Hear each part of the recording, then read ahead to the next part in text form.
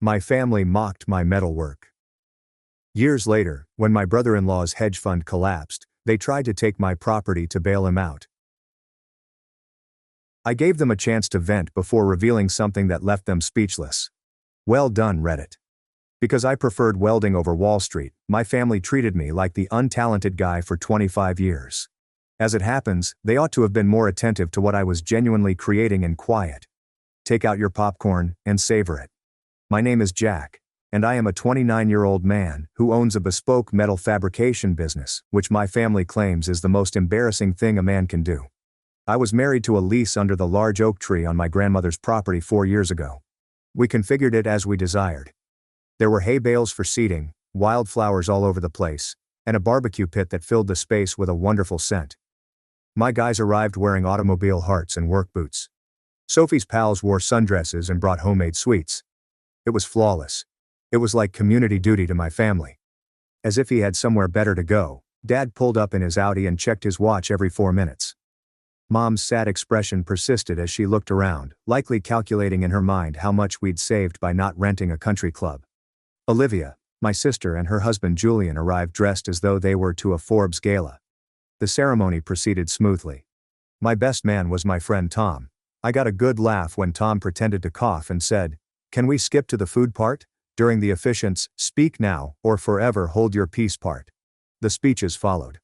Tom was the first to share a story about a steel shelf I had welded in college that almost killed our roommate when it fell.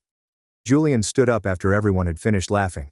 The expression on my brother-in-law's face was the same one he gets when he believes he is smarter than everyone else. He had made sure everyone understood that the 5 years that separated us made all the difference. He had attended a business course. He was employed in the financial industry. He didn't make hobby money from metal shops, he made actual money. He began to lift his glass to Jack and Sophie. The crowd trailed after.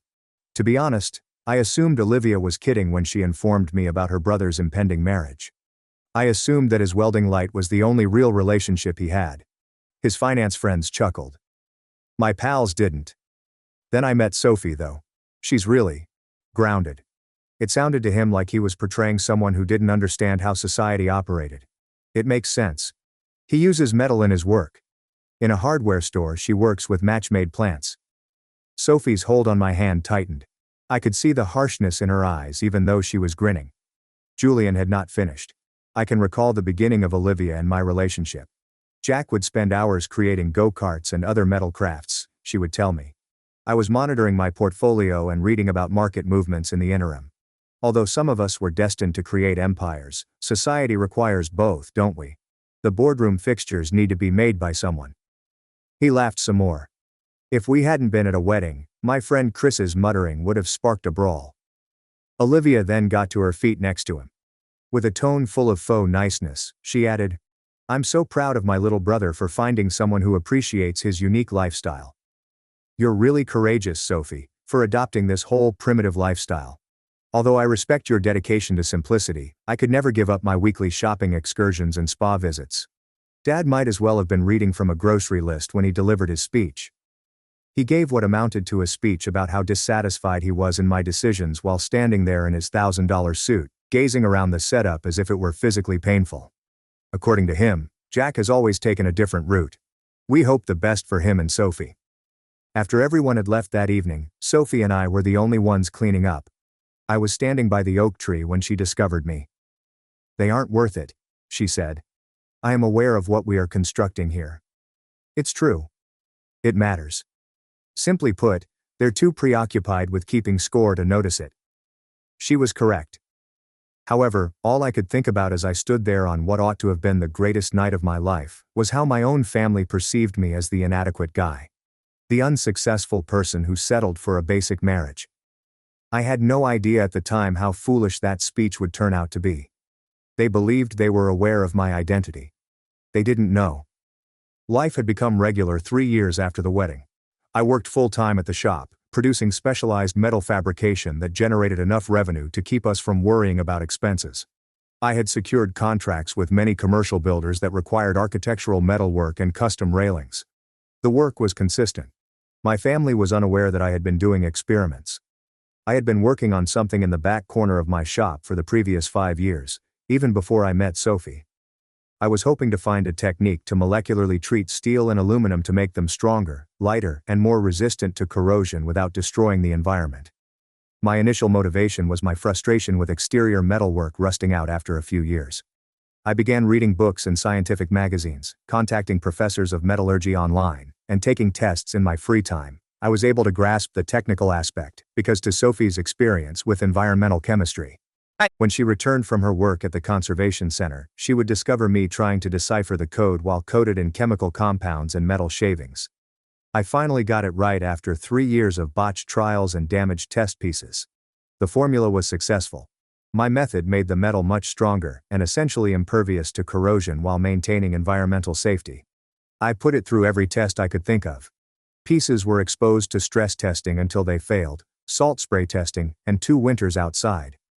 Compared to what I had observed, the metal held up better. I registered for patents 2.5 years ago, but I kept it a secret from everyone until Sophie. There are 4 of them that address various facets of the procedure and important applications. I then started shopping the technology to manufacturers, formed an LLC, and repositioned some assets for legal protection. I gave ForgeTech Solutions a call. Remained silent. I wasn't attempting to conceal it. Simply said, when I was creating something genuine, I didn't want to know what my family thought. Nothing occurred throughout the first year. A regional manufacturer of coatings showed interest in me the second year. I had license deals with 2 reliable businesses by year 2.5, which was roughly 6 months before everything collapsed, and the company was estimated to be worth $4.2 million. The funds from ForgeTech Solutions were in business accounts and were overseen by individuals with knowledge of corporate finance, according to the man who welded railings. Sophie and I continued to live in the same home and drive our old trucks. On the outside, nothing changed. In the meantime, my family was having the time of their lives on social media. Julian left his corporate position to launch his own investment company. He made bold bets when everyone else was being cautious, and he was all in on real estate development and getting in on the next great thing early. Dad spoke of him as if he had created capitalism himself. Olivia had become a full-time influencer and was posting about luxury all the time. Julian, the smart young investor who was upending everything, was her star. She decided that recording their ideal existence online would be her new occupation and quit her job as an event planner as soon as Julian's firm took off. They had purchased this enormous home in a posh area. Olivia wrote about it all the time. Julian had installed the wine store, the home gym, and a special closet for her fancy bags. They invited us to their housewarming celebration. Sophie persuaded me to go, even though I was on the verge of refusing. I made them a coffee table for a week. Tempered glass on top of a custom steel frame. Every one of the artistic-looking welded joints has a matte black powder coating. The piece made me proud. Olivia's smile turned to plastic after just one glance. She put it down in the corner and forgot about it right away, saying, "Oh, thank you so much." They spent the entire evening flaunting themselves. With this condescending tone, Olivia introduced Sophie to her influencer pals while dragging her about like a charity case. "This is Sophie, my sister-in-law." The women would examine Sophie from head to toe, admiring her modest outfit and useful shoes, before turning back to Olivia to discuss the latest Chanel collection. Julian spent the majority of the evening cornering me with his finance buddies. At one point, he patted my shoulder and said, "Good for you, man. Honest work. She works in conservation, is very noble, and lives on almost nothing to save the trees." When we were all in the living room, Julian was talking about some huge deal he had closed, about vision and knowing which investments were dying and which were the future. Olivia was hanging on his arm, practically glowing.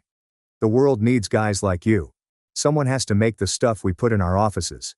Speaking of old school, how's the metal shop, Jack? Still making mailboxes for the neighbors?"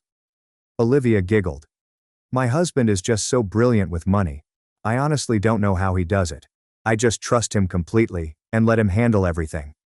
She looked at Sophie when she said it, and Julian looked at me. The room fell silent, everyone watched, and I had nothing for about 5 seconds, just that old feeling of being the family joke, before Elisa's voice broke the stillness. "Better than gambling away other people's retirement funds." My cousin Rachel, the only sane member of the family who earned a living as a teacher and avoided the family drama, called on the way home. Mom shot Sophie a look that could have killed her, and Olivia instantly gasped, her hand flying to her chest as if she had been physically struck. Her warning was vague, but it stuck with me. As I drove away from that sterile mansion, I had the impression that Julian wasn't building an empire, but rather that he was building a bomb that was about to explode. That was intense, she said. But between us, be careful. I've been hearing rumors. Julian's making some risky moves. Some of his deals aren't looking so good. Another year went by. At the shop, things were picking up speed. Mom would text, asking why we never visited, conveniently forgetting how the last visit went. We stopped receiving party invites, which was a relief. Holiday calls were shorter and more forced. My family thought I was making decorative gates, but Sophie had quit her conservation job to help me full-time with the technical side of Titan coating. She understood the chemistry better than I did, helped me refine the formulas, and made sure we weren't cutting corners on environmental safety. Forge Tech Solutions had grown from a side project to something receiving serious attention. I had brought on a part-time business manager, a guy named Lucas, who understood licensing agreements and patent law. We were in negotiations with another industrial manufacturer about using my coating process for their production lines. When my phone rang one afternoon in October, Rachel sounded frightened. "Jack, are you alone?" I was in the shop. "Yeah, what's wrong?" "It's Julian, he's in serious trouble, possibly criminal trouble." I turned off my grinder. "What happened?" "I was at your parents' last night. They assumed I was busy, but I could hear them talking to Olivia on the phone." "Jack, Julian lost everything. Not just his money, but his clients' money too. He persuaded many people to invest with him, including your dad's friends, old college friends, and even some of Olivia's relatives. I was horrified to hear the talk of lawsuits and fraud charges. I don't know all the specifics, but he's completely underwater. I thought about all those speeches at parties, all that talk about vision, and knowing winners from losers. He took all their money and made some huge bet that went sideways. The development deal was fake, or the land was contaminated, or something." Rachel's voice trailed off. "Why are you calling me?" "Because they're coming for you. I heard your dad say it clearly. You're the only one with real assets." He was referring to the shop and Grandma's land. "You owe it to the family." The nerve of it hit me like a punch. For years, they had treated my life like a consolation prize and my work like a hobby. I heard Mom's voice calling for Rachel in the background. Now that their golden son-in-law had crashed and burned, all of a sudden, what I had built was valuable. The family's safety net. "He can't be serious. He's completely serious. Mom is a wreck. She keeps saying that Julian made one mistake and the family must stick together. Olivia is apparently having a complete breakdown, and they see you as the only way out." I told Sophie everything that evening while we were sitting on the porch watching the sun set over the property. "They're going to show up here, probably with lawyers, and demand I sell everything to fix Julian's mess," I said. Sophie fell silent for a moment. "I got to go. Just be ready. They're coming soon." I glanced at her when she said, "I think we need to have a conversation before they get here." She made reference to Forge Tech Solutions, the patent portfolio, and the fact that Julian's situation is more complicated than you realize. She took out her phone and opened a file. "Julian has been running a hedge fund for the past 15 months. Did you know that? I thought he did development deals. I've been helping Lucas track the industry, keeping tabs on who's moving in the coatings and material space, who's making plays, and who's betting against emerging technologies. But he's been shorting stocks, betting against businesses he believes will fail." She showed me a financial document on her phone, and I looked at the screen, saw the name of Julian's fund, saw a list of holdings, and there at the top, highlighted in red, was the single largest bet he'd made. A massive short position against my company, Forge Tech Solutions. Julian had bet well over $900,000, including his client's money, that my company would fail. His entire position blew up when Forge Tech Solutions succeeded, and he wrecked himself. "Betting against me," I continued slowly. "He was so sure that his brother-in-law, a plain metal fabricator, couldn't possibly have developed something substantial that he had put everything on my failure." Sophie said, "The universe is funny like that." I sat there thinking, and now he's coming here to demand you sacrifice everything to save him from the consequences. Julian, who had spent years looking down on me, had literally bet his future on me failing and lost. Does he know I own Forge Tech Solutions? I doubt it. We sat in silence, watching the last light go out, and 3 days later, a courier delivered the legal threat to our door. Forge Tech Solutions is registered under my maiden name as the primary contact for privacy, and to him, it's just another overhyped materials tech startup run by people he's never heard of. He has no idea that his brother-in-law's failure destroyed him. I received a letter in a fancy envelope with the logo of a law firm I had never heard of. It stated that, due to the family emergency and my moral duty, I had 1 week to assist in selling my property in order to improve Julian's financial circumstances, after which they would take all necessary legal action to compel a sale. Sophie was already on her phone when she said, "I'm calling our lawyer. We'd retained a guy named Mark 6 months back when Forge Tech Solutions started getting serious. They're threatening to sue you," she said, reading the document, "to force you to sell your own home." "Can they even do that?" she asked. "But they're hoping you don't know that." We met him at his office the following morning and went over everything, including the threatening letter, the family history, and the kicker about Forge Tech Solutions. Mark laughed when we reached the part about Julian shorting my company, but let me make sure I understand. He was an expert in business law and intellectual property, but he also knew his way around property disputes. "They think you're a struggling fabricator who owns some family land," he said. "In actuality, however, your brother-in-law bet against your $7.5 million coding technology business. And he lost everything when your business was successful. In order to help the man who attempted to take advantage of your loss, they now want you to sell the land, which is truly a corporate asset." "Yep." Mark leaned back and grinned while shaking his head. "This is amazing. It's like seeing someone punch themselves in the face and blame you for their broken nose." He clarified that their legal threats were baseless, adding that the land had been moved to the corporate structure of Forge Tech Solutions 2 years prior for liability protection, meaning that even if I wanted to, I couldn't sell it. "What do we do?" I asked. "Nothing. Let them decide what to do next.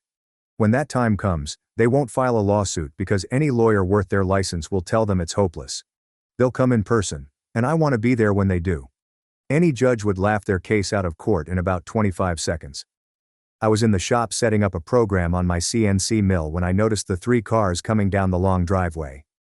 The deadline came and went. Friday went by without any word, Saturday and Sunday were quiet, and I nearly thought they had given up. However, Monday morning proved me wrong. Dad's Audi, Julian's less impressive-looking BMW, and a third car I didn't recognize. I turned off the machine, went to the house, and saw Sophie at the window. The phone was already out. "They're here. I see them." She hit a button. "Mark, it's time." Short pause. "Perfect. See you soon." She hung up, looked at me. "Our lawyer will be here in 20. Until then, we listen. Let them talk." The cars stopped, and doors opened. Dad got out first, looking 10 years older than I remembered, followed by Mom, whose eyes were red from crying the entire drive, Olivia, who looked ruined, Julian, who had lost weight and had dark circles under his eyes, and a man in a fancy suit carrying a briefcase from the third car, who was most likely their lawyer. We didn't move. "Jack." Dad's voice was strained. "We need to talk. It seems like you drove a long way for a conversation we already had. The situation is critical." He was trying to sound authoritative, but it came out desperate. They didn't knock. Dad simply opened the shop door and walked in like he owned the place. Everyone followed. I was standing by my main workbench, Sophie by my side. He pulled out a folder and dropped it on my workbench, saying, "Everything you need is here. Purchase agreement. We found a developer willing to buy the property, and the money goes straight into escrow to settle Julian's obligations. It's clean, and it saves the family. Julian is facing multiple lawsuits, and criminal charges are being discussed. We need to take immediate action." "Preserves the family? You mean saves him?" I repeated. "Jack, please. He's your brother-in-law. He's family. He made a mistake. But you can't let him go to prison, please. I'm asking you as your sister." Olivia moved closer, and for the first time in years, she wasn't acting superior. Instead, she was pleading. Their lawyer cleared his throat, saying, "Mr. Blake, you have a clear familial obligation here. The precedent for property transfers and family exigencies is well established. He didn't make a mistake, he made a series of awful decisions. Is it?" The lawyer scowled. "The land is deeded to you through your grandmother's estate. The title is clear," I remarked, fascinating, because I understood that you can't sell something you don't own. "Was given to me." Dad's face was flushing. Mom said in a heartbreaking voice, "What are you talking about? Stop playing games. We've already sold our house. It wasn't enough. This land is the only option after everything we've done for you. You owe us this after we reared you." I glanced at Sophie, and she nodded slightly. It was time to put an end to this, and Sophie moved forward. Dad glanced to her, perplexed. "What are you talking about?" "I think there's been a significant misunderstanding," she continued, her voice cool and cutting. "You've made several incorrect assumptions. You were mistaken about everything. You looked at us and saw precisely what you wanted to see. A basic fabricator and his wife. Poor, easy to push around." She put her hand on the folder they brought and moved slowly to the workbench. "And as a lawyer, I'm sure you understand property law. You can't sell what you don't own. Mrs. Blake, I don't think it's stone. I kept my name." She stared at him straight. The lawyer argued that the deed was in Jack's name, but Sophie clarified that it was in WDE's name. Since Jack is the company's creator and principal owner, the land was officially transferred to Forge Tech Solutions LLC 2 years ago as a corporate asset, and he is very definitely not selling. There was a dead quiet. Their lawyer's expression changed from confident to apprehensive. Mom looked perplexed, and Dad's mouth opened. However, Julian had turned absolutely white, and I could see the wheels moving in his head as he stared at me for the first time in years. "Forge Tech Solutions," he murmured. "That's correct," I replied. "Have you heard of it?" "No." "You're a metal fabricator." "I concur." Olivia was glancing between us. Mascara streaked. "I am also the founder of a coding technology company that is currently valued at over $7.5 million. But you already knew that, didn't you, Julian?" Dad looked at Julian and demanded, "What is he talking about? Julian, what's going on?" I knew this day would arrive, so I went to my workbench, unlocked a drawer, and took out a file that contained financial records, patent applications, and one particularly intriguing quarterly report. I stated, "I began working on a chemical coating procedure for metal around 5 years ago. It took me 4 years to figure it out. While you all thought I was building garden gates, I filed patents, established a business, ran it covertly, and created something tangible. This is a financial filing from your hedge fund. Read public record. Shows all your major positions. Want to guess what your biggest bet was?" I produced a single document and held it up. He was unable to respond. "You shorted Forge Tech Solutions, investing well over $900,000, your client's money, because you were so sure it was a fabricated materials tech fraud that you wagered everything on it failing. I put the paper down, and when it succeeded instead of failing, your entire position collapsed." Dead stillness. "You bet against me and lost everything." No, you couldn't have known it was his company." "Of course he didn't know," Sophie answered. "We registered the company under my maiden name for his privacy." Olivia's legs gave out and she fell to the ground, crying. "This isn't feasible. You're lying." Dad finally found his voice. "Forge Tech was simply another startup to short. I finished because, in contrast to you, I don't need to flaunt my accomplishments or a mansion to demonstrate my value. You don't have that type of money. You live in this modest rural home." Olivia was crying now, and Julian was trembling. "I created a business that adds value rather than merely transferring money. You should have been the one in need of us, therefore this can't be happening." At that moment, another car pulled up outside and our lawyer, Mark, arrived just in time. He walked in, took a quick look at the situation, and smiled. "Am I running late?" he asked. "Perfect timing," Sophie said. He put his briefcase down and took out his own file. "Just so you know, I'm Mark, and I work for Forge Tech Solutions and Jack Blake." He glanced at their attorney and said, "You're Brian from Preston and Moore, right? I've read the materials your firm sent." Their lawyer gave a feeble nod. "All right, then I can tell you straight out that your demand letter has no legal value," he remarked nonchalantly. "Any attempt to force a sale would be dismissed immediately, and given the circumstances, I'd probably file a harassment suit on top of it. Additionally," Mark went on, taking out another document, "I've investigated Mr. Julian's financial status and found evidence of investor deception in addition to poor judgment in the short position on Forge Tech Solutions." Julian sounded like he had been punched when he told them the short was based on insider information when it was really simply a hunch. Securities fraud. Their attorney was already packing his suitcase and, without saying another word, made his way to the door. I haven't turned this over to the SEC yet, Mark added. I wanted to give you all a chance to walk away quietly first. How could you do this to us? Mom began to cry. Your family is us. Family doesn't make you feel unworthy for 25 years. Get out of my shop, I said, walking to the door. Your family doesn't wager against your success and then demand that you ruin yourself to save them from their own foolishness. At first, none of them moved. Get out of my life. Now, I urged. Olivia was still on the floor, crying, and Julian had to physically pick her up. Dad made one final attempt. Son, you don't understand what you're doing. I guess they couldn't comprehend that I was serious. The result? I stood there feeling something I hadn't felt in 25 years. Freedom. The cars started, then they were gone. The consequences are yours to deal with. They trudged out, looking disheartened. The following few weeks were silent, no irate phone calls, no frantic texts, and Mark kept me informed about Julian's legal status. Julian was buried with lawsuits, with 3 of his biggest investors having launched civil claims. His marriage to Olivia was in ruins. They had moved into a small apartment on the shady side of town. Olivia had deleted all her social media accounts. Dad and Mom had sold their house at a loss and were renting a small condo somewhere. And the SEC had opened an investigation into his trading practices after those lawsuits caught their attention. Dad had returned to his former firm in a consulting role. Most ForgeTech Solutions was taking off, and we'd signed another licensing deal. It was basically a pity job from his ex-partner's mother, who apparently spent most of her days crying and asking why I was doing this to them.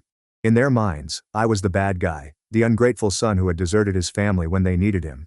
I built a proper office space in the barn, hired 2 full-time employees to help manage things, started holding business meetings with people who took me seriously, and the custom fabrication work slowed down.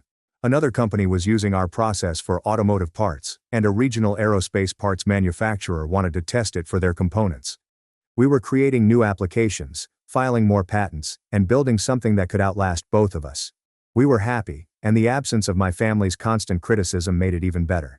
I kept a few regular clients, worked on projects I wanted to do, but mostly I was focused on ForgeTech Solutions.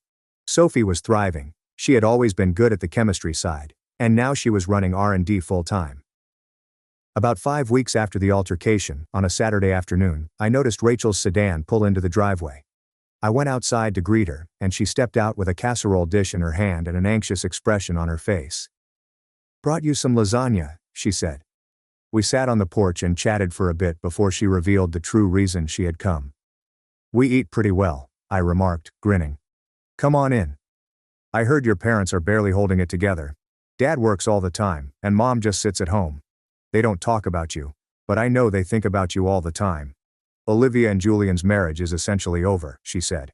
"They're staying together for the time being because they can't afford lawyers, but she resents him completely and blames him for everything."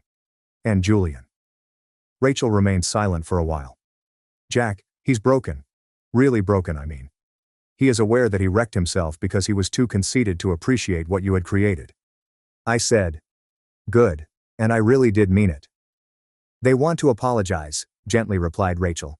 "Eventually, when enough time has passed, they think maybe if they give you space, you'll come around." "I won't."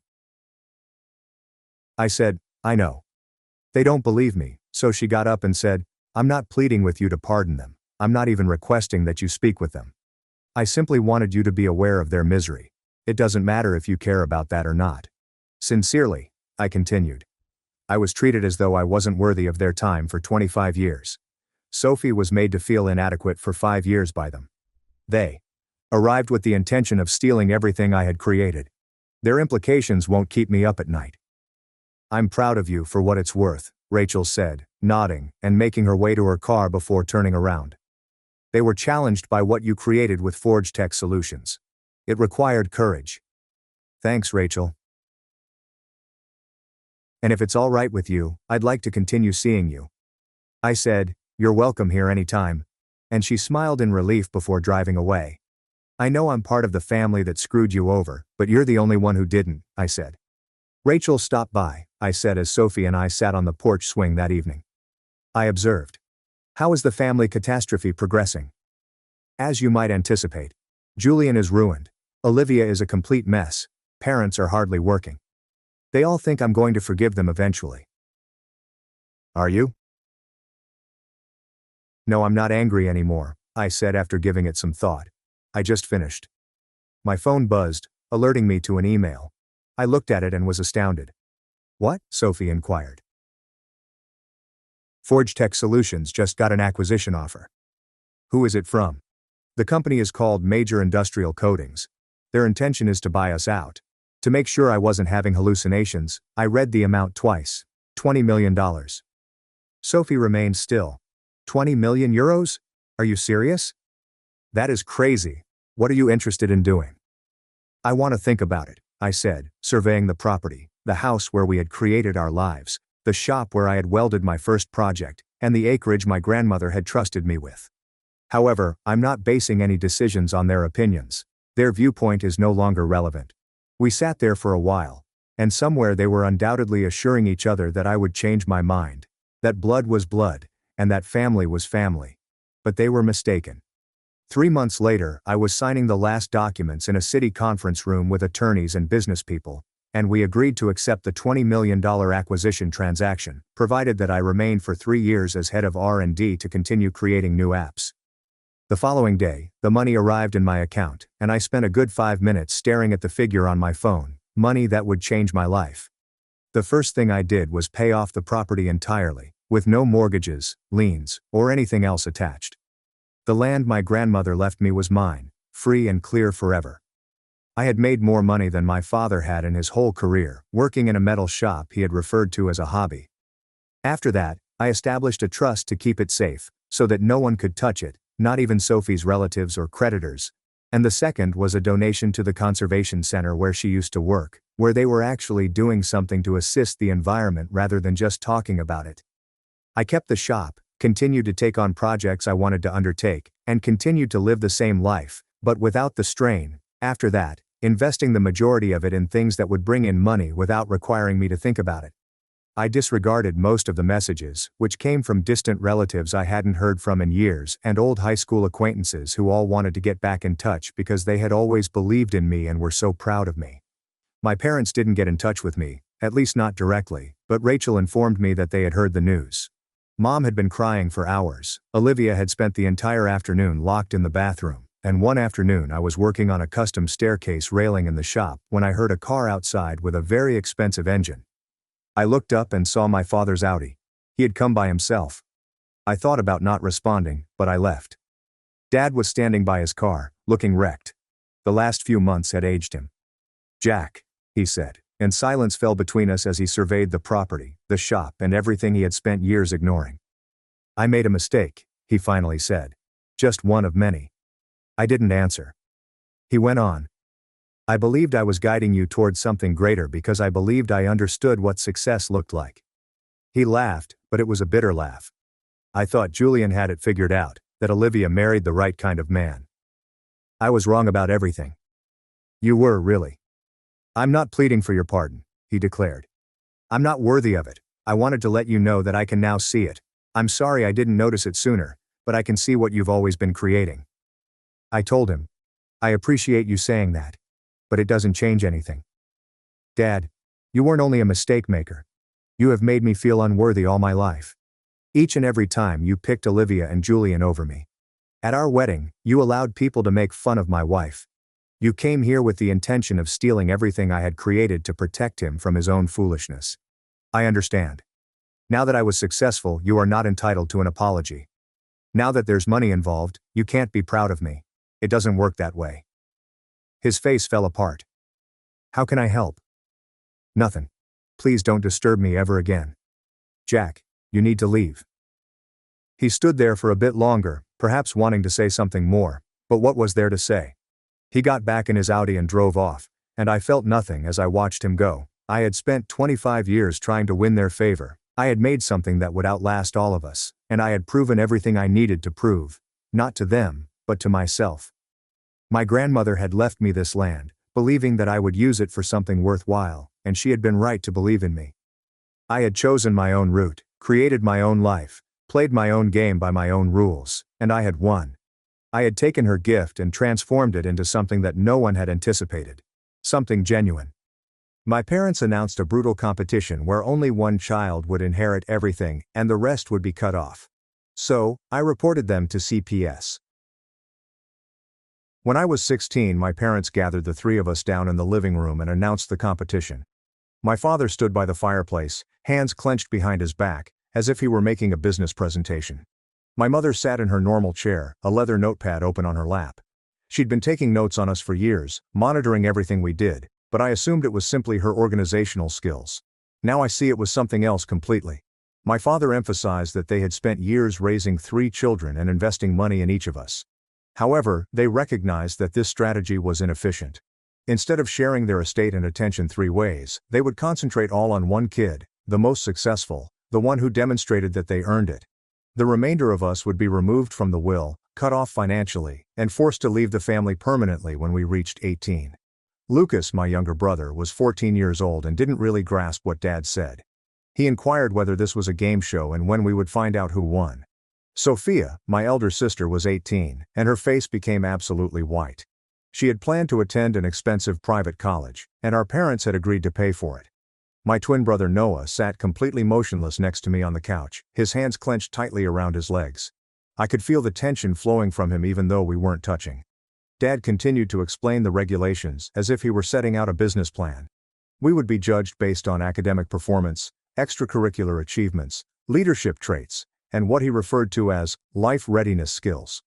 Mom would update her rankings every month to reflect our development. We'd each be assigned a score out of 100, which would affect everything from our allowances to whether we could participate in family events. The first kid would get benefits and investment. The others would receive the bare minimum necessary by law until we could be formally removed from our families. Mom opened her notepad to show us the first month's rankings. Sophia came in first place with a 92. I placed second with an 83. Noah finished third with a 67. Lucas finished last with a 60. She had computed these ratings using a sophisticated formula she had devised over the previous year without informing us. Academic grades accounted for 35%, extracurricular engagement for 30%, household contributions for 15%, and what she referred to as character evaluation for 20%. That last group was entirely subjective, based on her observations of our actions. When I inquired what would happen if we refused to participate, my father's countenance became icy in a way I had never seen before. He stated that we were already involved, whether we liked it or not. We lived in his house, relied on his money, and followed his instructions. That night, after our parents had gone to bed, the 3 of us met in Sophia's room to chat. She was angry and afraid at the same time, pacing back and forth over the carpet. She'd been the golden kid her entire life, and her status felt challenged. Lucas was silently weeping because he couldn't understand why our parents were doing this. Noah sat on the floor, his back to the wall, looking at nothing. I attempted to advise that we all simply keep our usual routines and refuse to compete, but Sophia quickly shut that down. She said that if the rest of us did not participate, she would automatically dominate the rankings, and we would all be eliminated except for her. Noah reminded us that declining to participate may be worse than competing because Mom's subjective character judgment could penalize us for not attempting. We were stuck in a system meant to throw us against one another, and there was no way to get out without losing everything. Within the first week, the competition began to have an impact on everything. Mom put the monthly rankings on the refrigerator, where we could see them every day. Sophia's name appeared at the top in green marker. Mine was second in blue. Noah ranked third in yellow. Lucas's was at the bottom, in red. Seeing our names organized in that hierarchy changed the way we interacted with each other. Sophia stopped assisting Lucas with his schoolwork since increasing his grades may lower her rating. Noah started staying awake until 1:30 a.m., working on extra credit projects to bridge the gap between us. I found myself continually checking in on what my siblings were up to, comparing my efforts to theirs, and calculating if I was behind. The monthly allowances also mirrored our rankings. Sophia received $220. I got $120. Noah received $60. Lucas received $25. Lucas inquired as to why his stipend was decreased from the $60 he previously received. Dad stated that limited resources needed to be allocated to the children who had the most promise. School became a nightmare of incessant comparisons. Sophia and I were both juniors at the same high school, and every test score and assignment grade seemed like ammo for the competition. When she earned a 95 on a history test and I got a 91, I noticed her beaming as she calculated how it would affect the monthly rankings. When I got a position on the debate team and she didn't get callbacks, she spent the entire car trip home in seething silence. Our parents had always favored academic excellence, but it now seemed militarized. Every achievement I had posed a danger to Sophia's position, and every success she had pushed me further away from safety. Noah was in a different grade, so we didn't have to compete in class, but I could see the strain hurting him. He had always been more artistic than scholarly, excelling at art and music over math and science. Now he was straining himself to fit into a mold that did not reflect who he truly was. The character evaluation category evolved into a weapon for psychological warfare. Mom would deduct points for things like having an untidy room, speaking disrespectfully, or displaying a bad attitude. These were purely subjective assessments that she could use to influence the rankings in any way she desired. Noah lost 5 character points when he disagreed with Dad about whether the tournament was fair. I lost 3 points after forgetting to take out the garbage one night.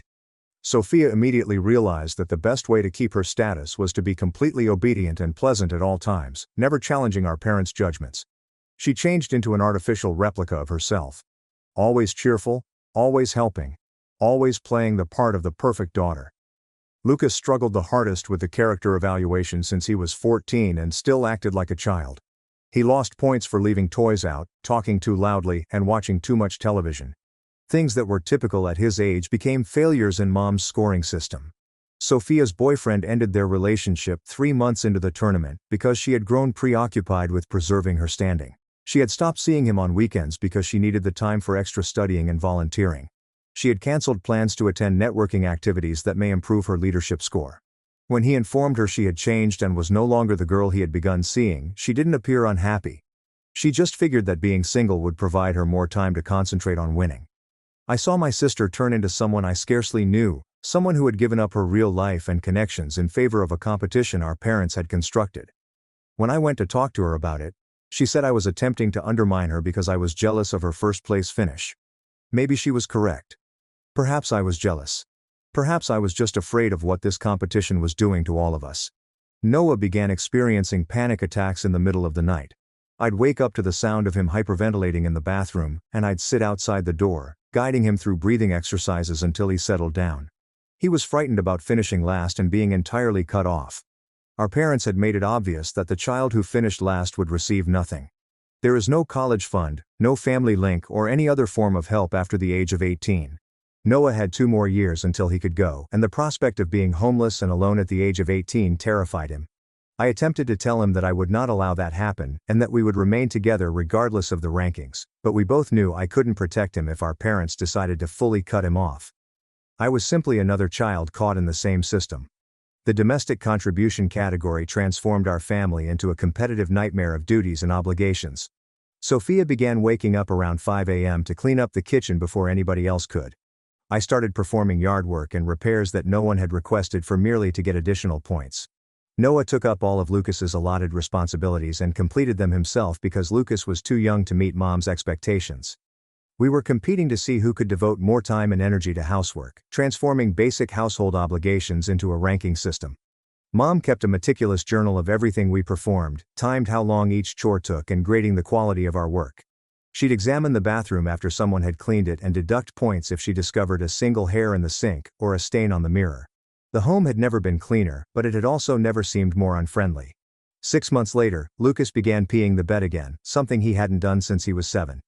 The burden of being in last place and witnessing our parents' sad expressions every day was tearing him down. He was 14 years old and believed he was a failure since he couldn't compete with youngsters 4 and 6 years older. I saw him weeping in the garage one afternoon, and he told me that he wished he had never been born so that our parents would not be disappointed in him.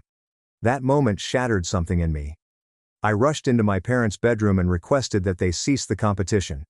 I told them what they were doing to Lucas, how he was breaking down under the pressure.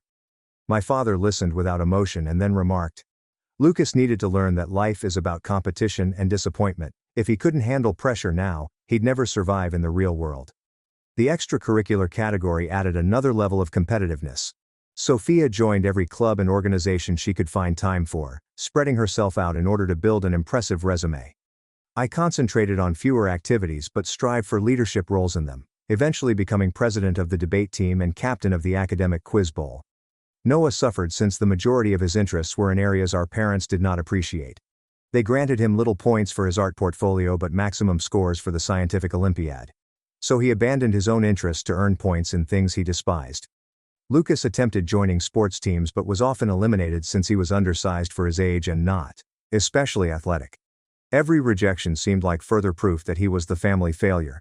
Mom's scoring system simply considered quantitative outcomes and did not take into consideration effort or progress. Either you won prizes and leadership positions, or you received little points. Sophia was accepted into Yale's highly regarded summer program after a year of competition. It would dramatically improve her rating and look great on college applications. The program cost $10,000 for 6 weeks, and our parents had the money to send her easily. But Dad sat us all down for supper and said that if Sophia went to Yale, there would be insufficient funds for the rest of us to partake in any summer activities. He may send one child to an exceptional program, or all 3 to regular camps and programs. He asked for a vote on what he should do. Sophia quickly voted for Yale, claiming that investing in the most successful kid made sense. Lucas supported fair distribution since he had been looking forward to soccer camp. Noah and I were caught in the midst, knowing that either option would harm someone. I voted for fair distribution because I could not bear the thought of Lucas losing his only hobby. Noah voted the same way. Dad seemed disappointed in all of us, except Sophia. That summer none of us got to do our favorite activities because Dad thought we lost the chance by not making a firm decision. Sophia did not go to Yale. Lucas didn't attend soccer camp. Noah did not attend the art intensive that he had been looking forward to. I did not participate in the debate institute that I had intended. Instead, we all stayed at home, where Mom assigned us more housekeeping tasks and our parents lectured us on the consequences of indecision. I recognized then that the competition was more than just selecting one successful child. It was about training us to sacrifice one another, to prioritize individual progress over familial loyalty, and to embrace the notion that someone had to suffer for anybody to succeed. We had failed that lesson by attempting to remain unified, and our parents were punishing us for it. Noah's mental health continued to deteriorate over the summer. He stopped eating regularly and dropped weight till his clothing draped loosely over his body. He stopped doing art completely, abandoning the one thing that used to make him happy. He spent the most of his time in his room studying things he despised, urgently attempting to raise his rating. When I inquired how he was doing, he would answer, "Fine," in a flat tone, implying that he was not doing well. I attempted to convince our parents that something was gravely wrong, but they disregarded my worries as competitive manipulation. Noah's mother explained that he was only feeling the usual stress of falling short of expectations, and that he should strive harder rather than seeking pity. Dad encouraged me to concentrate on my own rating, rather than worrying about my sibling. They didn't see or care that the rivalry they'd fostered was hurting one of their children from the inside out. The monthly rankings got increasingly arbitrary as Mom modified her scoring formulae to preserve the desired hierarchy. When my grades began to outpace Sophia's, Mom abruptly upped the weight of the character evaluation area, which allowed her to penalize me points for subjective reasons. When Noah momentarily surpassed me in extracurricular points, the model shifted to prioritize leadership positions above participation. It became clear that Mom had already determined Sophia would win, and the ranking system was only for show to make it appear like a fair battle. However, we couldn't establish the system was rigged without access to her specific formulae and computations, which she kept locked in her office. We were obliged to continue performing in a competition where the winner had already been determined. Lucas began his 12th grade year behaving out in ways that were utterly out of character for him. He got into fights at school. He spoke back to the teachers. He stopped completing his schoolwork. His grades dropped from B's and C's to D's and F's. When our parents questioned him about it, he stated there was no use in trying because he knew he'd never catch up to the rest of us. He'd calculated that even if he achieved perfect marks in every area, his age and the points he'd already lost would keep him in last place. So, why bother trying? Mom and Dad were outraged, but I knew what Lucas was doing. He was opting out of the competition in the only manner he could, by refusing to care about the measures our parents used to evaluate him. It was self-destructive, but it was also the last sort of control he had. Mr. Whitfield, a guidance counselor, summoned me to his office in the middle of my junior year after noticing troubling tendencies in my case. My grades were outstanding, but I discarded some hobbies I used to like in favor of others that obviously did not interest me. He inquired whether everything was well at home, and for the first time, I considered telling an adult what was going on. But what could I say? My folks aren't breaching the law. They are feeding and lodging us, but not physically harming us. They're just organizing a competition to choose which youngster deserves to remain in the family. How would you describe it to someone who does not reside there? I assured Mr. Whitfield that everything was great and that I was only attempting to improve my college applications. He stared at me with a mournful face, as if he knew I was lying but couldn't get me to reveal the truth. That night, I went to Noah's room and discovered him holding a bottle of our mother's sleeping pills. He'd taken 5 of them and was clutching the bottle, contemplating whether to take more. I seized the tablets and shook him violently, demanding what he was doing. He stated he couldn't do it anymore. He couldn't bear the thought of waking up every day to the prospect of failure. I couldn't spend another 2 years attempting to win a tournament that was structured to ruin 3 out of 4 of us. I reminded him that he was not failing, but that our parents were failing us. I stayed in his room all night to ensure he did not try anything else. And in the morning, I marched downstairs to tell our parents what had occurred. My father responded by saying Noah was deceptive and used suicide threats to get sympathy. Noah's mother deducted 10 character points for emotional instability. They did not take him to see a doctor or a therapist. They did not cease the competition. They just punished him for crumbling under the pressure they had created. I began documenting everything after that. I kept a notebook concealed in my closet where I recorded the monthly rankings, the arbitrary formula revisions, the unachievable standards, and the psychological devastation I witnessed in my brothers. I had no idea what to do with this paperwork, but I knew I wanted to keep some type of record of what was going on. I wanted proof that we weren't crazy, that the situation was as ridiculous as it appeared. Sophia discovered my journal one day while searching for something in my room. She read it and immediately attacked me, accusing me of plotting to harm her family. She threatened if I revealed that notebook to anybody outside the home, she'd notify our parents and I'd be punished. I asked her how she could justify what they were doing, and she responded she was protecting her future. She had worked too hard to have me damage her chances of winning. As the tournament approached its second year, the long-term psychological effects became too obvious to overlook. Sophia had developed an eating disorder, controlling her food intake because she convinced herself that staying at a certain weight allowed her greater control over her life. Lucas had been suspended from school twice for fighting and was seeing the school counselor on a weekly basis for anger management concerns. Noah had stopped sleeping more than 4 hours each night and developed stress-related dermatitis on his arms. I found myself unable to enjoy anything anymore, always calculating if an action would benefit or harm my standing. We were all playing versions of ourselves that our parents had created, and somewhere along the road, we had lost sight of who we truly were behind the show. Our parents declared the summer before my senior year that the rankings would continue throughout college. They'd pay for one child's whole education, half of the fees for the second-place child, modest assistance for the third-place youngster, and nothing for the fourth. This meant that the competition would go another 4 years, locking us in this system until our early 20s. Sophia was ecstatic since first place came with complete financial independence. The rest of us recognized we'd never be free of our parents' grip as long as they had the financial leverage. I began looking into scholarships and financial assistance, preparing for the prospect of having to afford college totally on my own. Noah did the same. Lucas was just 13 and couldn't think that far ahead, but I could see despair in his eyes as he understood that this nightmare would characterize his entire youth. Sophia had 90 points as my senior year began, followed by myself with 84, Noah with 82, and Lucas with 58. The distance between first and last place had risen to 32 points, making it very difficult to close in the months left until Sophia turned 18. She had practically won by delivering constant results and benefiting from Mom's affection. Nevertheless, our parents continued to administer the tournament. They emphasized the need of every one of us continuing to strive, compete, and demonstrate our value. I applied to institutions that provided full-ride scholarships since I knew I couldn't rely on my parents for anything. Noah did the same, focusing on colleges with good financial assistance programs. We were plotting our escape routes while still competing in the tournament since we had no other option. Something shifted in December of my senior year. Lucas stopped attending school totally. He'd get up, dress, leave the house with his bag, and spend the day in the public library or exploring the city. He'd come home at the usual school closing hour so our parents wouldn't notice. He did this for 3 weeks before the school notified our parents of his absences. The confrontation that ensued was nasty. Dad shouted at Lucas for squandering his future and possibilities. Mom revised his ranking to 52 points, the lowest any of us had ever received.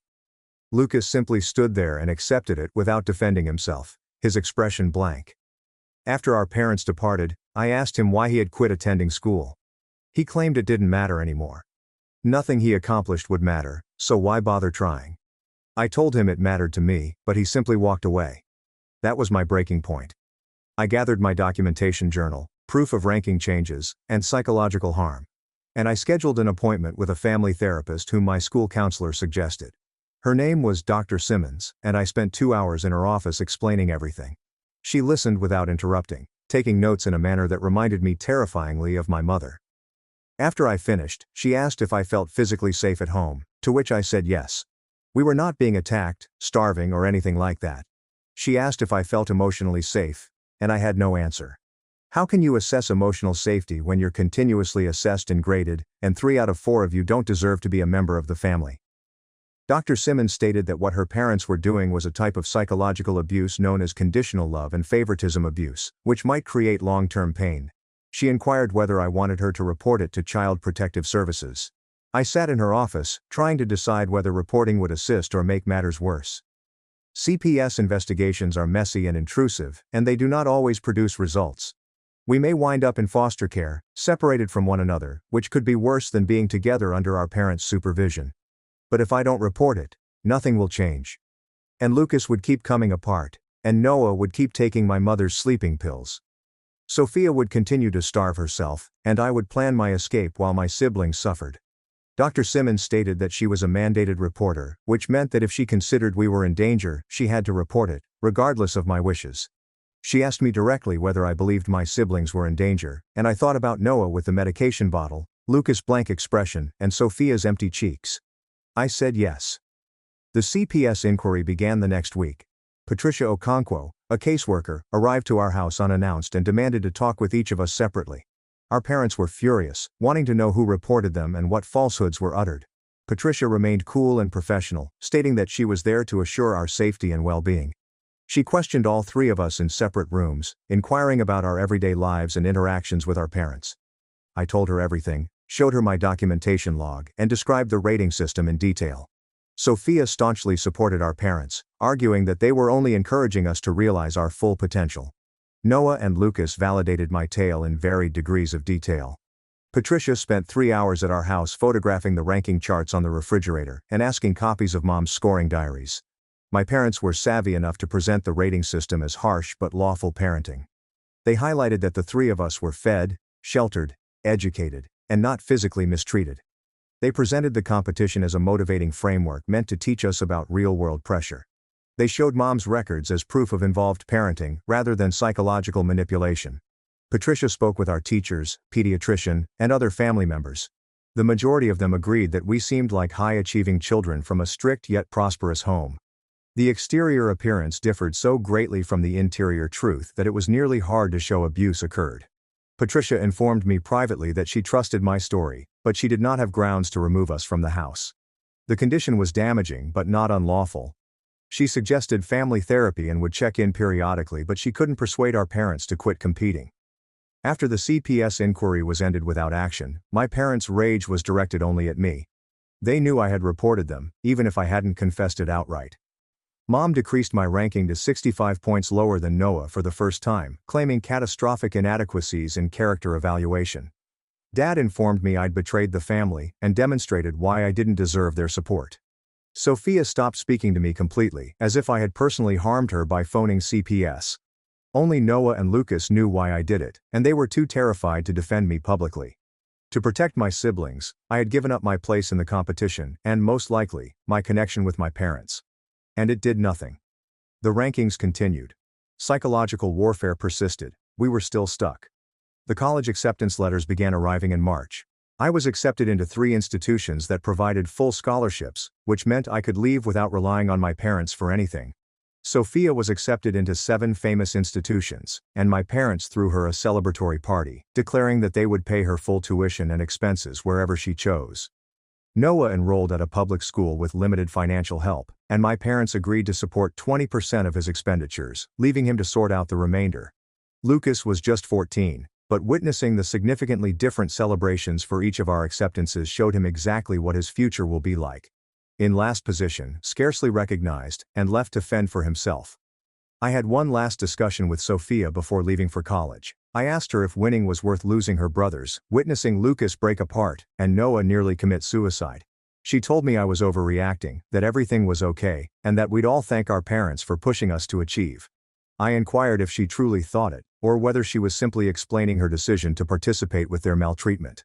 She told me I was envious and resentful over not winning, and that I should concentrate on my own life rather than attempting to bring her down. We have not talked since that discussion. When I moved into my dorm in August, she did not assist me pack or say goodbye. Neither did my parents. Only Noah and Lucas came to see me depart. And we all grieved in the driveway because we knew I was going to escape. But they remained in the nightmare. College distanced me physically from the competition, but I couldn't stop thinking about my brothers. Noah emailed me regular updates on the standings and Lucas's decline. Lucas had been diagnosed with depression and prescribed medicine, but our parents saw it as another failure on his side. They deducted him character points for requiring mental care. Noah counted down the days until he turned 18 and could legally leave. I sent money from my work-study position whenever I could, knowing he'd need help paying for college, which our parents refused to finance. Patricia from CPS continued to do monthly check-ins, but nothing changed because nothing technically criminal was occurring. Only 3 children were devastated by a competition meant to persuade them that their value was conditional. I did not go home for the summer following my freshman year. I stayed at school to work and take summer courses. My parents wrote me an email indicating they were upset with my decision, but not surprising considering my character flaws. Sophia shared images on social media of their family trip without me. The 3 of them are happy on an expensive beach. Lucas appeared skinny and sad in the photographs. Sophia appeared triumphant, but Noah appeared to be a ghost. The evident winner posed with our parents, as if she had won her position through superiority rather than survival. I felt a strange combination of loss, rage and relief that I wasn't present. That I had come out, even if it meant being removed from family memory. Noah turned 18 in October, during my sophomore year. He contacted me from a bus stop at 3 a.m. He said he had departed, packed a suitcase and strolled out when everyone was asleep. He planned to arrive in his college town early and find lodging and job until school began. Our parents did not attempt to stop him or even call him. They simply changed the rankings to display 2 children instead of 3, rearranging the percentages. So Lucas sank even lower. Sophia was still ahead with 90 points. Despite not having lived at home for nearly a year, I finished second with 75 points. Lucas was last with 53 points. The tournament continued despite the fact that half of the competitors had already gone. Lucas began contacting me every night throughout my sophomore year. He'd chat about his day, his homework, or nothing in particular, and I understood he just wanted to hear the voice of someone who cared for him as a person, not as a rating. He was 14 and lived alone with our parents and Sophia, all of whom believed he was the family's failure. He told me how they'd stopped inviting him to family dinners on sometimes, telling him he could eat in his room because he wasn't contributing substantially to household talks. He mentioned how Sophia now has her own automobile, whilst he still takes the bus everywhere. He remarked that his birthday had passed with only a letter from our parents and no celebration or gifts. He was progressively being wiped from the family while still living in their home, and I couldn't do much to defend him from 300 miles away. The breaking point occurred during Lucas's first year of high school. He contacted me at midnight, weeping so hard that I could not hear him. When he eventually calmed himself enough to speak, he revealed that he had located Mom's master plan paper on her computer. A comprehensive timetable reveals that after Sophia aged 22 and graduated from college, our parents would officially disown the rest of us. They'd already created legal paperwork to remove Noah, Lucas and myself from their will. They'd sent letters to extended relatives explaining why they were separating from 3 of their 4 children. They had estimated how much money they would save if they only invested in Sophia. They'd been meticulously preparing this for 3 years, and the competition had only served to make us complicit in our own demise. Lucas read sections of the letter to me over the phone, and I felt physically nauseous hearing our parents describe us as lousy investments and failed experiments. I traveled home the next morning, skipping lessons that I couldn't afford to miss. I picked up Noah from his college town on the way. We arrived at the home and ordered a family meeting. Our parents remained calm when I addressed them with what Lucas had discovered. I questioned how they could do this to their own children, how they could deliberately ruin 3 children while elevating 1. My father retorted that they had given us several opportunities to demonstrate our worth, and we had failed. He stated that it was irresponsible to continue investing in youngsters who had not shown an adequate return on that investment. My mother went on to say that Sophia had earned her position via commitment and brilliance, but the rest of us had demonstrated that we did not love family enough to strive for it. Sophia sat there passively, her expression inscrutable, not defending us, not defending them. I informed my parents that they had abused 3 children via competitiveness and conditional affection. I stated that I had 3 years of paperwork confirming the psychological trauma they had caused, and that I was willing to take it to attorneys, therapists, and media if they did not stop. My father scoffed, saying I had no legal standing, no evidence of any criminal activity, and no resources to challenge them. He was correct in all of this, but I also had something he didn't expect. I had been filming the chat on my phone since the minute we sat down. In that tape, they acknowledged to intending to disown 3 of their children based on a rating system that they had manipulated for years. It may not have been unlawful, but it provided devastating evidence of their genuine intents. I listened back the footage and saw my parents' expressions alter. I told them I wanted the competition to finish immediately. I wanted Lucas's living circumstances to change, and I wanted them to consent to family treatment with an outside counselor, or the video would be given to everyone we knew, including our church community, extended relatives, and co-workers. I would ensure that everyone realized exactly what they had done. It was blackmail, and I was not proud of it, but I had no other alternatives for defending my younger brother. My parents were silent for a long time until my father agreed to my requests. That day, the ranking charts fell. The monthly review has ended. Lucas was granted privacy and respect, something he had been denied for years. We began family therapy the next week, but my parents spent the most of the sessions attempting to persuade the therapist that they had been misunderstood. The harm had already been done, however. Sophia completed college with full parental support and promptly cut off communication with me, Noah, and Lucas. She had accepted the message that we were failures who would bring her down. And she prioritized our parents' favor over sibling relationships. I'd lost my oldest sister to the competition, despite the fact that I'd technically won the last bout. Noah took 6 years to complete college since he worked full-time to pay for it without parental assistance. Lucas was now 16 and lived in a family where the competition had technically stopped, but the hierarchy and favoritism persisted. He counted the days till he could depart for college and never return.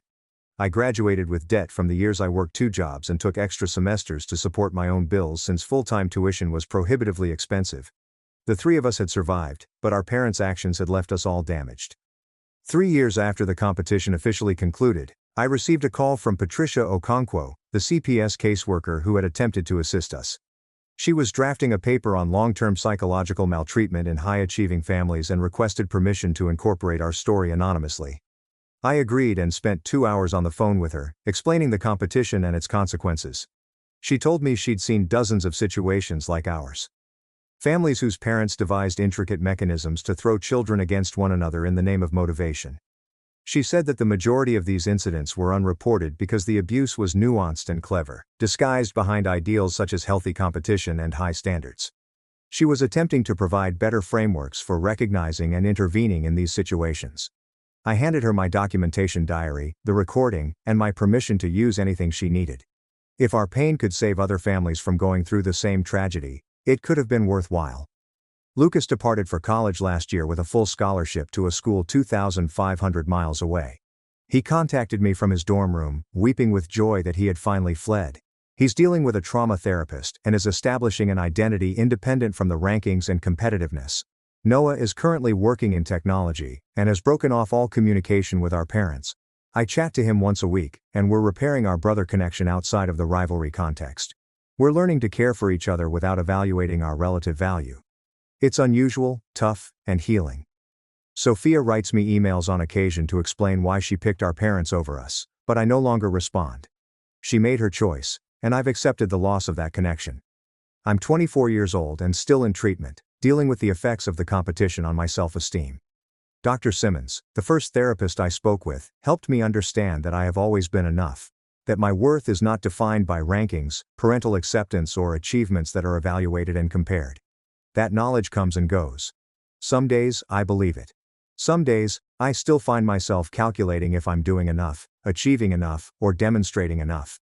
The competition may have finished, but its consequences are eternal. My parents set up a system that taught us that we were only worthy of love if we outperformed one another. And that lesson is deeply ingrained in how we view ourselves in the world. My parents still don't think they did anything wrong. In their thoughts, they pushed us to succeed. We're all better for it now. They do not address the eating problem, suicide attempt, sadness, or broken family ties. They don't accept responsibility for organizing a tournament in which 3 youngsters had to lose for 1 to win. They still see Sophia as the golden kid, and the rest of us as failures who did not work hard enough. I've realized that I'll never receive an apology or acknowledgement from them. The most I can do is stop the pattern, live a life based on other ideals, and ensure that I never put other people through what they did to us. My father handed my sister the company I built. I walked away, joined our biggest client, and watched the firm that ignored me collapse without me. For 14 years, I worked for Matthews Commercial Construction, my family's firm. I began as a worker during summer breaks when I was 22, learned estimating in college, and finally became the operations manager after graduating with an engineering degree. Clara had been living her life in New York, following a marketing profession and taking infrequent vacations, whilst I had been here developing, growing, and sacrificing. "Ethan," my father's voice cut through my thoughts. "Did you hear what I said?" I blinked, concentrating on the three faces that had turned toward me. "Sorry, what?" I said. "This doesn't change your position with the company. You'll still be operations manager." Dad's tone was comforting, as if he was doing me a favor. "Clara will be taking over as CEO when I retire next year, but your role is secure." My sister grinned at me with a mix of sympathy and triumph. At 34, she was 2 years younger than me, but she carried herself with the assurance of someone who had just been given the keys to the kingdom, which I assumed. "Ethan," she replied softly and with seasoned tenderness, "I hope you know how much I value your expertise. I couldn't do this without you." I glanced at her, wondering if she truly believed Clara had worked for the company for exactly 1 year. 1 year, versus 14 years. "Why?" The query slipped out before I could stop it. "Why Clara and not me?" The room went silent. Logan became really interested in organizing his briefcase. My mother's smile tightened. Dad cleared his throat. "Ethan, we've discussed this. Clara has the vision for where the company needs to go. She's better with people. The clients love her. You're brilliant with operations, with the technical side, but I'm not CEO material," I concluded for him. "That's not what I'm saying," he answered. But his gaze wandered away from me. Mom stepped forward. "Darling, you're a crucial part of the company. You can still help from behind the scenes. Clara will need your support." Behind the scenes. The statement struck me like a physical blow. That's where I've always been, right? Behind the scenes, making things happen while others take credit. Clara stood and approached me, grasping my hands in her own. "Ethan, this partnership will be amazing. You know the operations inside and out, and I can bring in the big clients. We'll be unstoppable together." I glanced into her eyes, which were the same hazel as mine and our father's, and all I saw was confidence. She genuinely believed she deserved it. "Congratulations," I eventually replied, pulling my hands away from hers. "If you'll excuse me, I have work to finish." I turned and went out of the conference room, disregarding my mother's calls for my name. The familiar hallway of Matthews Commercial Construction felt weird, as if I were viewing it through a stranger's eyes. Photographs adorned the walls, depicting construction projects, ribbon cuttings, and handshakes with major clients. My father appeared prominently in the majority of them. Clara appeared in several recent ones. I looked but couldn't find one with me. Behind the scenes, certainly. That night, I sat on my balcony with a bottle of whiskey and my laptop, examining project files as I had done many times before. My flat overlooked downtown, and the city lights twinkled like stars. In the distance I could see numerous buildings we'd built over the years, including the recently completed Harrington Tower, our largest project to date, and the one that established Matthews as a genuine contender for significant commercial developments. The Harrington project had been my baby since the beginning. I'd been up for 3 days straight preparing that bid, calculating costs down to the last penny, and creating the novel construction technique that had earned us the contract over organizations twice our size. Dad had been the face of the presentations, of course, but the content had been entirely mine. Clara had sent me a text message. "Hey bro, I know today was a shock. Let's grab lunch tomorrow and talk through the transition. I value your input more than anyone's." I took another drink of whiskey and did not respond. My computer beeped with an email message, another issue with the Westside development that required my attention. Always something that required my attention. I had been working 70-hour weeks for years. Holidays spent on job sites, vacations cut short by emergency calls, and personal relationships sacrificed for the sake of the family business. All because I believed that one day, I will own the company. What a fool I had been. I shut down my laptop and leaned back in my chair, peering up at the night sky. A conclusion was building in my head, becoming clearer with each passing moment. If I wasn't going to inherit the company, and if all of my efforts were worth so little to my family, Maybe it was time to reevaluate my level of dedication. No more 70-hour weeks. No more emergency calls in the middle of the night. I won't be sacrificing my life for Matthew's commercial construction anymore. From now on, I would work my scheduled hours. No more or less. I would take the weekends off. I would use my vacation days, and most importantly, I would begin exploring for other options. The concept should have scared me. Instead, it felt like freedom. The next morning, I arrived at the workplace at 8 a.m. sharp. Almost an hour later than my typical start time. Several employees did double takes when I walked through the front entrance, coffee in hand. "Everything okay, Ethan?" inquired Grace, our receptionist, who had been with the company longer than I had. "Never better," I said, smiling. "Beautiful morning, isn't it?" My office was already vibrating with messages. 4 voicemails from superintendents on various job sites, 16 emails designated as urgent, and 3 project managers standing outside my door. I greeted the project managers, listened to their issues, and gave them clear, unambiguous advice in 40 minutes. No hand-holding.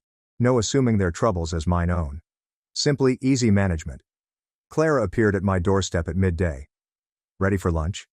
"Can't today," I responded, staring at my computer. "I've got plans." She paused. "Oh, I thought we were going to discuss the transition." "Nothing to discuss. You're the heir. I'm operations. Business as usual." "Ethan," she said, using the cajoling tone she'd honed since childhood, which generally got her what she wanted. "Don't be like this." I eventually looked up at her. "Like what?" "I'm doing my job, Clara. Exactly my job. Nothing more, nothing less." She scowled and studied me. "Dad remarked that you hadn't returned his calls." "I've been busy. Too busy for the Westridge bid. He claimed you were meant to examine the final statistics. But you haven't sent them." I slumped back in my chair. "That wasn't in my calendar for this week. If it's urgent, I can look at it next week."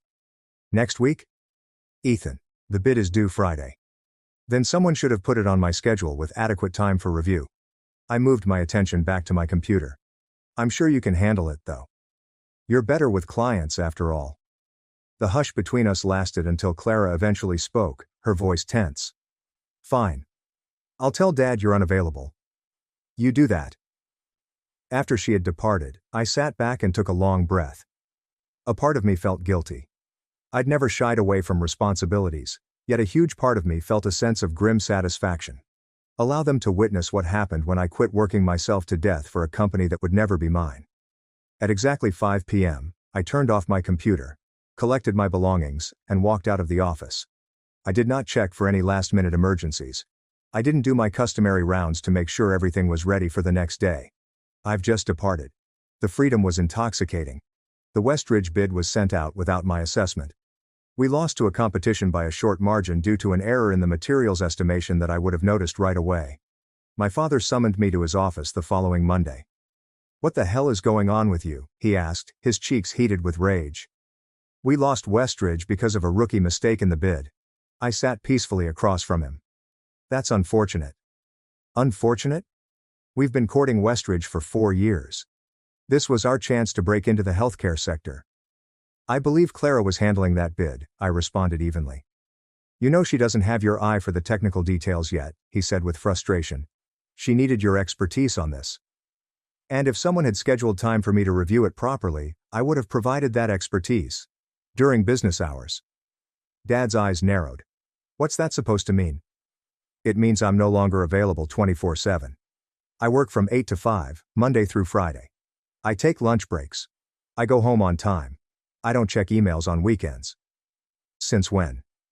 "Since you made it clear that my 14 years of sacrifice for this company meant nothing in terms of succession." His face lost its color. "Is that what this is about? You're punishing the company because you're upset about Clara?" "I'm not punishing anyone," I explained.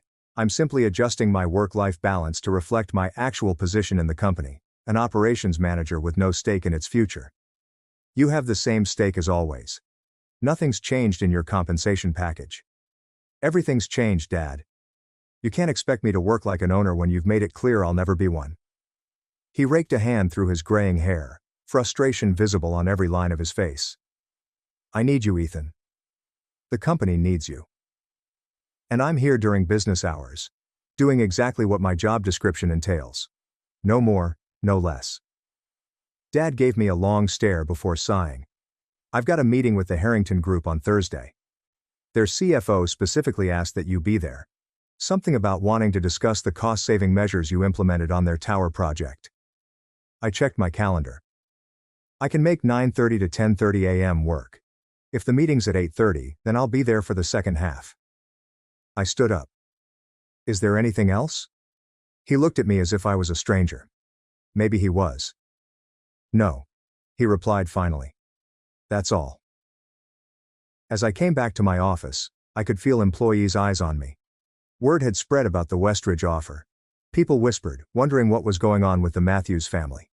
Let them wonder, I reasoned. Let them all wonder. The meeting with the Harrington Group proved disastrous. I came about 9:30 a.m. As planned, I slipped into the meeting room and quietly apologized for my delay.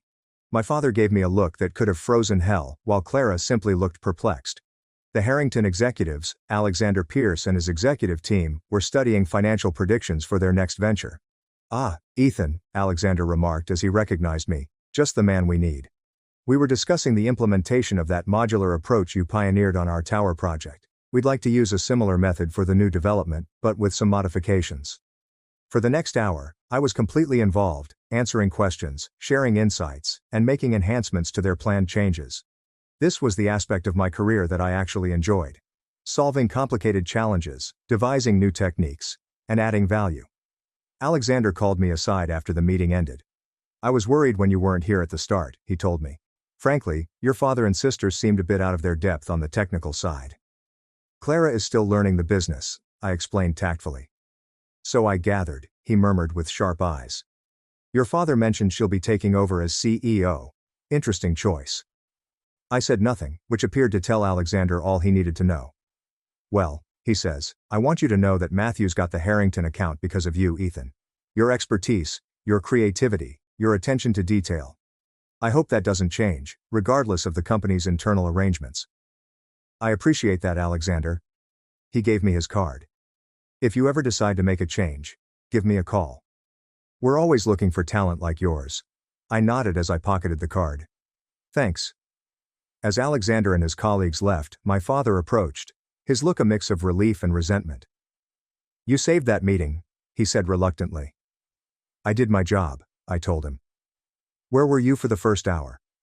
I told you I could only make it from 9:30 to 10:30. I had other commitments. Dad's jaws tightened. What commitment could possibly be more important than the Harrington Group? My life. I answered simply. Now if you'll excuse me, I have work to finish before the end of the day.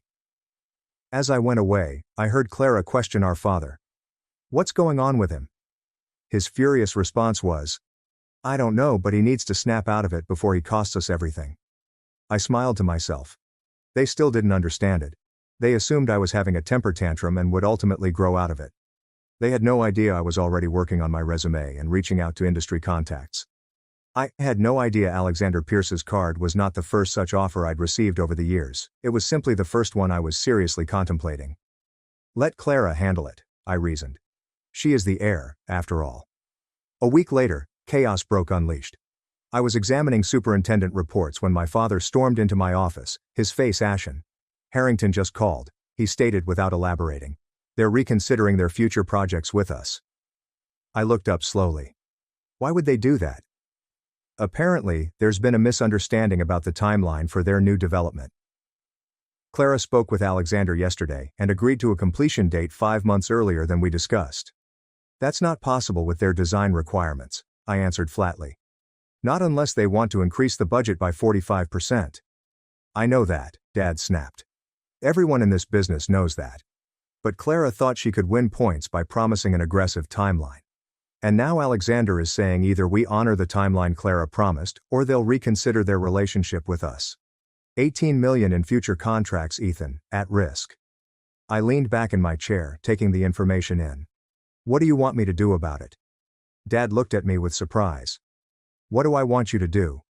I want you to fix this. Call Alexander. Explain the situation. Work out a compromise. He respects you. That sounds like a CEO problem, I responded. Or an heir problem, not an operations manager problem.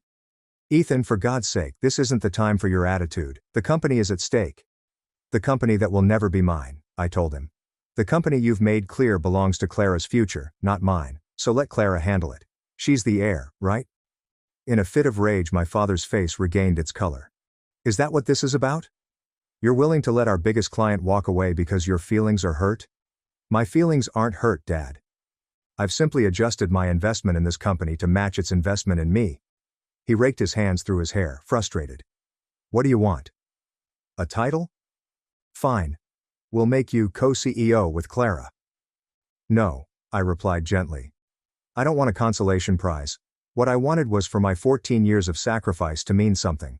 What I wanted was for you to see my value before you were in crisis. Now it's too late. Dad's expression turned from angry to fearful. You can't mean that. This is your family, your legacy. No, I corrected him. It's Clara's legacy now. You made that decision, not me. He opened his mouth to answer, but his phone rang. He looked at the screen and cursed. It's Alexander. I have to take this. Good luck, I replied, returning to my work. Dad paused in the doorway, appearing bewildered in a way I hadn't seen before. Then he answered the phone and was gone. I sat in the solitude of my office, a peculiar emptiness forming within me. I should have felt vindicated as my predictions came true so swiftly. Instead, I felt hollow. This company had dominated my life for so long. Watching it falter should have hurt even more than it did. Perhaps I had already detached myself from Matthew's construction. Maybe it was a good thing. The Harrington crisis was only the beginning. Over the next month, 3 more significant contracts failed due to client management errors. Clara, despite her apparent people talents, was drowning. She did not comprehend the technological limits that influenced our pricing and timelines. She made promises that our teams could not keep. She prioritized acquiring new clients over maintaining old ones. Meanwhile, I delivered exactly what I promised, no more, no less, than my position required. I efficiently managed activities during business hours. I did not attend nighttime client dinners. I didn't work weekends to save failing projects. I did not provide remedies to problems that were not directly under my scope. I watched the catastrophe unfold with detached curiosity, as if watching a slow-motion car collision from a safe distance. My mother showed up at my apartment on a Sunday afternoon, which she had never done before. When I answered the door, the worry lines around her eyes were the deepest I'd ever seen them. May I come in? She inquired. I moved aside and gestured for her to enter. My apartment was sparsely furnished. I hadn't spent much time here before because I was constantly working. Now that I had recaptured my evenings and weekends, I was beginning to make it feel more like home. One wall was lined with new bookcases, each with engineering literature and novels I'd been meaning to read for years. A half-finished model of the Harrington Tower was on my dining table. Mom spotted it right away. You're building a model of the tower? Just a hobby, I replied with a shrug. Something to do with my free time. She ran her fingers over the table's edge, avoiding my gaze. Your father is worried sick. The company is in trouble, Ethan. I'm aware. Clara is trying her best, but she's not qualified to run a construction company, I said to her. She never was. Mom's eyes blazed. That's not fair. She has other strengths. Being your favorite isn't a business qualification, Mom. She recoiled, like if I had slapped her. Is that what you think? That we favored Clara? Didn't you? You gave her the company despite her having no relevant experience or demonstrated commitment. What would you call that? Mom slumped onto my couch, suddenly looking 64 years old. We thought, your father thought, she could bring fresh perspectives, new ideas. And you were so good at the operational side. So good you took me for granted, I remarked quietly. So reliable. You assumed I'd always be there, working myself to death for a company that would never be mine. The company has always been yours too, Ethan. I laughed without humor. No, it hasn't. And now you're here because you're finally realizing what that means. Mom's eyes flooded with tears. Your father wants to talk to you. Really talk about the future, about your role. Will you meet with him? I pondered denying but realized I didn't have the heart for it. Regardless, they were still my parents. When? Tomorrow evening. Dinner at the house. She stood, went toward the door, and then hesitated. He's not sleeping, Ethan.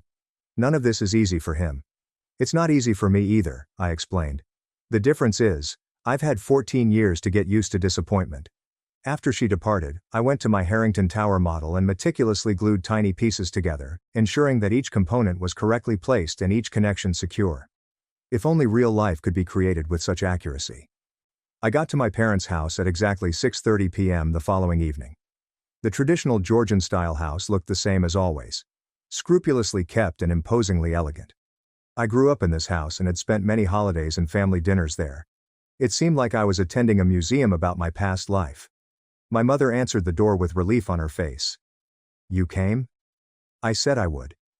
She took me into the dining room where my father and Clara were already sitting. Clara looked up with a peculiar smile and black rings under her eyes. Dad stood there as I entered, his expression unreadable. "Ethan," he said, holding out his hand. "Thank you for coming." I shook his hand briefly before taking my seat across from Clara.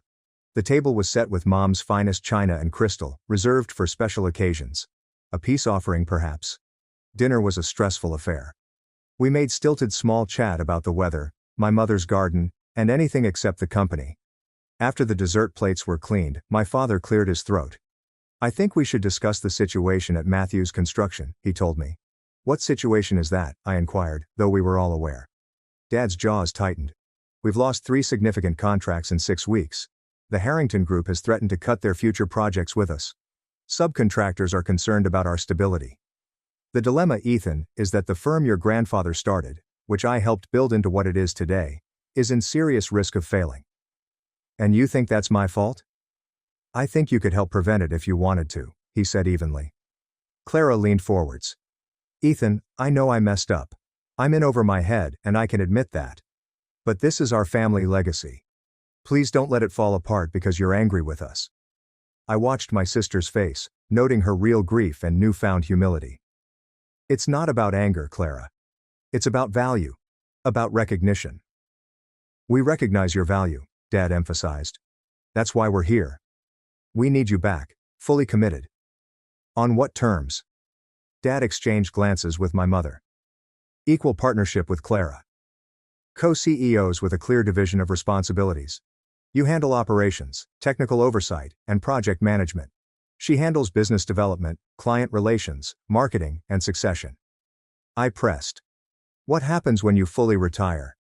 "The two of you will share ownership, 60-40. I sat back and considered the proposition.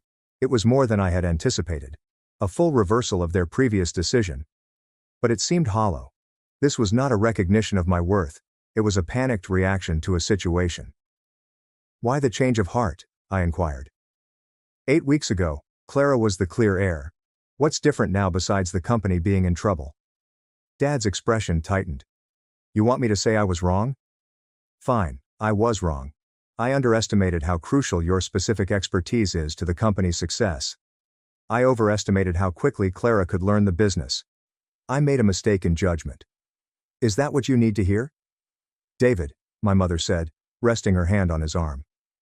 I shook my head slowly. "What I needed was for you to see my value before the crisis. To recognize my 14 years of dedication before everything started falling apart. To choose me because I earned it, not because you're desperate." "So what are you saying?" Father demanded. "You'll let the company fail out of pride?" "No," I responded. "I'm saying I'm done working for Matthew's Construction." The hush that ensued was absolute. Clara's face wrinkled. Mom's hand rose to her mouth. Dad simply gazed, incredulity engraved on every line of his face. "You can't mean that," he finally said. "I do." I reached into my jacket pocket and pulled out an envelope, which I placed on the table. "My formal resignation, effective 3 weeks from today. I've accepted a position with Harrington Development as their new Chief Operations Officer." "Harrington?" Dad's voice was scarcely audible. "You're going to work for Alexander?" "He made me an offer I couldn't refuse. Full executive authority over operations. A significant ownership stake after 5 years. Recognition of my expertise and value from day one, not as a desperate afterthought." Clara discovered her voice. "You're abandoning us, your own family?" "No, Clara. The family abandoned me when you decided I was only good enough to work behind the scenes while you took center stage. I'm simply recognizing that reality and making the best choice for my future." Dad moved away from the table, rage replacing shock. "So that's it. 14 years, and you just walk away?" To our biggest competitor, no less. I gave Matthews Construction 14 years of my life, Dad. 70-hour weeks, holidays, weekends, personal sacrifices you can't even imagine. And when it came time to decide the future of the company, you didn't even consider me. You just assumed I'd keep working myself to death to support Clara's inheritance. We've offered to fix that mistake, Mom said. Equal partnership. Equal ownership. Too little. Too late. I muttered, getting up from my chair. Ethan, please. Clara said, her voice breaking. We can work this out. The company needs you. I need you. I glanced at my sister intently. The golden child. The favorite. Always the focus of attention. For the first time, I noticed terror in her eyes. Fear and the understanding that she was out of her element. You should have thought of that before you accepted a company you weren't qualified to run. I said softly. Actions have consequences, Clara. Welcome to the real world. When I turned to leave, my father's voice halted me at the door. If you walk out now, don't expect to be welcomed back, he added, his voice full with sorrow. You're choosing to become our competitor. There's no coming back from that. I halted, resting my hand on the doorframe. I'm not your enemy, Dad. I'm just not your safety net anymore. You made your choice. And now I've made mine. The drive home felt weird. I felt lighter than I had in years, as if a burden I had carried for so long had finally been lifted. There was also despair, because the familial relationships would never be the same. For the dream of leading Matthews Construction, which had perished 8 weeks prior. But largely there was excitement, a new beginning, a chance to be recognized for my abilities, and to create something on my own terms. My phone buzzed with texts from Clara and my mother, pleading with me to rethink. I hushed it and placed it into the passenger seat. Their terror was no longer my responsibility. I was finally free after 14 years. My 3-week notice period was, to put it mildly, painful. My father rarely spoke to me, only interacting via harsh emails when absolutely required. Clara swung between anguished appeals and chilly stillness. The office was buzzing with rumors and curiosity. I worked hard to document all of my processes to ensure a smooth transition for whoever took over my responsibilities. Despite everything, I did not want Matthews Construction's employees to suffer as a result of my family's faults. Many of them had been with the company for years, and they deserved better than to become casualties in a family power struggle. Grace prepared a modest farewell gathering for me on my last day. The majority of the staff attended, but my family was notably absent. Longtime colleagues exchanged handshakes, best wishes, and even a few tears. I committed to stay in touch, understanding that certain friendships would survive the move while others would not. As I was packing the last of my personal belongings into a box, my father stepped in the doorway to my office. I thought you'd be gone by now, he remarked, his tone deliberately bland. Just finishing up. I shut the box and faced him. Was there something you needed?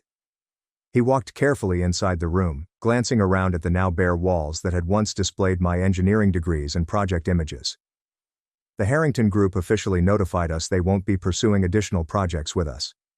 I'm sorry to hear that. Are you? His gaze met mine, probing. I nodded. Alexander made it clear they're following me to my new position. He nodded slowly, as if he had anticipated this response but hoped for something different. You always were a man of your word. That's something I always admired about you. He extended his hand. After a few hesitation, I shook it. Good luck, Ethan. I mean that. Thank you. I wish the same for Matthews Construction. As he turned to leave, he stopped in the doorway. The door isn't closed forever, you know. If things don't work out at Harrington, if you ever want to come home. This isn't my home anymore, Dad. You made sure of that. He flinched slightly and nodded in response. Goodbye, son. Goodbye, Dad. After he departed, I stood in the empty office for a long time, memories flooding through me. My first day as operations manager, late evenings going over bids, and the jubilation when we won the Harrington Tower contract. I had spent so much of my life within these walls. But that chapter was coming to a close. It was time to compose another one. I grabbed my package and walked out, nodding goodbye to Grace as I passed the registration counter. Outside, the afternoon sun shone brightly, and the future stretched before me like an open road. My phone vibrated in my pocket. Alexander Pierce is presumably calling to confirm my start date on Monday. As I carried my box into the car, I noticed the Matthews Construction sign over the door, the family name that had defined me for so long. My heritage, my burden, my almost legacy. Not anymore. I got in my car and drove away without looking back. I'm no longer playing a supporting role in my own story. No longer taken for granted but valued for who I am and what I can achieve. It was not the ending I had envisioned for myself. It was better. A start of my own making. Let Clara handle Matthew's construction. She was the heir, after all. But I was finally free. 8 months later, I stood in Alexander Pierce's office, overlooking the metropolitan skyline. The Harrington Tower glittered in the afternoon sun, a tribute to what I could achieve when my abilities were recognized. The board approved the expansion plan, Alexander explained, sliding a document across his desk. They were particularly impressed with your efficiency projections. We're greenlit for the West Coast offices. I leafed over the records, a sensation of accomplishment filling my heart. In half a year, I had revolutionized Harrington's operations, streamlining processes and implementing innovations that raised profitability by about 25%. That's great news, I said. When do we break ground? Next month, and they want you to oversee the initial setup personally. Alexander sat back in his chair and studied me. You've exceeded every expectation, Ethan. I knew you were good, but this. He pointed to the performance reports on his desk. This is exceptional. Thank you for the opportunity to prove it. No need for thanks. In business, recognizing talent is just good sense. He hesitated, his expression becoming intrigued. Have you heard from your family lately? The question took me off guard. I'd managed to avoid thinking about Matthew's construction, my parents, or Clara for weeks at a time. Not directly, no. I heard through the grapevine that they're struggling. Lost the Westmore project to Klein and Associates last week. I nodded, experiencing a complex combination of emotions. Satisfaction, definitely, but also a small tinge of sorrow. Not for my decision to leave, never, but for the shattered family relationships that resulted from it. They made their bed, I finally said. Alexander nodded carefully. Indeed, they did. Still, family is complicated. Alexander's remarks stuck with me as I drove home that evening. Family was complicated. Despite everything, there were times when I missed Sunday dinners at my parents' house, the easy conversation with Clara before business intervened, the sensation of belonging to something larger than my own existence. My phone rang through the car speakers, a number I didn't know. Hello? Ethan, it's Grace. Grace from Matthews, your former receptionist. Grace, good to hear from you. How are you? I'm fine, but... She paused. I thought you should know. Your father had a heart attack last night. The earth appeared to tilt on its axis. Is he? He's stable, in the hospital. They're saying it was stress-related. Her voice softened. The company's in trouble, Ethan. Real trouble. Your sister is in over her head and your father's been working himself to the bone trying to keep things afloat. Why are you telling me this, Grace? Because despite everything, they're your family. And because there are 45 families who depend on Matthew's construction for their livelihoods. Good people who had nothing to do with how you were treated. After we hung up, I sat in my car, watching the sunset paint the sky with orange and pink. 8 months ago, I left Matthew's construction without looking back. Resolved to establish myself somewhere. I'd exceeded my greatest aspirations. I had nothing more to prove. Not to my parents, Clara, or even to myself. Perhaps that is why, for the first time since leaving, I allowed myself to seriously consider what was going on at my family's company. Not with satisfaction for their difficulties, but with an objective assessment of the circumstance. Matthew's construction was failing. My father was at the hospital. Dozens of families faced an uncertain future. And while none of that was my duty, and I'd earned the right to say, let Clara handle it, I discovered I couldn't simply ignore it. Not because I owe anything to my family. Not because I forgot about their betrayal. But the betrayal no longer defined me. I'd moved on, established a new life, and demonstrated my value. I was no longer pained, and was acting from a position of strength. I picked up the phone and dialed Clara's number. It rang 3 times before she responded, her voice thin and exhausted. Ethan, is that you? It's me. Grace called about Dad. How is he? Stable. She seemed fatigued. The doctors say he needs to reduce his stress levels dramatically. And the company? After a brief pause. It's bad. We're going to lose the Miller contract next week unless we can somehow cut costs by 12%. 3 project managers have quit. Suppliers are demanding payment up front because they've heard rumors we're going under. Her voice crackled. I don't know what to do, Ethan. I'm in so far over my head. 8 months ago, such remarks would have made me feel vindicated. Now they've made me sad. I'm headed to the hospital, I finally said. We should talk. About Dad, about the company, about options for everyone involved. You'd do that? After everything? I reflected on Alexander's statements about family being complicated, the thrill of proving myself at Harrington, and the 45 families who relied on Matthew's construction. I'm not making any promises, I explained gently. But yes, I'll come talk. As I got back on the road, I realized something essential. True freedom meant more than merely fleeing the past or proving one's value. It was about choosing your path ahead from a position of strength, on your own terms. It may even be necessary to circle back at times. Not back where you started, but somewhere new, built on the old. I wasn't sure what would emerge of my chat with Clara. Maybe nothing. Perhaps a consultancy agreement could assist stabilize the company. Maybe something else entirely. What I did know was that whatever occurred next would be my decision, made not out of desperation or obligation, but with the confidence of someone who knew exactly what they were worth. And that, more than anything else, was the actual victory. Living well, on my own terms, with the freedom to pick my own way ahead. At my sister's birthday dinner, she laughed. Still single? I smiled back, opened my banking app, and said, no one's paying your rent anymore. My name is Claire Bennett, and I'm 32 years old.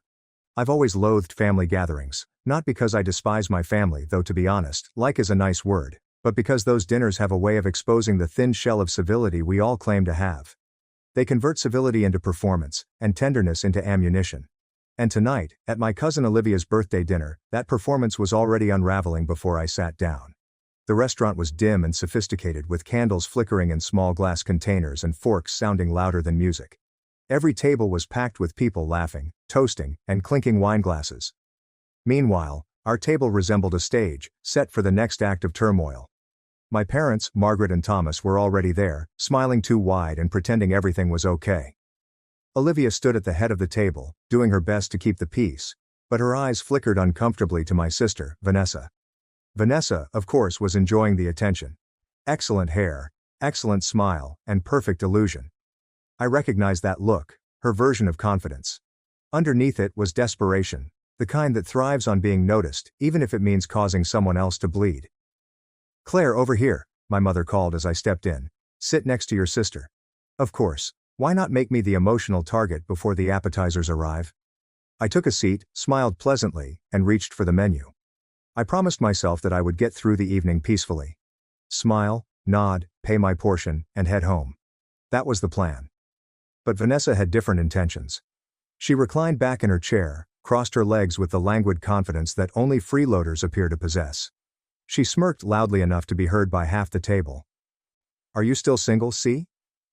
Guess no one wants to date a control freak.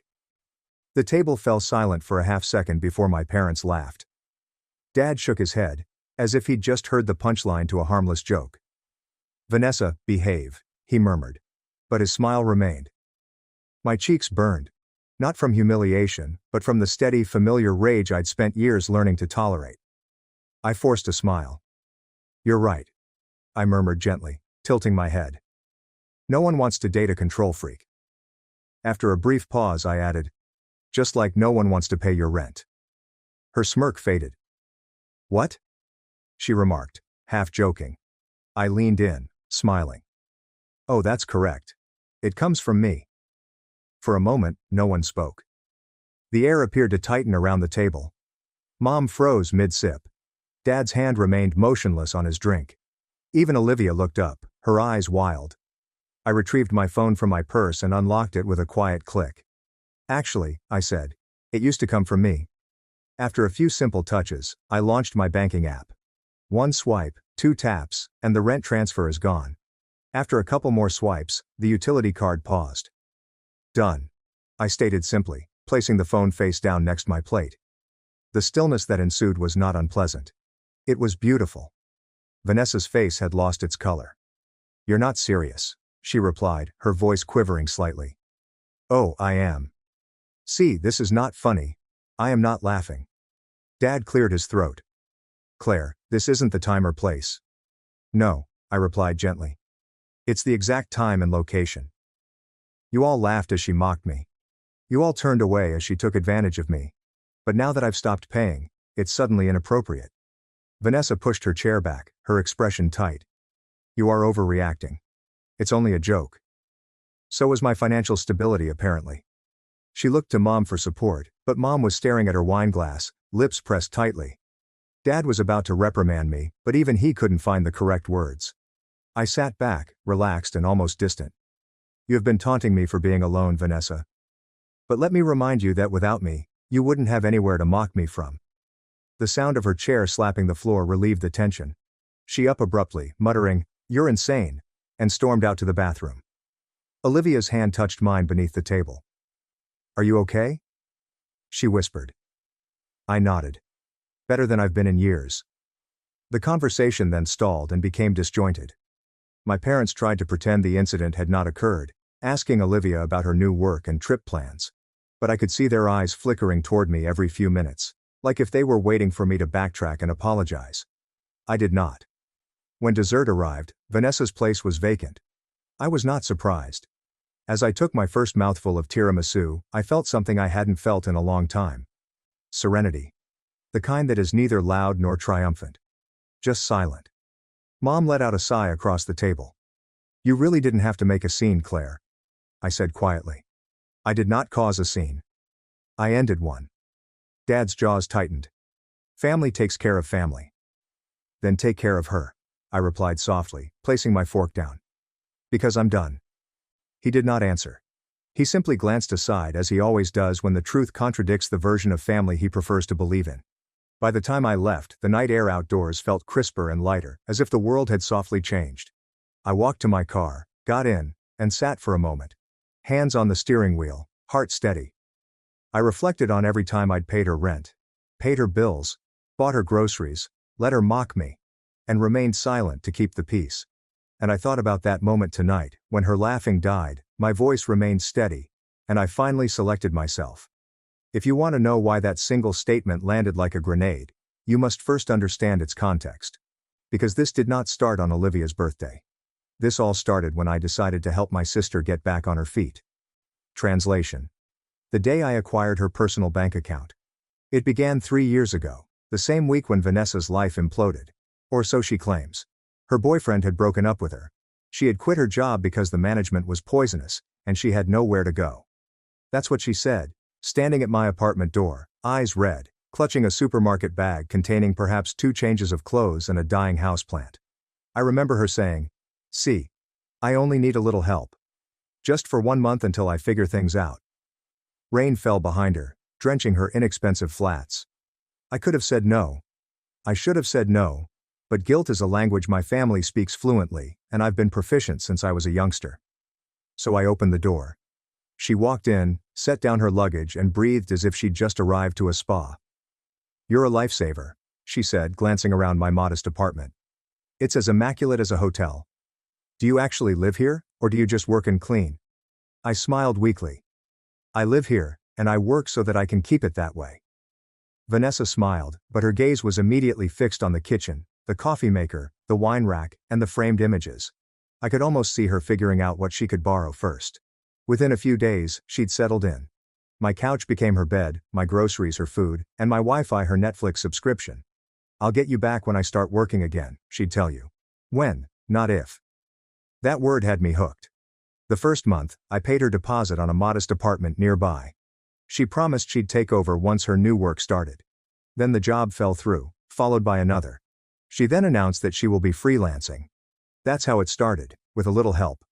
Then my folks called me. Sweetheart, she has had such a difficult time. You have a stable employment. You can afford to support your sister. Family looks after the family. Claire, you are lucky not to have children. You wouldn't understand what true stress is. And I began paying her rent on a monthly basis, followed by utilities and her phone bill, as part of the job search process. When I hesitated, my mother sighed. She is your sister. Don't be petty. And with that, my bank account became our family's collective safety net. Months merged into one another. I barely noticed how frequently my phone rang with rent reminders, or how my utility bill gradually increased. Until one day, I looked closer. Electricity has been doubled, the internet has been updated to ultramax gaming speed, and I can now watch Netflix, Disney+, Hulu, HBO, and Amazon Prime under my name. A single line item stuck out. $450, VIP table. I gazed at the charge for a minute before phoning her. Hey C. Vanessa's voice was bright, false, and cheery. Is everything okay? What is a VIP table? A pause. Oh, that's my landlord's payment system. His name is VIP table? Don't be judgmental. It's only, you wouldn't get it. I hung up. Not because I lacked words, but because no one was nice enough to speak them. However, I did not cancel the card. I convinced myself it was easier to keep the peace, to simply pay and move on. That's the issue about guilt. It does not urge you to adore someone, but rather to make modest sacrifices until you lose sight of your own boundaries. The emotional barbs were next. Every family gathering became a comic roast, and I was the joke. Be careful, Vanessa would say, because C might send you an invoice. Mom would laugh. Dad shook his head. I'd sit there smiling firmly, pretending it didn't hurt. But it did. Then one afternoon, an email appeared. Subject. Notice. Late rent payment. Tenant, Vanessa Bennett. It came from her building manager and addressed to me. I reread it 3 times. My name was placed as a secondary contact. My heart fell. I called her immediately. Why am I receiving rent notices for you? It's a mistake, she replied hastily. I already paid. Really? Because my account says that the transfer went through and then went back out to someone named Logan Reese, she yelled. Don't be classist. No, Vanessa, that is not classism. That is theft. She hung up. That Sunday, I printed the email and took it to lunch at my parents' home. When everyone had sat down, I placed it in the center of the table, like evidence in a trial. What is this? Dad inquired, frowning.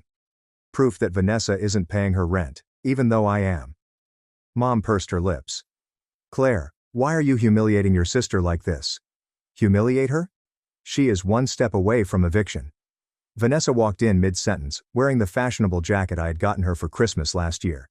She froze, noticed the paper and smirked. Are you seriously turning family into a courtroom? I tightened my jaw. You've been lying to me. She rolled her eyes. You're just bitter because you're single and have nothing better to spend your money on. The dining room was quiet. Something inside me, little and tired, finally snapped. You've got 3 weeks, I said. After that, I'm finished. Rent, utilities, everything. They all stared as if I had hit her. Mom gave a gasp. Claire, you can't just abandon her. Dad scowled. Vanessa scoffed. She's doing her best. You will cave. You usually do. I did not argue. I simply stood, got my belongings, and departed. That night my phone exploded with messages. Mom's guilt trips, Dad's lectures on loyalty, and Vanessa's impassioned voice notes about being deceived. I did not respond to any of them. Instead, I opened my laptop and began unlinking everything. Rent accounts, pooled cards, and Amazon login. I froze my credit, discontinued automatic transactions, and changed my password.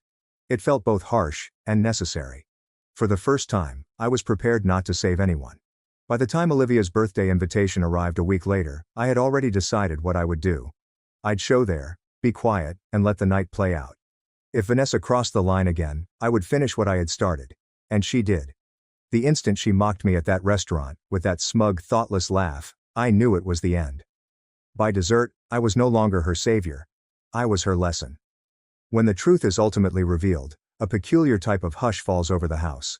Not the soothing type, but the heavy one that hums beneath your skin. That's how my parents' dining room felt the next Sunday. The table was already set with pot roast and mashed potatoes, the usual comfort foods. Except this time, no one appeared at ease. I carried something with me.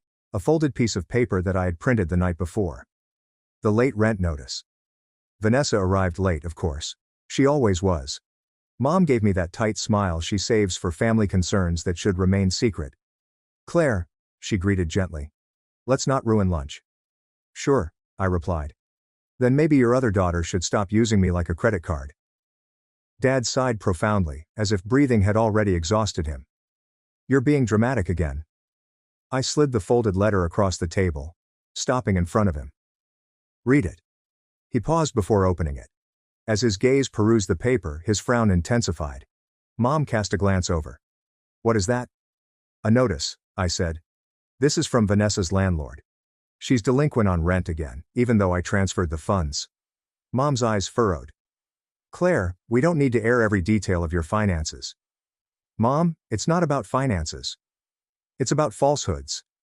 Suddenly, the door opened. Vanessa strolled in, sunglasses perched on her head and a casual jacket flung over one shoulder, the same luxury jacket I had purchased her for Christmas last year. Sorry, traffic was a nightmare, she said, rushing in as if nothing was wrong. When she noticed the note on the table, her smile faded. What is this? She inquired. I didn't respond. Dad cleared his throat. Your sister says you're behind on your rent. Vanessa's gaze shifted from him to me. Then she laughed, light, airy, and phony. Oh, that? It's a clerical error. Claire is being paranoid again. Then explain why my transfer went through and disappeared into someone named Logan Reese's account, I replied with a firm voice. Her smile froze. Wow, you actually checked all of that. Creepy, huh? You can call it anything you want, but I'm tired of paying for your mistakes. Vanessa scoffed. Oh, please. You believe you're so great since you have a small job and a clean flat. Claire, you're miserable. Everyone knows it, my mother hissed. Girl, stop. But I had already stopped. At the very least, I pay for my own life. Vanessa leaned forward. You're just jealous. Of what? I asked gently. Do you have any unpaid bills? Your phony luxury lifestyle? Her face turned crimson. You're just bitter because you're single and have nothing better to do than control everyone else. The remarks hit me more than I expected, not because they were true, but because I recognized how many times she had exploited my vulnerabilities against me. She always knew exactly where to stab. Dad slapped his hand upon the table. Enough. Everyone halted for a second. Then, in the deep hush that followed, I found my voice. Calm and final. You've got 3 weeks, I told her, gazing directly at her. After that I'm finished. Rent, utilities, phone bills, all of it. The room became still. Even the clock on the wall appeared to pause. Mom's voice was little, but piercing. Claire. You can't just abandon your sister like that. I caught her gaze. She is 36, Mom. I am not abandoning her. I'm setting her free. Vanessa laughed without humor. You will cave. You always do. But I didn't respond. I got my belongings, and walked out. I did not cry. I did not even feel angry. Just finished. That night my phone became a combat zone. Mom sent guilt-inducing messages. You are breaking your father's heart. She's your sister. What if something happened to her? Dad left a voicemail that began calmly and concluded with disappointment. If your grandmother saw this lack of loyalty, she'd be ashamed. Vanessa swung between wrath and desperation. I do not need your money. Actually, they are charging me a late fee. Can you spot $350? You are evil. Seriously, you are actually evil. I did not respond to any of it. Instead, I opened my laptop and began removing the last strands that held us together financially. I deleted her name from joint subscriptions, changed passwords, froze my credit, and enabled alerts on all accounts. Each click felt like ripping a needle from my skin. For the first time, I could breathe. The next few days were unusually quiet.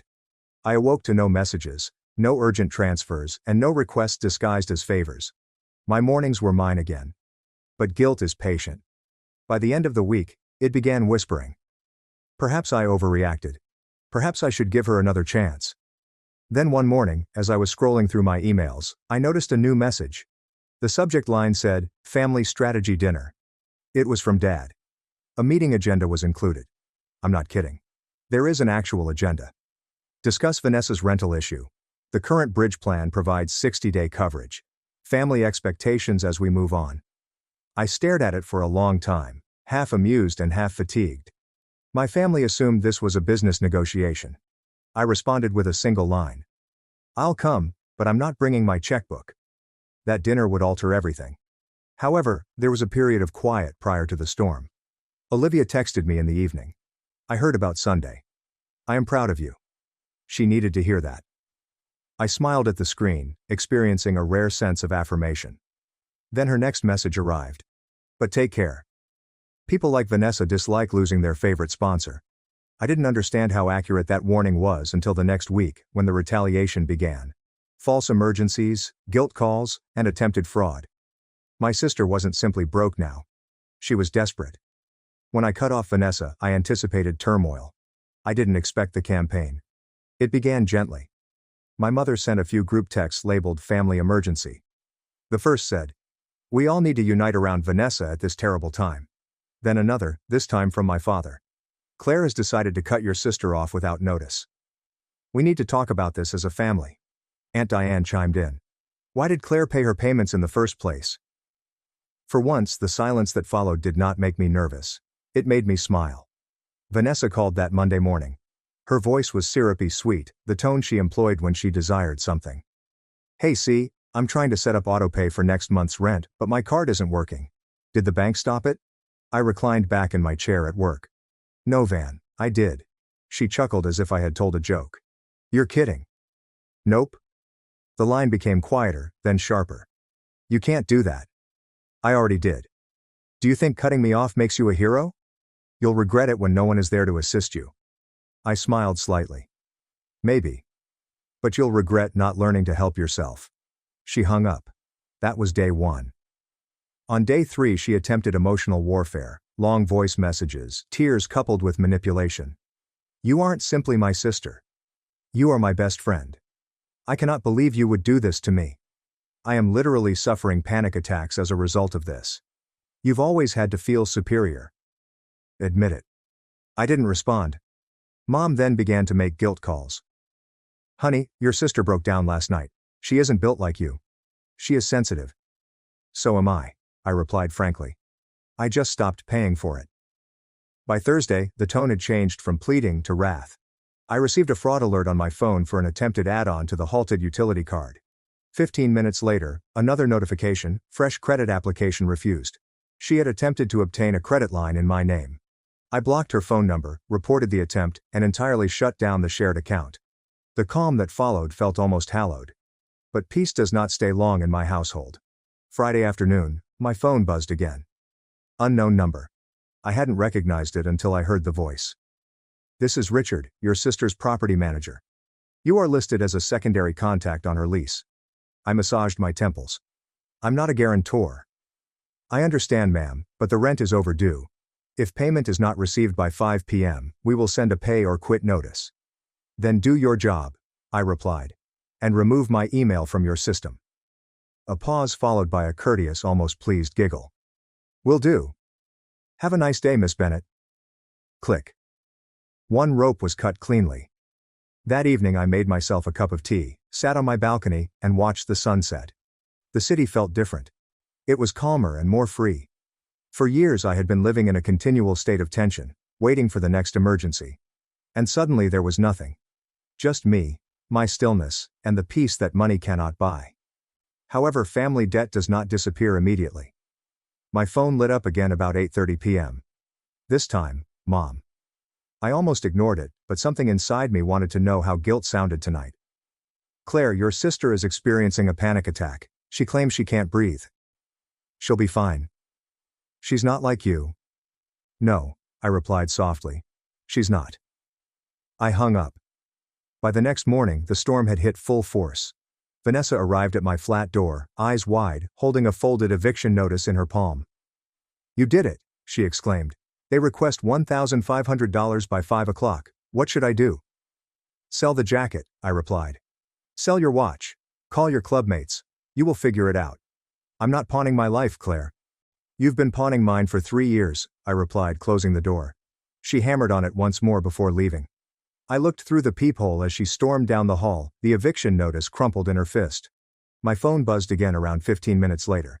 This time, Mom sent a long SMS. "If she's evicted, that's on your conscience."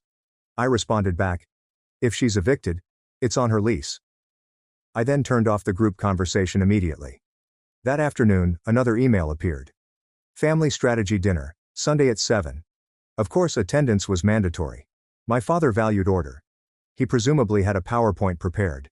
But for the first time, I felt no dread. I felt prepared, since boundaries are meaningless if you just draw them in secret. Sometimes you have to defend them in front of the individuals who taught you how to delete them. When I came on Sunday, Dad had printed up agenda cards. Mom sat with a carefully bland expression.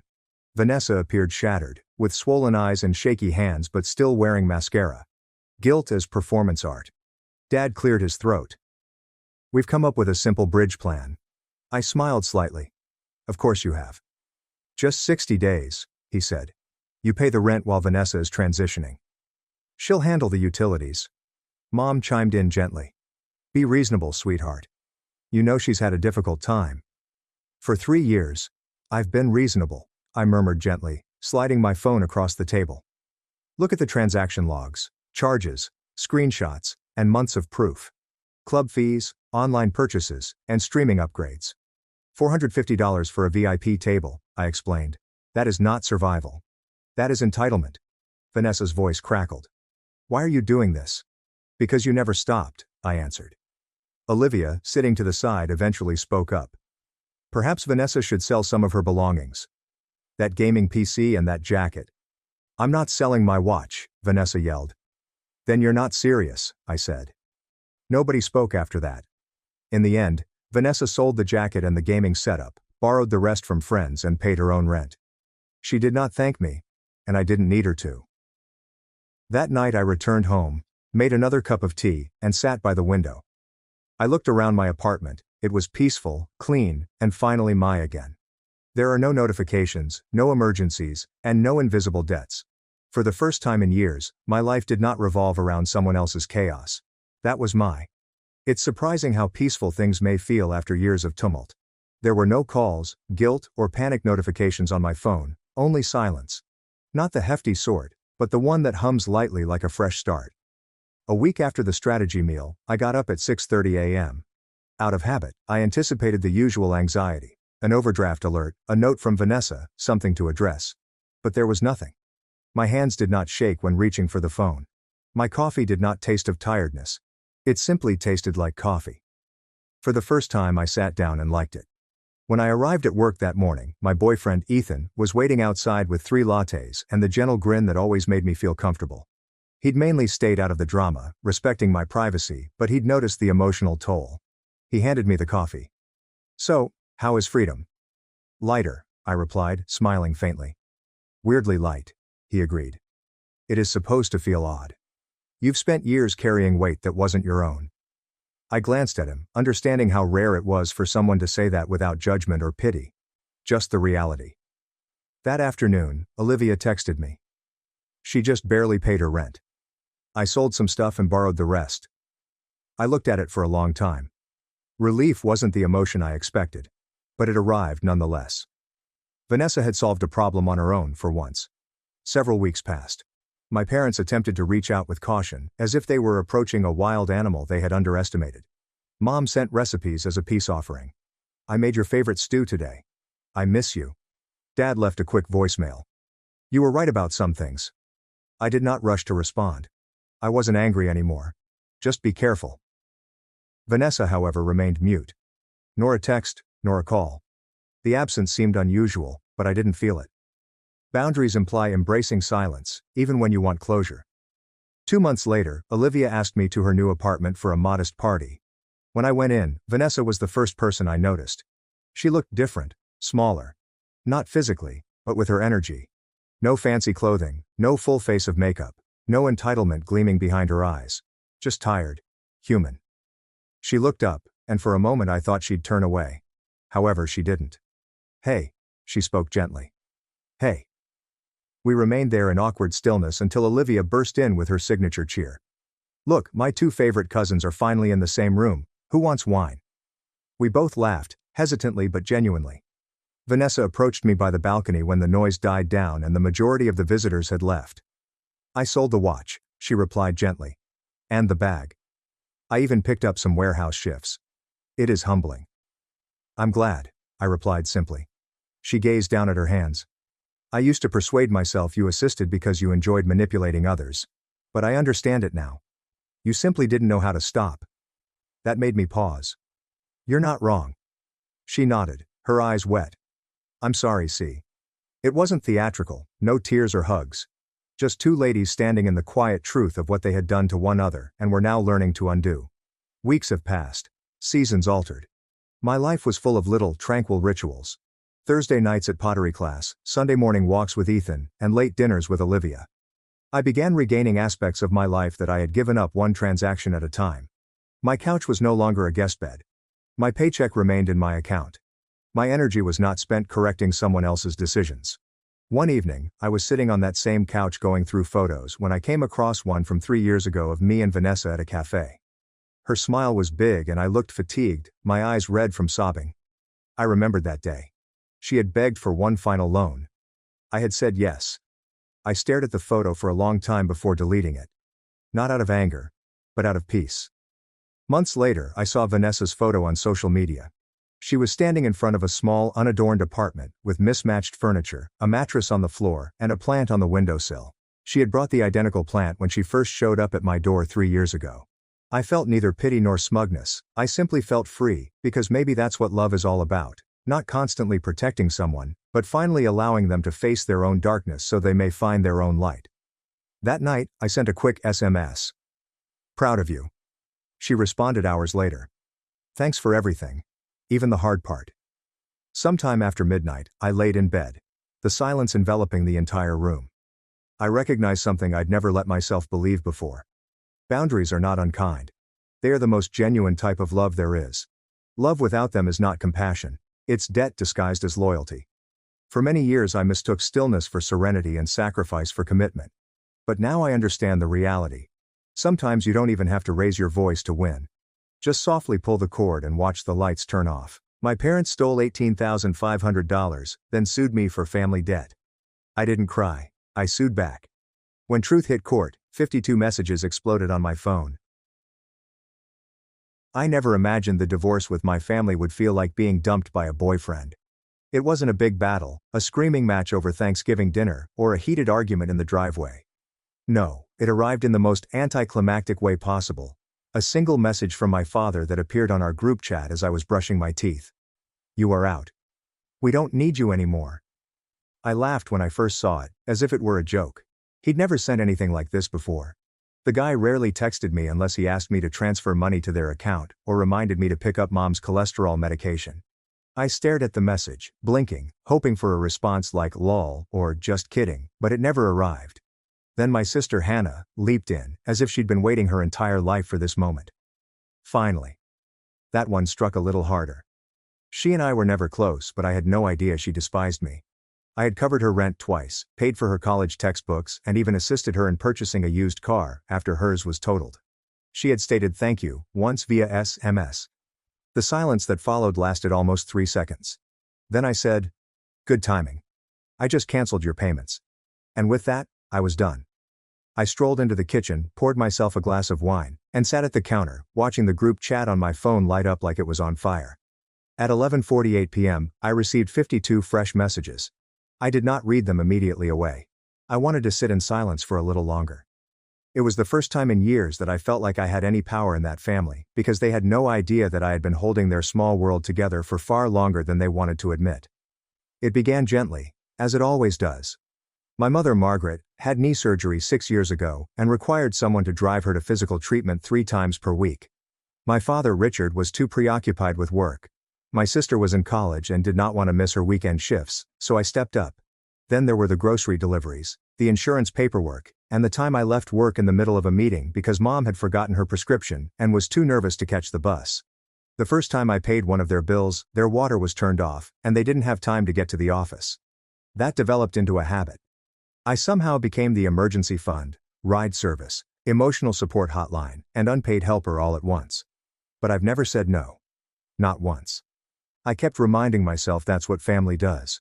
You do not keep score, until they do. When my father was promoted 6 weeks ago, everything changed. It was not a tiny bump. He was earning real money for the first time in years. I only found out when my aunt mentioned it at a cookout. That night I emailed him, "Congrats," and he replied with a thumbs up emoji. There's nothing more.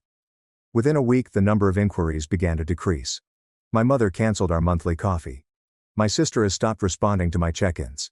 There will be no more, "Can you help us with?" or "Can you send?" Only radio silence. I suspected they were finally figuring things out on their own. It turned out they didn't need me anymore. That realization struck hard. The worst aspect was not the message itself. It was the casual way they tossed me, like if I were an old coat taking up space in the closet. No explanation, no thanks, simply, you're out. I spent the rest of the night writing a list of every account, subscription, and recurring payment associated with me. Their phone plan in my name, my father's Spotify Premium, my mother's Kindle Unlimited, the Netflix account my sister used more than anybody else, all of them, one by one. I went into the bank app and canceled the monthly transfers I had been making to help with food and electricity. I logged onto the family calendar and deleted myself.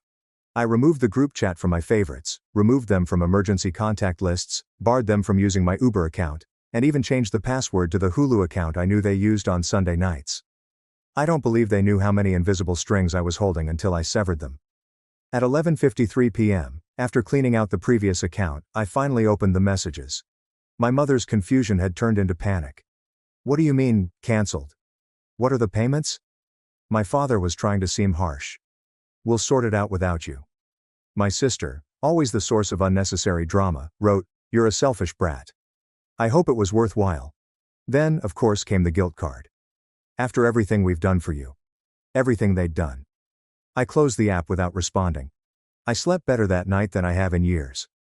The morning after the messages, I awoke to an unsettling silence, as if something had been taken from the air. I brewed coffee, opened my phone, and glanced at the group conversation.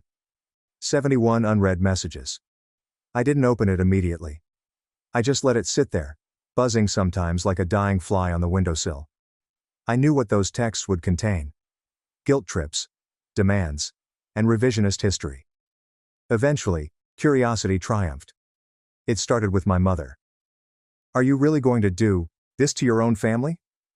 I can't believe you are so ungrateful. We took care of you for many years. Years, Lauren. Then it escalated to threats. Return all you received from us. That car, the furnishings, the items we gave you when you moved out. And then finally, you are no longer welcome in this family. That was the one that did it. It left me feeling hollow rather than outraged. This is the type of message you would expect from a landlord, not your mother. What about the car? I purchased it. Every single payment came from my account. The couch was a used brown couch that they gave me because their new one was on its way, and they didn't want to pay the haul fee. Everything they provided me was ludicrous. If we kept score, they owed me years in rent, rides, groceries, time off work, canceled vacations, late-night pharmaceutical trips, and weekends spent babysitting my sister's children so she could clear her mind. I never asked for anything back. I never asked for thanks. But they were correct in one respect. I was no longer a member of the family, so I made it official. First, the locks. I scheduled a locksmith appointment for that afternoon. He arrived an hour later. I didn't only replace the front door. I also changed the side door, the garage keypad, and the dumb little lock on the backyard shed. I collected every spare key they might have had access to. There was still one beneath a fake rock in the garden. I took it, threw it on the driveway, and smashed it with a hammer. Then I went digital, logging into every account I'd ever helped them with, including the Amazon Prime subscription I'd allowed them use and the online insurance portal for mom's medications that I'd set up using my email. I updated the passwords. Every streaming service is gone. Every automatic payment was halted. Their Uber account, which was still using my old credit card, was deactivated. The family calendar that I had kept for years, doctor's appointments, vet visits, birthdays, was wiped. It took roughly 2 hours to completely remove myself from their life. But I did not stop there. I unlocked the fireproof box in the closet containing all of my documentation, bank records and contracts, and picked out a folder titled Emergency. Inside was the phone number for Elliot, my lawyer. I hired him 3 years ago following a dispute with a freelancing client who attempted to defraud me of cash. I've kept him on retainer ever since. I told him everything, every transfer, account, and payment I'd paid in the previous 6 years. I inquired as to what they could claim. He told me to maintain a note of everything I had. I was the type of person who maintained receipts. This had always been the case. I didn't trust my memory. You're covered, he said. But I'd keep an eye on them. And then something changed in me. I wasn't simply hurt anymore. I was alert. Because I knew them. I understood how their minds functioned. People who have felt entitled to you for a long time are unable to cope with rejection. They change the story. Suddenly, you're the villain. You owe them. You betrayed them. No matter what you've done for them. When you stop, they make it appear as if you have always been the problem. Sure enough, a few days later, my cousin texted me a screenshot of my mom's Facebook post. It was a hazy, deceptive little item with a pastel background and cursive writing. Sometimes the child you sacrifice the most for is the one who turns their back when you need them most. There were numerous responses. I'm sorry you are going through this, Margaret. Kids today are really selfish, you did your best. What happened? She did not respond to that one. Of course not. She just said, "It's too hard to talk about. Please pray." She understood what she was doing. I did not make a comment. I did not message her. I did not correct the record. That part of me, the one that wanted to explain, defend, and prove my point, was gone. Allow them to tell their story. I had the receipts and the facts. For almost 2 weeks, everything was blissfully quiet. No texting or calling. Not from them, not from my sister. Not from the individuals who used to stop by and ask for favors because, "You're the only one who gets it, Lauren." I began to wonder if everything was truly finished. Of course it wasn't. Because if you cut off those who are used to bleeding you dry, they will not simply go on. They conspire. And one morning, I opened my closet, reached for an old book I used to keep cash in as a child, just in case of an emergency, and felt nothing. I flipped through the pages. Okay. I checked again and again. My hands became shaky. $18,500. Gone. That's when I realized they had been in my house. The incident occurred on a Thursday morning. The kind of morning that feels like nothing until it becomes everything. I had a flat tire the night before and chose to work from home. Around 11 a.m., I went into my closet and pulled out an old folder containing tax paperwork. The folder was hidden behind my teenage collection of Bronte novels and worn poetry anthologies, which I rarely examined. One book in particular stuck out.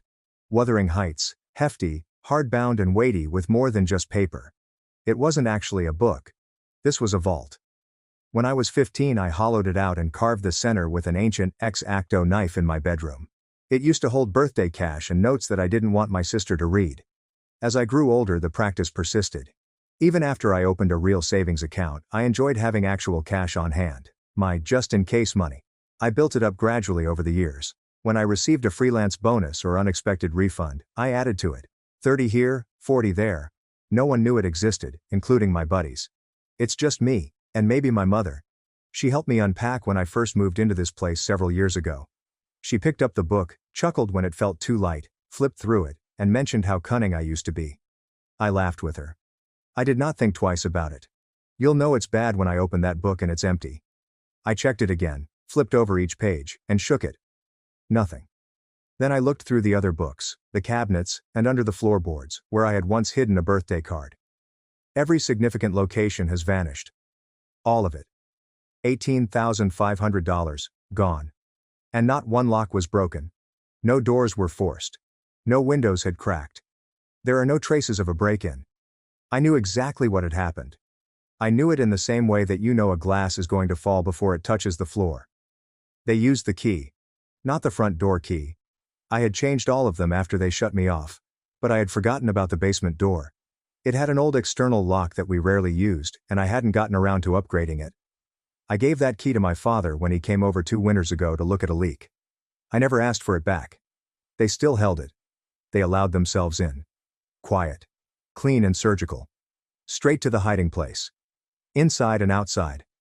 That detail bothered me more than the missing money. They had not come to destroy anything. They did not steal my TV or laptop. They came for one thing only. Cash. They knew exactly where it was. I sat on the floor for a long time. Nor crying, nor wailing.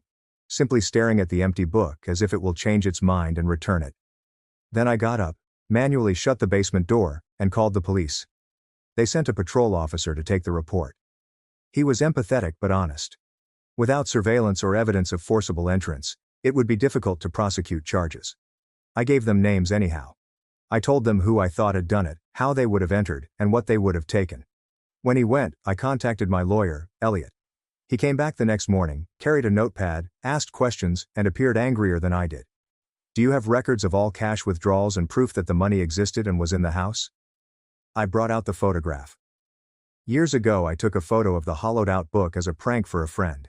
It showed the stockpile halfway full, with the message, "My teenage paranoia paid off." That was sufficient for Elliot. He drafted a letter the same day, demanding repayment of stolen cash with a 7-day deadline, or we'd file for civil theft and seek restitution in court. The letter was direct, unemotional, and frigid, and it made me feel, for the first time in a long time, like I was wearing true armor. I mailed the letter using certified mail. Then I waited. 3 days later, my sister ended the stillness. Not my parents, but my sister. She contacted me directly. Really? You're suing mom and dad? Are you out of your mind? They're having a tough time. You have money. What is the big deal? It was so nonchalant and contemptuous. As if it was only a misunderstanding. As if they were due the money. I did not respond. A few hours later, she followed up. You are being cruel. You know they wouldn't do it unless they were desperate. You're still a member of this family, whether you like it or not. I lingered at the last line for a long time. Still a member of this family. That's when I realized. To them, family didn't imply affection. It represented access. Access to favors, money, and me. And for the first time in my life, I knew they never considered me a daughter. They viewed me as a resource. And now, that resource was battling back. They were not about to let that go without a fight. And neither was I.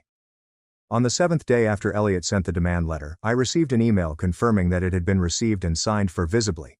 Still no reaction from them. There was no call, apology or explanation, just a tense quiet.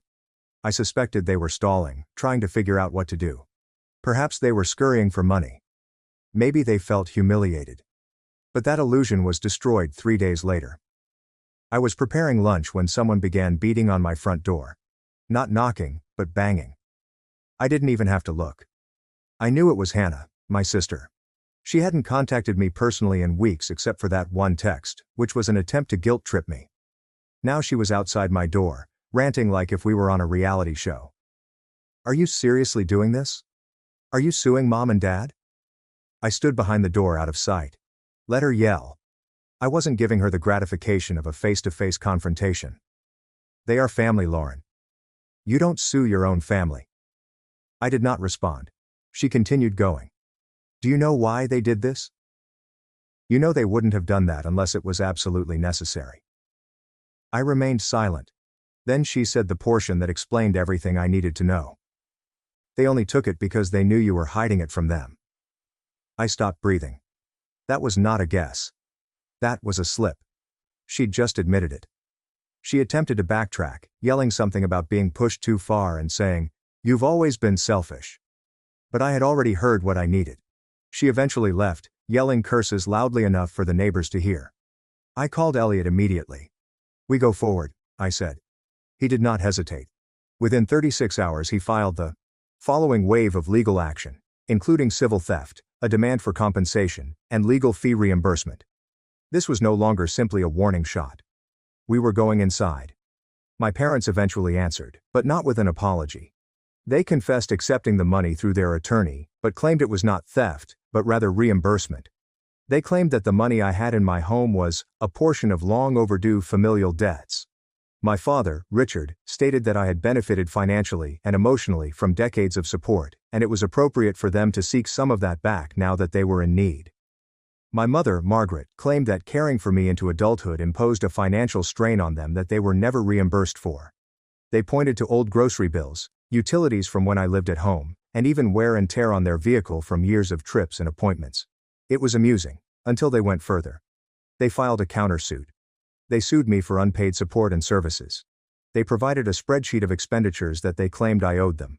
Some of it was completely made up, while others were warped beyond recognition. My sister even claimed personal suffering as a result of being exposed to the toxic behavior of a sibling. She requested compensation. I sat in Elliot's office, holding the documents as if it were from another world. This is insane, I stated. He did not disagree. It's strategic, he explained. They are expecting you will panic, quit your lawsuit, and settle privately. This is about scaring you. However, the result was the opposite. I felt clear. They didn't simply steal from me. They sought to twist the truth and make me the bad guy. And the more I thought about it, the more I realized how often they'd done it previously. For example, when I stopped paying them monthly payments, they claimed I was withholding assistance. Or when I failed to drive my mother to her appointment with 2 hours' notice, and she informed the family that I had abandoned her. When I set a boundary, they termed it betrayal. And now they were attempting to bury me in paperwork and fraudulent claims. So I began prepping. I searched through my data and retrieved bank statements, screenshots, and old emails. I sorted through years of receipts, calendars, and cash transfers. I created a timeline. Meanwhile, something unexpected was happening. People found out. My cousin contacted me, followed by my aunt and a woman with whom my mother used to play cards at the community center. My sister was unable to keep her mouth shut, therefore the story leaked. She had been whining to anyone who would listen, hoping to get sympathy. However, it was ineffective since the more people listened, the worse it sounded. They took what? Did they break into her house? Did they steal her savings? So now they're suing her? It was spreading gently but quickly, and my parents began to feel it. My aunt contacted me in tears, saying she had addressed my mother, and my mother had broken down, saying I was attempting to destroy the family, that I was twisting events to make them appear like monsters, but I didn't need to twist anything. They'd done everything on their own. Elliot contacted later in the week with more information.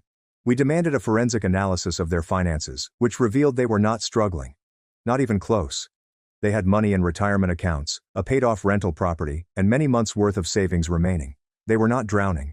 They were only upset that they didn't have access to mine. They didn't do this because they needed the money, Elliot told me. They did it because they felt entitled to it. He was correct. It was never about desperation. It was all about control. And now, with the truth coming out in public and the court date nearing, they were losing control of the situation. They were not going to let that happen quietly. And I had no idea how terrible things were about to get. The end did not happen in a courtroom. It came as murmurs, screenshots, and public humiliation. After my parents filed the countersuit, everything started to leak. I didn't tell anyone, but my sister couldn't stay quiet. She desperately needed validation. She told one cousin her version of events, claiming that I had gone insane and sued our own parents over a mistake. But then that cousin released the actual messages, and the explanation no longer fit. It spread like a wildfire. My father texted, "You're out. We don't need you anymore." My sister responded, "Finally." I replied, "Good timing. I just terminated your payments." The conversation ended up in our wider family group chat. From there, it spread to old family friends, neighbors, and even members of their church. Within days, my parents' flawless reputation was disintegrating in slow motion. My aunt contacted me first, her voice a mix of bewilderment and rage. "Is it true, Lauren? Did they take your money?" I did not refute it. I did not explain it either. I basically said, "There is a case pending. Everything will be revealed soon." The silence on the line told me plenty. She knew. By the end of the week, everyone was talking. Someone texted me a snapshot of my mother arguing with a woman near the fruit aisle at our local grocery store. The woman had questioned, "Is it true that you stole from your daughter?" My mother supposedly fell into tears and left the cart behind. It would have been sad if it had not been so predictable. They'd based their entire identity on being the nice family, the ones who hosted holidays, donated to church, and shared happy images every Sunday morning. Everyone understood it was an act. Elliot, my lawyer, was unrelenting. Each communication from him felt like progress. He discovered evidence that my parents weren't in financial problems at all. Multiple accounts, a rental property, and an investment fund. The claim that they required the money was a falsehood. They had not been desperate. They had been greedy. That aggravated me more than the theft itself. They may have sought for assistance. Even after everything, I'm not sure I said yes. However, they didn't. They just took.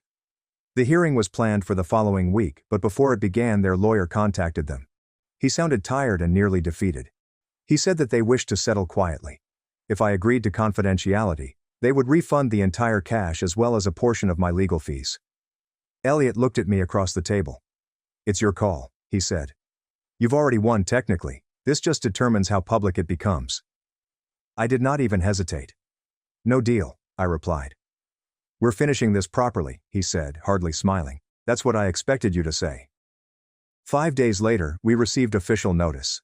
They were abandoning their countersuit, returning the entire $18,500, covering half fees, and delivering a written admitting of collecting the money without express consent.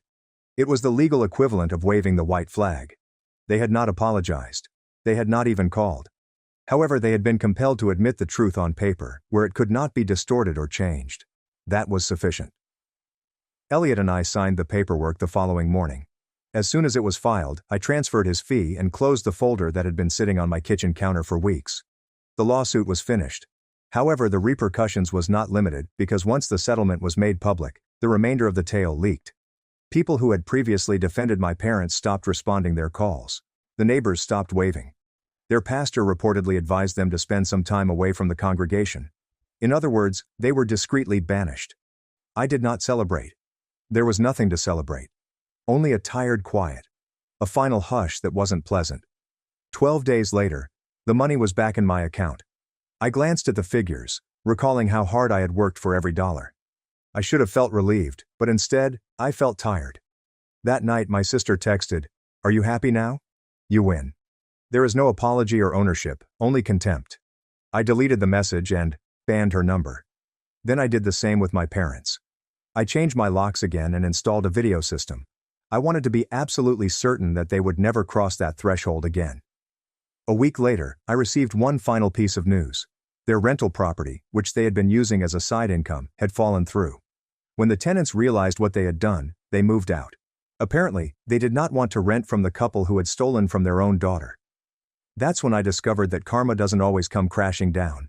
Sometimes it simply dismantles people piece by piece, leaving them with precisely what they deserve: silence, shame, and each other. It should have felt better, but it didn't. Winning against one's own family does not feel like victory. It seems like severing a limb to halt the infection. When people ask me what I learned from it, I never tell them the entire tale. I simply argue that if your own parents are willing to take from you for money, you will never look at love the same way again. Because when the people who reared you demonstrate that they'd rather have your money than your trust, you begin to wonder if anyone, friends, lovers, anyone, is ever truly safe to allow in. It would have been simpler if they had simply vanished, faded into the background, learnt their lesson, sat in their humiliation, and moved on like regular people with a shred of dignity. But this is not how people like them behave. For a few weeks after the settlement, everything remained peaceful. No more messages, sightings, or foolish legal stunts. The money was returned to my account. Their names were banned on my phone. I'd installed new locks, a camera system, and ensured that no one else had any keys. It should have been over, but people like my parents aren't sure when to leave. It began with small things. A birthday card in the mail, unsigned. But I recognized the handwriting. The same sparkling script my mother used when she put messages in my lunchbox. An email to my work account from an unknown address with the subject line, "Are you happy now?" Then a cousin called to say she ran into my mother at the bank. Apparently my mother was still telling folks we were just going through a hard phase. That the entire situation was a misunderstanding that spiraled out of control. She hoped Lauren would eventually come to her senses and return home. Home. As if that place was ever safe. But the real breaking point occurred on a Sunday afternoon in late autumn. I'd just returned from a long hike, the air crisp and the leaves half dead on the trees. I turned onto my neighborhood and noticed a familiar car parked just past my driveway, a brown Honda with a dent in the back bumper and a slightly misaligned front license plate. My father's automobile. I froze in the middle of the street, sweat drying on my neck and hands still curled around my empty water bottle. My mother went out first, as if this was usual, as if she had simply happened to be in the neighborhood and wanted to say hello. She appeared older, thinner, and her hair was grayer than I remembered. She grinned as if nothing occurred. My father, Richard, remained in the driving seat. Of course he did.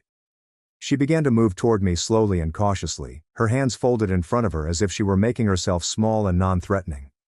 She came to a stop approximately 12 feet away, right beyond my property line. I did not speak. I did not blink. She mentioned my name once. I said nothing. Then she asked, "Can we talk?" Just talk. And that's when I realized something significant. They still believed there was a version of this in which they could be forgiven, in which I would allow them to explain, cry, and perhaps offer a wobbly apology before returning to playing home. They did not comprehend the distinction between hurt and done. I wasn't hurt anymore. I was finished. I turned and walked back the way I had come. I didn't say anything. Didn't even look back. I circled the street, came back around, and waited at the corner until I seen their car drive away. Later that night she left a voicemail. It was short. "We simply want to put things right. We had no idea how far this would go." She still didn't get it. It did not go anywhere. They took it there. They opened that door, crossed that line, emptied that book, and then had the audacity to pretend astonishment when I didn't roll over like I used to. I changed my number the next morning. That same day, I put my home on the market. 4 weeks later, it was sold. I moved to a new city, a new house, and new locks, leaving no sign of them. I made certain that even the mail forwarding did not mention their last name. I altered my emergency contact information, created a new will, and updated everything. A clean slate. They don't know where I live anymore.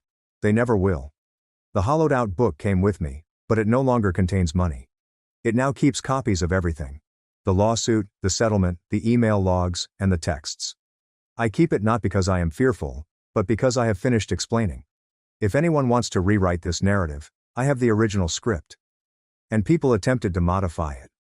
A old neighbor phoned me once and said she saw my mother crying on her porch, missing her kid. I asked if I could find it in my heart to speak with them again. I informed her I had decided in my heart to leave without looking back. That was the last time someone inquired. Funny thing is, folks like my parents rely on silence. They rely on the fact that most children won't discuss what transpires behind closed doors. That we will defend the image, swallow the pain, and enable them to carry the story because it is easier than ripping everything down. But they chose the wrong daughter for that. They exploited me for years, taking advantage of my money, time, guilt, and quiet. When I stopped contributing, they took. When I attempted to hold them accountable, they retaliated. Even when they lost, they came crawling back, not to make amends, but to reclaim control. The difference now is that I recognize who they are, and I understand who I am without them, stronger, calmer, sharper, quieter perhaps, but not silent. Because when individuals demonstrate how little your trust means to them, you stop communicating in their language. You communicate through closed doors, unlisted locations, changing numbers, and unreturned voicemails. And when they finally show up on your street, seeking to push that last barrier, you let them see your face one last time, just long enough for them to know the door they're banging on no longer leads somewhere they're welcome, and then you walk away permanently. The final major upgrade. I honestly thought that was it. New city, new home, new phone number. I changed everything. Nobody knew where I was. There are no common places and no public social media. I was finally free. Or so I thought. 8 months after I moved, a letter arrived in my mailbox. Not an email or a phone call, but a physical letter. Handwritten, with no return address. Just my first name on the envelope, spelled correctly in the exact way my mother always did. The soft "n" at the end, not the harder spelling everyone else used. I stared at it for a time. Did not open it immediately away. I didn't even touch it. I walked inside, placed it on the counter, and stared at it as if it would explode. Part of me wanted to burn it rather than read it, but curiosity won out. Inside there was only one page. No greeting or date, just this. We're selling the house. Things have changed. You should stop by before it is gone. You might want to watch it one last time. Some of your belongings are still here. I didn't need a name. It was them. What shocked me the most was not the attempt to reach out, but the tone. As if nothing had happened. As if we were still a regular family with loose ends to wrap up. As if breaking into my house, stealing from me, lying, suing me, and ambushing me outside hadn't been enough. I did not answer, but it went under my skin. Selling the house indicated that they were serious. Perhaps they were moving. Perhaps trying to downsize after the damage. Perhaps attempting to flee from it. I didn't care. I needed nothing from the place. But something about it bothered me. The thought of them packaging up what little evidence of me remained, and throwing it away like trash. So, I made a decision. I drove back one final time. Did not go to the house. I did not contact anyone. I parked a block away and walked by as if I were a stranger. Hood up, head down. It was vacant. The porch was unadorned. There's no furniture. No wind chimes. The curtains are gone. There is a for sale sign out front. The grass is dying and the paint is chipping at the windows. The place appeared hollowed out, as if it had aged 20 years and 8 months. And at that moment, I felt nothing. Not sadness, not nostalgia, but a strange, quiet contentment, as if witnessing a movie set being demolished after the final scene. They weren't home. The lights were off. The garage door was partially open. Inside I noticed a few cardboard boxes placed against the wall. I continued walking. That night I composed my own letter, which contained only one sentence. There's nothing left for me to collect. I did not send it. Just wrapped it up, slipped it into the old hollow book, and sealed it shut forever. A few weeks later, I received word from someone distant. They'd moved out of state to a smaller town with no friends close and no remaining social links. My sister Hannah moved in with a guy she hardly knew and stopped responding their phone calls. Their world had now shrunk enough to match the size of their options. I started over. Truly, this time. I joined a running group, resumed freelancing, and found friends who didn't inquire about my family because I didn't bring it up. No more defending them. No more hoping for a change. Just living. One night I sat on my back porch, watching the sun set behind the trees. It was still calm. And then I realized something. The narrative did not finish when I shut them off. It ended when I gave up waiting for an apology. It ended when I no longer needed them to understand. And there was finally place for something else in that space where the anguish had previously existed. Peace. Not because they gave it to me, I built it myself. Nobody gets to steal that. You're more of an ATM than a son, Dad said.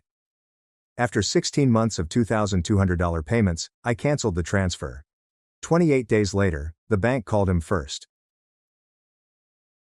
I learned out I wasn't invited to my niece's 9th birthday celebration via Instagram. Amanda had shared a video of Lily blowing out candles while surrounded by cousins, aunts, uncles, and half the neighborhood. Balloons, a bounce house, and a table laden with presents. Everyone was present except for me. I checked my mails. Nothing. No invitation. No. Sorry, we forgot you. I called Amanda. Ryan, hello, what's up? I just seen the party on Instagram.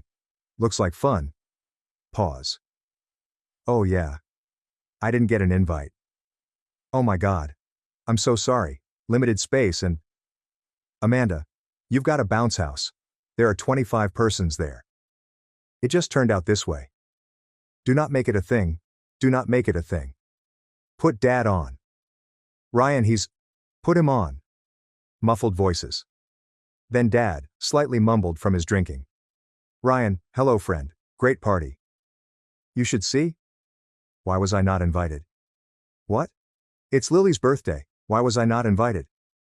Oh well, Amanda had to make tough choices. I am her brother. Lily's uncle.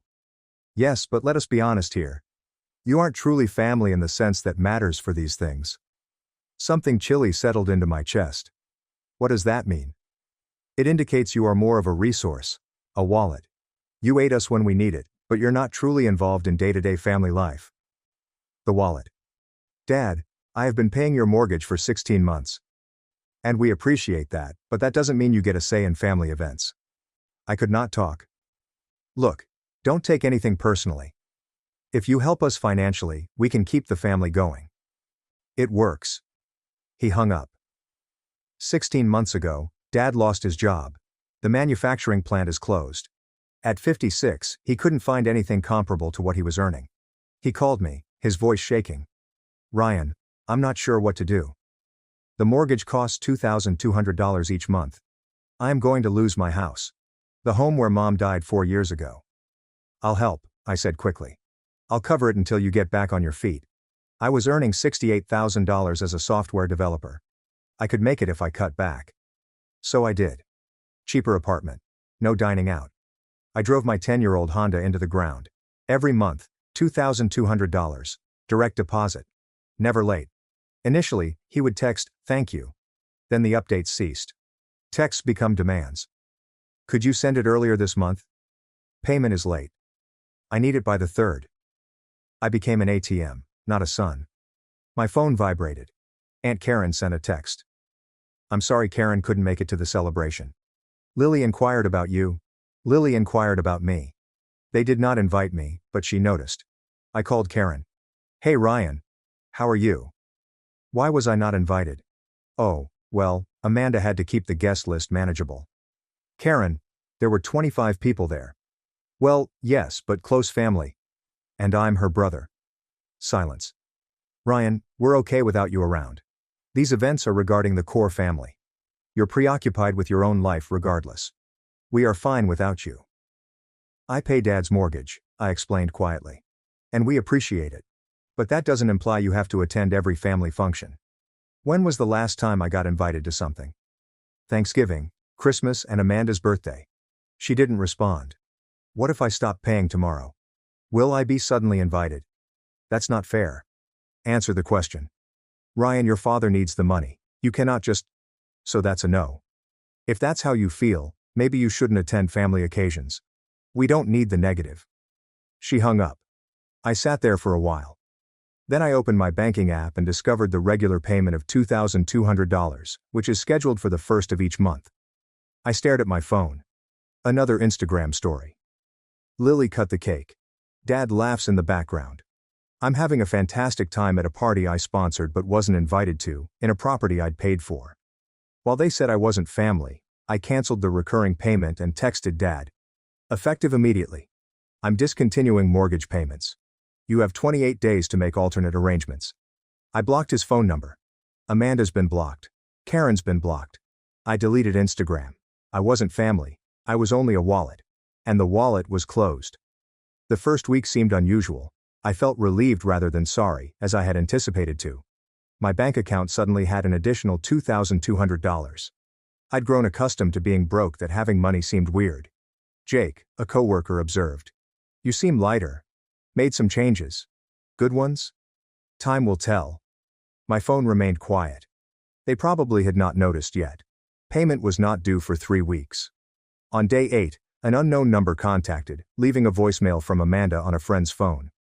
What the hell, Ryan? Dad says you canceled the payment. You cannot do that. He's about to lose his house. This is insane. I removed it. Another call. Karen, this time with a different phone number. Ryan. This is cruel.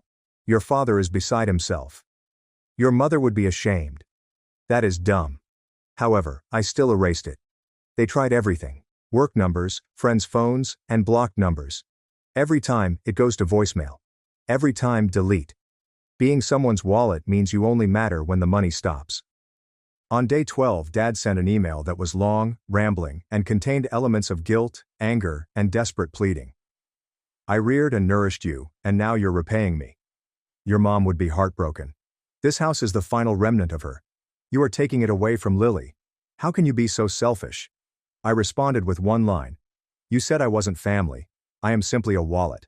The wallet is closed. His response came quickly. I didn't mean it that way. I was drinking. You're being sensitive. Sensitive. Mom used the same word when I pointed out how differently they treated me and Amanda. I did not respond. On day 13, they went nuclear. A Facebook post by Amanda, public. Some people put money before family. My brother Ryan has decided to cease assisting our father. Dad is ready to lose his house, the place our mother died in, because Ryan is upset about not being invited to one party. Here's what selfishness looks like. Comments came in. How horrible. Your poor father. Aunt Karen shared it. Heartbroken. Family should help family, not desert them due to hurt feelings. No mention of 16 months of payments, $35,000, or merely a wallet. Jake saw it. I called immediately. Is this real, dude? Yeah. You've been paying his mortgage for 16 months, and they didn't invite you to a birthday party, among other things. Would you like me to comment? Set the record straight? No, let them have their story. Everyone thinks you're the bad guy. Everyone who matters already knew I was invisible. On day 20, a registered letter arrived from a lawyer. Dad threatened to sue for breach of verbal contract. I called the number. Henderson and Cole Law Offices.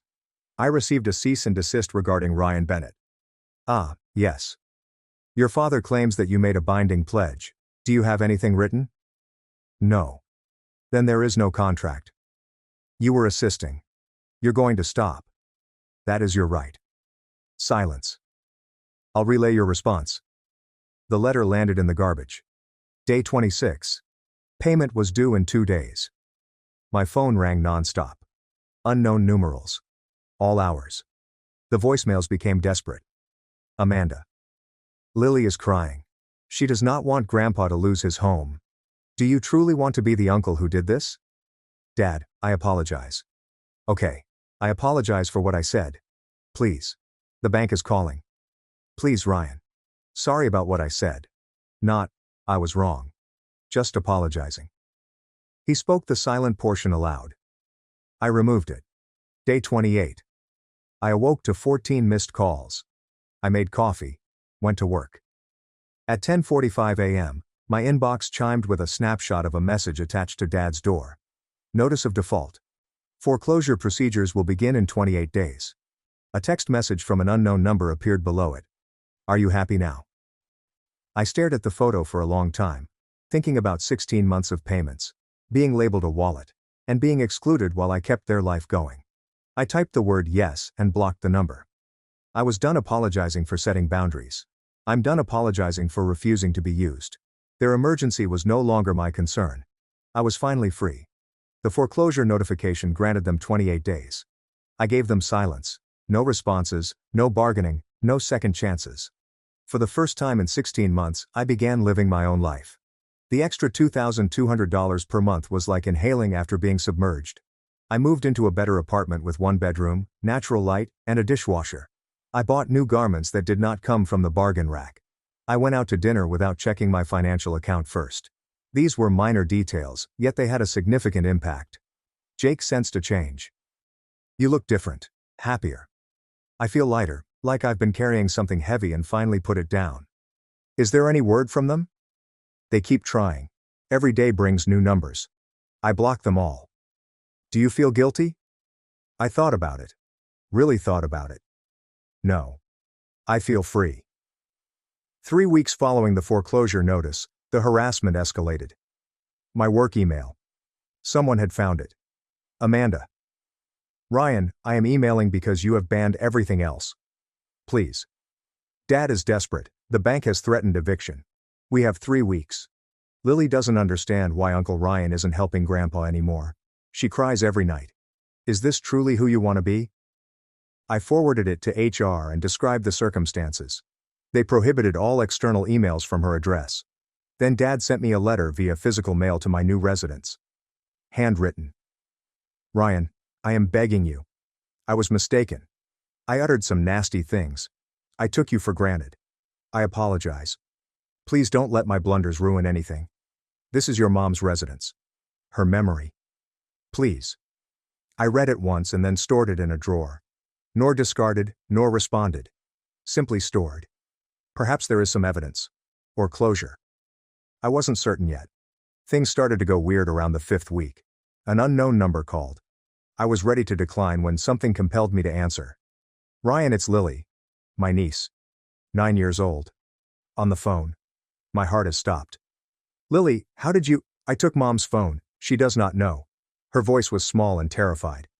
Uncle Ryan, why don't you help Grandpa? Did I do something wrong? The guilt struck like a truck. No, Lily. You did not do anything wrong. Then why? Mom claims you're being mean. That you no longer care about your family. I closed my eyes. Of course, they had militarized her. Lily, this is complicated. It's adult stuff between me and your grandfather. But he is about to lose his home. Mom believes it is your fault. Did your mother tell you why? She said you're mad about my birthday party, that you're upset you weren't invited. Did she tell you I had been paying Grandpa's mortgage for a year and 4 months? Silence. What is a mortgage? The money is for the house. I've been paying so Grandpa can continue to live there. Have you? Yeah, $2,200 per month. That's a lot. It is. And do you know what Grandpa told me? He said I wasn't actually family, that I am just a wallet. Do you understand what that means? A wallet is where you keep money. Right, he stated I am just good for money, not for a birthday, Christmas, or Thanksgiving. Just money. That's mean. It was. And it stung. So I stopped paying. Lily was silent back then. I apologize, Uncle Ryan. I didn't know. It is not your fault, sweetheart.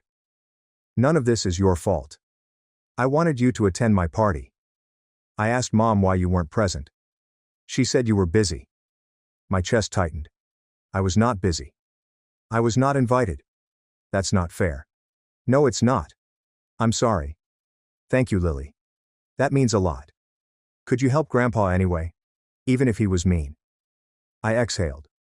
Lily, sometimes grown-ups have to make difficult decisions. Your grandpa needs to figure this out himself. She sniffled. Okay. I love you, Uncle Ryan. I love you too, Lily. She hung up. I sat there feeling like the worst person ever. Not because I was wrong, but because they had placed a 9-year-old in the middle of it. Amanda called again 4 minutes later, using the same number. I responded. How dare you? Her voice trembled with wrath. How dare you tell Lily that Dad referred to you as a wallet? She's 9 years old. You got her on the phone, Amanda. You are the one using her as a weapon. She wants to speak to you. You told her it was my fault her grandfather was losing his home. You put that burden on a 9-year-old. It's your fault. You're the one that stopped paying after 16 months of being excluded from everything, while keeping our life going. After Dad literally told you you are not family. He didn't mean it. He meant every word. Aunt Karen did as well. So did you. When you didn't ask me to Lily's party. One party? Ryan, you are killing our family over a single party. It was not a single party. It was at every party, holiday and family gathering for years. I simply didn't notice since I was too busy being your ATM. She was crying now. We need the money. Dad needs it. Please. Amanda, you don't need money. You should work out your own life. In 3 weeks. We have 3 weeks before the bank takes the house. Then you better spend those 3 weeks figuring it out instead of calling me. I hung up. I've also blocked that number. The next day, Jake called me. Dude, you need to see this. He provided me a link. There's a GoFundMe. Help save a family's home. Amanda's name. Dad's photo. The house. My father is a dedicated man who lost his job due to circumstances beyond his control. He is striving to maintain the family home where his late wife lived and where his granddaughter celebrates birthdays. The bank is threatening to foreclose. We're appealing for your aid to preserving this important family memory. Goal: $22,000. Current amount raised, $320. I read the description. There was no mention of 16 months of payments from me. There was no mention of the $35,000 I had already provided them. A hard-working man as well as struggling family. The comments drew me in. Praying for you. Family is everything. I gave what I could. God bless. I showed Jake. They're crowdfunding without mentioning you paid for a year and 4 months. Certainly not. That does not match their story. Do you intend to comment? Set the record straight? I thought about it. About disclosing everything, including receipts, bank statements, and even screenshots of a single wallet. Then I remembered what my mother used to say. The truth does not have to be loud. It simply needs to be true.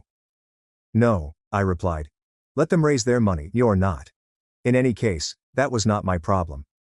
The GoFundMe campaign gathered traction within their church community. By the end of the week, they had raised $3,200 out of a total of $22,000 needed. With 1 week to foreclosure, I saw the number progressively increase. I watched the comments of support. Amanda shared updates, thanking everyone for their contributions. It was not going to be enough. Not even close. And it was no longer my problem. Then, 2 days before the foreclosure date, something unexpected occurred. A message request on LinkedIn from Melissa Reed. I didn't recognize the name, but something about Reed caught my attention. I opened it. Hello, Ryan. You don't know me, but I am your father's cousin. I live in Portland. I learned about the house predicament through family gossip. Can we speak? I stared at the message for a long time. Then I accepted the request and said, sure. Melissa was in her mid-50s, dressed professionally, and had gentle eyes that reminded me of my mother. Thank you for meeting me, she replied. I understand this must seem unusual. I have never heard Dad mention you. We aren't close. I haven't been for years. There was a disagreement. She stirred the coffee. Ryan, I'd want to hear your perspective. I have heard the family version. I'd want to hear yours. So I told her everything, the 16-month payment plan, the birthday party, the just a wallet chat, Aunt Karen's we're fine without you, the harassment, and Lily's phone call. She listened without interrupting. When I finished, she gave a hesitant nod. That sounds exactly like my cousin Thomas and his sister Karen. Are you not surprised? Not even a little. They did something similar to me 18 years ago. Borrowed funds for a business venture. Promised to repay me. When I sought for it after 2 years, they accused me of being greedy and not supporting my family. I never saw a penny. How much? $13,000. Back then, that was all I had saved. I felt something settle. Validation. Proof that I wasn't crazy. Was not cruel. I'm sorry that happened to you. I'm sorry it's happening to you, she said. She took out her phone. I noticed the GoFundMe. Read the description. They left out some important details. They left out all the details. I figured. Ryan, I'd want to ask you a question, and I want you to be honest. Do you want them to lose their house? I thought about it. Really thought about it. I do not want Lily to suffer. But Dad, Amanda and Karen need to realize that people are not ATMs. That you cannot treat someone as garbage and expect them to continue giving. That's fair, she remarked with a small smile. For what it's worth, I believe you did the correct thing. Setting boundaries is not unkind. It is healthy. Tell that to the Facebook comments. Facebook comments are left by persons who do not know the whole issue. You know the truth. That is what matters. We talked for another hour, about family, limits, and going forward. When we stood up to depart, she hugged me. If you need anything, someone to talk to, someone who understands, call me. You are not alone. Driving home I felt lighter than I had in weeks. Melissa didn't solve anything, she simply made someone understand. The following day was the foreclosure deadline. I awoke and checked my phone. There are no calls or texts, just silence. The GoFundMe had raised $5,400. Not enough. Not even close. My doorbell rang at 2:30 p.m. I opened it and found Aunt Karen standing there. Ryan, we need to talk. I glanced at Aunt Karen on my porch. She appeared exhausted, with little makeup on, her hair pulled back messily, and a crumpled sweatshirt. Can I come inside? No. Ryan, please. 4 minutes. 3 minutes. Right here. The foreclosure is today at 2:30. We are $5,000 short. Please. That's all we need. No. Ryan, you said you were okay without me. That I was not part of the main family. Why would you want money from someone who isn't related? I was angry. I didn't mean it. Yes, you did. For years. Her eyes flooded with tears. One remark at a party.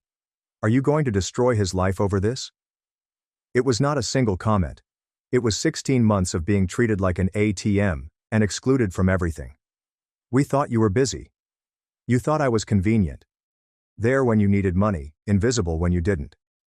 Please, I plead. 5,000. I will pay you back. I do not want your money. I want you to understand that people are not wallets. Are you just going to let him lose everything? No, you are.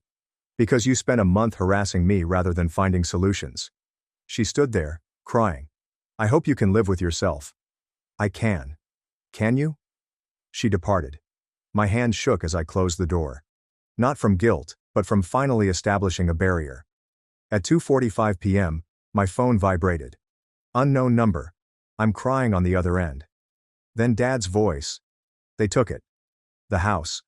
It's gone. I said nothing. Ryan, please. We can solve this if you just... No. I'm your father. You are the man who called me a wallet. Who told me I'm not family. I was inebriated. I am sorry. You're sorry you said it out loud, not that you meant it. That's not fair. Nothing about this is fair. But that is no longer my problem. I hung up. I blocked the number. Then I opened a bottle of decent wine and felt no remorse. Melissa sent me a message 2 weeks later. I saw on Facebook that Amanda is hosting a new start party this weekend. I thought you should know. A party? Of course. Can you send me the address on time? She sent it within an hour. Saturday at 2 p.m., family festivity, new beginnings. Melissa informed me that Dad had purchased a new car 3 months ago, which he had financed at an absurdly high interest rate. Could not afford the payments. The repossession company was looking for it. Dad had hidden it at Amanda's. On Saturday, that repo vehicle was supposed to show up. I didn't cause it, I just knew it was coming. And I made sure I got a front row seat. Saturday at 1:45 p.m., I parked down the street, far enough to remain hidden but close enough to observe everything. Cars lined the driveway. Balloons on the mailbox. People are walking in carrying dishes. At 2:47 p.m., a flatbed tow truck entered the roadway. I sat up straighter.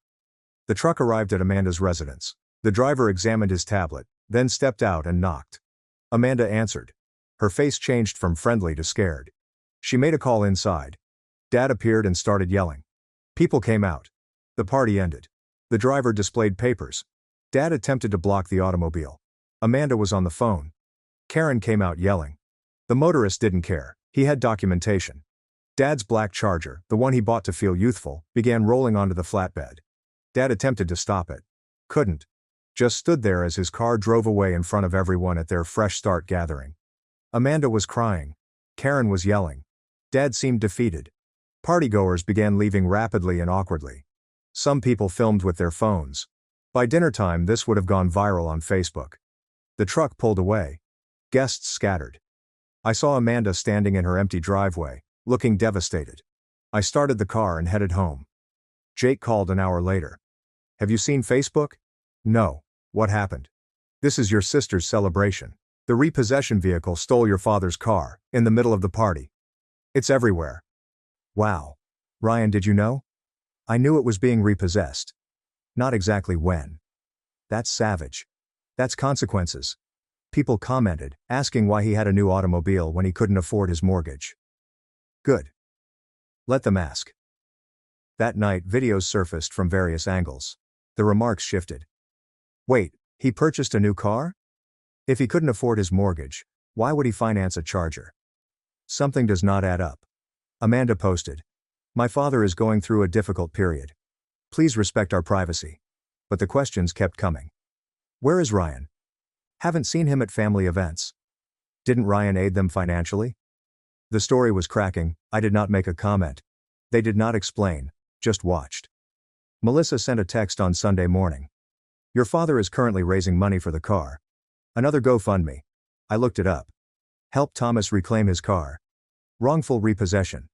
Goal, $7,000. The amount raised is $0. Comments. Haven't you just lost your house?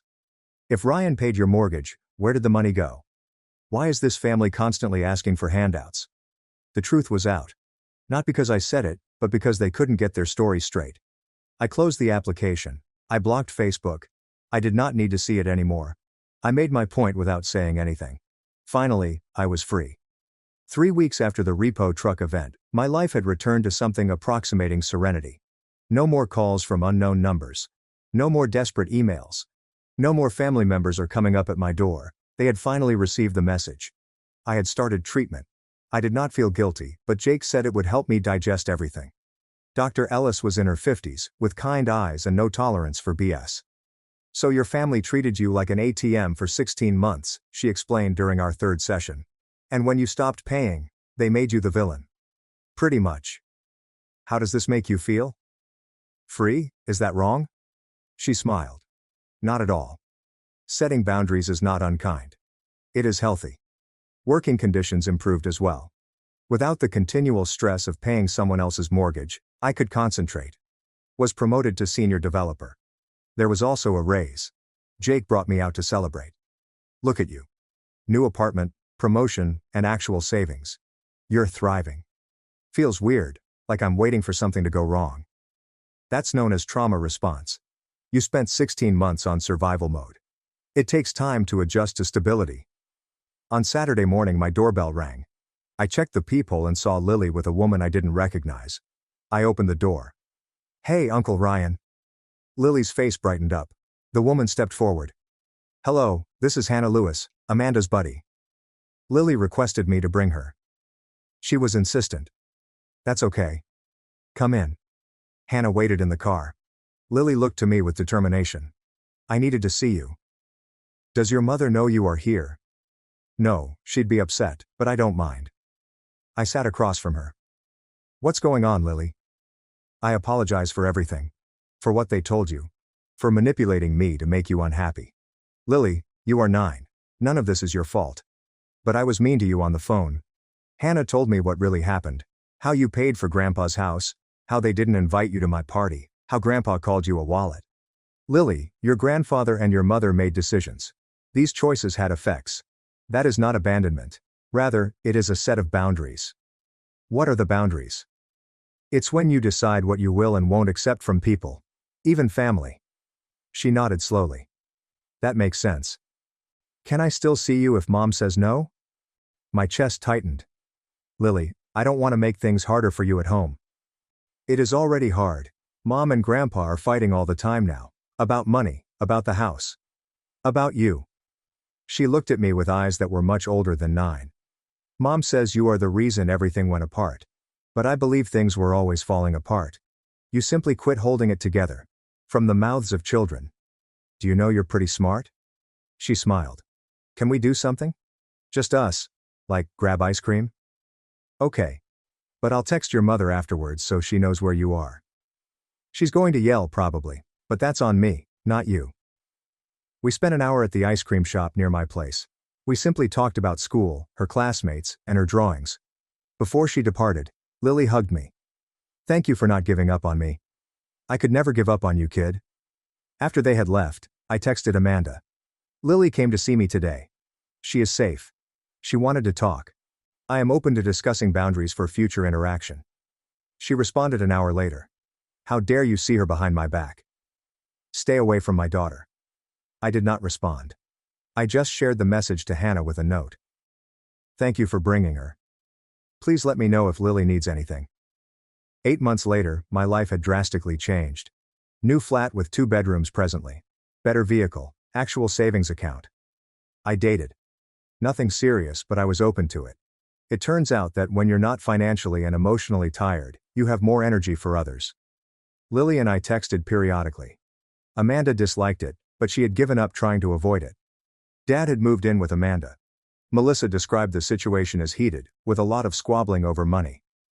I met Karen at the grocery store one day. We established eye contact.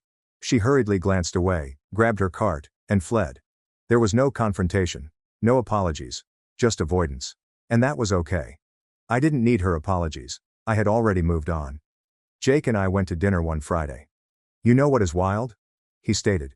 1 year ago you were broke, stressed, and unhappy. Now look at you. The best decision I've ever made was to cut them off. Setting boundaries. There is a difference. He raised his glass. To boundaries.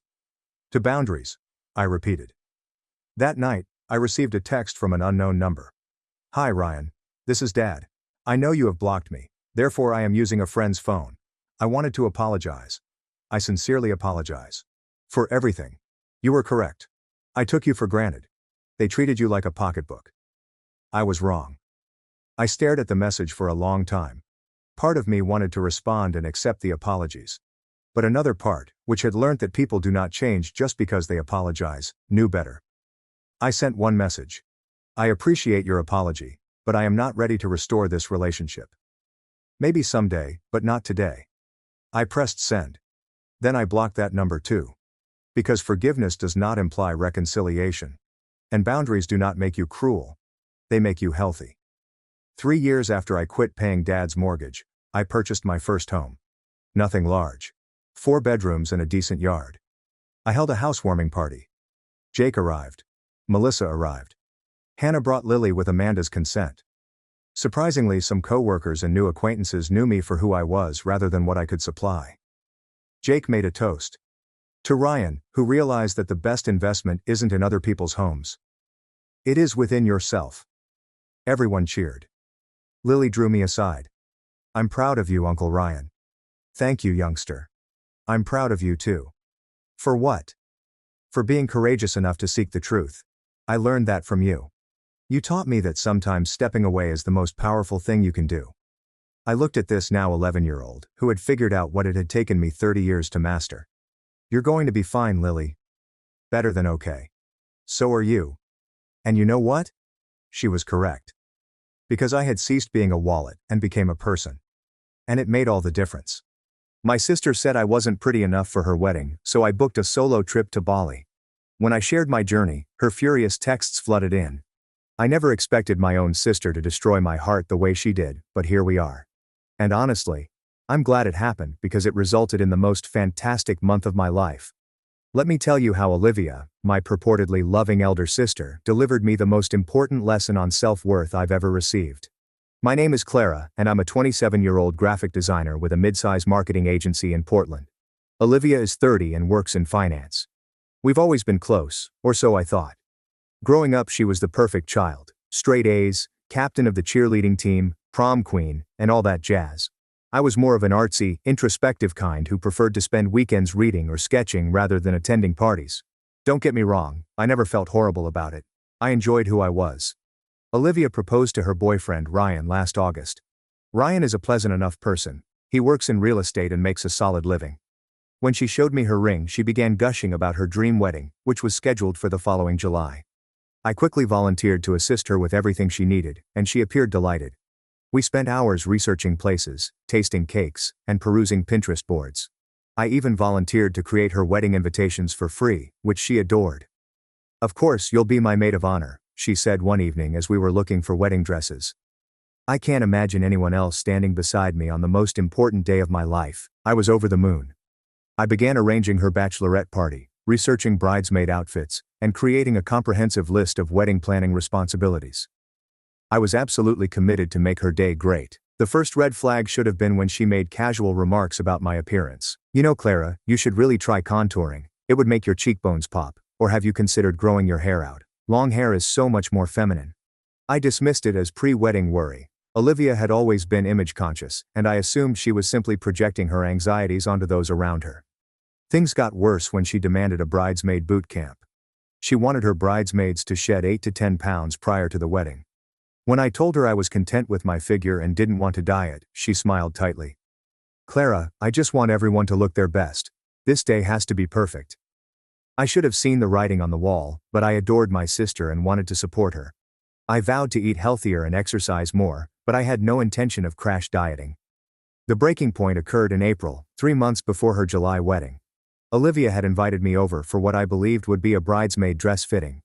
Instead, she seated me down on her spotless white couch with a serious attitude.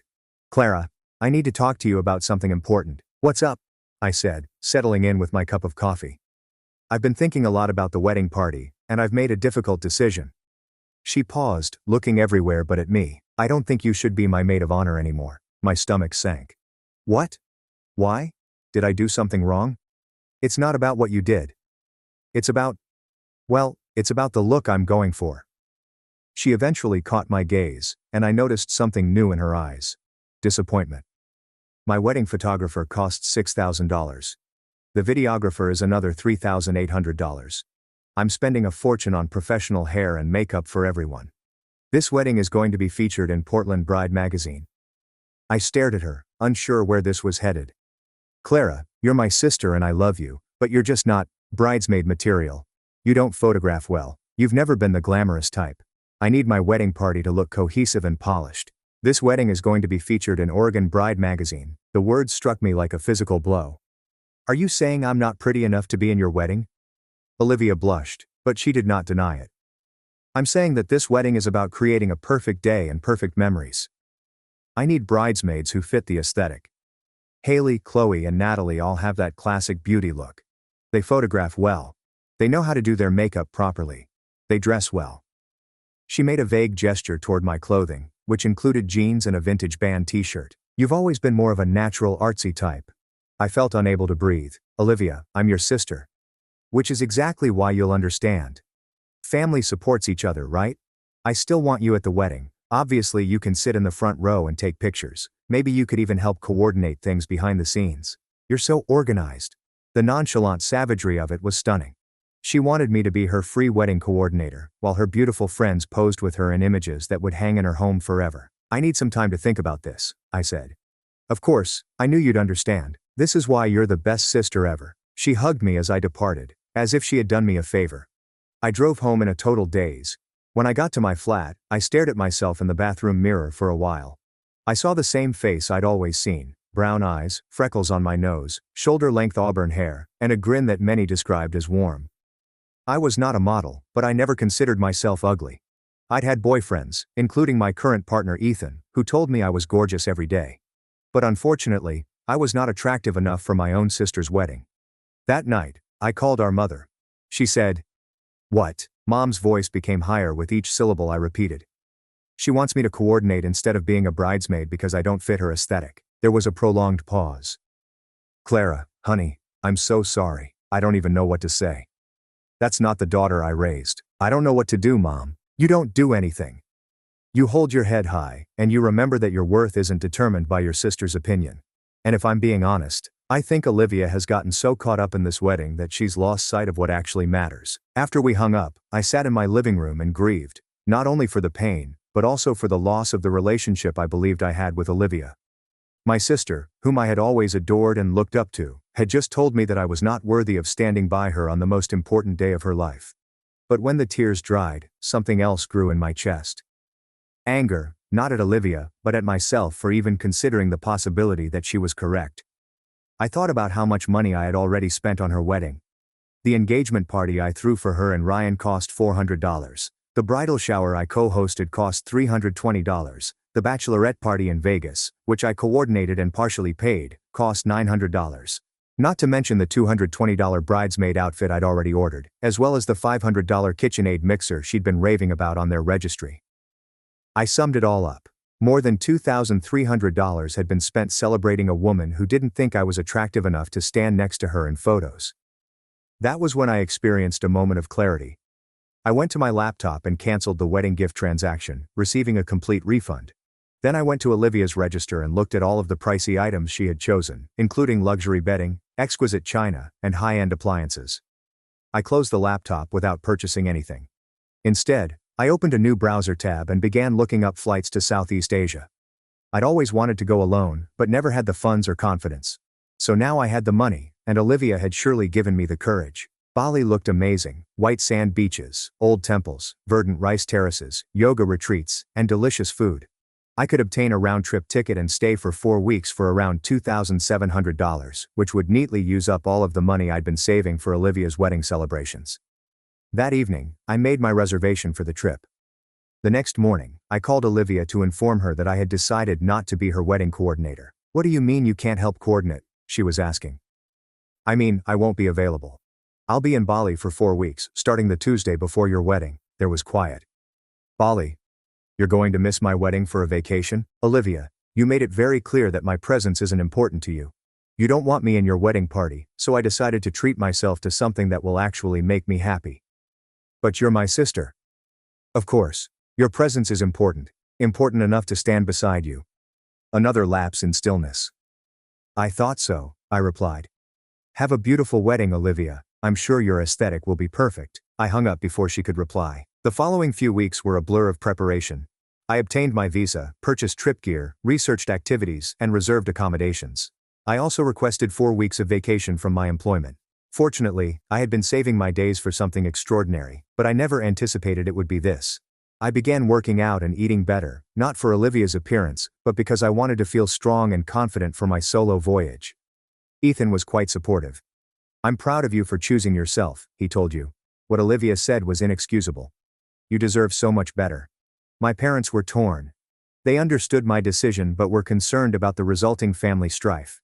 I explained that while I understood their point of view, I was not going to pretend to be comfortable with Olivia's treatment, just to keep the peace. Word of my Bali trip began to spread among our extended family and friends. My cousin Sophie called, indignant on my behalf. "Olivia did what? Are you kidding me? Clara, you're gorgeous, and even if you weren't, you're her sister." My college buddy Brooke was even blunter when I told her the story over drinks. "Olivia has always been jealous of you. You know that, right? You have this effortless natural beauty and artistic talent that she's never had. She's always had to work twice as hard for everything. The perfect grades, the perfect body, the perfect boyfriend. You just are who you are without all the effort, and it probably drives her crazy." I'd never considered it that way. Growing up, I always saw Olivia as the accomplished one, the one who had it all together. But Brooke made me think about how much pressure Olivia put on herself to be flawless in all aspects of her life. "That doesn't excuse what she said," says Brooke. "But it explains it. She's probably been resenting you for years, and the wedding stress just gave her an excuse to finally say what she's been thinking." That exchange made me realize Olivia's malice could have been developing for a long time. I began recalling subtle comments she'd made over the years, like how she'd politely recommend I try other cosmetic techniques or dress styles, and how she'd always presented me as her creative little sister in a tone that made it sound like a limitation rather than a strength. The more I thought about it, the angrier I became, not just with Olivia, but also at myself for not detecting the pattern sooner. I'd been so focused on supporting her and sustaining our relationship that I'd overlooked all of the subtle ways she'd been weakening my confidence for years. Meanwhile, Olivia was plainly not doing well in my absence. She kept attempting to acquire information about my trip from our parents and mutual friends. Mom said Olivia had called several times to ask when I was leaving and if I was really going through with it. "She seems genuinely panicked that you won't be there," Mom observed during one of our phone chats. "I think she expected you to cave and agree to coordinate after all." "Well, she was wrong," I explained. "I was getting a pedicure to pamper myself in preparation for my trip. I'm not changing my mind." Olivia unexpectedly showed up at my place 2 weeks before the wedding. I was in the process of packing when the doorbell rang. When I opened the door to see her standing there with red eyes and a phony grin, my stomach fell. "Hi Clara, can we talk?" I contemplated not letting her in, but curiosity took over. "Sure." She sat on my couch, looking about at my open luggage and the vacation stuff scattered throughout the living room. "So, you're really doing this?" "Yes, I'm really doing this, Clara. I've been thinking about our conversation, and I realize I might have come across the wrong way. I wasn't trying to say you're not beautiful. You know I think you're beautiful. I was just stressed about the photos and the magazine feature and everything. You understand, right?" I stared at her. Even now she could not admit what she had spoken. "Olivia, you told me I don't photograph well and that I'm not bridesmaid material. You said you needed bridesmaids who fit your aesthetic. What exactly do you think that meant?" She appeared uneasy. "I just meant that the photographer has a very specific style, and I wanted to make sure everyone looked cohesive in the photos. It wasn't personal." "How is telling your sister she's not pretty enough to be in your wedding party not personal?" "I never said you weren't pretty enough. You said I don't photograph well, that I'm not glamorous, and that I don't fit your aesthetic. What's the difference?" Olivia's facade began to break. "The difference is that this is my wedding, my one day to have everything exactly how I want it. I'm spending a fortune on this, and I deserve to have my vision come true, and your vision doesn't include your sister." "That's not what I said." "It's exactly what you said. You offered to let me coordinate behind the scenes instead. You wanted me to be your free wedding planner while your prettier friends got to be in the photos." Olivia's face reddened. "Fine, yes. I wanted my bridesmaids to look a certain way. Is that such a crime? It's my wedding." When she became angry enough to quit faking, the truth was out. "Thank you for being honest," I answered quietly. "Now please leave, Clara." "Wait. I didn't mean it like that. I'm just stressed." "And Olivia, you meant exactly what you said. You think your friends are prettier than me, and you didn't want me in your photos because of it. I understand completely. That's why I'm going to Bali instead of your wedding." She began crying then, real tears, not the phony ones from her entrance. "You can't miss my wedding over this. You're my sister. What am I supposed to tell people when they ask where you are? Tell them I'm living my best life in paradise? This is so selfish, Clara. You're ruining my special day." "I'm not ruining anything. I'm just not participating in an event where I'm not wanted." Olivia fled in a huff, slamming the door behind her. I felt nervous, but proud of myself for not giving up. An hour later she wrote me, "I hope you realize you're breaking Mom's heart with this stunt." I dialed Mom immediately. "Olivia just left here, and now she's texting me that I'm breaking your heart. Is that true?" Mom sighed. "Oh honey, no. I mean, I wish you girls could work this out, but I'm not heartbroken. I'm disappointed in Olivia's behavior. Honestly, your father and I talked about it, and we both think she crossed a line. She just came over and finally admitted that she thinks her friends are prettier than me, and that's why she doesn't want me in the photos." "She said that when you pushed her to be honest?" "Yes." There was a prolonged pause. "Clara, I'm so sorry. I raised her better than that." "I know you did, Mom. But she's an adult making her own choices now." The last few weeks before my trip were quiet. I completed all of my work duties, arranged for my neighbor to water my plants, and mentally prepared for my adventure. I began a travel journal, purchased a new camera, and even splurged on some stunning outfits for the trip, not to impress anyone, but to make myself feel fantastic. Ethan helped me pack the night before my departure.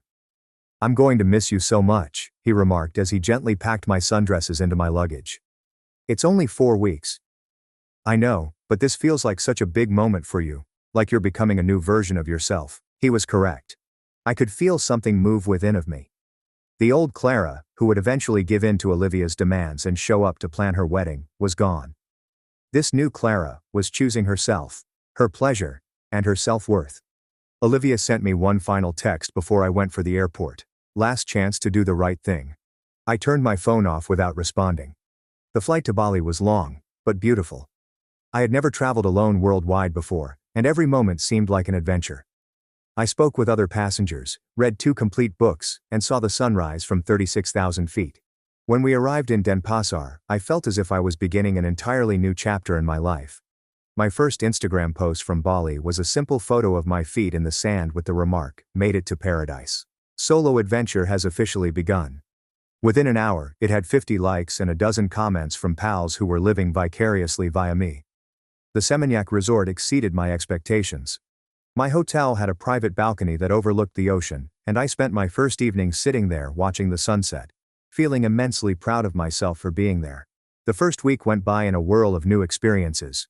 Every morning, I took a dawn yoga session on the beach, spent the afternoons reading by the pool or exploring local markets, and tried a new restaurant at night. I received a traditional Balinese massage, learned how to prepare authentic nasi goreng in a culinary class, and even tried my hand at surfing. The most transformational aspect, however, was not the activities themselves, but how I felt about myself. Away from Olivia's criticism and judgment, I began to see myself with new eyes. The other visitors I met were incredibly friendly and welcoming, continually applauding my adventurous spirit and optimistic attitude. The locals were quite kind, often complimenting me on my beautiful smile or tranquil atmosphere. One evening, while eating dinner at a beachfront restaurant, a woman at the next table leaned over. "I hope you don't mind me saying, but you have such a radiant energy. Are you celebrating something special?" "Just celebrating myself, I guess," I answered, realizing how accurate that seemed. "Well, whatever you're doing, keep doing it. You're absolutely glowing."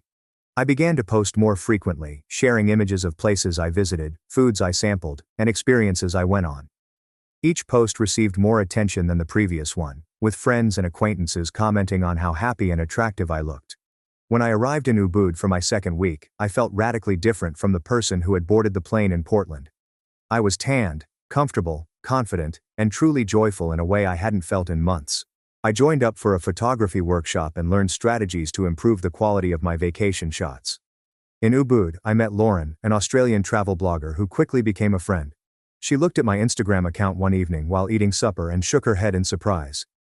"Your engagement is incredible," she added. "And your photos are gorgeous. Have you considered starting a travel blog?" "I'm a graphic designer, not a writer." "You're clearly a natural at this. Look at these captions. They're inspiring without being cheesy, and your photo composition is really good." That chat seeded a seed, which would blossom into something bigger when I got home. The fourth week in the Gili Islands was pure joy. The sea was the purest I'd ever seen, the beaches were immaculate, and I was perfectly content with my decision to be there rather than at Olivia's wedding. I'd met people from all over the world, gone on fantastic adventures, and most importantly, rediscovered my love for myself. On Gili Trawangan, I snapped the photo that changed everything. The sunset beach shot in the white dress, which I posted on Olivia's wedding day. I almost didn't share it because it seemed too wonderful, too perfect. But something urged me to share it with the phrase, "Choose yourself," and I'm so pleased I did. The response was swift and overwhelming. People weren't just loving the photo, they were sharing it, leaving paragraph-long comments about how motivating it was, and emailing me personally to share their own tales of choosing themselves over toxic family members or friends. The week before Olivia's wedding, I shared an Instagram snapshot of my boarding pass with the statement, "Solo adventure begins today. 4 weeks in paradise." I tagged Bali and used hashtags for solitary travel and self-love. The answer was largely enthusiastic. Friends said I was brave, they were jealous, and they wanted to arrange their own solo vacations. It felt great to witness so much support. Bali exceeded all expectations. I spent the first week of my trip in a gorgeous resort in Seminyak, then moved on to Ubud for a more cultural experience, and finished in the Gili Islands for some real beach time. I practiced yoga at sunrise, received massages on the beach, took a cooking lesson, toured old temples, climbed through rice paddies, snorkeled, learnt to surf, and ate the most delicious food. I met fantastic folks from all around the world and talked until dawn. The feeling of complete freedom and self-acceptance, however, was what made the vacation truly magical. I felt beautiful in a way I hadn't in months, not because of my appearance, but because I felt powerful, independent, adventurous, and capable. Throughout my trip, I posted photos on a regular basis, including sunset shots from yoga sessions, pictures of colorful temple offerings, me laughing with new friends over dinner, surfing shots that Ethan helped me caption with humor, photos of incredible food, and postcard-perfect scenic shots of rice terraces and beaches. The response increased steadily. Each post generated more likes and comments than I'd ever had before. By the end of my first week, my posts were receiving 150 to 250 likes apiece, with friends and acquaintances commenting on how great I looked and how jealous they were of my journey. People began sharing my posts in their tales and tagging friends who they believed would be motivated by solo travel. On what would have been Olivia's wedding day, Saturday, July 20th, I shared a photo of myself at sunset on a beautiful beach on Gili Trawangan. I was dressed in a flowing white outfit that I had bought at a local market. My complexion was golden from 4 weeks of sun, my hair was in natural beach waves, and I was actually smiling. I appeared calm and radiant in ways I'd never seen in images of myself before. The caption reads, "Sometimes the best decision is choosing yourself." 4 weeks of solo travel in paradise has reminded me that beauty comes from feeling confident, adventurous, and free. Grateful for this incredible journey and all the amazing people I've met along the way. Number Bali vibes, number solo travel, number choosing myself, number wanderlust, number beautiful life. Within 3 hours, that post had received more likes and comments than anything I'd ever shared. Friends, co-workers, acquaintances, and even individuals I hardly knew were saying, "You look absolutely radiant. This is the most gorgeous I've ever seen you. Goals. You're beaming. What an inspiration." The engagement increased throughout the day as people shared and tagged others. That's when Olivia started texting. I had unblocked her phone the day before, curious to see if she would call on her wedding day. The first one arrived at 11 p.m. Bali time is 8:15 a.m., Portland time, shortly after her wedding ceremony had completed. "Really? You're posting beach photos on my wedding day? Then, do you realize how selfish you are? Then, Mom and Dad are so disappointed in you." Then came, "Everyone keeps asking where you are. And I have to explain that my sister chose a vacation over my wedding." I did not respond to any of them.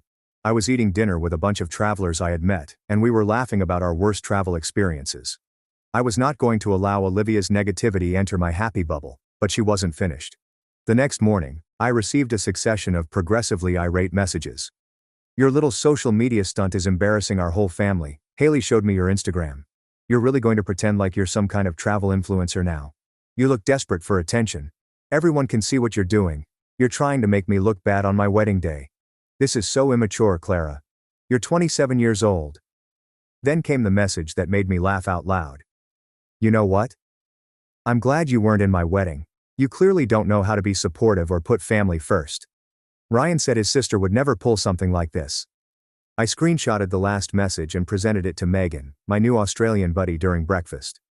"Your sister sounds like a piece of work," she told me.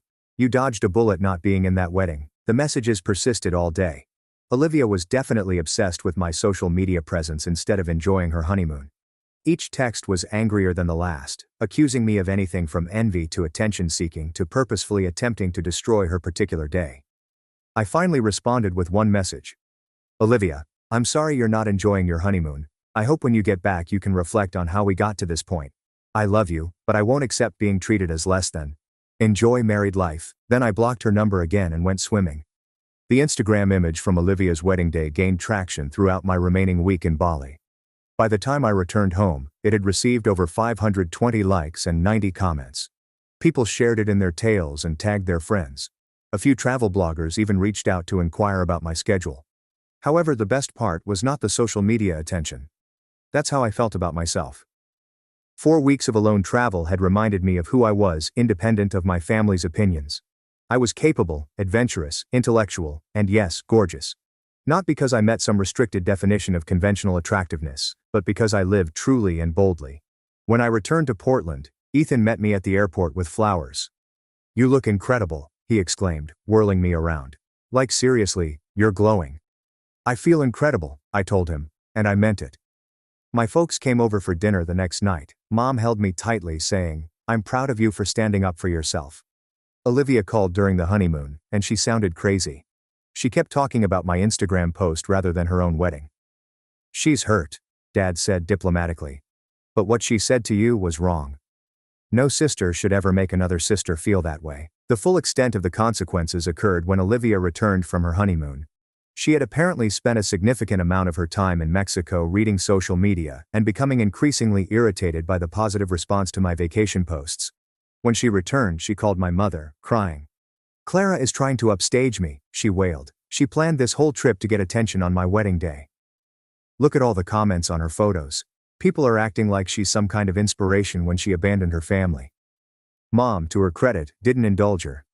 "Olivia, Clara went on that trip because you told her she wasn't pretty enough to be in your wedding. If you wanted her there, you shouldn't have been so cruel. I never said she wasn't pretty enough. You said she didn't fit your aesthetic and couldn't be in the photos. What exactly did you think that meant?" The conversation supposedly went terrible from there, with Olivia blaming everyone of siding with me and failing to realize how difficult wedding planning had been. Olivia finally contacted me personally 3 weeks following her return. She had unblocked herself and sent a lengthy text message. Clara, I've been thinking a lot about everything that happened. I know you're angry, and maybe I could have handled things better. But you have to understand the pressure I was under. This wedding cost us $75,000, and I needed everything to be perfect. I wasn't trying to hurt you. I was just trying to make good decisions for my big day. I think we both said things we didn't mean, and I'm willing to forgive you for missing my wedding if you're willing to forgive me for the... I stared at the message for a long time. Even in her attempt at reconciliation, she focused on her stress, wedding, and needs. She was willing to forgive me for declining to attend an event where I had been told I was not good enough to participate. I called Ethan before responding. What do you think I should do? What do you want to do? He softly inquired.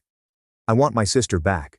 But I want the sister who would never have said those things to me in the first place. Maybe this is an opportunity to set some boundaries, he declared, and see if she's willing to actually change.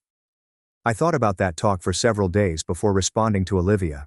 When I eventually did, I kept things basic. Olivia, I love you and I want to have a relationship with you, but that requires you to understand why what you said was so hurtful, and to genuinely apologize for it. You didn't just exclude me from your wedding party. You told me I wasn't attractive enough to be in your photos. That's not about wedding stress, that's about how you see me as a person. If you want to rebuild our relationship, we need to start with honesty about what actually happened. Her reaction arrived immediately. I apologized. I said I could have handled it better. What more do you want from me? And that's when I knew Olivia really didn't grasp what she'd done wrong. In her opinion, she had made a valid decision about her wedding aesthetic, and I had overreacted by opting to travel rather than attend. I chose to give her one more chance to comprehend. I emailed her an Instagram post from her wedding day, along with copies of some of the comments. This is what people said about how I looked on your wedding day. These are people who know both of us. Do you still think I wasn't pretty enough to be in your photos? She never responded to the message. It's been 8 months since Olivia's wedding, and we still don't speak. We exchange niceties at family events, but the connection we once had has faded. It makes me sad, but I am not willing to pretend her behavior was okay in order to keep a relationship. The unexpected silver lining is how much that journey altered my outlook on everything. I continued to travel solo, taking weekend trips around the Pacific Northwest and preparing another overseas adventure for next year. I launched a travel Instagram account, which currently has over 1,500 followers, a small but active community of people interested in solo travel and self-empowerment. I even got some freelancing work designing trip guides and social media material for local tourism businesses. More importantly, I learned to trust my own assessment of my worth. Olivia's assessment of my appearance reveals nothing about me but all about her fears and priorities. The hundreds of individuals who commented on my travel images, saying I looked gorgeous and inspiring, were not mistaken. Ethan's way of looking at me every day is genuine. The confidence I have in my own flesh is not an illusion. A few weeks ago I met Haley, one of Olivia's bridesmaids, at a coffee shop. She was genuinely uneasy when she saw me. Clara, hi, how are you? I'm great, Haley. How are you? Good. Good. I just wanted to say I felt really bad about what happened with the wedding. Olivia was so stressed, and I think she made some decisions she probably regrets now. I liked that she was attempting to be diplomatic. I hope she's happy, I said, and I meant it. She is, but I don't know. Things haven't been the same in our friend group since then. A few of us felt really uncomfortable with how she handled everything with you. Interesting, I remarked with a slight smile. Olivia's pursuit of the perfect aesthetic appears to have resulted in more than just the loss of our relationship. Well, I hope things work out for everyone, I said afterward. And I hope Olivia learned something from it all. Haley nodded. Your travel photos looked amazing, by the way. You seem so happy. I was. I am, and it's true. Olivia desired a flawless wedding with perfect photographs and memories. She got it. As far as I know, the professional photographs from her wedding were stunning. She appeared gorgeous. Ryan appeared thrilled, and her bridesmaids all matched her aesthetic flawlessly. But I have something better. I gained self-esteem, adventure, confidence, and the realization that I do not need anyone's approval to be attractive or deserving of love and joy. I wonder whether Olivia ever looks at those gorgeous wedding images and thinks about her sister who isn't in them. I wonder whether she regrets prioritizing beauty over family, perfection over love. But primarily, I'm not thinking about Olivia's wedding anymore. I'm too busy planning my next adventure and living a life that makes me feel beautiful, both inside and out. The finest revenge, it turns out, is not planning against someone who has wronged you. It is living so well that their view is meaningless. Olivia thought I wasn't pretty enough for her ideal day, but Bali taught me that I'm beautiful enough for my own perfect life. That's a lesson worth far more than any bridesmaid's dress.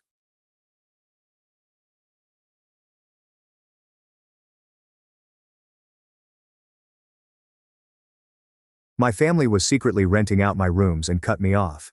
When Dad called crying, I shot back. Tell Mom to wipe her tears with the loan papers. I am Evan, a 31-year-old male, and my parents cut me off via group text because I quit being their personal money bank. So I demanded $82,500 in debt repayments. What followed?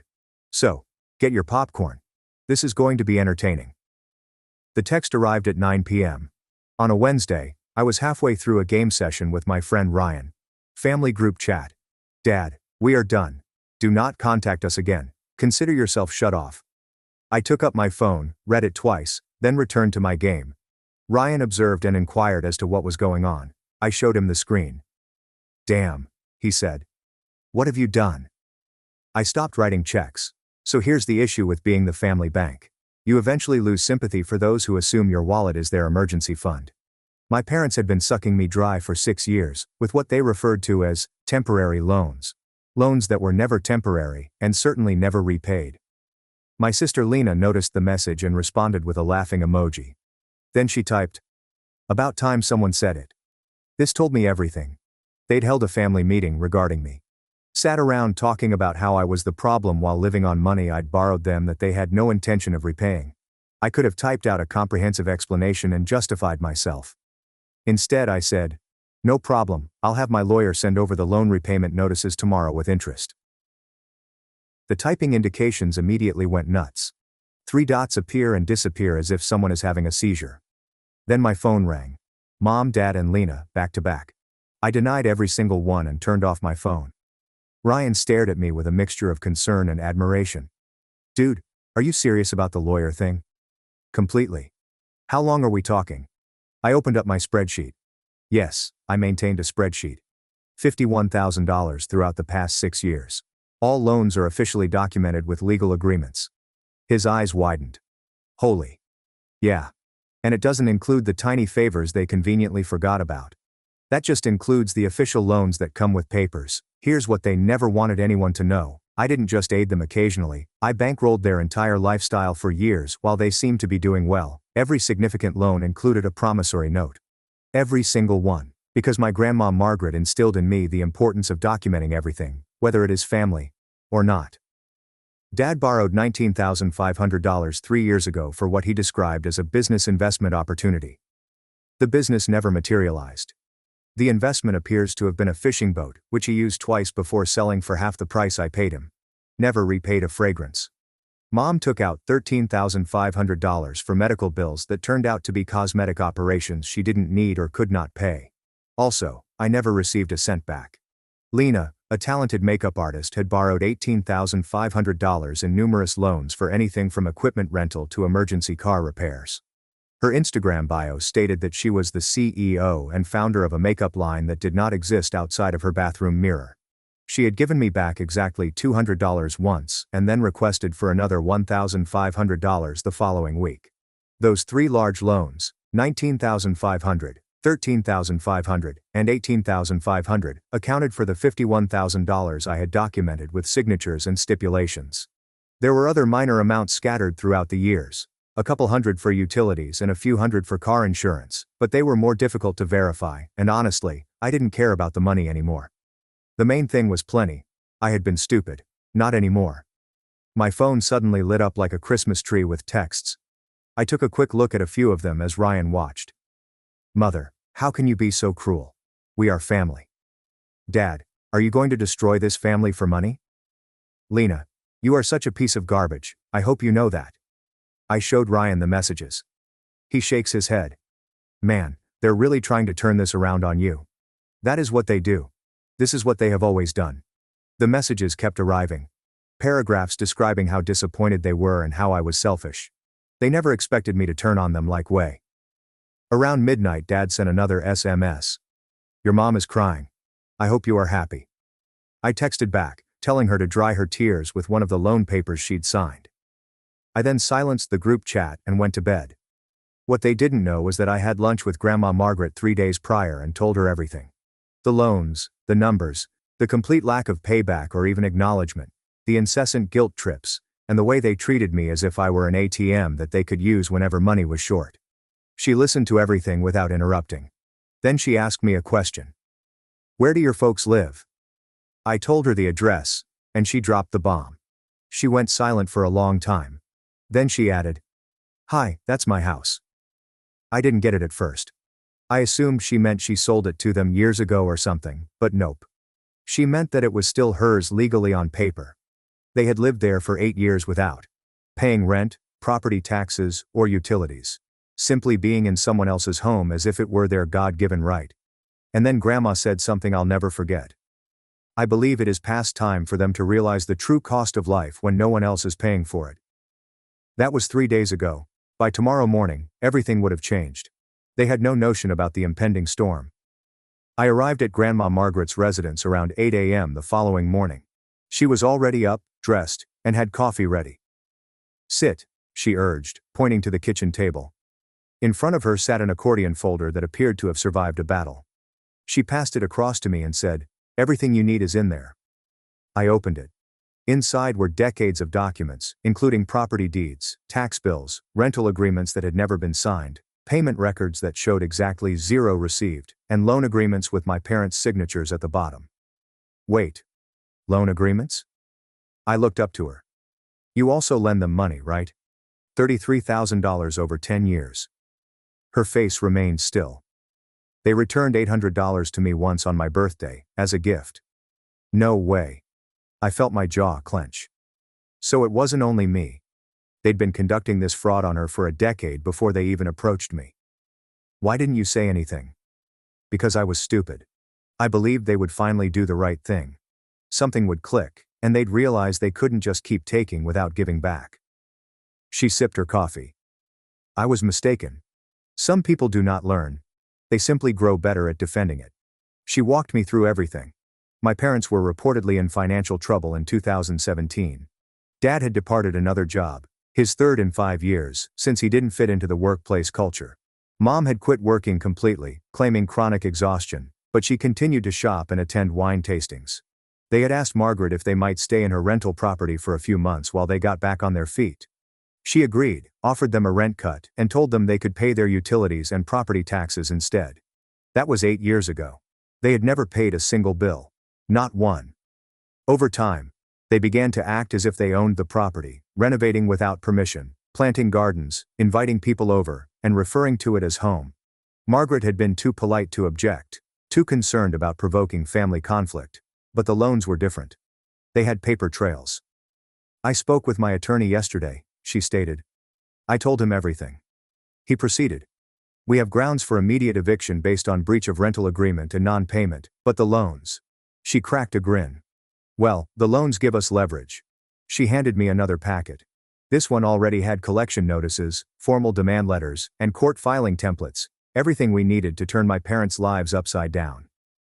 "Here's what will happen," she replied. "We're going to file payback demands for every single debt, including yours and mine, which totals $83,000. We're going to give them 30 days to pay in full or set up a payment plan, and if they don't, we'll file in court, get judgments, and place liens on anything they own. If they want to stay in my house, they'll have to start paying market rate rent of $3,250 per month, which they couldn't afford." I sat back in my chair and smiled. For once, I wasn't the one solving their problems. Instead, I was the one holding all the cards. Even with my help, they were barely scraping by, thanks to Dad's sporadic income and Mom's non-existent job. "They'll lose the house," I said. Margaret mentioned something else. Margaret's voice could have frozen water as she turned her laptop toward me.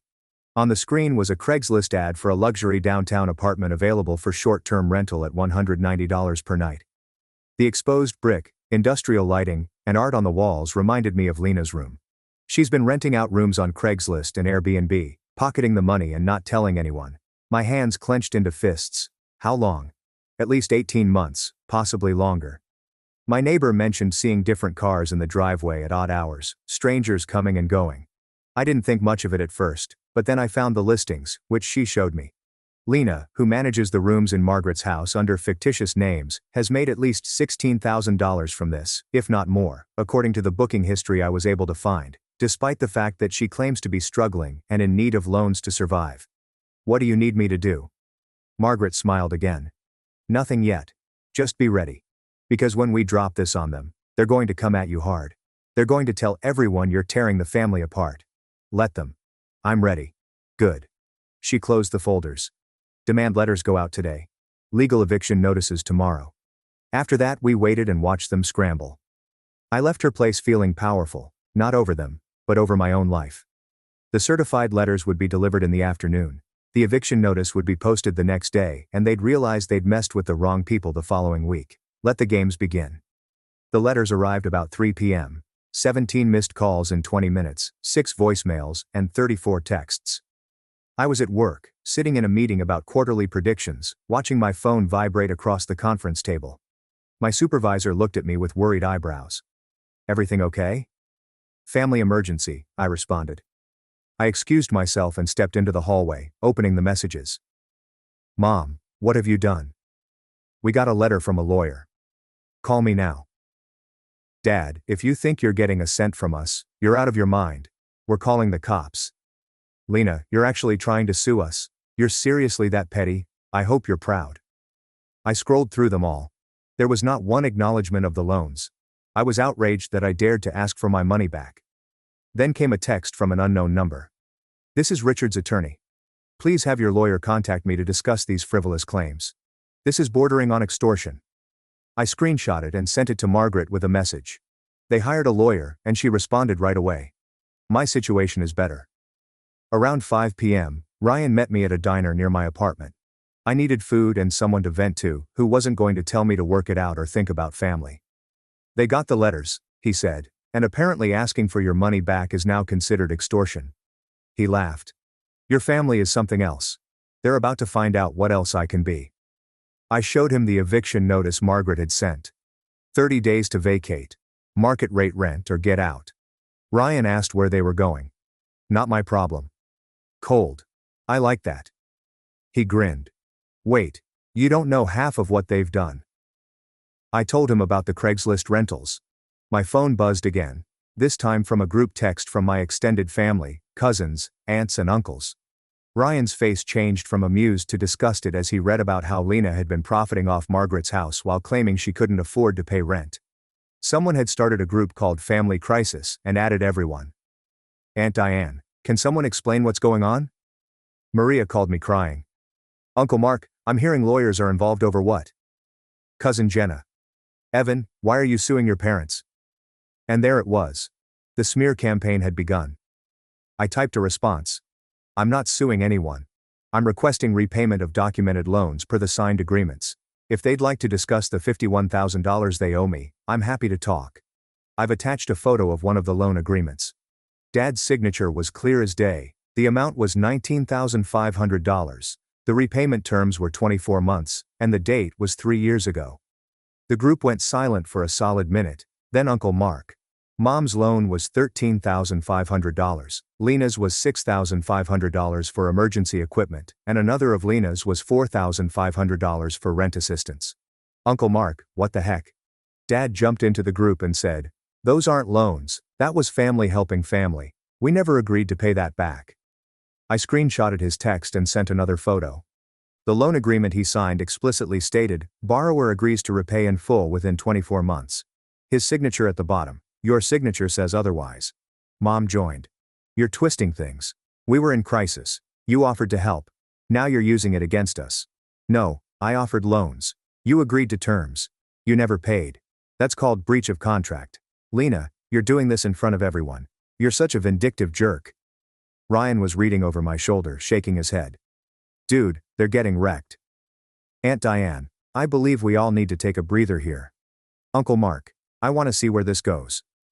Evan, how much do they actually owe? I replied, $51,000 from me, $33,000 from my grandmother, all documented loans with signatures. The group chat exploded, with people taking sides, some saying I was being cruel, others saying if they signed agreements, they had to pay. Then Margaret joined the group.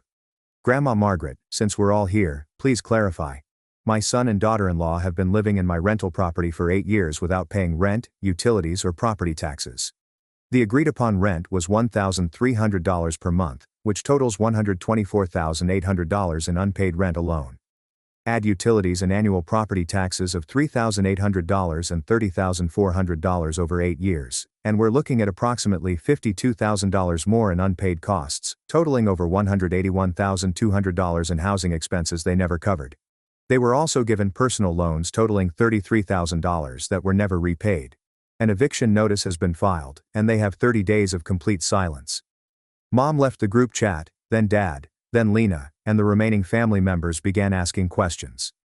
I let them talk, let them process, and then I dropped the final bomb. Additionally, Lena has been illegally subletting rooms in Margaret's house for profit via Airbnb and Craigslist without permission. We've documented at least $16,000 in unauthorized income over the past 18 months. I sent screenshots of the listings, Craigslist ads, Airbnb reviews, cousin Jenna, Lena, seriously, Uncle Mark, this is fraud. And just like that, the narrative shifted. They went from questioning me to realizing my family had been running scams on multiple people for years. My phone rang. Margaret, you're enjoying this too much. Maybe a little. Good. Don't stop now. They're going to play the victim. Don't let them. I won't. Meeting with my attorney tomorrow at 9 o'clock. Be there. We're accelerating the eviction based on the subletting. They've got 2 weeks now, not 30 days. Perfect. I hung up and ordered another round of fries. Ryan clinked his drink against mine. Here's to no longer being a doormat. I'll drink to that. My parents engaged in psychological warfare for the following 2 weeks. First, my mother posted a lengthy Facebook post about how her son had abandoned her in her time of need, how she had given up everything to raise me, and how this was how I would repay her. Friends from their church, old neighbors, distant relatives who didn't know the full story, all commented with support. How could he? And family should come first. And I'm praying for you. I watched it from the sidelines waiting. Then Margaret struck back, commenting on Mom's post with receipts. Maria, for clarity, you've lived in my home for 8 years without paying the agreed-upon rent. You borrowed $33,000 from me with signed commitments to repay within 3 years, and your daughter has been illegally subletting my house for profit. These are facts, not opinions, and I have attached the evidence. After posting PDFs of the rental agreement, loan paperwork, and screenshots of Lena's Airbnb account with earnings, the comment section quickly turned hostile, with people asking Mom questions she couldn't answer, calling her a scammer, and threatening to report the Airbnb fraud to the IRS. Mom deleted the post an hour later, but the screenshots remained.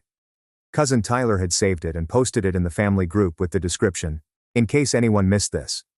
Then began the guilt trips. Personal, targeted, harsh. Dad called me from a number I had not blocked. I answered by accident. You're murdering your mother, he said. No, hello, just that the stress is too much. If something happens to her, it's on you. Maybe she should have thought about that before borrowing money she didn't intend to repay. We were going to pay you back. When in what universe were you going to come up with $51,000? Silence. That's what I thought. I asked, anything else? You used to be a good guy. What in the heck happened to you? I still am. You're simply upset that I'm no longer a doormat. I hung up. Lena took a new tack, sending me a message in which she said she was receiving death threats from crazy people online as a result of what I'd done, that she was afraid to leave the house, and that if this persisted, she might harm herself. I screenshotted her message and emailed it to Margaret with a note. Was it manipulation or real concern? Margaret responded, manipulation. She's been posting Instagram stories at restaurants all week. I investigated, and she was correct. Lena's stories showed her out with friends, having cocktails and experiencing life. The entire "I'm afraid" thing was drama. I sent her one message back. You still owe $18,500. She didn't answer. The eviction procedure continued forward. Margaret's attorney was merciless. When my parents tried to argue that they had tenant rights and couldn't be forced out on short notice, he dropped a folder of documents indicating the illegal subletting.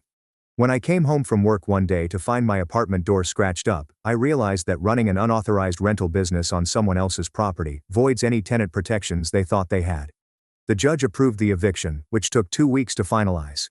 At 2 a.m., Someone had keyed traitor into the metal, and building security footage showed Lena doing it while wearing sunglasses and a hood.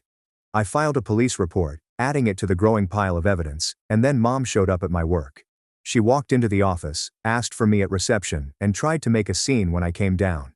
"Please," she said loudly enough for everyone to hear. "Don't do this. We'll lose everything." I kept my voice calm and low. "No, Mom. You need to leave. We're family. Family forgives. Family doesn't steal from each other. How dare you? We didn't steal. You loaned me security." Security arrived and escorted her out.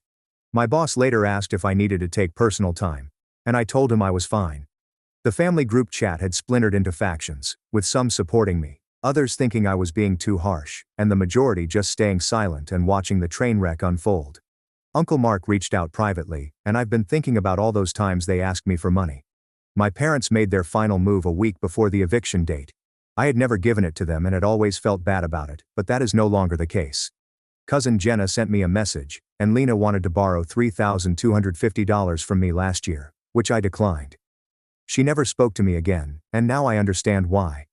They hired a new lawyer, a flashy guy who specialized in family disputes, and he sent me a letter threatening to sue me for emotional distress, elder abuse, and financial coercion. Margaret's attorney laughed when he read it. "They have nothing, and this is a Hail Mary. Should I be concerned? Only if you're concerned about wasting 30 minutes in court watching their case be dismissed. Evan, this is Colleen, your father's sister. Aunt Colleen." I hadn't spoken to her in years because she had moved to Oregon and dropped out of the family orbit. The eviction was scheduled for 6 days later, and the loan repayment court date was set for 2 weeks after that. "Hey, I heard what's going on, and I want you to know you're doing the right thing. Thank you. No, I mean it. Your father did the same thing to our parents. Borrowed money, never paid it back, and acted as if it was owed to him. I stopped talking to him because of it, and your grandmother bailed him out more times than you know." My stomach dropped. I didn't realize that. That's because they don't talk about it, they bury it, and they make you feel crazy for remembering.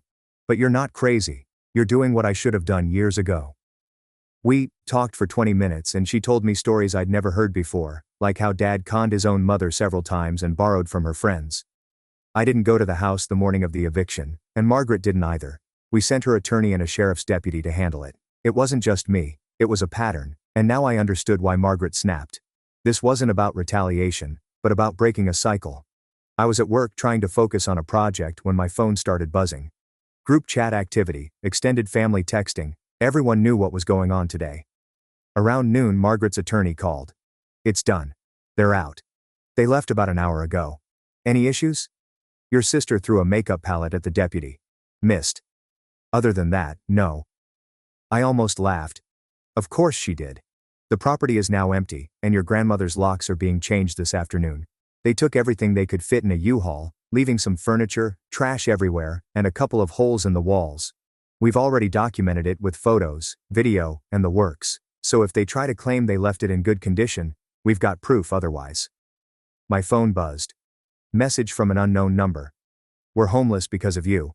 If anything happens now, it's all your fault." Blocked. They were cycling through phones trying to get to me. I blocked 4 numbers in 10 minutes. Then came a call from Aunt Diane. "Evan, I just spoke with your mother. They're in a motel. They don't have anywhere to go. With all due respect, Diane, they owe me $51,000 and Margaret $33,000, and they've been living rent-free for 8 years. She claims they can't afford the first month's rent anywhere and will end up on the street. They've borrowed, stolen, and twisted their way through life, and it's finally come up with them. I'm not the villain here." Silence. "I know," she finally said. I feel bad. So do I.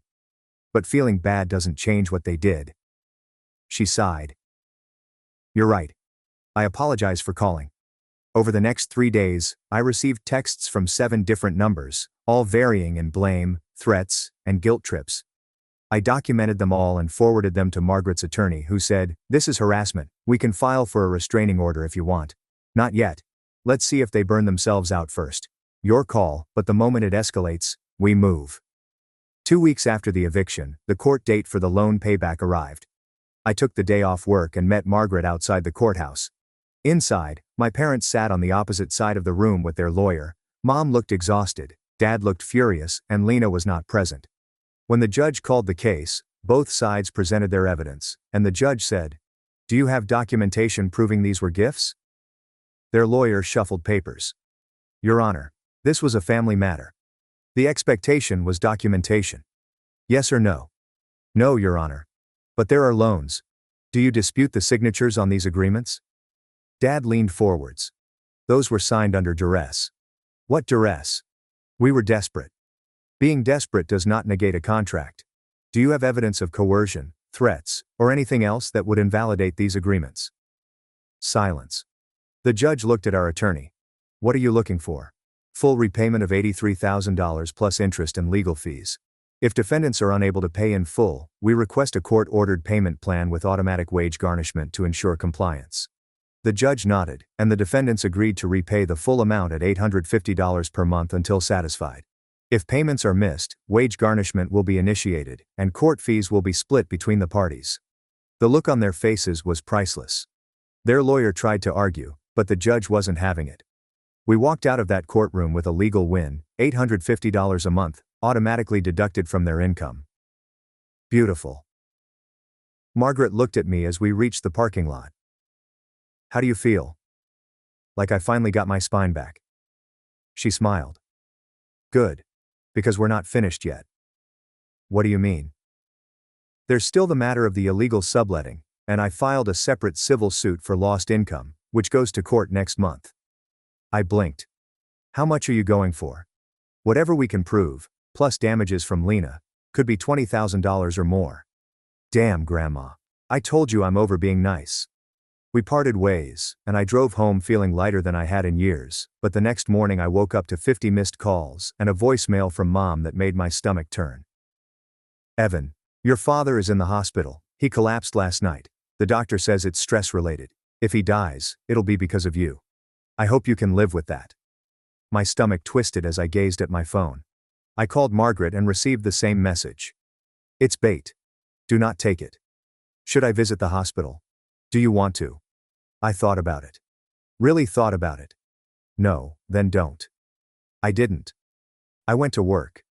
I lived my life. When others asked whether I'd heard about Dad, I answered yes, and left it at that. Dad was released from the hospital 3 days later. They had a stress-induced panic attack, not a heart attack, not a life-threatening one, and when the guilt trip didn't work, they realized they'd lost. Losing the court case broke something in them, and for the first time in their lives, they couldn't manipulate their way out. The $850 monthly garnishment hit their accounts immediately, automatically and unavoidably. Dad had gotten a job at a warehouse. Mom was doing data entry from whatever apartment they could pull together, and Lena had moved in with a guy she met on a dating app, another temporary host she'd drained until he grew aware. But the damage wasn't just financial. Aunt Diane stopped returning Mom's calls. Uncle Mark blocked Dad after he tried to borrow $500 to get through the month. Cousin Jenna publicly called Lena out on Facebook for trying to sell her a makeup service while still owing me $18,500, and their social circle imploded. Church members stopped inviting them to events. Margaret's legal suit against Lena proceeded to court 3 weeks after the loan repayment verdict, and I attended. Margaret claimed that she had been sharing the space with friends and that any money exchanged was for home expenses. Margaret's attorney presented a stack of printed Airbnb reviews, Craigslist conversations, and Venmo transactions that showed $20,000 in documented rental income over 18 months. The judge looked at Lena and said, "You operated an unlicensed rental business from property you didn't own, pocketed the income, and now claim it was just friends helping out. I was trying to survive by committing fraud." The plaintiff received a $20,000 judgment plus damages and legal fees. Lena stormed out of the courtroom, and I went back to work, back to my life. The chaos was still going on around me, but I wasn't a part of it anymore. 2 months after the eviction, I heard from my cousins that Lena's boyfriend kicked her out of his place, and she's been sleeping in her car. They tried to fight it twice, filing motions to reduce the payments and claiming financial hardship. Both times, the judge denied them, saying they'd signed contracts and would now honor them. 4 months after the court judgment, they'd paid back $3,500 of the total $83,000. At this rate, it would take more than 8 years to repay everything. 8 years of being legally bound by the consequences of their choices. And I was happy with that. When Grandma and I met for lunch one afternoon, she looked better, lighter, and less agitated. She had refurbished the house after they had departed, and it was now an actual rental property with real tenants who paid on time. How does it feel? I asked. Liberating? She drank her coffee. I spent so long trying to help them, trying to be the supportive mother, the understanding grandmother, and all it did was make things worse. You did the right thing and so did you. Don't forget what they did, don't forget how they treated you, and I won't, but I didn't think they'd come crawling back. 6 months after the eviction, my phone rang on a Saturday evening. It was Evan. Mom's voice was small and broken.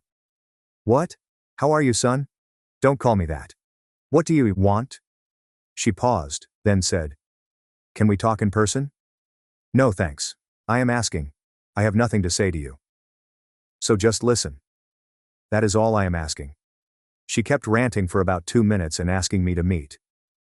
I should have said no, but curiosity won, so I agreed to meet her tomorrow.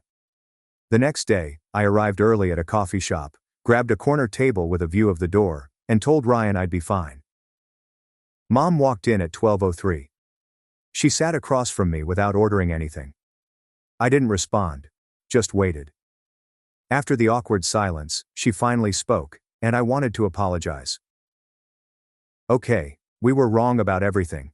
The loans, the house, the way we treated you, everything. I leaned back. What do you want? Nothing. I needed to say it. You said it. Anything else? She looked down at her hands. Your father and I are separating. That caught me off guard. What? We can't afford to live together anymore. The garnishments, the rent, everything. We're drowning. We blame each other all the time. It's over. I'm sorry. I wasn't. Lena is pregnant. She doesn't know who the father is. She's asking us for help, but we don't have anything to give her. Again, not my problem. I know. I'm not asking you to fix it. I just thought you should know. We sat in silence for a moment, then she spoke again, quieter. You were correct about everything. We used you, we took advantage of you, and when you finally stood up for yourself, we tried to destroy you. I don't expect you to forgive me, but I just wanted you to know that I see it now. What did we do? I studied her face looking for the manipulation, the angle, but all I saw was exhaustion. Is that it? That's it. I stood up. Thank you for your apology, but it doesn't change anything. You still owe me $51,000, and the garnishment will continue until it's paid. I understand. Do you?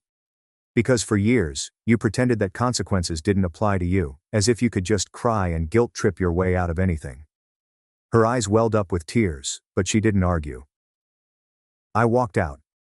2 weeks later, Dad called. I didn't answer. He left a voicemail. Evan, I understand you don't want to talk to me, but I'm calling to ask. No, to beg.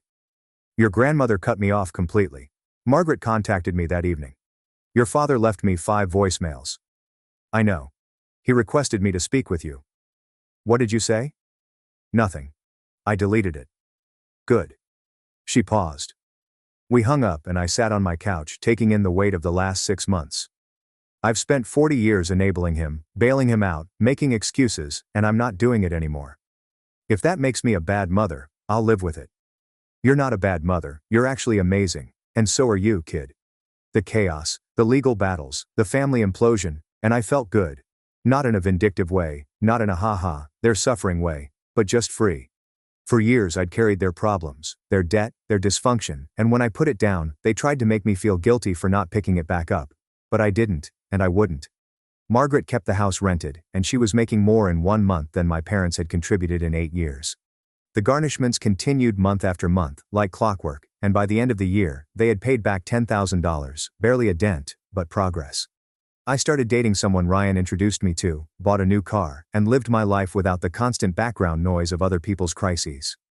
Every month, when that $850 garnishment hit my account, I transferred it straight to savings, not because I needed it, but because it served as a reminder that family isn't a free pass to use people. A reminder that sometimes the best thing you can do for yourself is to stop carrying weight you don't own.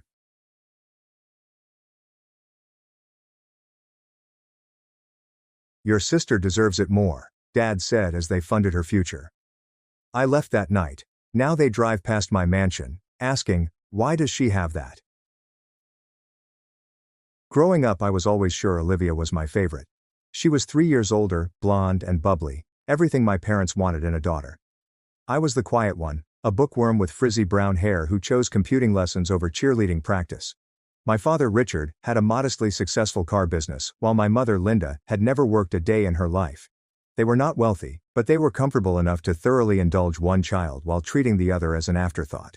Olivia received a brand new Honda Civic for her 17th birthday. When I reached 17, I received a bus pass and a lesson about responsibility. She attended state college and lived in a sorority house that our parents totally sponsored. I worked 4 jobs to get through community college before transferring to a university 3 hours away. The pattern was evident, but I promised myself it will change someday. Perhaps if I proved myself, people would recognize my worth. How naive I was. Olivia got engaged 4 years ago to her fiancé, Ethan, a middle manager at a logistics company. The wedding planning began quickly, and my mother could not stop talking about it. Every Sunday supper turned into a 3-hour conversation about flower arrangements, venue alternatives, and dress fittings. I sat there, fork sliding food around my plate, unseen as usual. Then came the announcement, which changed everything. We were at my parents' place and Olivia was discussing her wedding budget with Mom and Dad. I was only half listening when I heard the amount, $90,000. My head shot up so quickly that I nearly gave myself whiplash. Wait, what? I inquired. Surely I misheard? My father didn't even look at me. We're giving your sister $90,000 for the wedding.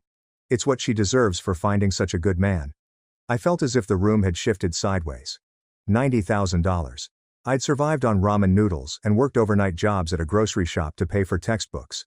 I graduated with $48,000 in school loans that I was still paying off, and they were simply giving Olivia enough money to purchase a house. That's a lot of money, I said, scarcely audible. Olivia beams. I know, right? We're thinking of having it at the Riverside estate. It's going to be absolutely perfect. I looked at my parents, something urgent forcing its way up my throat. Do you think, I'm still paying off my student loans, and if there's money available, maybe I could get some help with. No.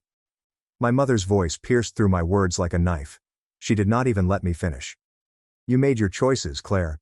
You chose that expensive university instead of staying local. You chose to study computer science instead of something practical. Computer science isn't practical? I inquired, puzzled. My father finally looked at me and the disappointment in his eyes was not new, but it still hurt. Your sister is building a life, starting a family. She needs support. You're just thinking about yourself, as usual. The air had left my lungs. I'm thinking about myself. I worked 4 jobs while Olivia partied through college on your dime. That's enough, my father shouted, his voice raised. Your sister knows how to appreciate what she's given. She's always been grateful. Always been the daughter we could be proud of. And I'm not? The query sounded shattered, years of rejection finally forming words. My mother sighed as if I had exhausted her. Claire, you don't deserve any help. You've never appreciated what we've done for you. You've always been difficult, always been distant. Olivia includes us in her life. When was the last time you called just to chat?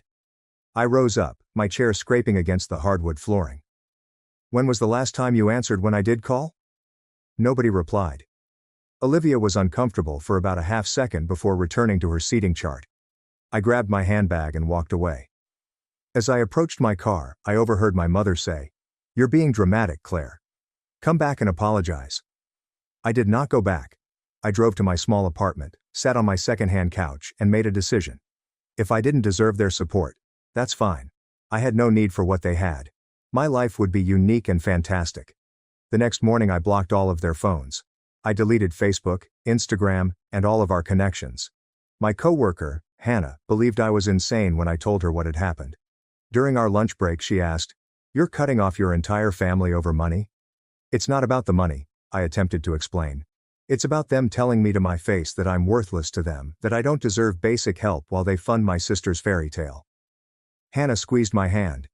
Then show them what you're worth. And this is exactly what I did. The first several weeks were more difficult than I thought. I'd find myself reaching for my phone to contact my mother about anything trivial, a humorous incident at work, a recipe question, the kind of thoughtless check-ins that daughters do.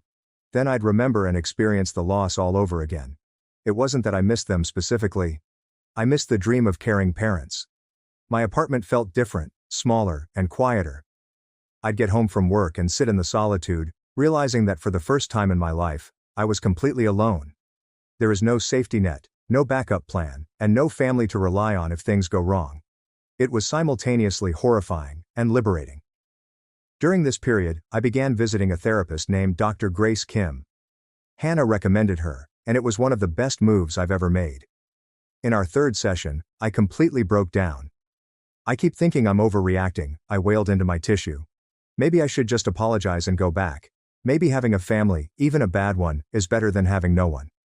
Dr. Kim leaned forward in her chair. "Claire, you didn't cause this break. You simply stopped accepting unacceptable treatment. There's a difference between being alone and being lonely. Right now, you're alone by choice because being with them made you feel lonelier than being by yourself." Her remark struck me as a revelation. She was correct. I felt more alone at the dinner table, unnoticed and rejected, than I had at my empty apartment. "What they did was emotional abuse," Dr. Kim said gently. "Favoritism to this extreme, constant comparisons, withholding support while lavishing it on your sister, are examples of psychological injury. You're not overreacting. You're protecting yourself." Over the next few months, therapy assisted me in unpacking 28 years of harm. I began to recognize patterns that I had never observed before. How my mother would laud Olivia for the simplest successes but never acknowledge my own, no matter how great. My father would light up when Olivia entered a room yet hardly look up from his newspaper when I arrived home. How family images were meticulously chosen to highlight Olivia, but I was frequently chopped out, or pushed to the margins. I remembered graduating from high school with honors and receiving a full scholarship to community college. My parents had arrived late, missed my name being called, and then left early because Olivia had a hair appointment. When I grew offended, my mother told me, "Don't be so sensitive, Claire. It's only a graduation. Olivia's prom is next week, and it's far more important." Dr. Grace Kim requested me to bring in photographs from my youth. Looking over them with her, I noticed things I had overlooked. Olivia was the focal point of every photograph, always smiling and colorful. I was usually slightly off focus, my grin unsure, and my body language indicating uneasiness. In one especially terrible photo from Olivia's Sweet 17, I was practically standing outside the frame, partially chopped off, as Olivia stood with our parents as if they were the ideal family of three. "This must have been so painful to live through," Dr. Kim murmured softly, scrutinizing the images. "I just thought it was normal," I said. "I thought maybe I deserved it somehow, like there was something fundamentally wrong with me that made me unlovable." "There is nothing wrong with you, Claire. There was something extremely wrong with the way you were treated." With this new insight, I turned my pain into productivity. Therapy offered me clarity, which gave me concentration. Every session in which I unpacked each layer of dysfunction fueled my drive to achieve. I immersed myself into my job at the tech startup where I'd been working for 3 years. I was a junior developer, but I had huge ambitions. In my leisure time, I was working on a software project that had the potential to transform inventory management for small and medium-sized enterprises. It used machine learning to forecast supply requirements based on hundreds of criteria, resulting in less waste and greater efficiency. The software began as a class project in my final year of university. Dr. David Reyes, my professor, had pulled me aside after I finished presenting it. "Claire, this is excellent job. Have you considered taking this further? This may be commercially viable."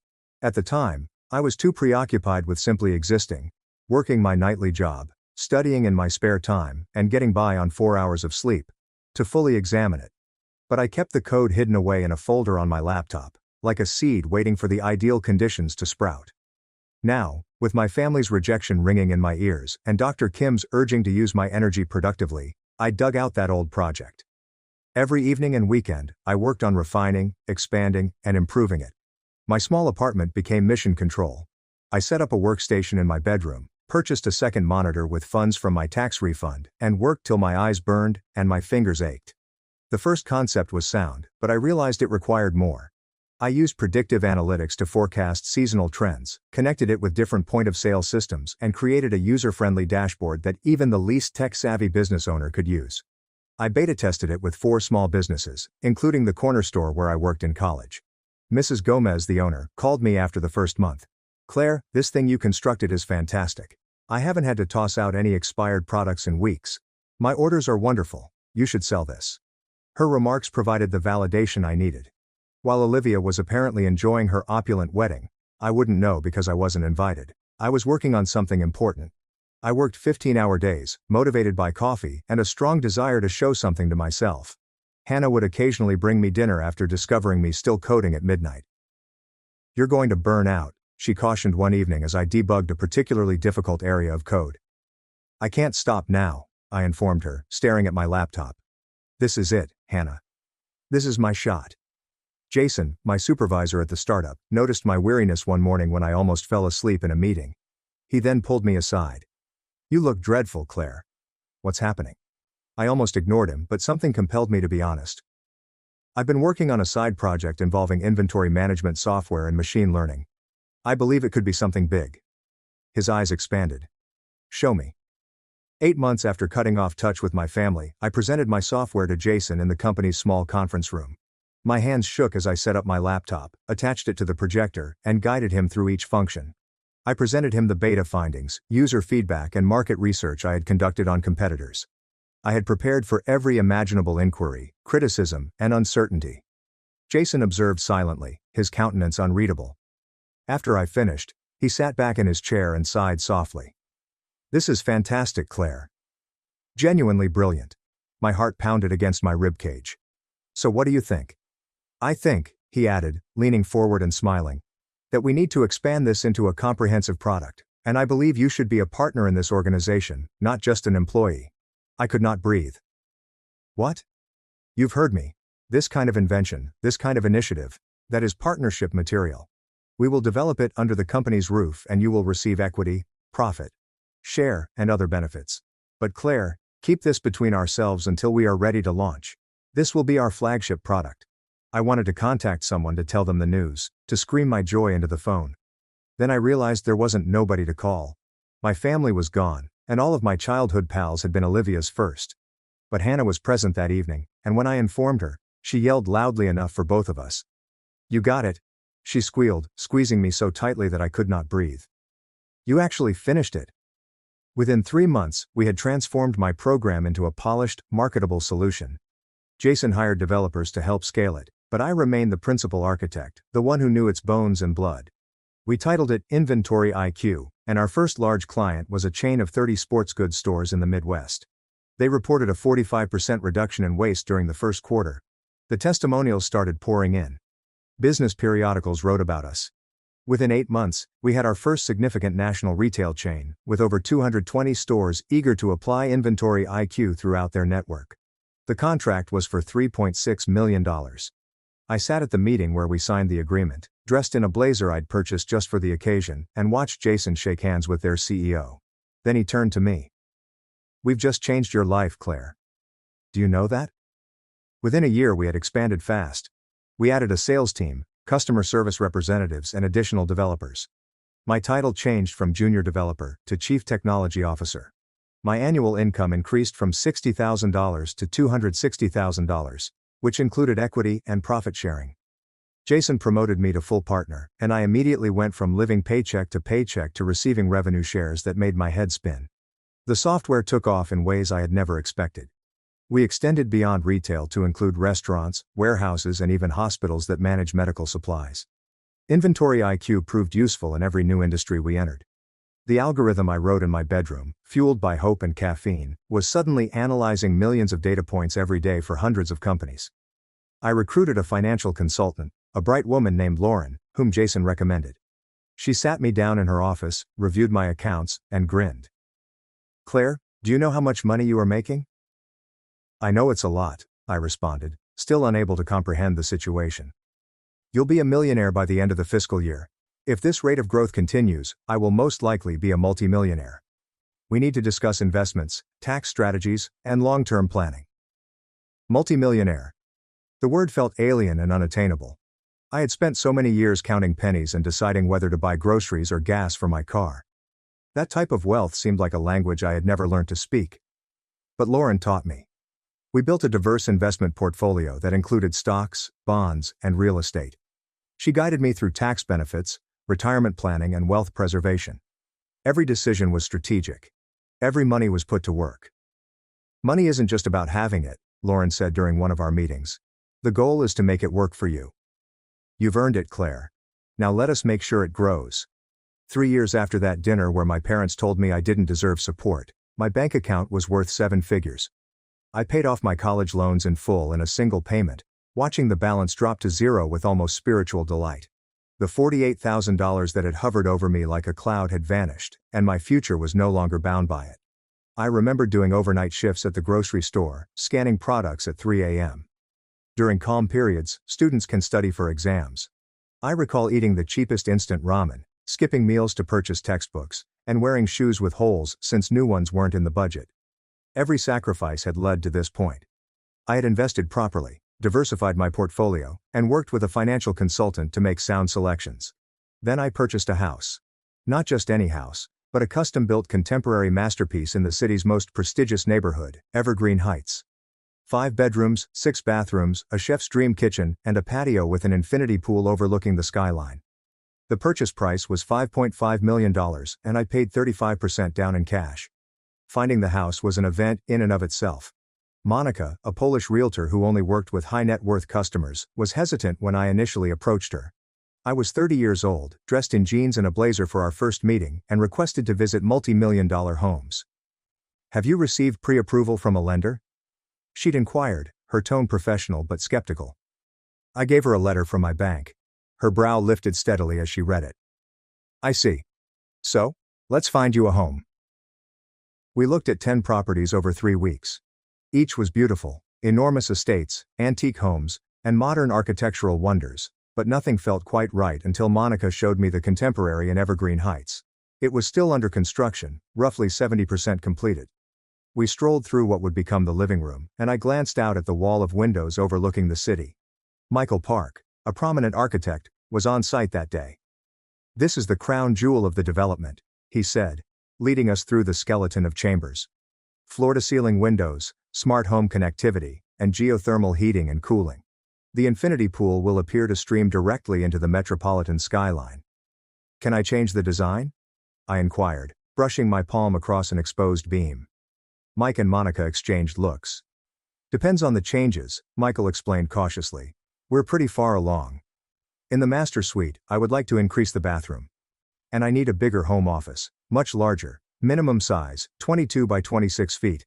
Built-in bookshelves. Multiple workstations require specialized electrical services. Soundproofing." Michael took out the designs and set them out on an improvised table made of sawhorses and plywood. "I can make that work, but it'll add to the cost and the timeline." "How much, and how long?" I asked. He did a few fast calculations. "Another $280,000, and we're looking at 5 more months of construction." I did not hesitate. "Do it." Monica regarded me with renewed respect. "Are you serious about this?" "Completely." The house was everything I'd ever hoped for, and nothing I expected to attain. As building progressed over the next few months, I paid weekly visits to the site. I saw my vision come to life: the extended master bathroom with a soaking tub overlooking the city, the home office that would become my sanctuary, and the gourmet kitchen with professional-grade appliances that I was gradually learning to use. I selected every finish, fixture, and paint color. The designer Michael introduced me to a bright woman named Isabel. She had amazing taste yet always listened to my wishes. "This is your home," Mom would reply whenever I questioned a decision. "It should reflect who you are." Who was I? For the first time in my life, I had the freedom to make my own decisions without the influence or judgment of others. I went with deep blues and warm grays, clean lines and natural materials. I chose furniture that was comfortable rather than simply striking, and art that spoke to me rather than what was popular. Michael personally delivered me the keys on the day I received them, in the finished living room. "It's been a pleasure to work with you, Claire. This house is something special. Floor-to-ceiling windows, smart home technology throughout, and a home office larger than my previous flat." The day I received the keys, I stood in the empty living room and cried. Not sad tears, but the kind that come when you realize you finally made it, despite everything. The moving-in procedure was strange. I hired expert movers, who handled everything with care that I had never seen before. My modest apartment items, my used couch, garage sale dining table, and clearance rack clothes, looked out of place in the vast room. "We need to get you some furniture," Hannah explained, standing in the vast living room. So we did. I recruited Isabel to help me furnish the house, and for the first time in my life, I did not look at the price tags. That leather sectional I had always wanted was ordered. The dining table could accommodate 12 people, which was ideal. A bed that was more expensive than my first car. Why not? But even as I packed the house, I was cautious. Dr. Grace Kim's remarks rang in my head during a session after I had moved in. Wealth can heal certain wounds, but it can also cause new ones if you're not cautious. Don't let success define you in the same way that your family's rejection did. I made an effort to stay grounded. I continued to drive my reliable but modest Honda Accord, though I did trade it in for a new one. I still shopped at regular grocery stores and met Hannah for our weekly lunch dates at informal restaurants. The mansion was a symbol of my accomplishment, but it did not represent my identity. Daniel and I met 3 months after I moved in, at a technology conference in Seattle. I had been asked to speak on a panel about innovation and inventory management, which still felt unreal. Following my talk, he approached me at the networking reception. "That was impressive," he replied, extending his hand. "Daniel Cooper. I'm a software engineer at Dataflow Systems. Claire Harris, and thank you." He was tall, with kind eyes, and when he smiled, it seemed real. We talked for an hour, with topics ranging from work to novels, to the horrible coffee offered during the conference. "May I take you to dinner?" he inquired as the reception closed down. "Somewhere with better coffee." I paused. Dating was never easy for me. My few relationships in college were fleeting, exacerbated by my work schedule and emotional unavailability. Opening out to someone means risking rejection, and I'd had enough of that for a lifetime. But there was something about Daniel that made me feel comfortable. "Sure," I replied. "I'd like that."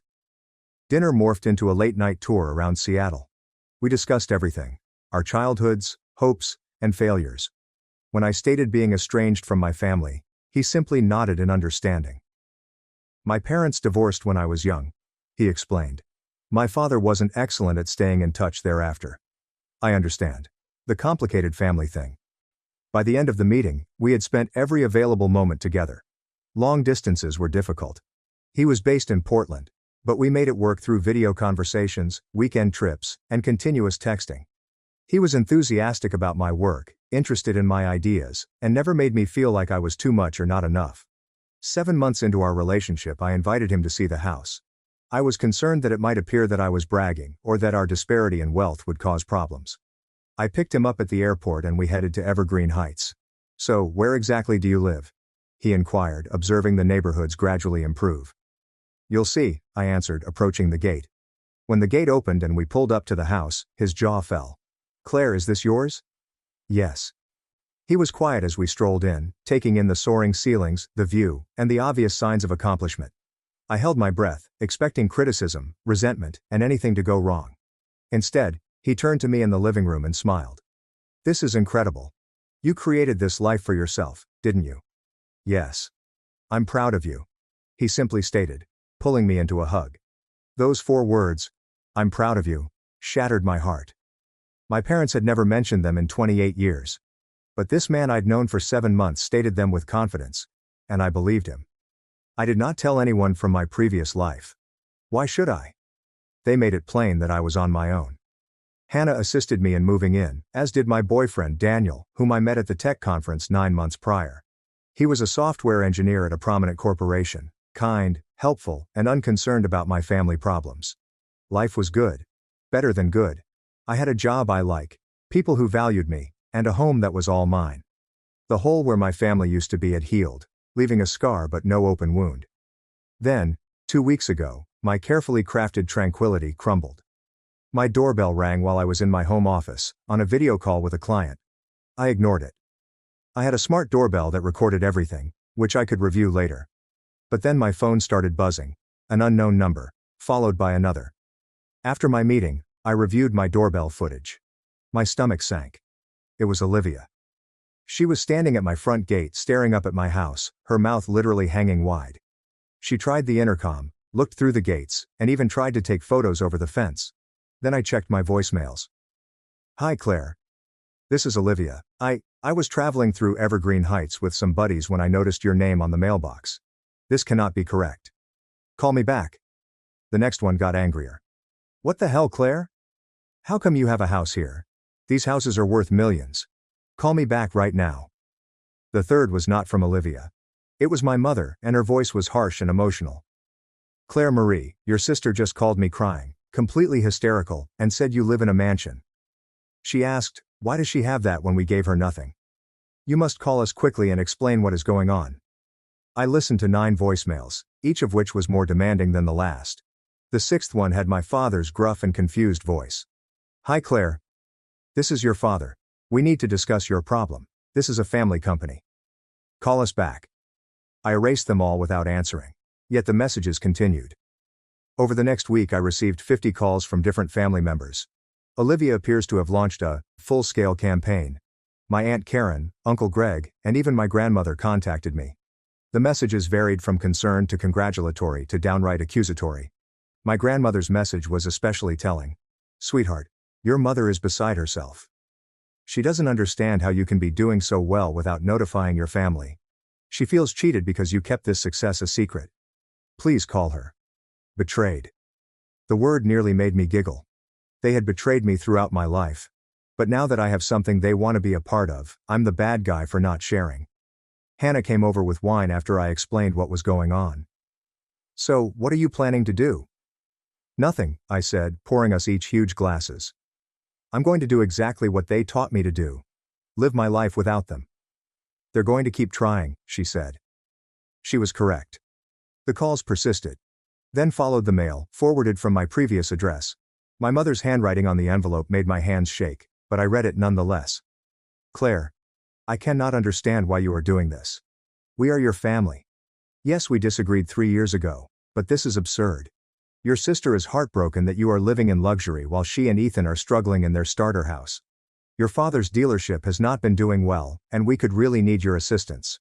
Surely, with all of your success, you can leave something for those who raised you. We committed mistakes, but family is forgiving. It's time to come home and rejoin this family. Olivia is pregnant, and she wants her child to know their aunt. Love, Mom." I reread it 3 times, each time discovering additional layers of manipulation. They wanted me back, now that I had money. Olivia was struggling in her starter home, which they undoubtedly helped with the down payment for, while benefiting from my prosperity. And the pregnancy announcement was used as bait to get me back. I wrote a reply. I wrote it, rewrote it, and tweaked it about a dozen times. Finally I found something that expressed what I needed to convey. "Linda, you are correct about one thing. We disagreed 3 years ago. You said I didn't deserve any support. You said I wasn't the daughter you should be proud of. You gave Olivia $90,000 while sending me the clear message that I was worth nothing to this family. So I listened. I created a life where I don't require your assistance, approval, or presence. I deserve the achievements I've achieved through my own hard work, something you never thought I was capable of. You feel cheated because I kept my success concealed. I did not keep anything secret. I simply do not have a relationship with you anymore. You are not entitled to receive updates on my life, finances, or happiness. Olivia's kid will have a large family, but I will not be included.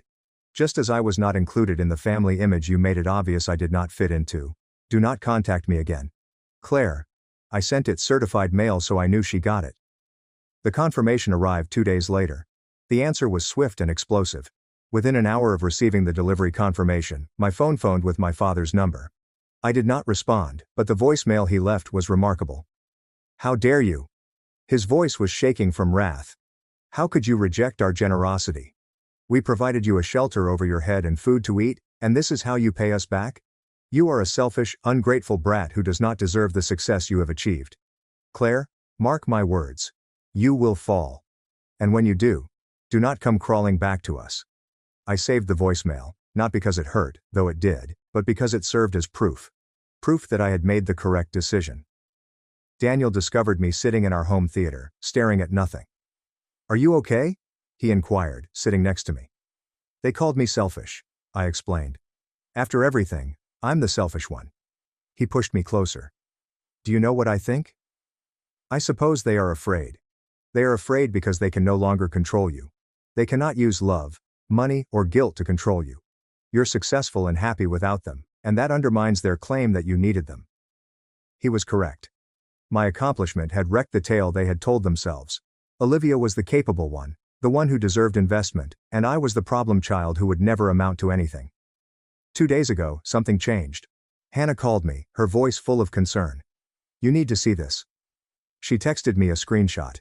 Olivia had posted on Facebook and it had been shared publicly. The privacy settings must have been incorrect, as it was spreading. The post reads, "Some people forget where they are from. My sister has millions while her family is struggling, and she refuses to receive our calls. Money has an impact on individuals, and it is not always positive. I hope she remembers what family means before it's too late." The comments were a mix of support for Olivia and requests for further detail. Several people left comments like, "There are always two sides to a story. Perhaps she has valid reasons, but what struck me was my mother's remark. We gave her everything as she grew up, and this is how she repays us. Some children simply do not have gratitude in their hearts." I stared at the words. Everything. Had they given me everything? According to her reconstructed history, the bus pass, rather than the car, was everything. Student loans, rather than paid tuition, were everything. Constant comparisons and disappointments were everything. I've made a decision. I'd had enough of keeping my side of the story to myself. I set up a new Facebook account using my complete name. I simply created one post, which I made public. I wrote, "I've been questioned by common acquaintances why I don't communicate with my family. Here is the truth. 3 years ago my parents gifted my sister $90,000 for her wedding. When I inquired whether they could help with my student loans, which I had accumulated because, unlike my sister, I had received no financial assistance for college, I was informed, 'You don't deserve any aid.' My father claimed I had always been the disappointing child. My mother claimed I had never appreciated what they had done for me. So I followed their counsel. I stopped asking for assistance. I built a successful career in technology, developed software that is now used by hundreds of businesses, and sure, I purchased a beautiful home with money I earned myself. I did not hide my success out of contempt. I just do not have relationships with those who have made it apparent that I am unworthy of their love and support. They want to get back in now that I've achieved success. They feel entitled to my money, time, and forgiveness. But here's what I learned. You can't choose when to be family. You can't tell someone they're worthless and then expect them to share their worth with you. You cannot skip the investment and claim the returns. To those who claim I should forgive because they are relatives, they had 20 years to treat me like family. They decided not to. I'm only following the boundaries they set. I am successful, happy, and surrounded by people who loved me even when I had nothing. That is all that matters." I posted it and shut down the laptop. Whatever occurred next, at least the truth was revealed. Within 8 hours, the post had 2,000 shares. By the next morning, it had surpassed 12,000. People discovered Olivia's post and commented on it, wondering why she took out the part about the $90,000 and the "you don't deserve help" talk. My mother called from a number that I had not banned. I responded this time. "How could you?" She growled before I could say hello. "How could you broadcast our private family business like that? Do you understand how humiliated we are? Your father's customers are aware of this. Olivia's friends have asked her about it." "You made a public post calling me ungrateful," I responded gently. I simply provided context. "We never said such things. You are twisting everything." "I am not twisting anything, Linda. You said precisely what I quoted. You want to know what is truly humiliating? Having your parents tell you directly that you are not worth helping. That is humiliation."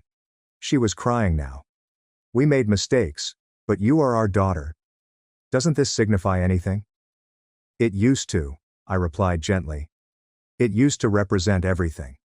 But you taught me that love in this family was conditional. It depended on being the right kind of daughter, making the right decisions, and being someone you could be proud of.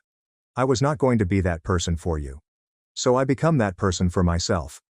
Claire, please, goodbye, Linda." I hung up and blocked the number. Daniel was in the kitchen preparing dinner when I walked in.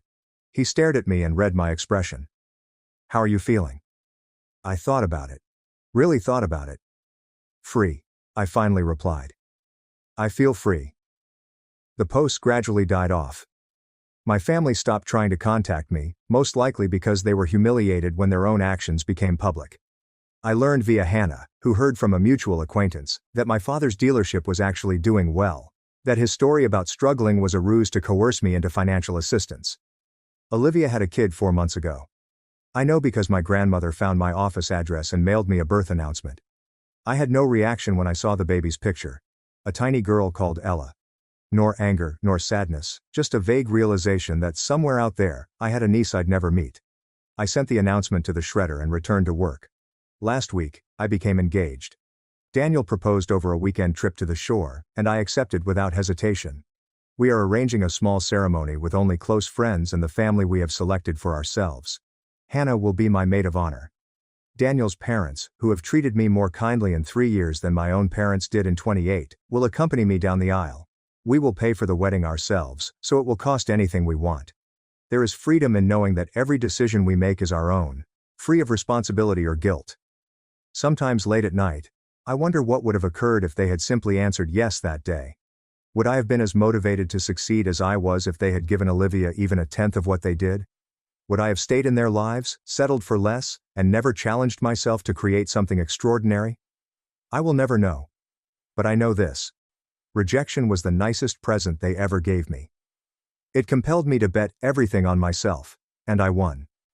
My house is more than just a building worth $6 million. It demonstrates that I was always more valuable than they could see. Every room, window, and carefully picked detail reflects the person I became when I stopped seeking for their approval. Olivia drove past my house and called our mother, crying, wondering why I had anything while they had given me nothing. The solution is straightforward. I have this since they didn't give me anything. Their absence produced a hunger that drove my accomplishment. Their uncertainty fueled my desire. Their rejection led to my redemption. I don't dislike them anymore. Hatred necessitates caring, and I've progressed beyond that. They are simply people who made decisions, and I made different ones. Their losses are not my responsibility to bear. Hannah asked me last night if I ever regretted cutting them off. I gazed around my home office, at the life I'd established, at Daniel, who was planning our wedding in the next room, and at my profession, which challenged and fulfilled me. No, I replied. I don't think I will. Some people spend their entire lives attempting to prove themselves to relatives who will never recognize their worth. Instead, I spent 3 years proving it to myself, which has made all the difference. Every evening the city lights dazzle below my infinity pool, reminding me of how far I've gone since that dinner table where I was told I didn't deserve aid. They were correct in a manner. I didn't deserve their help. I deserve so much more. And I discovered it on my own. That is my story. That's how I went from disappointed daughter to woman with the $6 million house. Not through retribution or hatred, but simply by believing in myself when no one else did. Mom said Paris was canceled due to budget issues. Then I saw 92 photos. My parents, their other kids, but not me. I cut them off when they came back. My mother's voice sounded remorseful, perhaps even embarrassed. Sweetie, I have some disappointing news about the anniversary trip, she told me. Your father and I had to cancel Paris. Budget concerns arose, and we simply cannot afford it right now. I felt genuine sadness for them. 30 years of marriage are worth celebrating, and they'd been preparing this trip for nearly a year. Mom had sent me links to cafes, museums, and even the little hotel they had chosen in the Marais district. I'm so sorry, Mom. I know you were really looking forward to it. These things happen, she said. Maybe next year. How are things for you? We talked for another 20 minutes about my job, teaching high school English, my apartment, and nothing particularly significant. She seemed regular, loving as always. I am 34 years old, and I've always thought I had a close relationship with my parents. For the majority of my childhood, I was convinced that I was the only child. My childhood in suburban Connecticut was pleasant, steady, and uneventful in the best possible manner. Dad worked in insurance. Mom was a nurse who worked part-time when I began school. We held family dinners. They attended my soccer games. Normal stuff. Only there was always something slightly odd that I couldn't quite identify. Small comments here and there. Mom's expressions at times were difficult to read. How specific themes were subtly shifted. A week after that phone call, I was perusing through Facebook during my lunch break, delaying on making report card comments, to be honest. That's when Ashley Reed's post arrived in my newsfeed. Ashley was one of my childhood neighbors. We were cordial, but not close. The type of individuals who liked each other's postings but rarely communicated. Her most recent update showed her smiling in front of the Eiffel Tower, with the description, "Surprise family reunion in the City of Light." Best week ever. My finger froze on the screen. I opened the album. 92 photos loaded slowly, each one twisting something further within my chest. My mother was at a cafe, wearing a striped shirt and sunglasses and holding a croissant. My father laughed, his wine glass rising. Ashley's parents, whom I had known since childhood, and 3 more people I had never seen in family photos. A woman in her mid-30s with dark curls. A man around my age with my father's nose and chin. A younger woman, about 28, with my mother's eyes and smile. They were not going on the trip as buddies. The body language told a different story. The way my mother wrapped her arm around the curly-haired woman. How my father stood between the man and my mother. His hands on both their shoulders. The comfortable intimacy in each shot. Photo 16 shows all 6 of them in a restaurant, champagne glasses lifted. The caption stated, "To family, no matter how complicated." Photo 27 shows my mother and the curly-haired woman, heads together, laughing at something off camera. Photo 46 shows my father with his arms around both women, appearing happier than I had seen him in years. Photo 69, all of them in front of Notre Dame, posing like any family tourist photo, except, I'm not in it. I sat in the teacher's lounge, staring at my phone, until the 5th period bell rang. My hands were shaking. Students filed past me in the corridor, and I barely saw them. She'd mentioned budget difficulties. They paid for flights to Paris, lodgings, lunches, wine, and museum tickets, everything captured in Ashley's 92 images, which she had kindly uploaded and categorized. However, there was no money to include me. No one expressed a wish to incorporate me. I returned home that afternoon and opened my laptop, delving into old family photos for the first time. Birthday parties at which I was the sole child. Holidays with only the 3 of us. Even at extensive family events I had never seen these 3 folks. The curly-haired woman resembled my mother's jawline, the man held my father's hands. The younger woman combined all of their looks, resulting in 3 people who looked considerably more like my parents than me. I have blonde hair and blue eyes. Both my parents are brunettes with brown eyes. They'd always say I looked like my grandma and showed me old images of a woman I somewhat resembled. I had never questioned it. My fingers moved almost instinctively, scanning adoption registries and genealogy websites for any information that could help me. But I stopped myself. If I had been adopted, they would have told me, right? Unless they felt humiliated. Unless I was a mistake that they were stuck with. Unless I was something they'd taken on out of obligation, while their true children, their wanted children, were elsewhere. For hours the thoughts raced through my mind. I did not sleep. I kept going back to those images, scrutinizing every grin, casual touch, and moment of joy that I hadn't been invited to participate. The following morning, I called in sick. I spent the day staring at the walls, my phone, and nothing.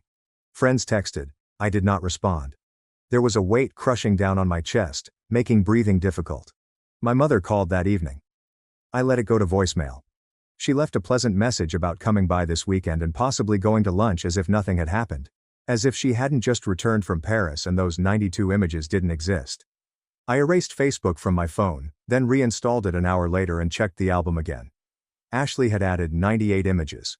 One featured my mother and father on top of the Arc de Triomphe, his arm around her waist, both glowing. Another photo showed all 6 of them having a candlelit meal, with the remark, "Finally, everyone together. Worth the wait. Finally, everyone is together." The message was clear. I was not everyone. I was something distinct, someone different. Days have passed. I worked on autopilot at work, returned home to an empty apartment, and avoided all interaction with my parents. Mom called twice more, and texted to see if I was okay. I replied with quick messages. "I'm busy with work." "Talk soon," she said, appearing satisfied. 3 weeks after I saw the images, my mother texted again. This time around, the tone was different. "Sweetie, I need your assistance with something vital. Could you please call me when you get a minute?" I looked at the message for a long time. Part of me wanted to dismiss it completely. A part of me wanted to call and shout. Instead, I replied, "What is wrong?" 3 dots appeared immediately. She was typing and waiting. Then her reaction came in. "It is complicated. I really do need to explain over the phone. Kindly call me. It is about your father. My father is playing the concern card, the family emergency card." I could see her strategy: get me worried, get me interested, and then ask for whatever she really wanted. Money, time, or any favor she felt she deserved because I was supposed to be the beautiful daughter. The daughter who did not receive an invitation to Paris. My thumb hovered over the call button, then I opened Facebook, looked at those photographs again, and allowed the hurt turn colder, harder, and more useful. I responded, "Is this the same father that had budget concerns with Paris? The one in the 92 Facebook images Ashley shared from your family vacation? Is that the father?" The 3 dots appeared, disappeared, reappeared, and disappeared. 6 minutes passed, then a dozen. Finally, "Can we please discuss this in person?" "No. Text works fine." Another prolonged delay. I could image her panic. trying to figure out how much I knew, how I found out, and what she may say. It's not as you think. Please allow me to explain. Explain what? Explain why you lied about canceling the trip. Explain who those 3 people are. Explain why your budget only covered 6 aircraft tickets, not 7. This time, the reaction was much faster. You don't understand the whole situation. Something snapped. My fingers moved quickly across the keyboard. You're correct. I'm not sure why my mother would look me in the eye and lie. I don't get why you take what appears to be your other children on a fantasy vacation and then tell me the money isn't there. I don't understand why I wasted 34 years believing I was your daughter when I'm plainly not. So, please clarify the circumstance. The dots emerged and disappeared multiple times. Then my phone rang. Mom called. I declined and sent another text saying, "Text only." What came back was lengthy, clearly typed, and retyped multiple times. Those are family members I have not seen in years due to difficult circumstances. Your father and I meticulously organized this reunion so that you would not be overwhelmed by family strife that you had never experienced. We planned to tell you everything when the moment was right. This was not about excluding you. We really love you. Please believe that. I reread it 3 times. Each word was carefully chosen, and every justification was precisely made. Who are they? You are half-siblings from before your father and I got married. It is complicated. 3 half-siblings. 3 people that resembled both my parents. 3 persons who had seemingly been kept hidden my entire life. How is this even possible? You are both their parents. A lengthier pause this time. No, we need to talk in person. This isn't something for text. Make it work for text, or don't bother explaining at all. The response took over 25 minutes. Your father has 2 children from his previous relationship. I had one. When we got together, their other parents had custody, and it was a mess. We were young. We made the decisions we thought were best. We attempted to maintain relationships with them after you were born. But it proved difficult. They were hurt and outraged. Eventually we lost contact. They recently reached out, hoping to reconnect.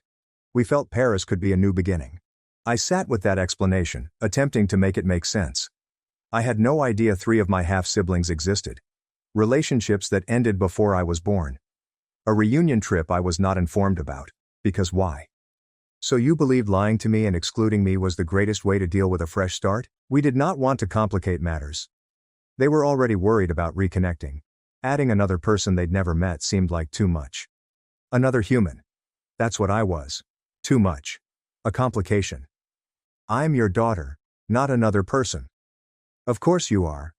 You are my baby girl, but they have been injured for a long time, and we wanted to work on healing those connections first. We were going to notify you later and maybe arrange for everyone to meet shortly. The answer was almost reasonable, made sense, and almost justified the deception. But it didn't. Not even close. You could have told me the truth. You could have said, "We are reconnecting with your half-siblings, and we need to make this vacation with only them first." I am 34 years old. I would have understood. Instead, you created a falsehood about budgetary issues. I know you're correct. I apologize. It was wrong. I panicked and stated what came to mind. When did you intend on telling me? Before or after Ashley uploaded 98 images for the world to see? No reaction for a while. Then, I didn't realize she was publishing images. She was not supposed to, but she did, and now I understand. So, what did you need help with? The shift of subject seemed to catch her off guard. The dots appeared and disappeared several times before she responded. Your father needs minor surgery next month. Nothing serious, but he will need someone to transport him home and accompany him for the first day. I have a work conference that I must skip. I read the message 5 times. She wanted me to care for my father, who had spent thousands of dollars on a Paris reunion that I was not invited to. The father who had chosen to reconnect with children who had been absent from his life for decades over being truthful with the daughter he had raised. Ask one of your other children. They don't live nearby, and it's only one day. Please. I'm busy that week. You don't even know which week it is yet. It doesn't matter. Whatever week it is, I am occupied. Do not be childish about this. Your father needs you. Childish. She called me childish. I looked at the Facebook photographs again, my parents laughing in Paris, their other children smiling. A family is complete without me. He needed me as he was debating whether to be open about his secret family reunion. He needed me when he had to choose between lying and trusting me enough to disclose the truth. He didn't appear to need me back then. This is different. This concerns his health. This is about you requesting free caretaker work from the daughter you lied to. I apologized. What else do you want? What did I want? An explanation that made sense. A time machine could undo the betrayal. My parents truly valued me. I'd like you to understand why this hurts. I want you to imagine how it felt seeing those photos. To know that you all spent a week together making memories and being a family, while I bought your lie and felt sorry for you missing your anniversary trip. I do understand, but punishing your father by refusing to help with his surgery isn't the answer. I am not punishing anyone. I am simply unavailable. As if you were unwilling to be truthful with me. As if I were unavailable to get an invitation to Paris. You're being incredibly selfish. The word landed like a smack. Selfish. I was selfish for not quickly forgiving a lie and offering to care for someone who had purposefully excluded me from a key family occasion. Do you know what is selfish, Mom? Lying directly to your daughter's face. Spending thousands of dollars on a trip that you pretend you cannot afford while excluding her. You never mentioned your other 3 children. Then you call and ask for favors when you need them. That is selfish. Those relationships are complicated in ways you can't understand. Then help me comprehend. Tell me the full truth. Show me that you respect me enough to be honest. The dots appeared, disappeared, and reappeared. When can we meet for coffee? We cannot. You must let me explain properly. I don't need to do anything. You're the one who requires something from me, so explain here or don't. Another long wait. Followed by a wall of words. Fine. Your father got married before me. They had twins, Ethan and Chloe. When they split, his ex-wife relocated to California with their children. He had summer visits, but they were dirty and terrible. I had Lily from a prior relationship. Her father was not interested. When your father and I got together, we tried to unite the family, but the kids were furious and hurt. Ethan and Chloe blamed me for their parents' divorce, which occurred before I met your father. Lily felt that she was losing me. The situation was chaotic. We eventually had you, and we hoped that a baby would bring everyone together. Instead, it made matters worse. The older children felt replaced. Lily was jealous. Their other parents used everything against us. We were young and overwhelmed. We took the difficult decision to pull back and let the elder children live stable lives with their other parents, rather than in constant conflict with us. We sent money, cards and gifts, and tried to establish contact, but they eventually stopped replying. We believed we had lost them forever. Then last year, Ethan reached out. He's married now, has perspective, and wanted to recover.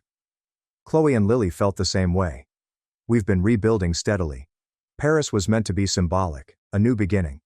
We didn't tell you because we didn't want to raise your expectations if it failed, and we didn't want to burden you with decades of family history. We wanted to protect you. I read it twice. It was the most information I'd ever received about my parents' past. It addressed the mechanics, but it didn't explain why they chose to lie over trusting me with the truth. I am 34. You did not need to defend me. You are our baby. We will always wish to safeguard you. By lying? By excluding me? Making me feel like I don't matter? You're more important than anything. But it was about them, not you. It became about me the second you lied to my face. What would you like me to say? I have apologized. I have explained. I can't change what happened. I want you to know that this broke something. I want you to know you chose them over me. I'd like you to admit that your protection felt like rejection. I've never chosen them above you. I choose to approach a delicate subject cautiously. You decided to lie. Own that. Fine. I decided to lie. I was mistaken. Will you now aid your father? The arrogance of it nearly made me chuckle. An admission of fault was promptly followed by the same request she had begun with. No. He is your father. He's also someone who values reconciliation with children he hasn't seen in decades over honesty with the daughter he raised. He made his pick. I'm making mine. You'll regret this. Maybe. But right now, my main regret is that I didn't see this coming. Seeing what's coming? That I was never truly a part of your family. I was the child you had to keep. They were the kids you wanted. That's not true. Prove it. Show me one piece of evidence that I am as important to you as they are. No response. The dots appeared and faded multiple times, but no message arrived. I waited for 25 minutes. Nothing. Then 1 hour. Finally my phone called again. Dad. This time, I declined it. He called right back. I declined again. He texted me, "Your mother is very upset. Call me." I responded, "I'm sure the family you spent a week with in Paris can comfort her. Do not be like this. We love you. You have a funny way of showing it. We made a mistake. Let us make things right. How are you going to uninvent the lie? Uninvite your other children to Paris and bring me instead. Travel back in time and tell me the truth from the start? Be reasonable. I'm being sensible. You lied. I found out. Now you want a favor." The reasonable answer is no. Family helps family. These words sat on my screen, loaded with sarcasm. Family helps family. My family left me out. My relatives lied to me. The family who expected me to forgive and forget because they required something. Ask your family. You currently have 3 additional children. I'm confident one of them can assist. You're being petty. I am being honest. Something I recently discovered that this family struggles with. My father did not respond. The hush lasted for hours. Around midnight my mother texted again. "Please consider what you're doing. Your father's procedure is very crucial. My emotional well-being is also crucial. Clearly less essential than your Paris reunion, but significant to me. We can sort this out. Simply help him first. Then we'll sit down and hash it out. So, help me first. Then maybe you'll respect me enough to have a proper discourse. That's not how this works. What do you want from us?" The question hung there. What did I want? An apology? I'd received a half-hearted one. What's the truth? She gave me a variation of it. Understanding? It seemed inconceivable. I want you to deal with the repercussions of your decisions. I want you to understand that once shattered, trust does not heal itself. I want you to feel a fraction of how I felt when I saw those photographs. So, you want revenge. I seek accountability. By refusing to assist with a medical operation, you are establishing that I am unavailable whenever you require assistance, regardless of how you treat me. This is cruel. No. Lying in someone's face and then uploading vacation images for all to see is harsh. Calling your kid juvenile and selfish because she has been harmed is cruel. I'm simply unavailable. My father responded with another long silence. I'll ask Ashley's daughter to help. She's made previous offers. Ashley, the neighbor who had uploaded all of the images, who had accompanied them to Paris and who appeared to be more connected with my family than I was. That sounds perfect. Your mother is heartbroken. She will recover. She has 3 other children to console her. Stop throwing that in our faces. Stop claiming you had no idea what you were doing. No further messages arrived that night. The next morning, I received an email from my mother. Long, thorough, and emotional. She talked again about the delicate family relationships, her desire to protect me, and her unwavering love for me. She promised to prepare a unique trip for just the 3 of us. She swore it would never happen again. She made no apologies for calling me selfish. She did not admit that lying was wrong beyond a simple, "mistakes were made" comment. She didn't seem to get why trust wasn't instantaneously restored. I did not respond. Days turned into weeks. My father's surgery came and went. According to Facebook, Ashley's daughter did assist. Mom thanked her, referring to her as an angel in our time of need. She said nothing about her actual daughter, who rejected to help. I blocked them both on social media and changed my relationship status to, "It's complicated," as a private joke with myself. Friends inquired if everything was fine with my parents. I gave vague replies about growing apart, the need for space and family differences. The facts seemed too difficult to describe. How do you tell people that you found your parents had 3 more children that they had kept concealed throughout your life, that they had taken those youngsters on a fantasy vacation while lying to you about their financial problems? That when questioned, they apologized, but then quickly requested favors? It sounded absurd, even in my own thoughts. A month after the surgery, my mother delivered flowers to my school. A large expensive arrangement with a note reading, "Missing my daughter. Love, Mom." I presented them to the school secretary. 2 months later, my father arrived at my apartment. I saw him through the glass but did not answer the door. He knocked for 12 minutes before leaving an envelope under the doorstep. Inside was a handwritten letter, several pages long. He shared his thoughts on the divorce, losing custody, and the sorrow of estrangement from his elder children. He talked about how important having me was to him, how much he wanted and loved me. He explained that the Paris trip was his idea, a desperate attempt to repair decades-old wounds before it was too late. He still has not apologized for the untruth. The letter concluded with, "I hope one day you will forgive us. We are still your parents, we still love you. The door is constantly open. I tucked the letter away and tried to get on with my life, but the hurt remained fresh. Every time I saw a family together, I thought about those images. Every time someone addressed their parents, I felt a sense of betrayal. Every holiday without communication felt difficult and essential.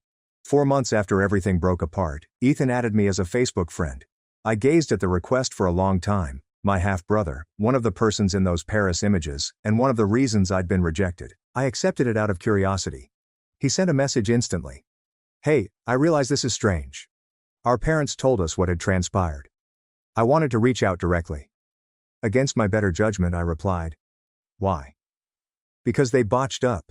Chloe, Lily and I spoke about it. We didn't realize they had lied to you. We assumed you knew about us and chose not to attend." Something loosened in my chest. "They told you I couldn't make it. They heard you were busy at work. We were truly disappointed that we wouldn't get to meet you." I sat back and processed. They had lied to everyone. I was informed about budgetary concerns. I told them I was too busy. Kept us apart while claiming it was for everyone's advantage. "Have they told you anything about me before to the trip?" "Honestly, not much. We knew we had a younger half-sister. That's about it. They kept everything relatively separate. We assumed it was because you were not interested in connecting. I didn't know you existed until I saw the Paris photos." "Are you serious?" "Completely. I was 34 years old and had never heard of any of you." "Holy, that's really messed up." "I am sorry. Not your fault. Still, for what it's worth, we'd like to get to know you if you're interested, without our parents involved." I thought about it. These were my siblings. Whether I knew about them or not, they had not sought to be kept private. They had not made the decision to exclude me. Maybe. I still need time to comprehend everything. "I completely understand. I'll be here when you're ready." The conversation ended, but something had changed. The fury was still present, but it found a new focus. My parents' decisions had caused harm to many people. They had kept siblings apart. They had lied to everyone involved, and they still didn't seem to realize what they had done wrong. My mother left a voicemail for me on my birthday 4 months after our vacation to Paris. She was crying, telling me how much she missed me and how she hoped I would reconsider excluding them from my life. I did not call back. Instead, I texted Ethan. "I believe I'm ready to discuss more. Coffee sometime?" His response was quick. "Absolutely. Chloe and Lily have also been inquiring about you. We could all get together if you wish. Let's start with only you. Build up to the group setting. Deal." We met the following week at a cafe located midway between our apartments. He resembled his Facebook photos. Tall, with my father's features and my mother's coloring. It felt weird to see him in person. We talked for 4 hours about his childhood, his memories of visits with his father that ended when he was 14, the bewilderment and hurt of being driven out of his father's life, and the surprise of reconnecting and discovering he had a sister who had been kept in the dark. "They tried to control everything," he informed me. "Place everyone in separate boxes. I think they honestly thought it was for the best." "The best for whom?" I asked. "For them, so they didn't have to deal with the messiness of blended family complications." It made twisted sense. My parents attempted to avoid problems by compartmentalizing their life, but in doing so, they caused more anguish than if they had simply been honest from the beginning. "Do you believe they will ever realize what they did?" I asked. Ethan shrugged. "I do not know. Mom continues to try to rationalize it. Dad typically keeps quiet. They're wounded because you're not talking to them, but I don't think they understand why. They called me selfish." Of course they did. Taking accountability is difficult. We began meeting regularly. Then I met Chloe, who was intelligent, humorous, and possessed my mother's wit. Then came Lily, who was both quiet and warm. 3 siblings I'd never met. 3 people who knew what it was like to be controlled and manipulated by parents who thought they knew best. 6 months after Paris, Chloe sent a group message. "The parents want to prepare a family supper. All of us. They are asking if we think you will come." I stared at the message. Half of me wanted to reject on principle. But another half was tired of constantly being furious. Do they want to truly apologize or simply pretend nothing happened? Chloe responded, "Not sure. Do you want me to ask?" "Yes. And tell them that pretending is not an option." She responded an hour later. "Dad says he's prepared to have a difficult chat. Mom is resistant, but she swears she will try." Not good enough. Both of them must accept responsibility for their actions. Full accountability. No excuses. Ethan said, "We can be there as backup if you want." The thought of confronting my parents with my siblings present felt right. They could not gaslight me if there were witnesses. You couldn't call me childish or selfish in front of an audience. Okay, I will come. However, there are certain ground rules. They apologized nicely. They explain why they chose each option. And they understand that trust must be rebuilt, not commanded. Lily responded, "We'll make sure they understand before we confirm." The meal was scheduled for the next month at my parents' place, which felt like entering enemy territory. But I had spent 34 years thinking that house was my home. Perhaps it was time to recapture it, or let it go permanently. The night of the dinner, I arrived with Ethan. Having him around made me feel braver. Chloe and Lily were already inside. My mom opened the door. She seemed older and thinner than I remembered, with red eyes. "Hi, sweetie," she murmured quietly. "Mom." We stood awkwardly until Ethan gently led me inside. The dining room table was arranged formally. My father stood as we arrived. He appeared uncomfortable in a way I hadn't seen previously. We all sat. The tension was suffocating. Eventually my father cleared his throat. "Thanks for coming.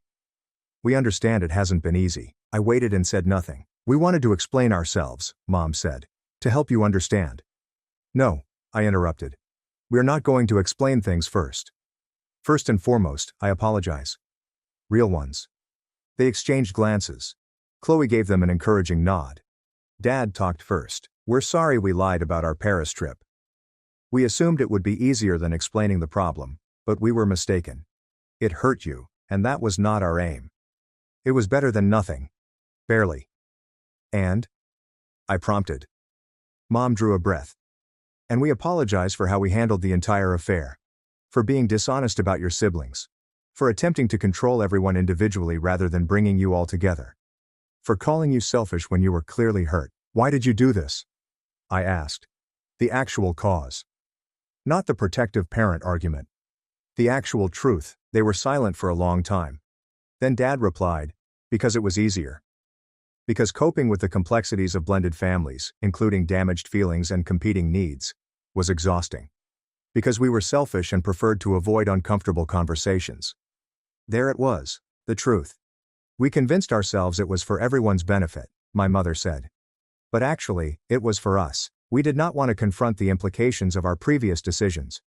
We did not want to confess that we had failed to maintain relationships with Ethan, Chloe, and Lily. Starting over with them seemed like a second chance. And including you, entailed admitting all the ways we had kept everyone apart." Tears were scorching my eyes, but I refused to let them fall. "Do you know why that hurt so much?" "Yes," Mom whispered. "You were the daughter we raised. The one who was always present. But we treated you as if you were less important than the children we had lost. That was incorrect. That was extremely wrong."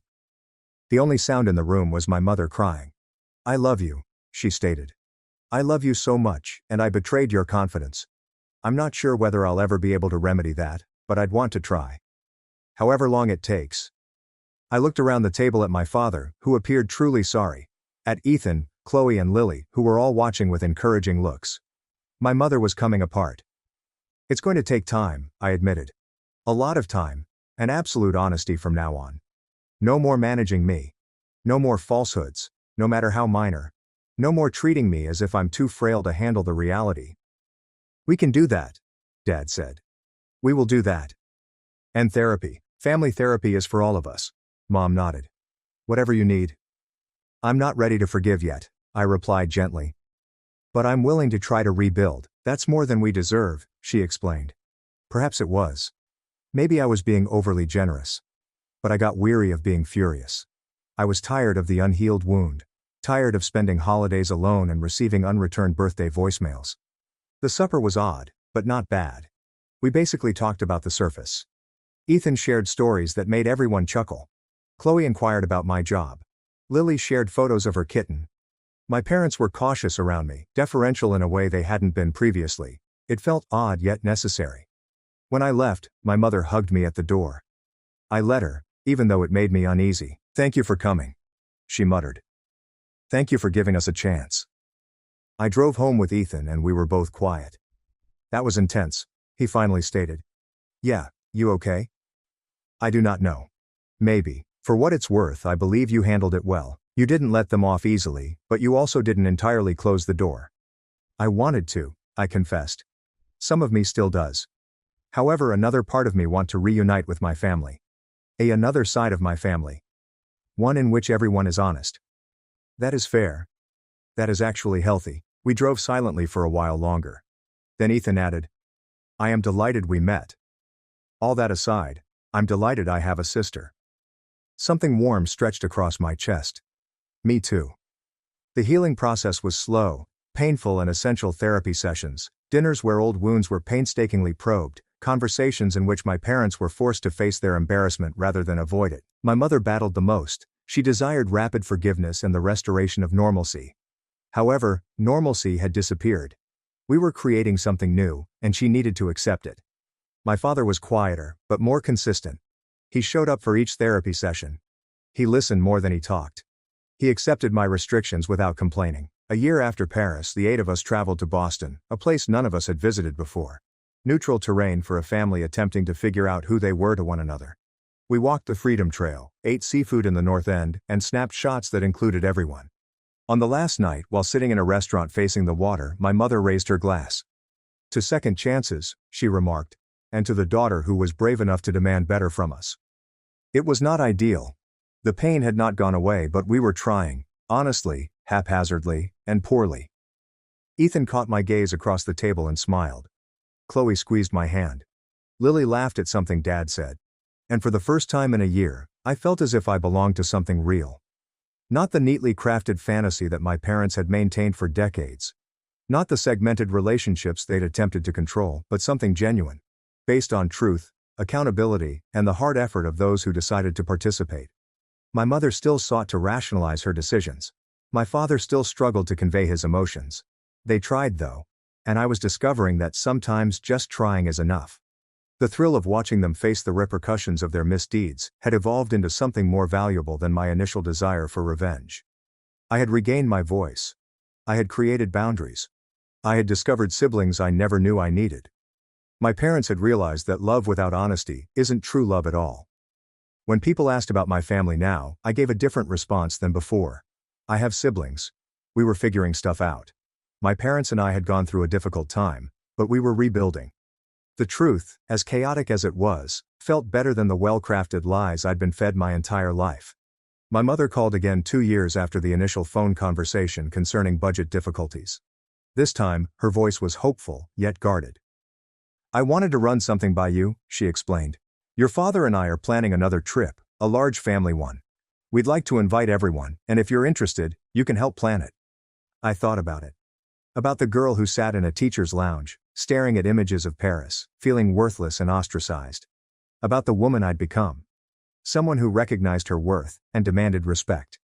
Where were you thinking? We thought maybe you could choose somewhere you've always wanted to go. Italy, I said immediately. I've always wanted to see Italy. So Italy it is. Will you help me plan it? On one condition. Name it. There are no lies about anything, even if you believe you're protecting someone, even if it is uncomfortable. Complete honesty. I promise, she replied.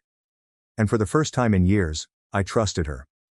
8 months later, the 8 of us stood in front of the Colosseum taking a family portrait. This time I was in the center, with my mother's arm over my shoulders, my father on the opposite side, and my siblings encircling us. Ethan captured the photograph using a timer. We counted down together, smiling. Later, when my mother shared it on Facebook with the message, "Family finally complete," I didn't feel the pang I expected. Instead, I felt near to peace. Ashley Reed said, "Beautiful family." I appreciated her reply since it was accurate. We were beautiful, in our shattered, rebuilt, and convoluted way.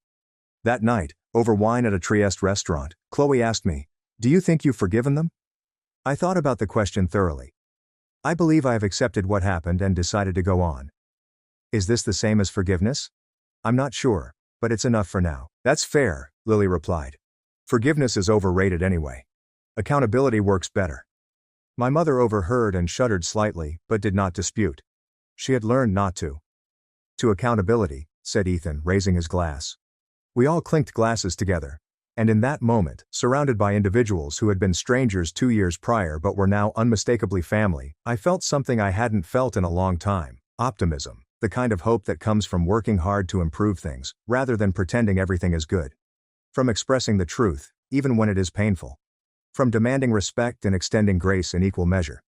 My phone vibrated. A text from a pal back home. How was the trip? I gazed around the table at my imperfect parents, who were actually trying. My siblings, who'd become my best supporters. And the crazy, wonderful family we'd all chosen to create together. I responded, complicated, but nice. Very good. Parents planned sister's sweet 16 redo while ignoring my 21st birthday, so I left, never to return. Years later, they admitted I was right all along. I vividly recall the precise moment I realized how little I meant to my parents. It was 4 weeks before my 21st birthday, and I had just returned home from my after-school work at the bookstore, eager to plan a little dinner with a few friends. Nothing fancy, just something to commemorate the occasion. My mother was in the kitchen with my younger sister Chloe, who was 19 at the time. They were searching through party decoration catalogs, which looked like a good omen, until I learned they were planning Chloe's sweet 16, which had occurred 5 months prior. She apparently wanted a redo, because the initial party failed to capture her actual personality. I am not even kidding. I wanted to ask you about my birthday next month, Mom. I began setting my backpack down near the counter. She threw me a gaze that might have frozen fire. Ava, your sister is going through something right now. She's been feeling overlooked lately, and we need to be sensitive to her needs. Chloe didn't even look up from the catalog. She just circled photographs of balloon arches and dessert tables with her pink gel pen. I just want to have dinner with maybe 5 friends, I explained gently. We could go to that Italian place downtown. I've been saving money from work. Absolutely not, my father responded from the doorway. I hadn't even heard him enter. Do you have any idea how that would make your sister feel? She's already struggling with her self-esteem, and watching you celebrate would be devastating for her. He was staring at me. It's my 21st birthday. And she's your sister, my mother yelled. Family comes first, Ava. Always. We've talked about this. When you turn 21, you become an adult. Which means you need to start thinking less about yourself and more about how your actions affect others. The logic was so convoluted that I almost laughed. Chloe finally glanced up, wide-eyed and innocent. I'm sorry, Ava. I know it's not fair to you. I just feel like nobody ever pays attention to me. And if you have this big party, I'll feel invisible again. My mother quickly placed her arms around her. See, she's aware of how difficult this is. That's very mature of you, honey. I exited the kitchen without saying another thing. That night, I lay in bed, performing numbers. I had saved $4,572 from working at the bookshop for the previous 3 years. I had been saving money for college, but I had also received a full academic scholarship to State University, which would cover tuition and housing. My birthday happened on a Friday. I turned 21 at 6:23 a.m., the precise moment my mother liked to remind me she was in labor. By midnight, I had devised a strategy. The subsequent 4 weeks were a master class in pretending everything was all right. I went to school, worked my shifts, came home, completed my homework, and made no mention of my birthday. My folks seemed relieved. Chloe returned to organizing her party redo, which had somehow escalated into a weekend getaway to a spa resort that cost more than my car was worth. My car was worth $800 and had a muffler attached with wire hangers. But, on the Thursday before my birthday, I began moving stuff out. Initially it was only minor issues. My laptop, essential documents, and treasured novels. I had rented a storage unit across town for $45 per month and made visits there after work, informing my folks that I had picked up extra shifts. Sophie, my best friend, knew exactly what I was doing. She had offered to let me remain with her family, but I declined. I needed to accomplish this fully on my own to show to myself that I was capable. Friday morning, I awoke at 6 a.m. At 6:23, I laid in the solitude of my childhood bedroom, whispering, "Happy birthday" to me. No one came into my room, no surprise, no cake, and no card on my desk. I dressed, put the last of my essentials in 2 duffel bags, and proceeded downstairs. My folks were drinking coffee in the kitchen. Chloe was still sleeping. "I'm leaving," I said. My mother looked up. "Okay, have a good day at school." "No," I answered. "I'm leaving. Moving out. I'm 21 now, and I'm done." My father's coffee mug came to a halt halfway to his mouth. "What are you talking about? I'm moving out. I've already packed.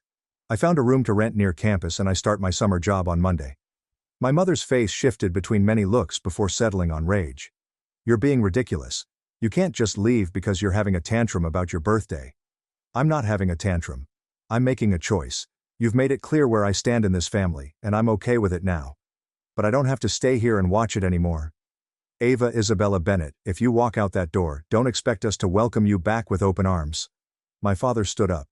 His face had turned crimson. I don't expect anything from you anymore, I told you. That's actually really freeing. My mother took a different approach. Honey, you're upset. We understand. Why don't we talk about this? Maybe we can still do something small for your birthday this weekend. I don't want something small this weekend. I wanted to matter 4 weeks ago when I asked. I wanted to matter 19 years ago, or 10 years ago, or literally any time before today. I scooped up my bags. I'll come back for the rest of my stuff when you're not home, Chloe said, standing at the top of the stairs in her pajamas, looking puzzled and drowsy. What's happening? Your sister is being selfish and throwing away her family over a birthday party, my mother stated bitterly. I stared at Chloe for a brief while and felt sorry for her. She'd been conditioned to believe that the world revolved around her feelings, which was going to hurt her someday, but that was not my problem to solve. Bye, Chloe, I said. Then I walked out. The room I had rented was in a house owned by an elderly woman named Mrs. Lee, who rented to college students. It was small, no larger than a closet, yet it was mine. I had a twin bed, a desk, a dresser and a window overlooking a garden. The rent was $500 per month, including utilities. That first night, I sat in my bed, eating Chinese takeout alone. Mrs. Lee knocked at 8 p.m. and gave me a cupcake with a solitary candle. Your landlord application stated your birthday was today, she remarked with a friendly smile. Everyone deserves cake on their birthday. I burst into tears for the first time since leaving. The next few months were difficult in ways I had not anticipated. Working 40 hours per week while attending summer classes was hard. I lived on ramen, peanut butter sandwiches, and the odd free food at university functions. I had no money for anything else. There will be no coffee out, no movies, and no new clothes. However, I also felt lighter than I had in years. My parents called twice within the first month. The chats were quick and awkward. They urged me to apologize and return home. I refused. After that, the call ended. I learned from common contacts that they informed my extended family that I had decided to live independently, rather than admit we had a falling out. Chloe messaged me once. Mom and Dad are very hurt, you should apologize. I blocked her number. I poured myself into education and job with an intensity that was perhaps unhealthy. I took extra classes, did freelance graphic design work, and at the end of the summer, I'd landed an internship at a marketing agency downtown. The internship was meant to be unpaid, but my supervisor, Claire Harrison, was so satisfied with my performance that she got the corporation to give me $15 per hour. You have an eye for this? She asked after I'd completely overhauled a client's social media strategy. How old are you? 21, I answered. Jesus, I didn't have half this figured out until I was 30. Harrison and Associates' job was tough but rewarding. Claire had a knack of pushing me just beyond of my comfort zone without making me feel inept. She'd assigned me projects that appeared insurmountable at first, then given me just enough advice to figure out my own solutions. My first significant job included rebranding a local coffee chain that was losing customers to corporate competitors. I spent 2 weeks investigating their consumer base, monitoring their social media activity, and devising a plan that highlighted their community roots and artisanal approach. When I presented my ideas to Claire and the customer, my hands shook so terribly that I had to clutch them behind my back. The client adored it. They followed every advice I offered, and within 6 weeks their foot traffic had increased by 30%. Claire summoned me to her office the day the numbers arrived. You just earned this company a long-term contract, she explained, pushing an envelope across her desk. That's a bonus check. You deserve it. I opened the envelope. $600. I have never held so much money at once in my life. Thank you, I said. Don't thank me. You earned it. Now get back to work. I have 3 more clients who need your magic touch. The bonus was deposited directly into my savings account, but the validation meant more than just money. Someone thought I was good at something. Someone found value in my job beyond simply showing up and performing what was asked. By October, Claire had offered me a part-time work that would last the entire school year. The offer included a pay of $25 per hour, which was more than I had ever envisioned earning while still in school. I accepted right away, then went home and cried in my small apartment since everything was finally working out. The work required altering my entire schedule. I began taking morning classes so that I could work afternoons and evenings at the firm. My weeks became a whirl of courses, client meetings, design work, and late-night study sessions. I survived on coffee and resolve, sleeping perhaps 5 hours every night, if I was lucky. Mrs. Lee observed. She began placing containers of homemade soup outside my door, with comments such as, "Eat something other than noodles. And you look too thin." Her modest kindnesses kept me going on days when I felt like I was about to collapse from tiredness. There were times when I questioned whether I'd made a mistake leaving home. Not because I missed my parents, but because I was constantly weary and couldn't remember the last time I did something just for fun. But then I'd stroll past my old house on my way to campus and see Chloe's car in the driveway, complete with a personalized license plate that my parents had purchased for her, and I'd remember why I left. In November, I came upon one of Chloe's pals at a campus coffee shop. Jessica Parker had been a regular visitor to our house throughout high school, and she knew me right away. "Ava, oh my God, how are you?" She gripped me before I could back away. "Your mom said you moved out for school. That's so cool that you're living independently." So that's the story they went with. Clean and straightforward. "Yeah, I'm doing well," I replied, keeping my tone calm. "Chloe really misses you. She talks about you all the time. Says she wishes you'd come home for Thanksgiving." "I have other plans." Jessica's smile faded slightly. "Oh, well, she'll be sad to hear that. Your parents are throwing her this huge Thanksgiving celebration. They rented out that fancy restaurant on 5th Street. The whole family is coming." Of course they were. Another party for Chloe.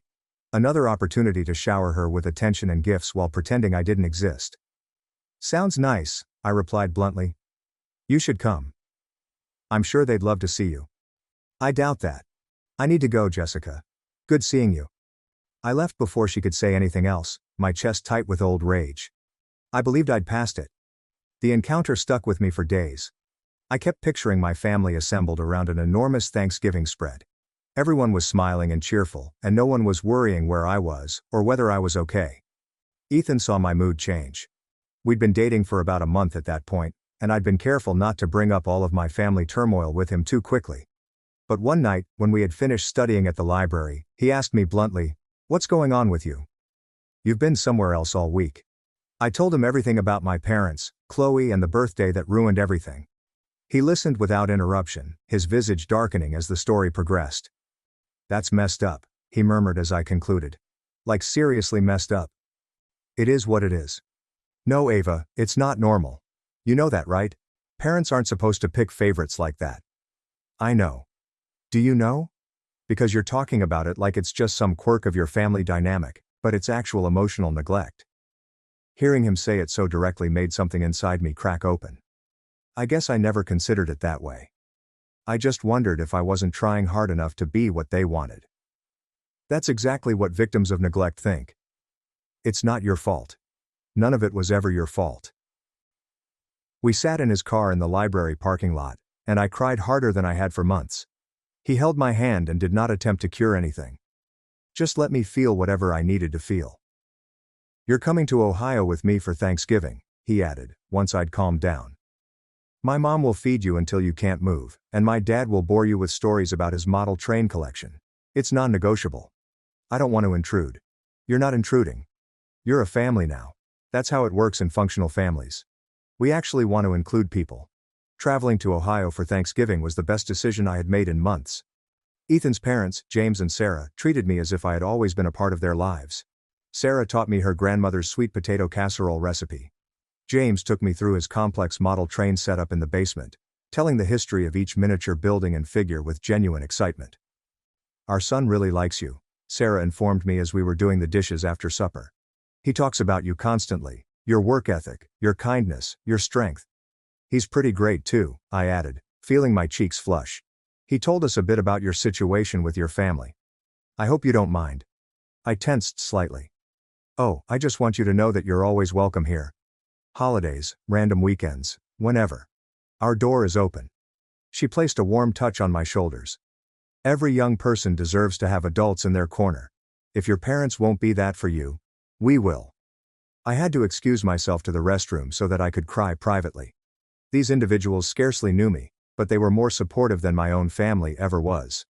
By December, I'd been promoted to junior designer, earning enough money to move into a nicer apartment and buy groceries without first checking my bank account. The new house was a one-bedroom in a safer neighborhood with proper insulation and a kitchen with more than 2 functional burners. I felt wealthy. During my first semester, I made the dean's list. I joined a design collective on campus. I began seeing a man named Ethan from my economics class who made me laugh and never made me feel like I had to shrink myself. I created a completely self-contained existence. Sophie inquired around Thanksgiving about my plans to return home for the holidays. That's not my home anymore, I stated simply. She did not push. I spent Thanksgiving with Mrs. Lee's family and Christmas with Ethan and his folks in Ohio. I spent New Year's Eve at a party with my design collective pals, watching fireworks from a rooftop and feeling like I'd finally figured out who I was meant to be. My 21st birthday has come and gone. Ethan brought me to dinner. My buddies gave me a surprise party. Claire awarded me a bonus and said I was on track to become a senior designer by the time I graduated. Everything was excellent. Then March happened. I was at a networking event downtown, which I used to find scary but can now easily navigate. I just completed speaking with a potential client about their rebranding when I heard a familiar voice behind me. Ava. I glanced around, and there was Chloe. She appeared different, older, but also tired. Her hair was in a messy ponytail, and she wore pants and a State University sweater. She held a tray of sad-looking cheese cubes. Chloe, I said neutrally. I almost didn't recognize you, she remarked, scanning me up and down. I was dressed in a blazer and heels, clutching the leather portfolio Claire had bought me for Christmas. You look so professional. I'm here for work, I explained. I work at Harrison and Associates. Her eyes expanded. The marketing firm, that huge company downtown. It's mid-sized, but yeah. But you're still in school? Part-time position. I'm a junior designer. Her expression changed. Wow, that's great, Ava. An uneasy pause stretched between us. Are you here for school? I said, out of politeness rather than true interest. Yeah, I'm a freshman at State. I'm here because my communication professor made us come to get extra credit. I'm kind of failing his class, she joked, but it sounded fake. College is way harder than I thought it would be. It takes adjustment, I responded gently. How did you do it? The inquiry sounded urgent. Like, how did you just leave and figure everything out? Mom and Dad said you'd come crawling back within a month, but then you never did. And now you're here looking like some kind of boss woman, and I'm eating free cheese because I can't afford real dinner. I felt a twist in my chest. Not quite sympathy, not quite satisfaction. I worked really hard. I didn't have a choice. Because of your birthday thing? My jaw constricted. It wasn't a thing, Chloe. It was the final example in a very long pattern. She looked down at her cheese plate. I know they weren't always fair to you. Do you? I'm starting to get it now, she remarked gently. College is kicking my ass, and when I call home stressed about exams or whatever, Mom just tells me I'm being dramatic. Dad says I need to toughen up. It's like now that I'm not their special little girl living at home, they don't care as much. I should have felt justified. Instead, I felt hollow. I'm sorry you're going through that, I said sincerely. But I need to get back to networking. Wait, can we maybe get coffee sometime? I'd really like to talk more. I miss you. I don't think that's a good idea. Please, Ava, I know I was awful. I know I took advantage of how Mom and Dad treated you. I'm trying to be better. I gazed at her intently. She appeared sincere, but I had been burned before. Give me your number, I finally said. I'll think about it. She eagerly pulled out her phone, and we swapped numbers. After she left, I was instantly conflicted about the decision.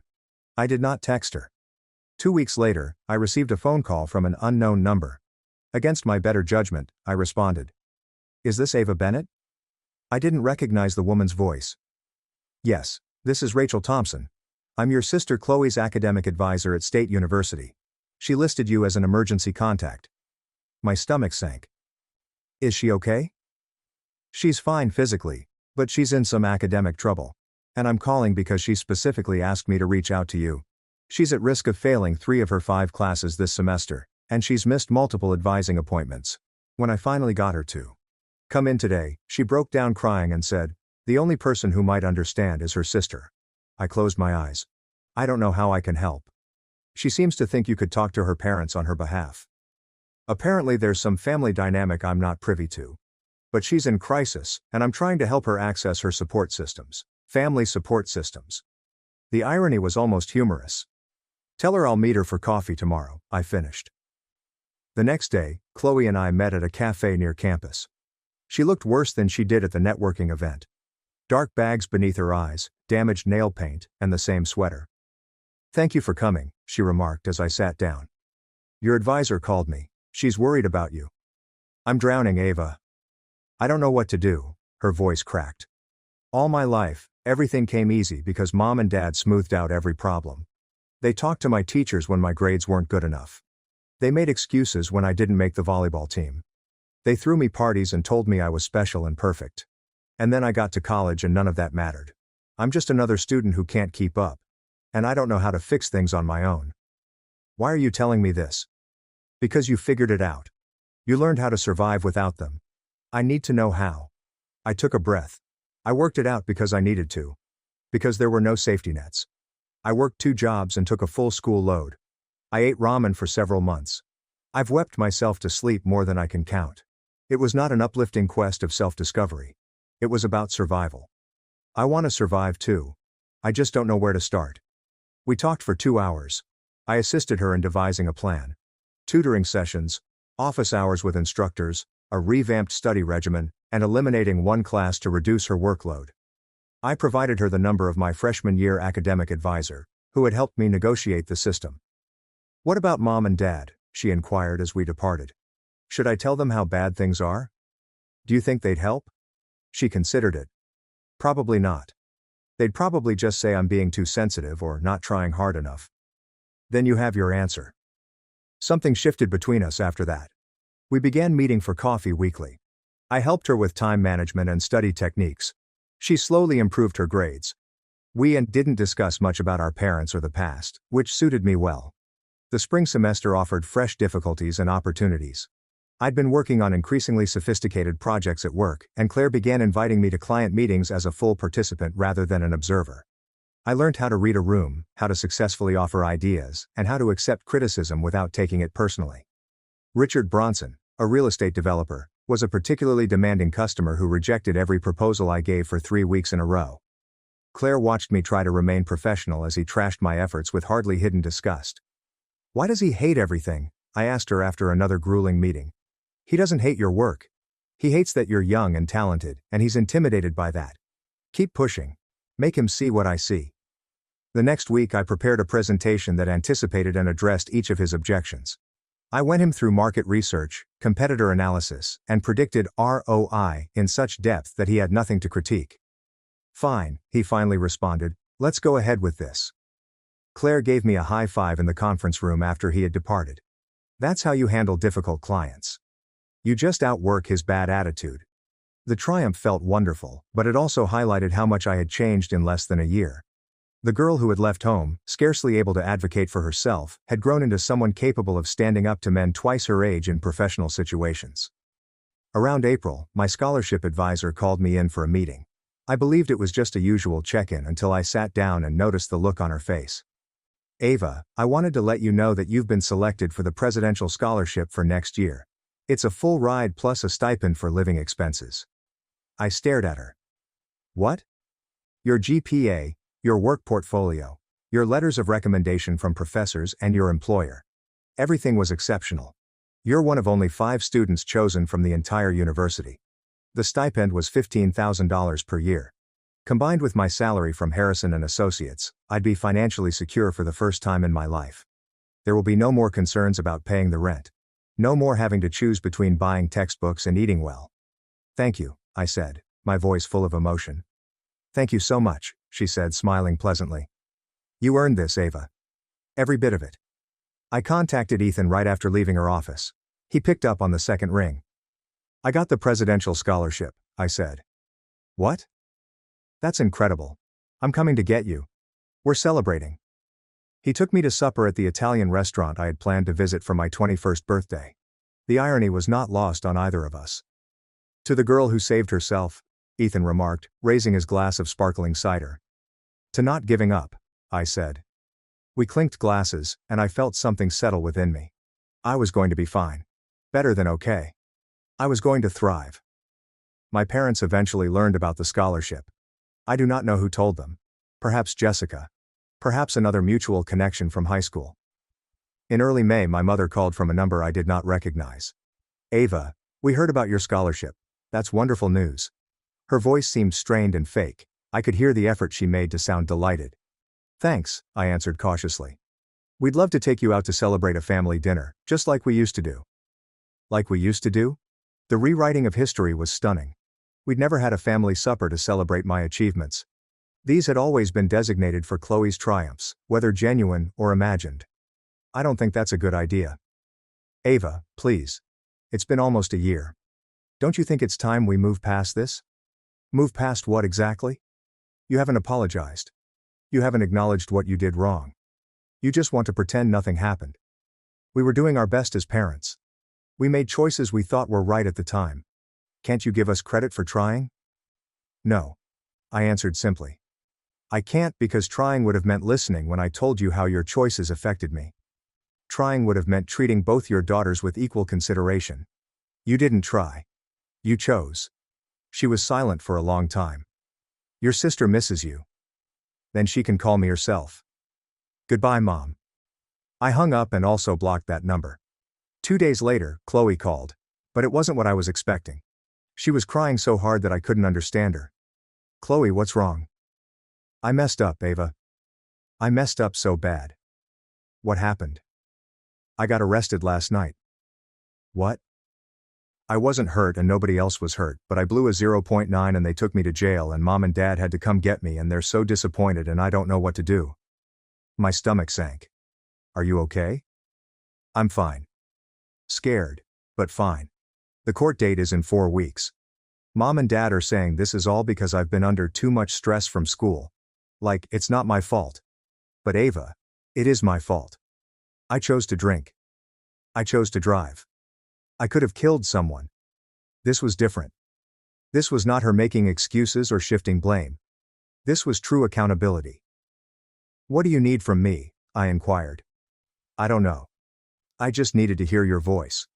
Mom and Dad are trying to hire some expensive lawyer to make this go away, and I keep thinking about how you had to figure everything out on your own with no help. And here I am, still letting them solve my problems. Chloe, you should have a lawyer. This is serious. I know. But I don't want them to make it disappear. I want to face the consequences. I want to actually learn from this instead of having it swept under the rug like everything else. We spoke for more than an hour. I helped her understand what it meant to take responsibility and how to tackle the matter maturely. By the end of the call, she appeared more stable. Can I see you soon? She inquired. Like in person? Yeah, coffee this weekend please. When we met that Saturday, Chloe appeared different, more serious, more grounded. She told me that, against our parents' protests, she insisted on taking a plea deal that included community service and alcohol education seminars. Mom and Dad are furious with me, she said. They think I'm ruining my future by not fighting the charges. But you know what? I'd be ruining my future by not learning from this. I'm proud of you, I remarked, and I mean it. Really? Yeah. What you're doing takes real courage. It's easier to let someone else fix your problems. I'm starting to understand why you left. Not completely, but more than I did before. I'm starting to see how they made me weak by never letting me struggle. We discussed her education, the volunteer work she'd begun at a crisis center, and how she was attempting to reconstruct her life on her own terms. She was actually changing, and it was like witnessing someone wake up after a lengthy sleep. When June rolled along, everything exploded. I was in my apartment when my phone rang. My mother, I nearly didn't respond, but curiosity got the best of me. Ava, we need to talk about your sister. Hello to you too, Mom. She ignored it. Chloe told us she's been meeting with you regularly. She said you've been helping her with school. She asked for help. I provided it. Well, she's been saying some very concerning things lately. She told your father and me that she feels like we coddled her and that she wishes she'd been raised more like you were. I nearly laughed. And that's concerning to you because you're putting ideas in her head, Ava. You're making her think that the way we parented was somehow wrong, and that's completely inappropriate. I haven't made her think anything. She came to her own conclusions based on her experiences. She was fine until she started spending time with you again. You're poisoning her against us because you're still bitter about your birthday situation. The laugh eventually came out.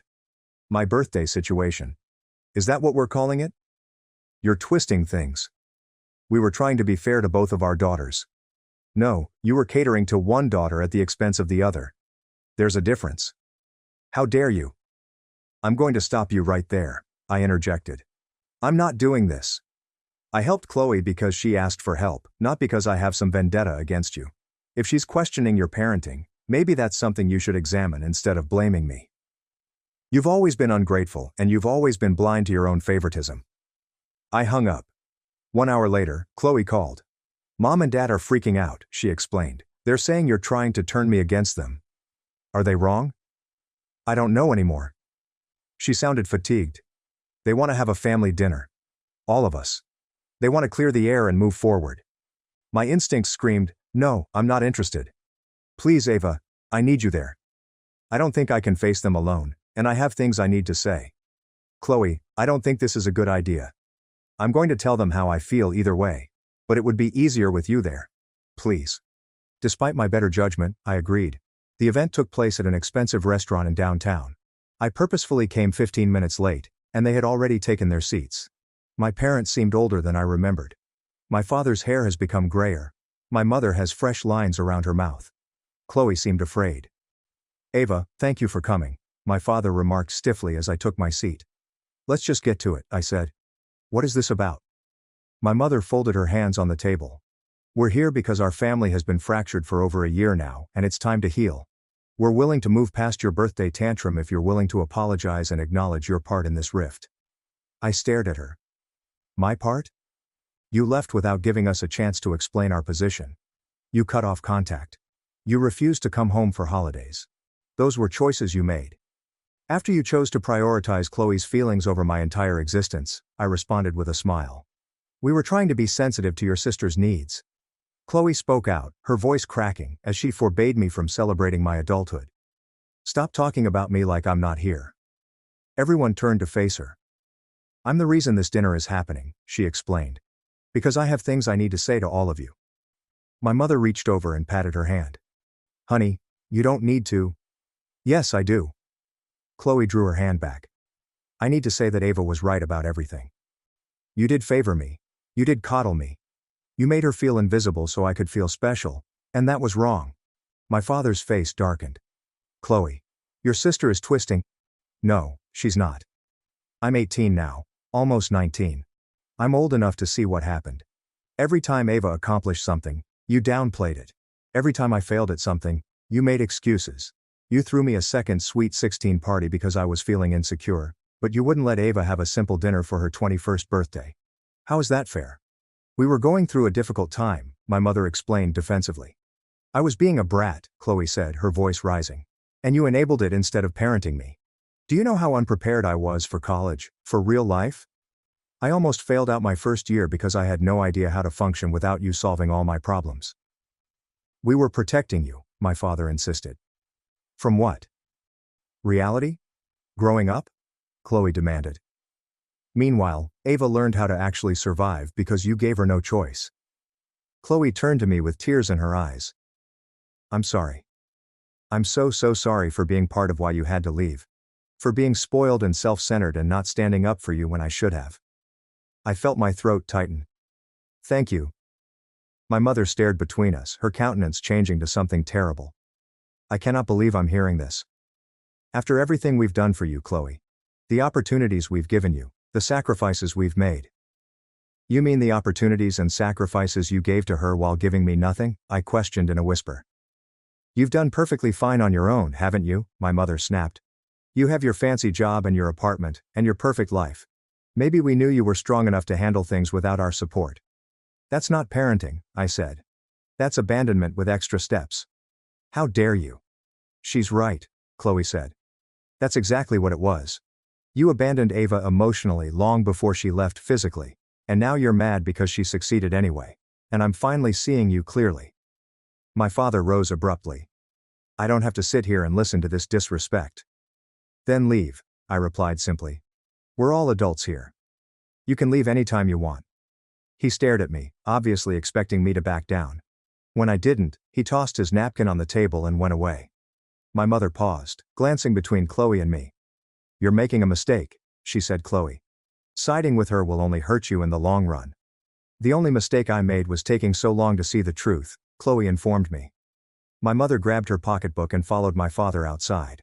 Chloe and I sat silently for a moment. Well, she concluded. That went about as well as expected. Are you okay? No, but I will be. She dried her eyes. Thanks for coming. I know you didn't want to. I'm glad I did. We ordered dinner for just the two of us and discussed everything but our parents.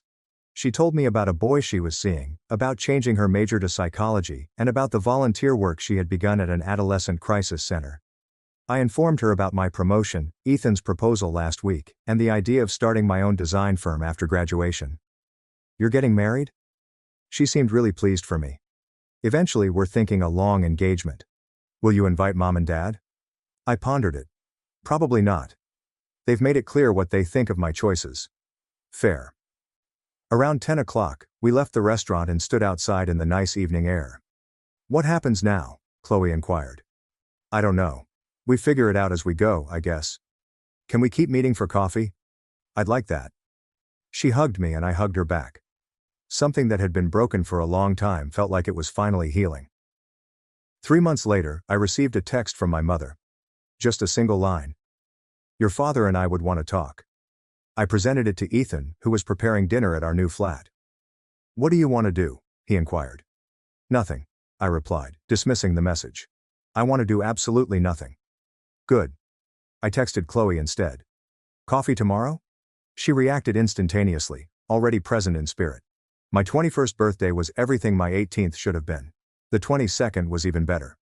Ethan, Chloe, Sophie, and my design collective buddies leased out a tiny location and threw me a celebration that felt like I was surrounded by people who knew I existed. Claire made a toast on how proud she was of everything I had accomplished. Ethan kissed me under the string lights. Chloe hugged me and said, Happy birthday, sis. Later, while sitting on our apartment balcony with Ethan and admiring the city lights, I reflected on the girl I was 2 years earlier. The one who had packed her bags and gone off with no safety net or backup plan, only determination and spite. Are you okay? Ethan asked, bringing me closer. Yeah, I responded, meaning it. I really am. My phone vibrated. Another text from my mother. We are willing to reconcile if you are mature enough to handle this scenario.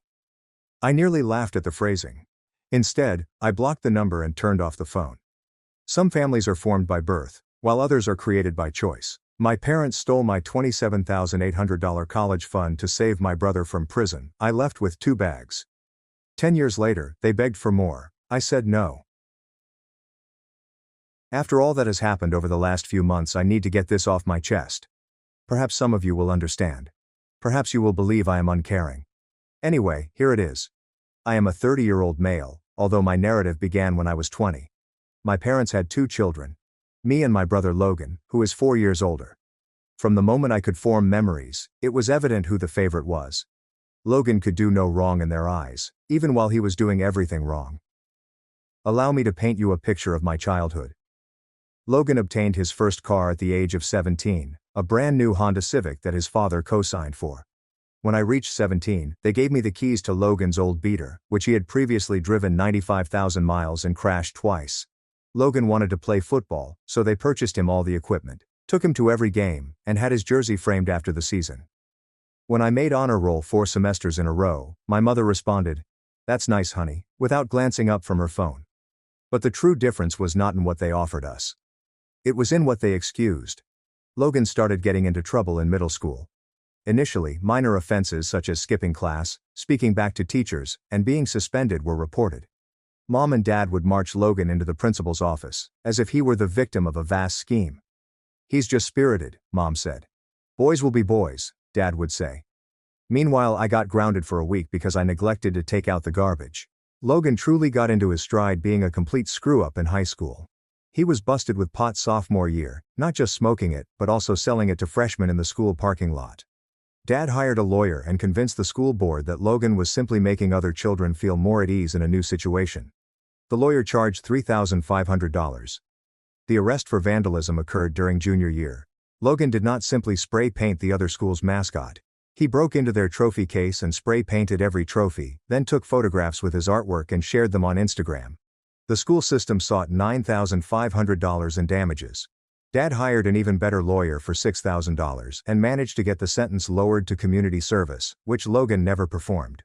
But my personal favorite was the episode that nearly resulted to his expulsion senior year. Logan hosted a party while my parents were visiting my sick grandfather. Not just any party. He charged entrance, hired a DJ, and transformed our home into a nightclub. The neighbors contacted the cops after someone drove over their fence while attempting to park. When the cops arrived, they discovered 3 passed-out children, a flooded basement from someone breaking the water heater, and Logan passed out on the roof with no knowledge of how he got there. The property damage totaled approximately $14,000. Dad obtained a second mortgage to cover it. He barely graduated his senior year because he spent more time partying than studying. But my parents still threw him a lavish graduation party and boasted to everyone about how proud they were. They hired them the VFW Hall and invited 250 people to celebrate Logan's victory over his hurdles. I received a $25 Barnes & Noble gift card after I graduated with honors. Throughout this, I was grinding. I worked part-time at a grocery store, had a 3.9 GPA, and saved everything for college. See, my grandparents on my mother's side had set up education savings accounts for Logan and me when we were kids. Nothing much. But by the time I was 20, mine had grown to around $27,000. With the money I'd saved from work and several academic scholarships, I could afford to attend a good state school for computer technology. Logan's education fund had been depleted by his sophomore year of high school, having been spent on attorneys and court expenses, but that was fine with my parents because Logan wasn't going to college and would most likely work for Dad's construction company instead. What they didn't say was that Dad's construction company was barely surviving because Logan kept costing them contracts. It's difficult to preserve professional connections when your son shows up to job sites inebriated, has fights with subcontractors, and steals things to sell for drug money. Yes, that last portion came out during his second arrest in junior year. But I am getting ahead of myself. Allow me to tell you about the night that altered everything. It was March of my senior year. I'd just been accepted to state with a half-academic scholarship. I was over the moon. My hard effort was finally paying off. I planned to study computer science, leave this toxic house, and start something on my own. I returned home from my grocery store job about 10 p.m. I found my folks sitting at the kitchen table with Logan. He looked like hell, with bloodshot eyes, stubble, and the paleness that comes from 48 hours in county jail. This was his third DUI, and this time he had wrapped his vehicle around a telephone pole. Thank God he did not murder anyone. However, the car was totaled, and his blood alcohol level was nearly over the legal limit. Mom was crying. Dad was pacing, and Logan was sitting there with a stubborn expression on his face, as if the world owed him something. "We need to talk," Dad remarked upon seeing me. I sat down, still wearing my grocery store uniform, which smelled like the deli counter. "Logan's in some serious trouble," Dad said. "This third DUI, it's a felony. He's looking at real prison time unless we get him the best lawyer in the county." "Okay," I responded, unsure why this was including me. "How much does his lawyer charge?" Mom and Dad exchanged glances. That should have been my first warning. $30,000, Dad said quietly. The number struck me like a slap. $30,000, more than my entire college fund. "That's a lot," I said. "We don't have it," Mom lamented through tears. "The business is struggling.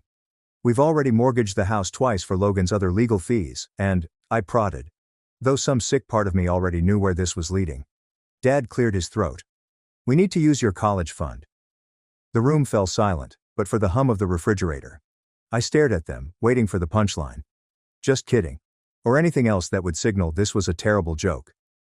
"My college fund," I said softly. "It's just temporary," Mom rushed to clarify. "Once Logan gets back on his feet, once the business picks up, we'll pay it back with interest. We promise." Logan eventually spoke up. "Come on, little brother. Families gotta stick together, right? Besides, you're smart. You'll figure out another way to pay for school. I'm looking at 8 years in prison if we don't fix this." I stared at this 23-year-old who had my DNA, had never worked for more than 4 months, had cost our family tens of thousands of dollars in legal bills and property damage, and was sitting there acting as if I owed him something. "No," I replied. Dad's face clouded. "Excuse me?" I said no. "That money is for my education. I've worked for 5 years saving every penny, maintained perfect grades, earned scholarships. Logan made his choices. I'm not paying for them." What happened next will be etched in my memory forever. My mother, the woman who reared me, stared me straight in the eyes and said, "How can you be so selfish? Your brother needs help." "What about what I need?" I asked. "What about my future? My dreams?" "You'll figure it out," Dad dismissively stated. "You always do. Logan doesn't have your advantages." "What advantages?" "Being responsible, working hard, following the law." Logan threw his fist upon the table. "God, you're such a self-righteous little prick. You think you're better than me because you get good grades and work at a grocery store?" "I think I'm better than you because I don't drive drunk and endanger innocent people," I told you. That was when Dad lost it. He stood up and shoved his finger into my face. "That money is in an account with your mother's name on it. We're going to use it whether you like it or not. Logan is family, and family takes care of family." "What am I then?" I inquired calmly. No one responded. The following morning I went to the bank with Mom. She took out every cent of my education fund, $27,800. 5 years of my hard work, 5 years of hope for a better future, all gone in an instant. I asked Mom once more at the bank parking lot, "Are you sure about this?" She couldn't even look at me. "Logan needs us right now. You'll understand when you're older, Ethan." That afternoon, I went into my guidance counselor's office to withdraw my acceptance to state. I informed her that there had been a family financial emergency. She was devastated. She had worked hard to help me obtain those scholarships. When I arrived home, I went straight to my room and began packing. I did not have much. When you're saving every penny for education, 5 years of part-time work leaves little room for amassing possessions. Logan was in the living room playing video games as if nothing had occurred. "Thanks, bro," he said without looking away from the TV. "I'll pay you back. I promise." I did not respond. Dad asked, "So, what's your plan now for school?" At dinner that night. "I'll figure it out," I answered, deflecting his comments back at him. Mom appeared uncomfortable. "Maybe you could take a gap year, save up again?" "Sure," I replied. "I'll just save up another $30,000 while working at a grocery store for $8.50 an hour. Should only take about 6 years if I don't eat or pay rent." "Don't be dramatic," Dad said. That night I made a decision that would shape the following decade of my life. I was tired of being the responsible party who got screwed over for being responsible. I had had enough of being an afterthought child. I was done with everything. I had approximately $3,800 in my checking account, which I had been saving for textbooks and dorm room supplies. It wasn't much, but it was enough for a one-way Greyhound ticket to San Francisco, and possibly a month's survival if I was careful. I departed on a Tuesday morning while everyone was out. Mom was at her book group, Dad was at work, and Logan was most likely sleeping off another hangover.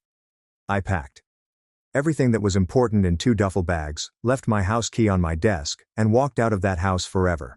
I did not leave a note. I did not say farewell. I just disappeared. The first 2 years in San Francisco were the most difficult of my life. I couch surfed, lived in hostels, and slept in my car, a $1,000 Honda with 2,500 miles, when I couldn't afford anything else. That car, by the way, was a unique type of nightmare. The heater only worked if you hit the dashboard in the exact right spot. The passenger door had to be opened from the outside, and each time I started it, it produced the sound of a dying whale. But it was mine, and that was more than I could say for anything else in my life at the time. I worked every job imaginable, including dishwasher at a 24-hour diner where the cook taught me more curse words in Spanish than I knew existed in English. Dog walker for tech bros who paid me $60 to walk their designer dogs while they worked from their $4,000 a month apartments. And delivery driver for a restaurant that only served $20 artisanal grilled cheese sandwiches to people too drunk to cook. I used to work 3 or 4 jobs at once just to finance a room in a house with 6 other people. My living environment had a shifting ensemble of personalities that would make a sitcom writer weep with delight. There was Derek, the aspiring musician who practiced his experimental jazz fusion at 3 a.m. Lindsay, the graduate student who labeled every single item in the shared fridge with her name and the date, including individual baby carrots. And my personal favorite, Eric, who was convinced he was going to make a lot of money selling custom t-shirts with inspirational quotes he wrote himself. His bestseller, "Life is like a taco. You gotta hold it together, or everything falls apart." He sold only one shirt, to his mother. But here's the thing about reaching rock bottom. When you're 20, you're still youthful enough to recover and desperate enough to put in more effort than others. During my lunch breaks and after work, I'd go to the public library and teach myself to write in HTML, CSS, JAVAS, script, Python, and Java using any free materials I could find online. I spent every spare time learning, creating small projects, failing, and starting over. After around 8 months, I obtained my first IT job as a technical support specialist for a restaurant software business. It earned $40,000 per year, which seemed like hitting the lottery after months of working the minimum pay. The firm was typical Silicon Valley craziness, with 30 workers crowded into an office space designed for 12, working 80-hour weeks on energy drinks and the promise of equity that could be worth something someday. The workplace fridge was always stocked with exactly 3 things: old yogurt, someone's leftover Thai cuisine that had developed sentience, and roughly 50 different sorts of kombucha that no one wanted to drink but everyone pretended to enjoy. But I loved it. For the first time in my life, I was surrounded by people who valued knowledge and hard work over family ties and sob tales. My coworkers didn't mind that I grew up in Ohio, or that my brother was a wreck. They cared if I could repair their server failures at 2 a.m., and yet show up the next morning with suggestions to improve the user interface. Blake, the CEO, had a propensity of holding emergency all-hands meetings at random times to discuss paradigm shifts and synergistic potential. Most of these encounters could have been conducted via email, but Blake was 28 and believed he was the next Steve Jobs. He wore the exact same black t-shirt every day. He claimed to own 35 identical shirts and insisted that our office required creative energy, which resulted in beanbags instead of seats and a broken ping-pong table that served as our sole conference table. I absorbed everything. I learned about the business, the technology, and the client side. When the company's single developer left after 8 months, something about Blake's habit of changing the entire product plan every Tuesday, I offered to take over his projects. Even though I'd never produced commercial software before, I worked nights and weekends to educate myself complex programming concepts, examine the source, repair issues, and create new features. The CEO, Blake, a 28-year-old Stanford dropout, recognized my work. After about a year, he approached me and said, "I'm not sure what your background is, but you're the most motivated person I've ever met. How would you feel comfortable leading all of our technical development?" At the age of 22, I was appointed Chief Technology Officer of a 60-person company. That startup eventually failed, most do, but by then, I had real-world experience and a strong network. My next job was with a more established company that developed mobile apps for enterprise clients. The salary was higher, the equity was more, and I was learning about aspects of the IT sector that I had never seen before. But the true opportunity arrived in 2019, when I was 26. I'd been following the proliferation of remote work tools and spotted something that everyone else seemed to be overlooking. All of these systems were focused on video conferences and texting, but no one was addressing the underlying issue of project cooperation among technical teams. In my spare time, I started developing a prototype for a platform that would combine code repositories, project management, real-time collaboration, and deployment tools into a unified experience. It was essentially attempting to replace 6 different tools that each development team was utilizing independently. As I worked on it, I realized I was onto something significant. In March 2020, I resigned my work and used my money to develop the MVP over the next 8 months. When I ran out of money, I freelanced during the day to cover the rent and coded at night. I lived on ramen and caffeine, slept maybe 4 hours per night, and was definitely not the finest company during those months. But by September 2020, I'd created something that worked. I named it DevStream. The initial version was rough, but it addressed a real issue. I contacted every developer I'd ever known and begged them to try it. Within a month I had 300 users. Within 3 months, I had reached 3,000. By the end of 2020, I had 20,000 users and generated my first revenue. That's when venture capital firms began calling. I'll save you the details of fundraising, it's about as enjoyable as it sounds. But by April 2021, I'd secured $3 million in Series A funding. The timing was excellent. COVID struck, remote work took off, and suddenly every organization in the world required better tools for remote teams. DevStream grew from 20,000 to 200,000 users in 8 months. By the end of 2021, we had 700,000 users, and I was hiring workers faster than I could train them. By 2022, we were generating $65 million in yearly income. By 2023, we were profitable, and I was receiving takeover proposals. I did not sell. DevStream was my baby. The thing I created from scratch when I had nothing. Instead, I led a Series B financing that valued the company at $500 million.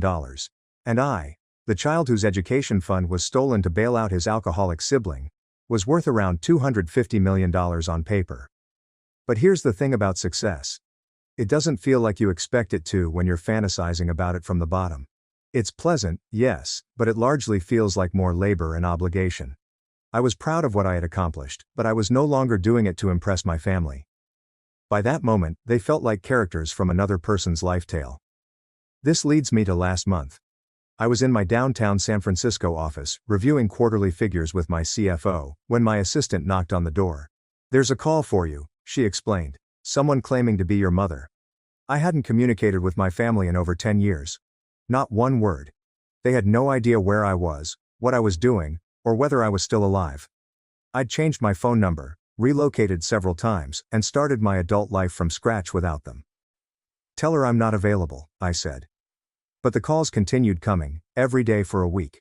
Sometimes Mom, sometimes Dad, and even Logan himself. I disregarded them all. Then Forbes published a story titled 40 Under 40, The Dropout CEO Revolutionizing Remote Work. They had done a full profile on me and DevStream. Photos, background narrative, and the works. They mentioned that I was from a little town in Ohio, that I had dropped out of college with ambitions to relocate to San Francisco, and that I had developed a $500 million firm from scratch. The tale went viral among the tech community. Within 24 hours, it was widely disseminated on social media. That is how my family found me.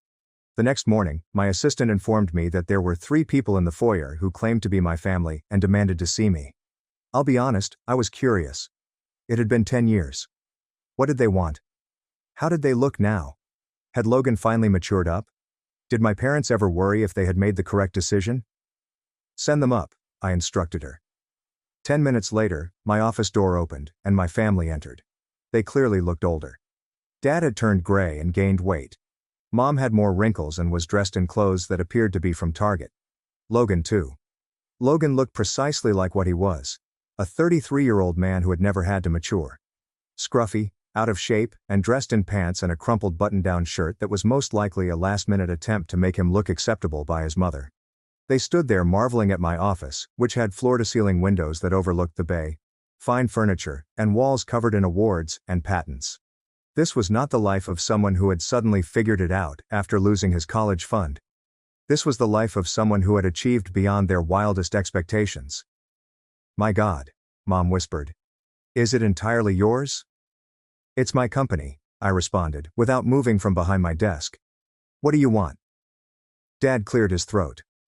"We have read the article. We had no idea you were performing this well." "You had no idea I was doing anything," I replied. "You never bothered to find out." "We tried," Mom replied hastily. "After you went, we attempted to locate you. We filed a missing persons report. We hired a private investigator." "For how long?" Silence. "How long were you looking for me?" I pressed. "About 10 months, Dad explained. The investigator said you'd probably surface when you were ready, and we couldn't afford to keep paying him." "Right. You could not afford it." "I'm sure Logan would have needed the money for his next legal cost."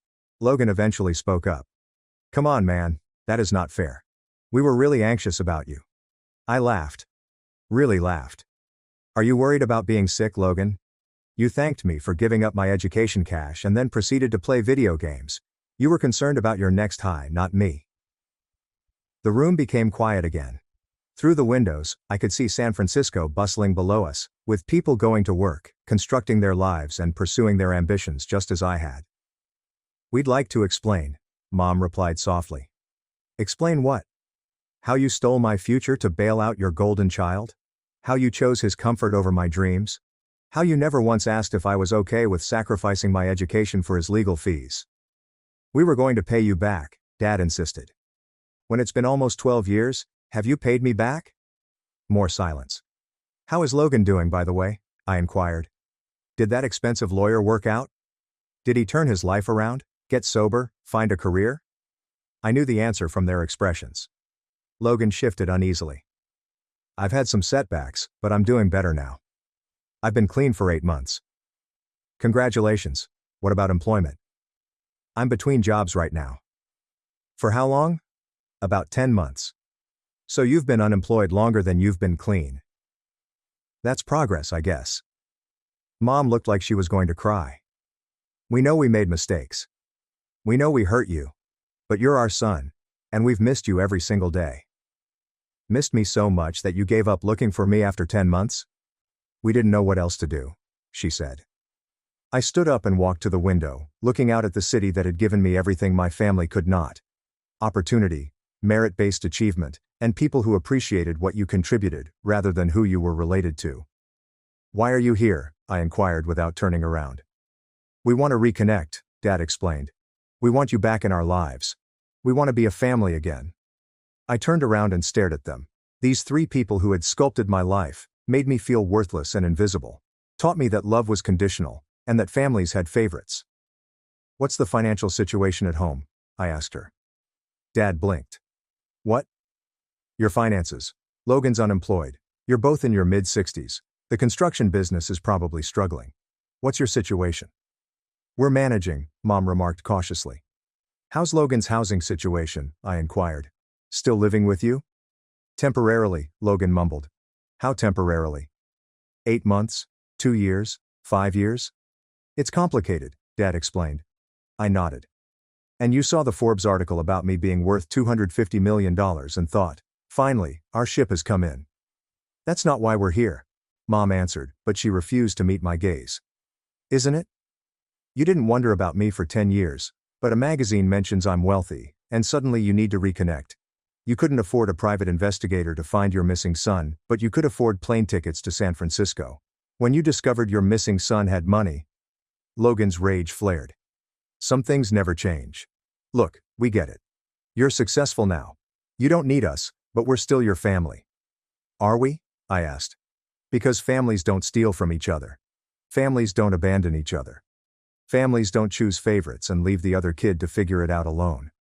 We never abandoned you, Mom insisted. You took away my future for Logan's convenience. What would you call that? Dad stepped forward.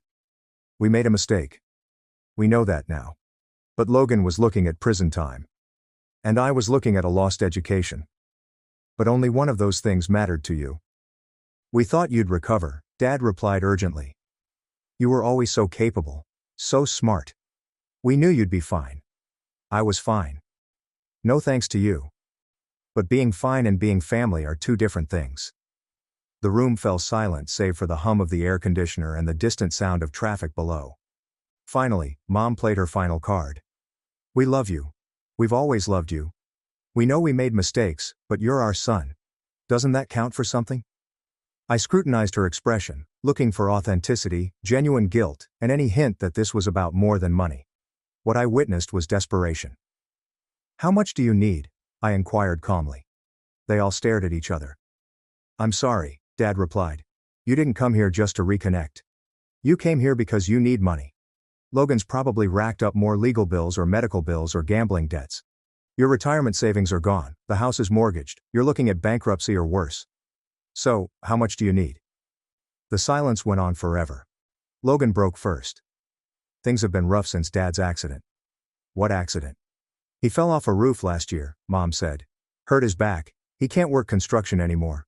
Workers' comp isn't covering everything, and the medical bills. How much? I repeated. $100,000, Dad murmured. Between the medical debt, what we owe on the house, and Logan's legal fees from his last arrest.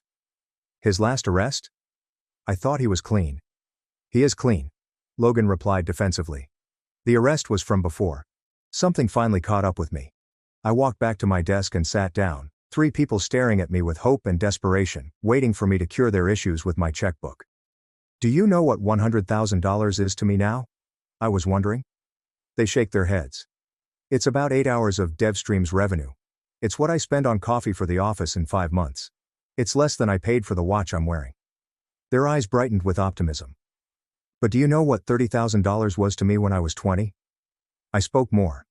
The hope began to evaporate. It was everything. It was my future. It was 5 years of my grandparents' love and sacrifice. It was my chance to become something more than the invisible kid from Ohio, and you gave it away without a second thought. We were desperate, Mom explained. So was I. But nobody cared about my desperation. I opened my laptop and looked at DevStream's bank accounts, which were dizzyingly large figures. Money I'd acquired by working 80-hour weeks, sleeping on friends' couches, and teaching myself skills that no school could have taught me. Anyway, I could write you a check right now that would solve all your problems, I explained. I could pay off your house, Logan's legal bills, Dad's medical debt, and give you enough left over to live comfortably for the rest of your lives. They held their breath. But I'm not going to. Logan was the first to erupt. Are you kidding me? We're your family. No, Logan. Families support each other. Families believe in each other. Families don't steal from each other to bail out the family screw-up for the 12th time. That was 12 years ago, he exclaimed. And what have you done in those 12 years? What have you built? What have you contributed? What have you learned from all those expensive lessons my college fund paid for? He had no response. I turned to my parents. Do you know what the worst part is? It's not that you took my money. Money can be replaced.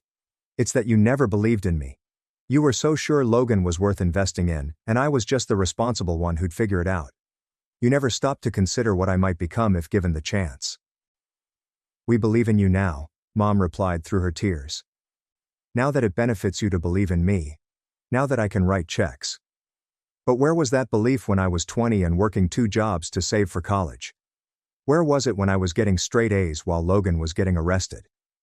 Dad tried once more. We can't change the past. But we can be a family going forward. I shake my head. No, we can't. Because you haven't learned anything. You're not here because you're proud of what I've accomplished, or because you've realized you were wrong. You're here because you need something from me. What would it take? Mom said frantically. What would we have to do to earn your forgiveness? I thought about it for a long time. Go back in time and choose differently. Believe in me when it mattered. Support my dreams instead of destroying them. Love me for who I was. Not for what I could do for Logan. We can't do that, she muttered. No, you can't. Just like I can't pretend that the last 12 years of my life happened because you believed in me, instead of in spite of your lack of belief. I approached my office door and opened it. I think we're done here. Logan made one final desperate play. You know what? Maybe it's better this way. Maybe you're right to cut us out. You've turned into exactly the kind of selfish, cold person who puts money over family. I'm glad we took your college fund. You would have just turned into a jerk anyway. I smiled. Actually smiled. Logan, I had nothing when you took that money.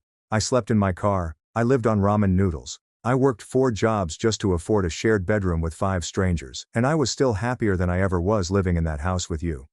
Because you got lucky with some stupid app? He retorted. No.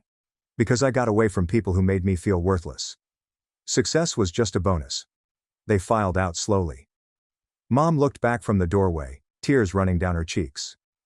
I hope someday you can forgive us, she continued. I already have, I informed her. But forgiveness doesn't mean trust. And it doesn't mean money. After they went, I stayed at my window for a long time, observing the city below. My assistant knocked and came inside. How did it go? She said kindly. She had worked for me for 3 years and had never seen me upset by anything. Like I expected, I said. They needed money, not a relationship. I'm sorry. I returned to my work, reflecting on the firm I'd developed and the life I'd constructed from nothing. Don't be, I replied. I'm not. It was 5 weeks ago. They tried contacting me a few more times, but I did not answer. Logan sent a lengthy email, which I erased without reading. Mom attempted contacting DevStream's customer service, which was quite astounding in its desperation. Update. It's been 3 months since I posted this, and I didn't anticipate it to go so popular. Thank you to everyone who submitted their personal family experiences. It made me realize that I wasn't the only one who had gone through anything similar. A few folks requested an update, so here's what occurred. Logan was detained again last month on another DUI and possession charges. Apparently, he had been using again for months, not just 8 as he stated. Mom called DevStream's main line and begged me for assistance with another lawyer. I did not take the call. Dad's medical bills have gotten worse. My cousin, Mom's nephew, contacted me on Facebook to inform me that Dad might lose the house. He wasn't asking for money, he just wanted me to know. I appreciate the heads up, but my response remains no. The hardest aspect is that certain members of my extended family believe I am uncaring. My aunt wrote on Facebook about blood is thicker than water and how family should always come first. Several cousins have unfriended me on social media. But here's what I've discovered. The individuals who are upset with me for not helping are the same ones who never helped me when I needed it. They were all aware of how my family had treated me growing up. They all watched Logan have chance after chance while I went unnoticed. None of them spoke up at the time, and none of them volunteered to help when I was sleeping in my car at the age of 20. It's easy to be generous with other people's money and forgiveness. The good news is that breaking ties totally has been freeing. I changed my phone number, relocated to a new apartment, and informed anyone who inquired that I was finished with that phase of my life. I forbade my son from attending his girlfriend's funeral, thinking it would save him from her toxic influence. He defied me, and I locked him out forever. My 20-year-old son Noah has always been the focal point of my life. For a long time, it was just the two of us. Noah's father Mark left when he was 10, and I was the one who kept things together. I worked 2 jobs, made sure he had all he needed, pushed him to earn good grades, and helped him plan for college. I was strict, but I needed to be. I was not going to let my only child waste his future. Then he met Maya, a 19-year-old female. She was in his senior year at the same high school and came from what I can only characterize as a shattered family. Her mother, Karen, was continuously changing jobs, and her father, David, was not present.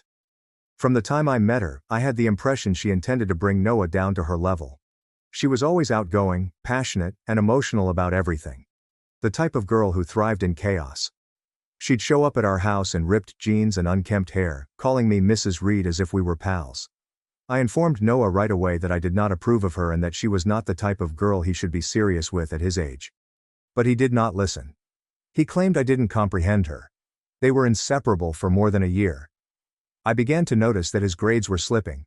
He'd stay out late, cease checking in, and arrive home smelling like her perfume. I told him he was becoming someone I didn't recognize.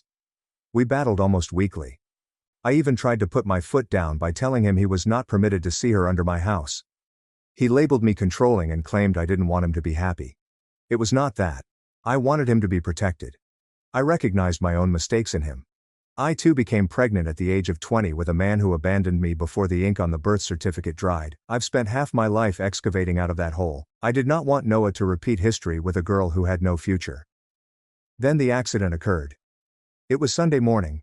Maya and her friends were traveling home from a late-night concert when the driver fell asleep behind the wheel. The automobile flipped, 4 children were hospitalized, and Maya did not survive. Noah was at work when he received the call from one of her pals, and I'll never forget his reaction when he heard it.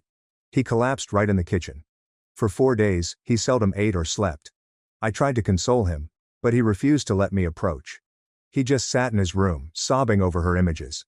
I reminded him that while I understood his sadness, he couldn't let it destroy him. I told him he needed to move on, focus on the future, and not wallow in grief over a girl who had made all the wrong decisions. Then he informed me he wanted to attend the burial. I said no. He lost it. He yelled at me, saying that I was callous, that she meant everything to him, and that he couldn't live with himself if he didn't say goodbye. I informed him that funerals were for family, and that she was not his wife. He described her as more of a family member than I ever was. That one stings. I told him he couldn't go because it would merely rekindle old scars and he should focus on college applications rather than languishing. He went off and slammed his door, and I assumed that was the end of it. The next morning, I awoke to find his bed made and his shoes gone. His phone was still charging on his desk, but his car keys were gone. I contacted his pals, but nobody answered. Later that afternoon, I noticed some photos on social media. He stood at the casket, grieving in front of everyone. Someone had tagged him. My heart sank and I felt ashamed, as if I had been publicly disobeyed by my own son. I was waiting when he got home that night. I told him to go. I told him if he believed he was so mature, he could go live like an adult. I replied I'd had enough of being insulted in my own home. He raged at me, saying I was evil, and that she would hate me even more now. I told him to go. He walked out the door without saying another word. I locked it behind him. That night I grabbed his clothes, posters, and computer. I donated the majority of it the next day. I tossed away a handful of his personal items, including letters, photographs, and keepsakes from that girl. I did not want them in my home. I convinced myself I was ridding the house of negative energy, the toxic influence that had turned my son against me. When neighbors and family inquired, I replied Noah had fled. I informed them that he had packed everything and departed because he wanted to start afresh. I even told my sister Rachel that he was probably staying with Maya's family. I figured that would make them stop asking questions. It did. That was 10 days ago. I have not heard a single word from him. There are no calls, messages, or anything. Noah's best friend Ryan texted me that he was safe, but did not say where. I told him to tell Noah that I had changed the locks. He never responded. I'm not sure what I expected. I expected him to come back begging, or at least call, once he realized how foolish he had been. But now the house seems empty. The silence is terrible. I constantly checking my phone for messages. But they never come. I still believe I was correct not to let him attend that funeral. That girl damaged him, and if I hadn't intervened, he would have followed her road straight into catastrophe. But now I am beginning to worry if I went too far. My sister thinks I'm cruel. She claimed if Mom were still alive, she would call me a monster. It aches. I did everything for that boy. I devoted decades of my life to raising him alone. I only wanted to prevent him from falling into the same trap I did. I used to believe that being firm meant loving someone. I figured keeping him away from her would save him. Instead, it feels as if I buried them both. Everyone online calls me callous. One of Maya's friends even made a Facebook post about me, writing, "I banned my son from mourning." People are messaging me, calling me names. I don't think anyone realizes how terrible it is to watch your child spiral into something you know is bad for them. Perhaps I went too far, but I don't believe I was wrong to try to protect him. I still haven't slept. Every time I close my eyes, I hear him shouting, "You buried me with her." I keep seeing his face in that funeral photo. He appeared older, damaged, like if I had lost him long before that night. I leave the porch light on just in case. I don't know if he will ever return. Update 1. It's been about 3 weeks since my original article, and I need to clarify a few points since people, both online and in person, are spreading misinformation about me.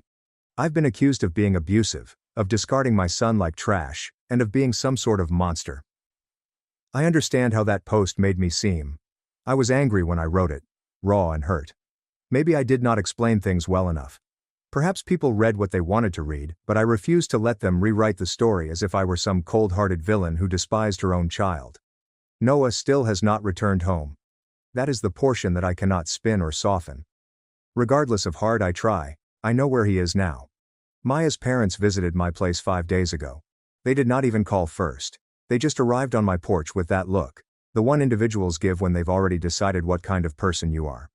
Her mother, Karen, stood there gripping her pocketbook, as if she were about to swing it at me. Her father, David, said they needed to talk about Noah. Apparently, he has been staying with them. They stated he turned up the night after I told him to leave, still dressed for the funeral. They took him in because, quote, "No child deserves to be homeless after losing the person they love." When I inquired how long they meant to keep him there, David said, "As long as he needs."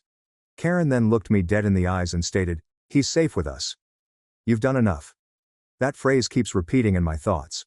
I told them they were overstepping, that this was not their place, and that they were using his pain to fill the void their daughter had left. Karen shot back. At least they didn't throw their child out into the street. I told her she was fortunate to have a child worth keeping.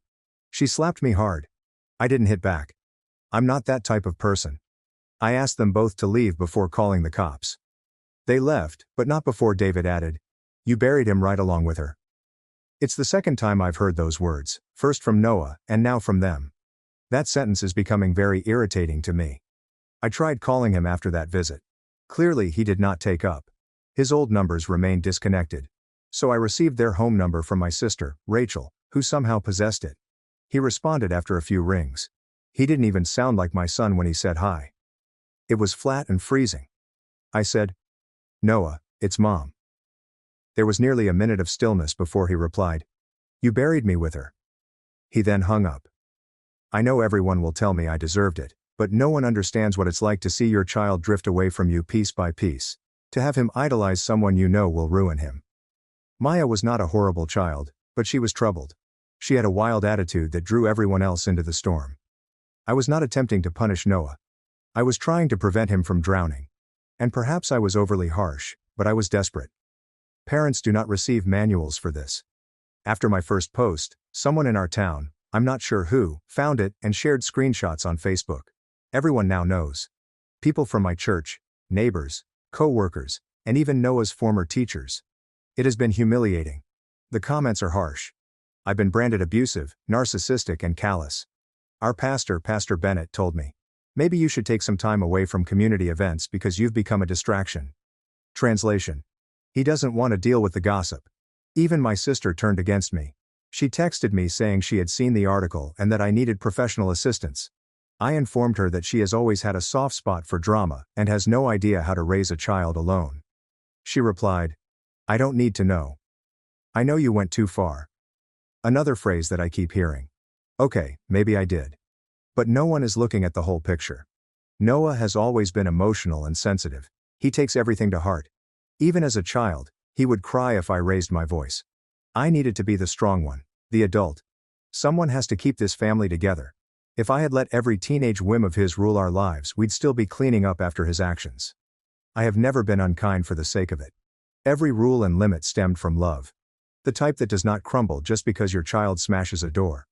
What hurts the most is that people assume I gave his belongings out of malice. That is not true. Yes, I got rid of some items that reminded me of her, letters, pictures, trinkets. But I also donated many of his clothes to charity. I did not burn or toss them away, as some have suggested. I wanted to help other disadvantaged families.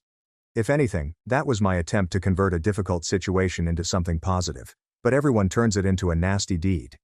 Even my co-workers look at me differently today. One of them muttered that I donated her son, rather than his clothes. That day, I came close to quitting. I've been praying every night for him to return home. I don't want to be right, I just want him safe. I've kept the porch light on since the night he left. My neighbors surely think I'm nuts. Perhaps I am. But when I see the glow in the driveway, I nearly think he's about to pull in. Last night I learned from a mutual friend that Noah has been seeing her former counselor, Dr. Collins, for therapy. That felt like another betrayal, as if he were rewriting his pain as a tale in which I was the villain and she was the saint. According to the acquaintance, Maya's parents drive him there twice a week and then he remains for dinner with them.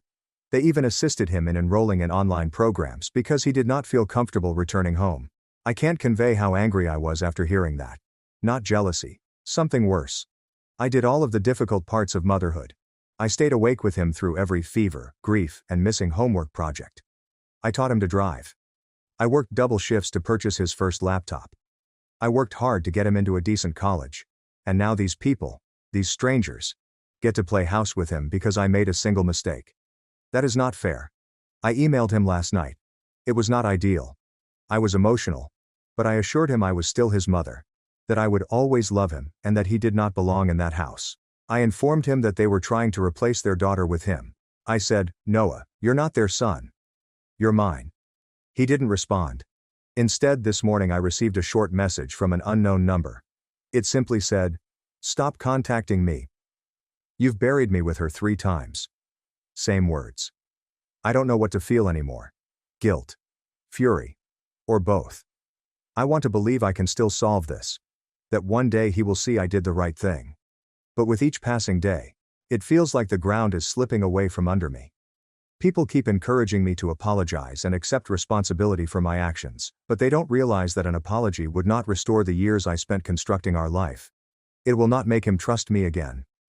Sometimes I sit in his old room, or what's left of it, and reflect on how peaceful it is. There is no music, no dirty clothes on the floor, and no sound of him pacing while on the phone. I used to gripe about all of these things. Now, the silence feels like punishment. I'm not sure if he'll ever come home, but if he does, I'll be prepared. I will still expect respect and boundaries. I am his mother, not his enemy. But I'll agree that the house feels colder without him. Update 2. It's been 8 months since my previous post. If you're here to gloat, you'll get your fill quickly. As far as I know, Noah is officially and forever gone. He relocated out of state in March. He is currently attending some college in Oregon. I only discovered out when Rachel forwarded me a Christmas letter from one of Maya's relatives, of all people. Apparently, he has been accepted into the photography program there. Funny, because when I pushed him for engineering scholarships, he claimed I was strangling his creative energy. I suppose he finally achieved the independence he desired. He changed everything, even his phone number and email address. I've been blocked on every social media platform he has ever used. The only thing that remains is his previous Facebook profile picture, which shows him and Maya at a pumpkin farm. He's locked there at 18, smiling as if he doesn't have the entire world ahead of him. I keep saying he as if he were a stranger because that is how it seems right now. A stranger I once raised. My reputation in town has deteriorated since the last update. I used to be the head of our church's women's auxiliary. They replaced me discreetly. No meeting, no thank you present, and no mention. People still smile when they see me at the grocery store, but it's a pity grin, the type you give to someone you believe is damaged. I hear whispers when walking down the baking aisle. That's the woman who threw her son out. One morning someone scribbled "monster" in chalk on my mailbox. At first, I wanted to shout at everyone that they didn't know the complete story and that I was protecting my child from making the same mistakes I did. But, after months of silence from him, I began to worry if they knew. Perhaps they didn't need the specifics to identify a mother who went too far. Nonetheless, I refuse to portray myself as evil. I am not a storybook villain twirling her hair in the dark. I was a mother doing what she believed was necessary. People act as if love should always be soft and yielding. That is not love. Love is discipline. It's structure. It's knowing when to say no, even if it means breaking your heart. That was what I used to tell myself anyway. The house feels different now. I used to think I desired silence. No loud music, no slamming doors. Now I can't take it. It's a humming silence that seems heavy and vibrant. Even though I know he isn't there, I can sometimes hear his footsteps. I have not touched his old room since February. I tried at first. I actually did. After I tossed everything away that night, I promised myself not to dwell. But one day, I discovered one of his old school notebooks at the bottom of a box I had overlooked, and for some reason, I couldn't get rid of it. I put it on his shelf, and that sparked it. I slowly began putting things back together. An old hoodie, a baseball cap, and a photo of him with our dog. The room appears to have been lived in again, however this is a falsehood. It is a shrine. Now I get what that sounds like. But it is not obsessive. It is memory. It's attempting to preserve evidence that there once was laughing in this house. In late March I drove to the cemetery. I told myself I was going to see my parents' graves, but that was a lie. I parked at the far end, near the section where Maya was buried. I waited until after dusk, when the caregivers were gone. Her burial was adorned with fresh flowers, predominantly lilies, as well as a few wild daisies, which she liked to collect and braid into her hair when she visited our house. I remained there for a while, watching the wind blow through them. Someone had left a camera keychain and a small folded letter behind a stone. I didn't have to open it to recognize it was from him. I'd brought my own note. I had rewrote it 3 times. The initial version was angry and accusatory, much like everything else I'd spoken throughout my life. The second was defensive, an attempt to excuse what I had done. The third was the only one that I could do without shaking. It said, "I wanted to protect you, but I forgot you weren't a boy anymore. You didn't need saving. You needed trust. I failed you." I left it beneath one of the blooms. Then I sat in my car sobbing until my throat burnt. I hadn't sobbed since his father, Mark, had left 14 years earlier. A few days later, I received a voicemail from a number I did not know. The voice was older and calmer, but I knew it was his. He spoke. "Mom, I got your note. I'm not mad anymore. I'm grateful in a way. You taught me how to survive things I thought would kill me. You also taught me how to walk away from things that were destroying me. Thank you for that." He left a message before I responded. There is no return number. Only that message. That's the cruelest kindness of all. Hearing his forgiveness and knowing it doesn't provide a way back in. I play it virtually every night. At first, I viewed it as a sign that he will eventually return home, but it has been months and nothing. I believe that message was not an invitation, it was a goodbye. My sister Rachel suggested that I sell the house and relocate somewhere else to start again. She commented, "This place is haunted." Perhaps she is correct, but it feels like the only thing I have left of him. I wander through each room, recalling the sound of his words echoing off the walls. Every crack in the floorboards feels like a conversation that never ended. Sometimes, late at night, I sit at the kitchen table and write letters that I will never send.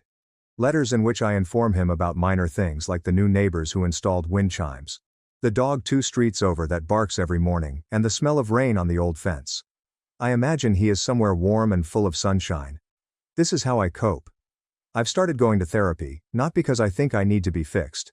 I still don't believe I'm broken, but I can't continue living in this half-life of guilt and silence. Dr. Collins, the therapist, asked me during our first session why I despised Maya so much. I told her I didn't. I despised what she represented. She questioned what that meant, and I replied, freedom, because that's what it was. She was the type of girl who rushed into life without thinking twice, unconcerned about the repercussions. I used to be like that, before Noah. Prior to taking on responsibility. Prior to becoming pregnant at the age of 20, I had to abandon all of my dreams. Maya reminded me of the girl I used to be, carefree, innocent and full of optimism.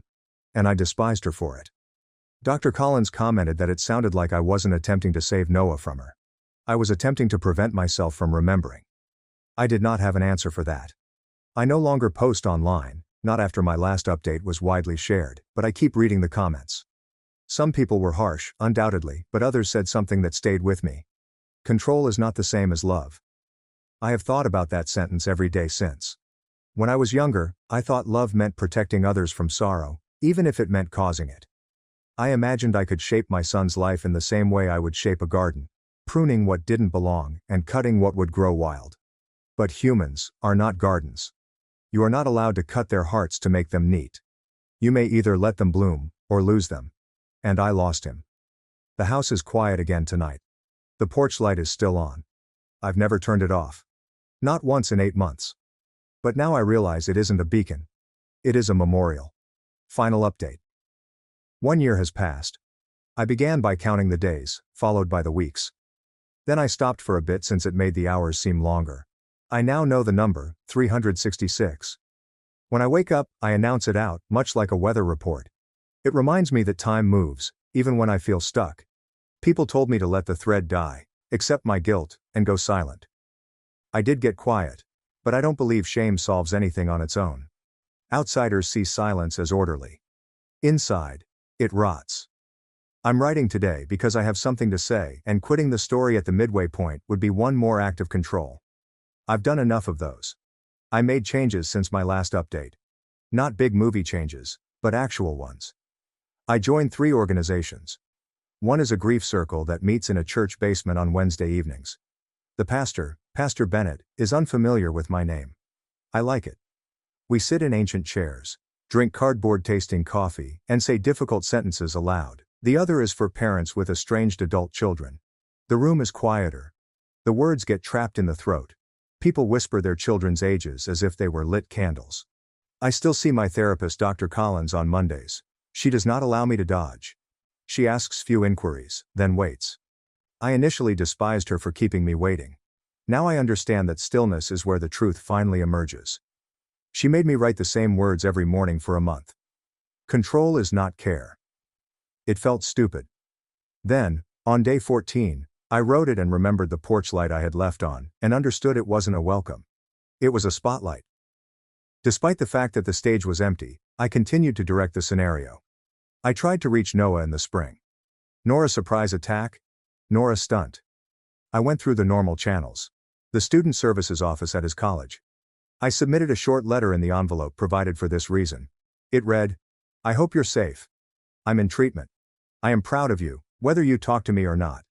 I included my phone number with my address. I signed it, Mom. 3 weeks later, the form email arrived. It stated that the student had requested that no personal texts be forwarded. It was nice, clear, and final. I read it 3 times, closed my laptop, and waited in the backyard until the motion lights turned off. I didn't drive to the airport. I did not seek out his dorm. I didn't call anyone to plead. I went to my Wednesday group and announced out, "He asked for no contact." It stung, but it felt clean. Summer made the house hot. I left the windows open at night, and the breeze brought other people's lives into my kitchen. Laughter, a baby wailing, and a pop song from 2 streets away. I stopped sitting in Noah's room. I shut and left the door closed, not as a shrine, but as a boundary. Dr. Collins remarked, "You keep trying to rebuild the past when you are supposed to be building a future." I told her I didn't know how. She explained, "Professional stubbornness counts for something. Aim it at the correct object." So I utilized it. I discovered a youth center 2 towns away that hosts a program for teenagers who have lost someone. I filled out documents, went through background checks, and attended training where they taught you to listen without fixing. The first night I observed a boy scuff the toe of his shoe on the floor for an hour without saying anything. The second night, he said his father's name and wailed into his sleeves. I sat beside him and counted my own breaths. I didn't give a lecture about resilience. I handed him a box of tissues and told him, "I am not going anywhere." When I left, my clothes smelled like bleach from the rec room, and I was fatigued in a way that suddenly made sense. Around October, I received a letter. The envelope was cream and made of thick paper, similar to what is used for weddings or condolence cards. My hands shook as I opened it, thinking it might be from Noah. It was not. It came from Maya's parents, Karen and David. I sat at the table and read it twice before the words became still. They stated that they had not forgotten what had occurred to us. They wrote that certain wounds produce scar tissue while others remain sensitive. They reported that Noah was doing well. He is still in school. He has friends.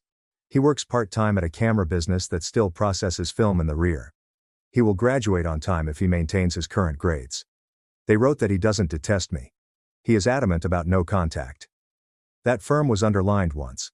They claimed he asked them to let me know he was safe, housed, and not doing anything to dull himself. I cried loudly and quickly, like a hiccup. The second page featured the kind of mercy that stings. Karen wrote, "There are details I never knew." She said that she debated whether to include them. Then she penned them nevertheless, because secrets become poison if left buried too long. Maya was pregnant when she died prematurely. She had informed Noah a week before the crash. They were both terrified. They had not informed their parents. They planned to speak with a counselor. He'd scheduled the appointment. It was the Wednesday after. There is no after. I set the letter down and stood in Noah's room. The door open.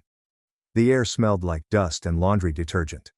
I sat on the side of the bed, spoke the word grandchild into an empty room, and felt something in my chest gently tear. The way old fabric gives when you pull on a rip. I now understand why he said those words to me. You buried me with her. He had lost more than just a girl.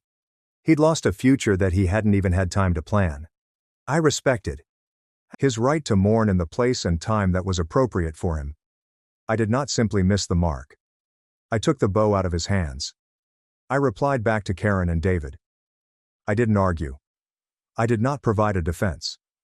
I thanked them for telling the truth, and for being compassionate to my son, even when I wasn't.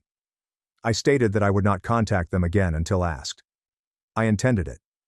Some people believe that setting boundaries is a sign of weakness. It isn't. It is a barrier you erect around your darkest tendencies. November brought colder temperatures and shorter days. Work remained steady. People in my community eventually ran out of gossip or were bored. One woman in the cereal aisle tried to corner me with pity, but I answered, "No, thank you," and left. It felt like a small backbone was sprouting back. My sister Rachel called on Thanksgiving. She asked if I wanted company. I invited her to come by at noon for pie and coffee, not dinner. She sniffed at the limit. She arrived at lunchtime. She departed at 1:30. We did not discuss Noah for more than 5 minutes. I didn't weep. I felt relieved when she backed out of my driveway. Relief is not treachery. It's breathing. December is always a tough month. Lights light up, music plays in stores, and memories become loud. The youth center requested volunteers to help a few families decorate. I answered yes, no, and yes again. The morning of, I awoke at 4:30 a.m. and sat on the couch with the tree lot flyer in my lap, remembering how Noah and I debated about tinsel versus ribbon last Christmas. He despised ribbon. He claimed it made a tree resemble a birthday present. I purchased tinsel. I believed that was a sign of compromise. The center trip concluded around nightfall. The air had a bite. I drove home via a path I hadn't taken in a year. Habit, I suppose, or muscle memory. It led me past Karen and David's street. I promised myself I'd keep going. I slowed at the corner anyhow. Their house is set back from the road, with blue shutters and a porch swing. Somebody had strung nice white lights along the railing. Through the window I noticed a tall man on a ladder inside, reaching to place a star. The person on the floor reached up to hold it steady. He laughed. I recognize his laugh. It begins in his chest and hides in his neck.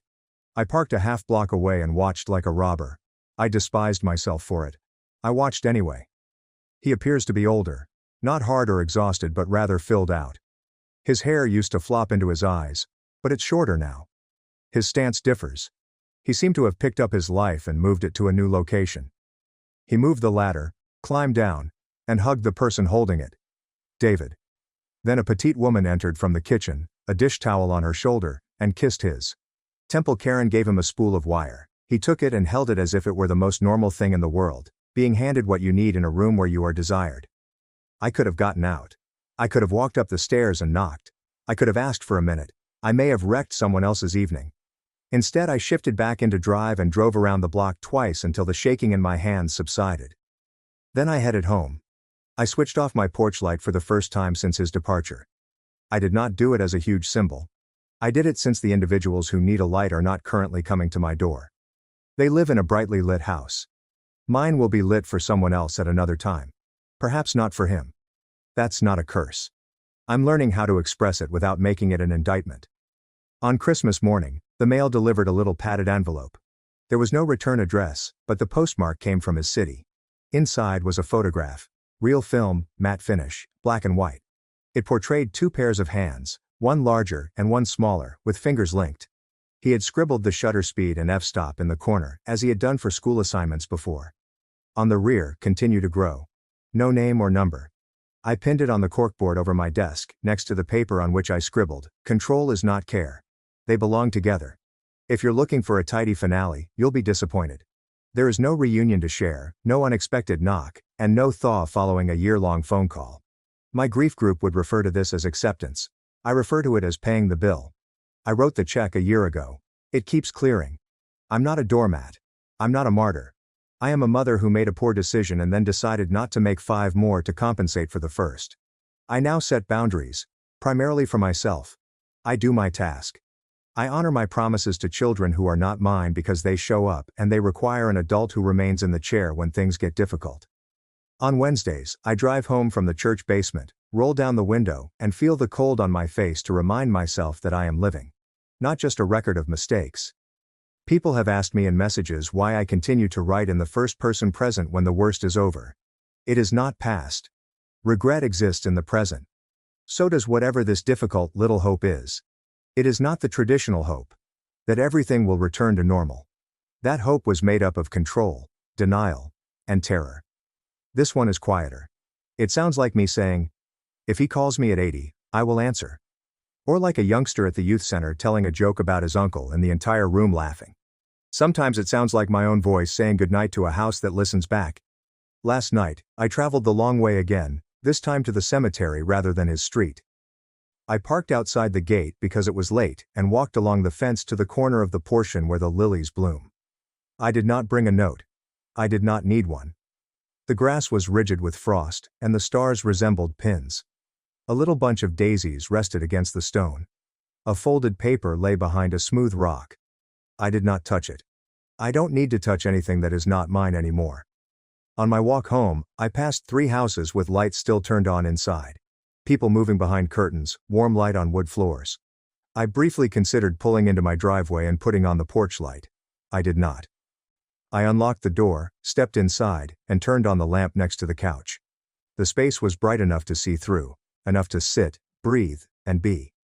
The lights in their house appeared warm. I used to think that warmth equaled control. Now I understand that it is the one thing I cannot demand. I can just get here, hold it steady, and wait without bringing anyone along who doesn't want to be here. If that's my conclusion, it's an honest one. My sister's Christmas gift backfired. Her DNA test to expose my daughter's cheating revealed her son wasn't hers. Now she's facing a custody battle. My sister attempted to show my wife cheated by humiliating her in front of the entire family. When it backfired, she attempted to play the victim, but it was too late, and no one believed it. Grab some popcorn and enjoy the show. So, I have a sister named Rebecca, and she has been a pain in my buttocks since we were little. You remember the sister who always got away with everything, who could do no wrong in mom and dad's eyes even when she was objectively a nightmare? Yes, that is Rebecca. Golden kid syndrome, main character delusions, and a side of absolute entitlement.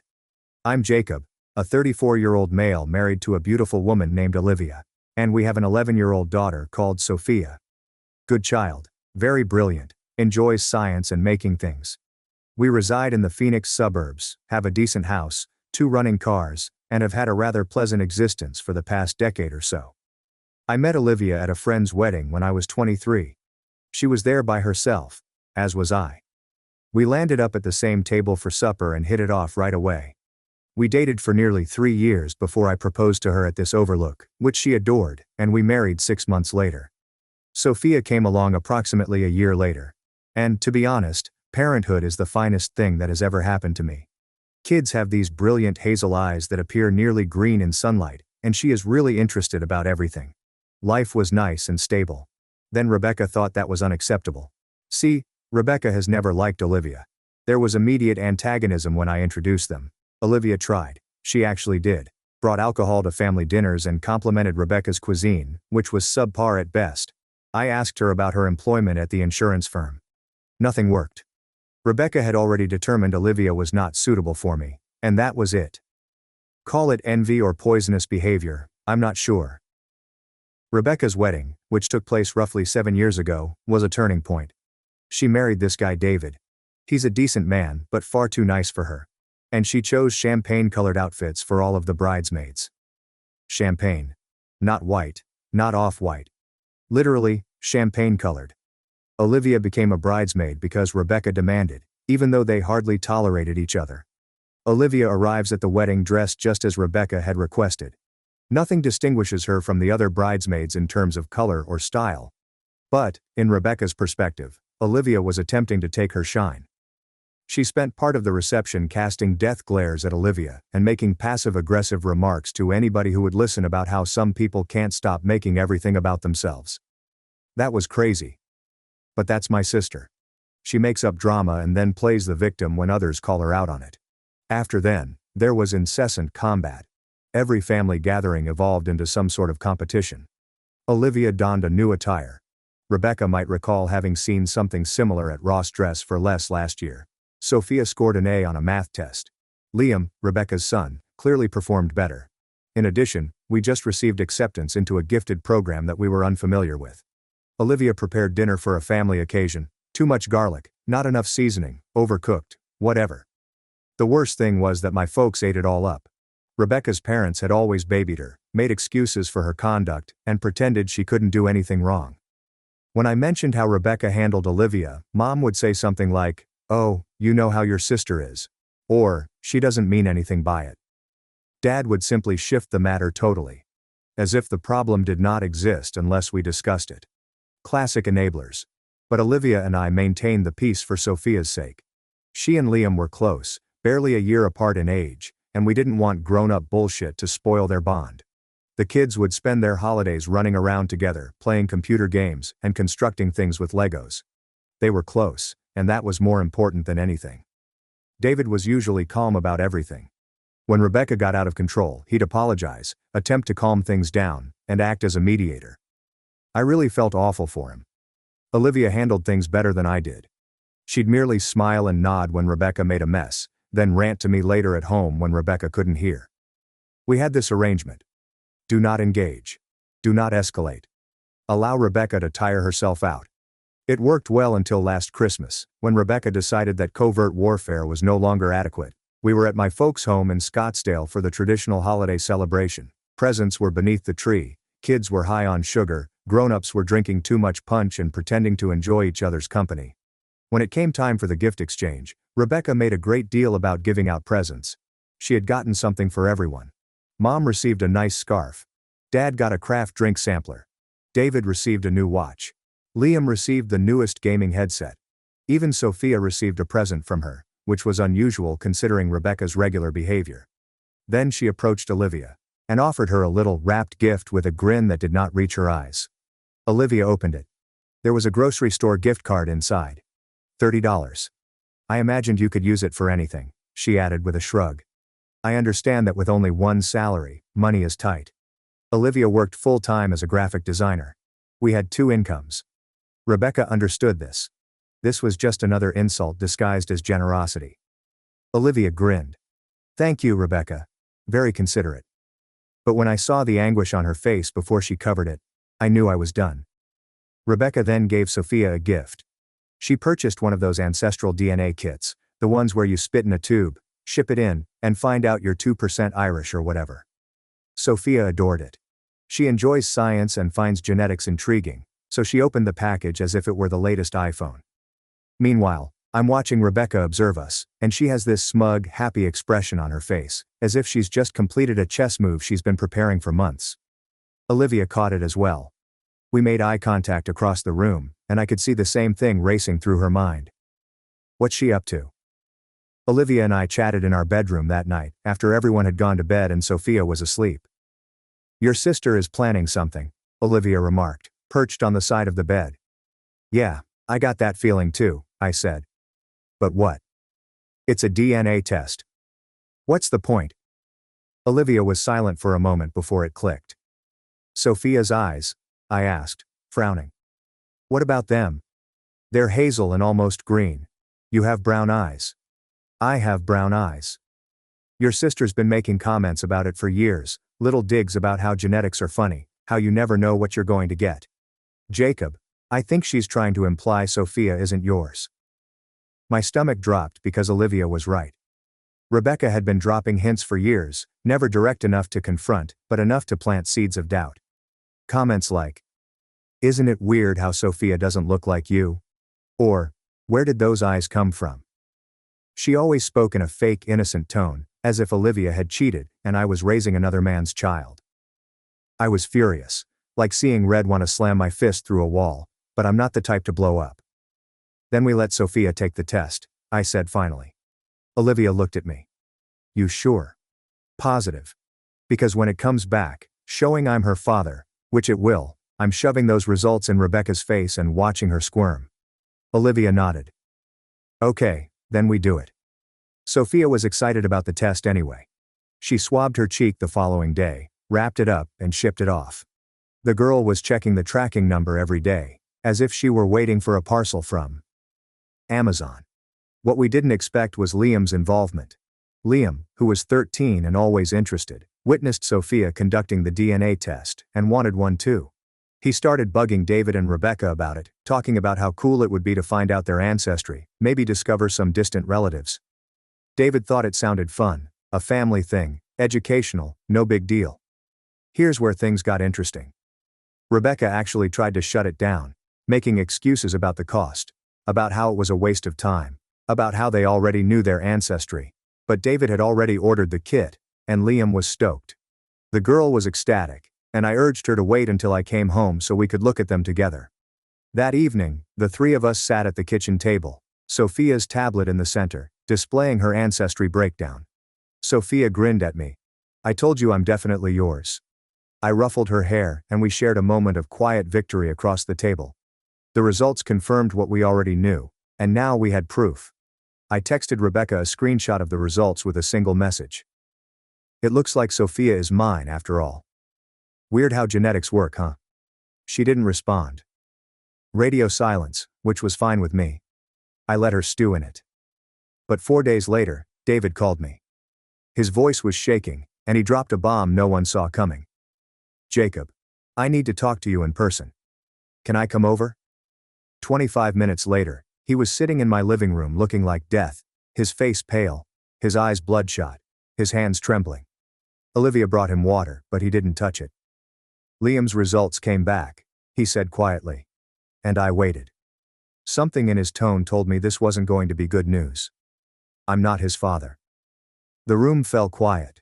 Olivia's hand went to her lips, and I simply gazed at David, trying to understand what he had just said.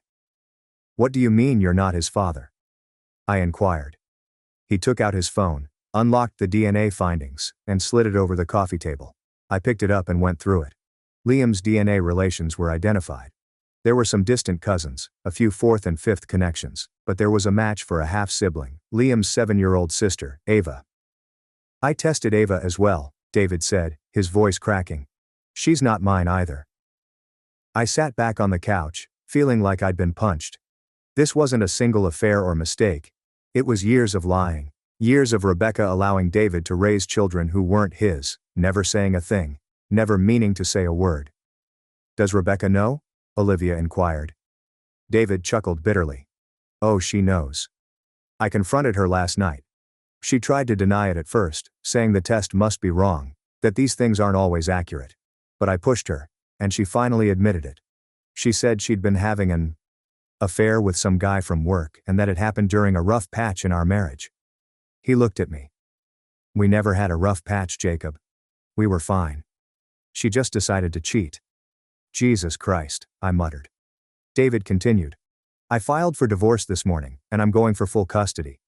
I don't care that they're not biologically mine, they're my children, and I'm not leaving them with her.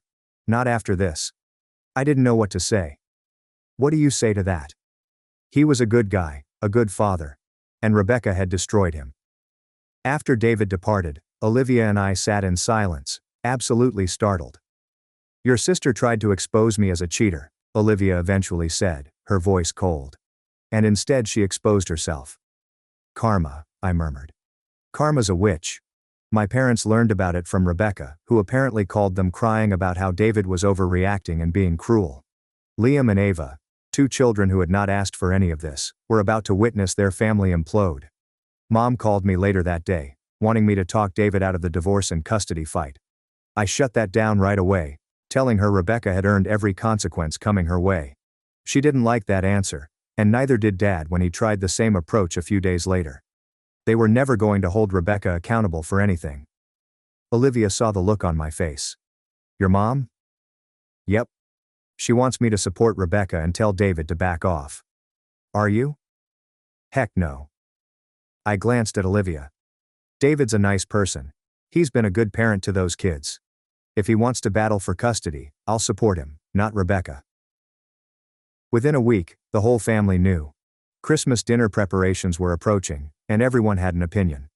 Some agreed with David.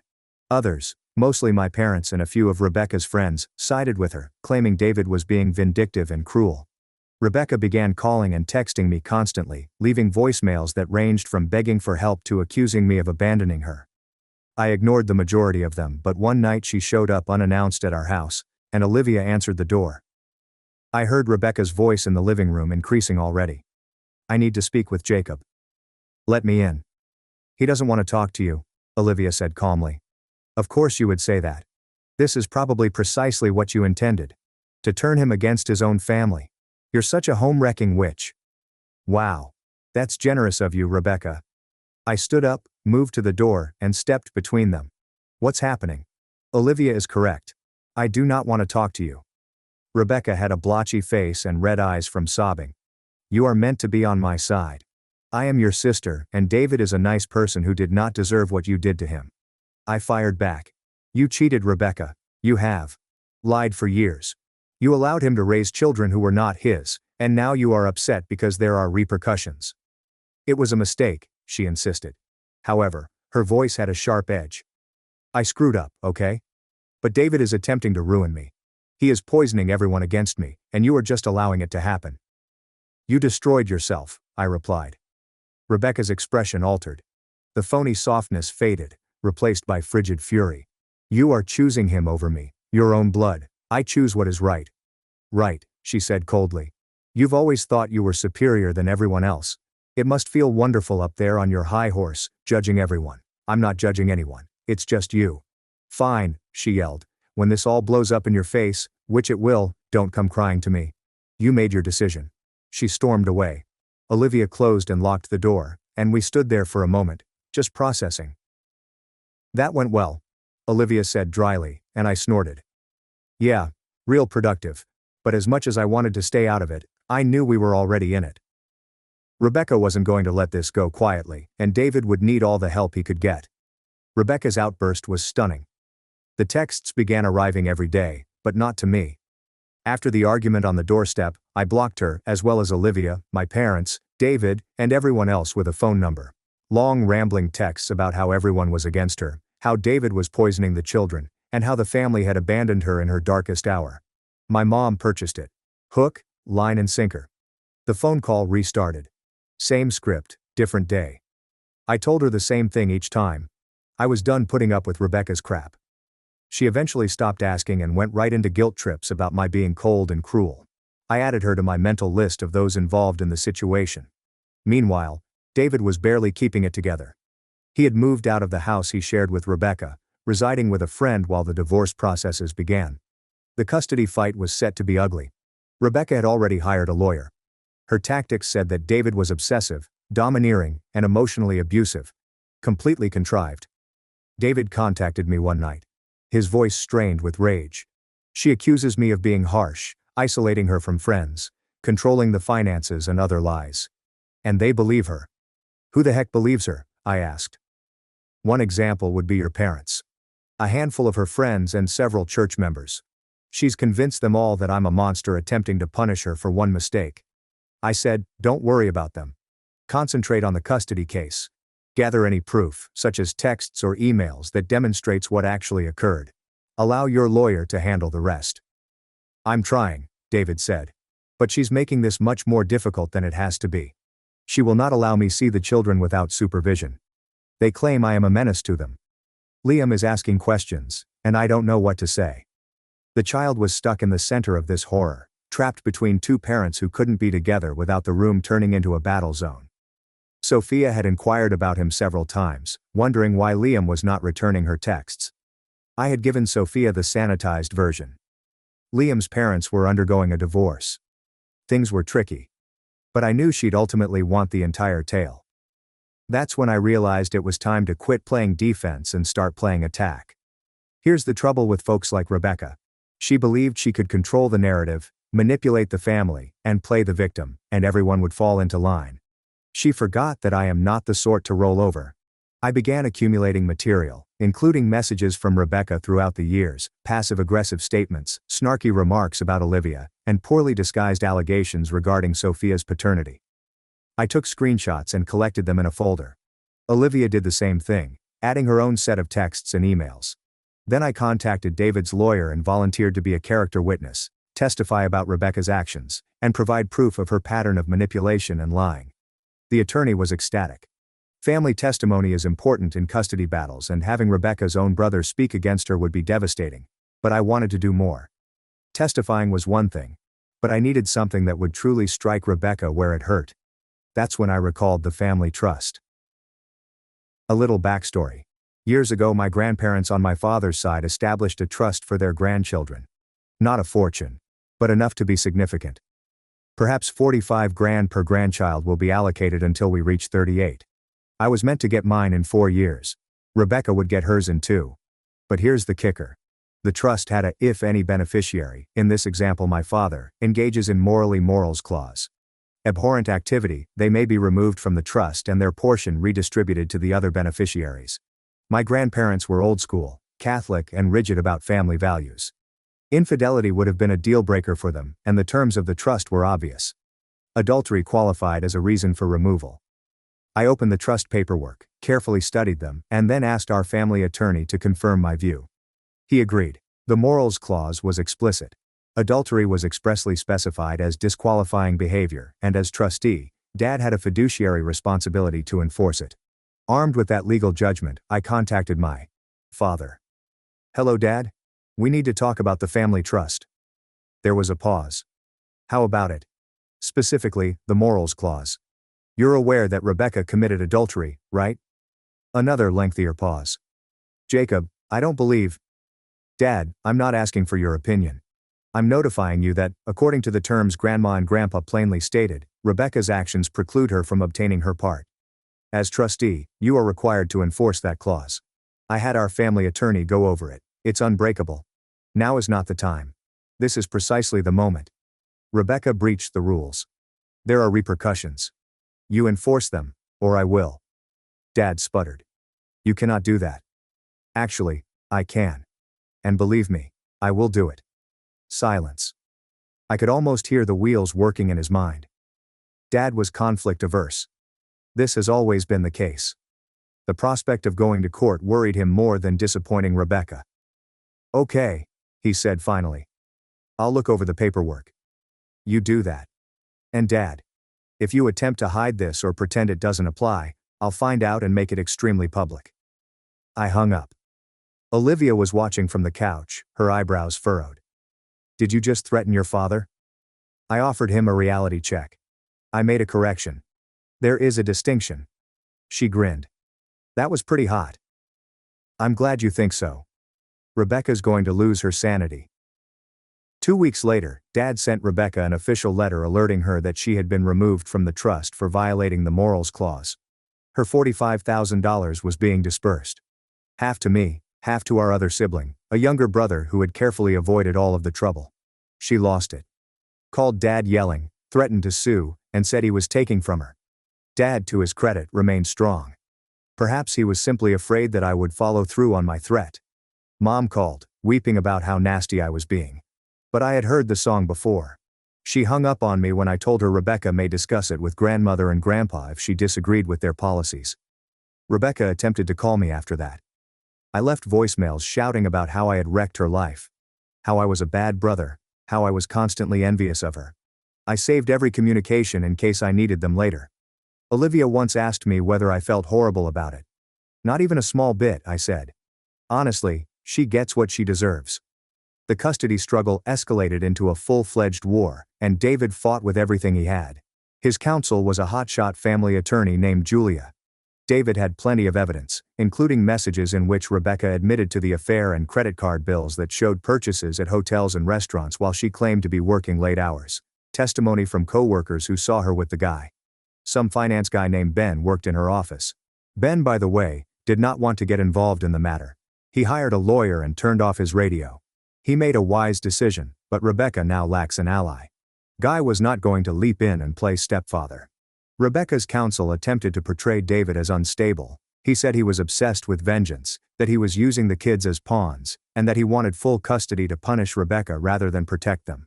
But David held the moral high ground, and his lawyer understood how to utilize it. The preliminary hearings were severe. I went to a few as David's support system, sitting in the gallery while the attorneys fought. Rebecca arrived looking like a kicked dog, red eyes, tissue in hand, portraying the sad mother. The performance was Oscar-worthy, yet the judge appeared unimpressed. Rebecca's lawyer attempted to establish at one hearing that David was not the biological father and hence lacked legal custody rights. Julia shut it down quickly. Mr. David has been the only father these children have ever known. He has reared, supplied for, and loved them. Biology does not erase that. The judge seems to agree. David was granted interim possession awaiting the final hearing, while Rebecca was allowed supervised visits twice a week. Rebecca did not handle it well. She began showing up at the kids' school, offering to take them out for lunch or pick them up early. The school had to include a notation in its system stating that only David was permitted to make choices for Liam and Ava. She had a tantrum, threatened to sue the school, and overall made herself appear bad. Liam was straining hard. Sophia informed me that he had gotten into a fight at school. When a child made a joke about his mother, Liam struck him, got suspended for 3 days. David was at his wit's end trying to keep Liam steady among Rebecca's incessant upheaval. That's when I decided to intervene more personally. I phoned David. Invite Liam over this weekend. Let him and Sophia hang out. Olivia and I will keep an eye on them. Are you sure? David asked. I am sure. The kid requires normalcy. Sophia agrees. Allow them to be kids for a few hours. That Saturday David dropped Liam off at our home. The boy seemed harsh, but when Sophia suggested they play some video games, his expression brightened a little. The kids were upstairs, so David, Olivia and I sat in the living room. How are you doing? Olivia said. David shrugged. Some days are better than others.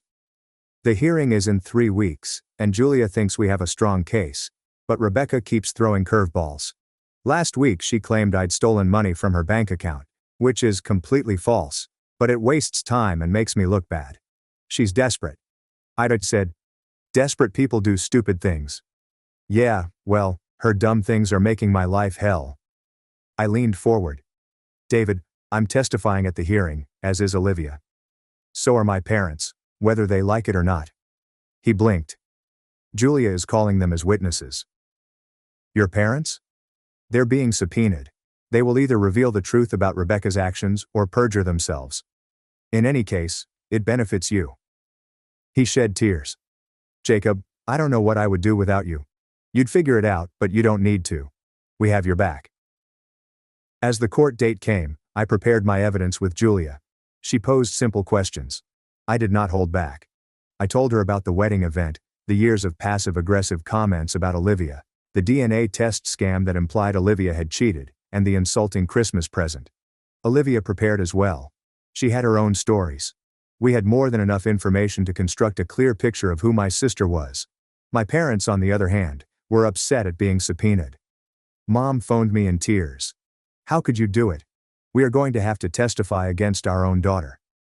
You're going to have to speak the truth, I said. She is your sister, and she is a liar. I am not faking differently to save her feelings. Dad adopted a different approach. He contacted me, tried to reason with me, and proposed that we settle matters inside the family rather than going to court. It was too late for that, I said. The hearing was scheduled for a Tuesday morning. David, Julia, Olivia, and I arrived early. Rebecca came with her lawyer, looking presentable but pale. Her gaze fixed on me and the venom in her expression was nearly palpable. The courtroom was smaller than I anticipated. Wood paneling, fluorescent lighting, a lingering odor of stale coffee, and tension. The judge seems disinterested in theatrics. Julia, David's lawyer, began strong and gave out the facts.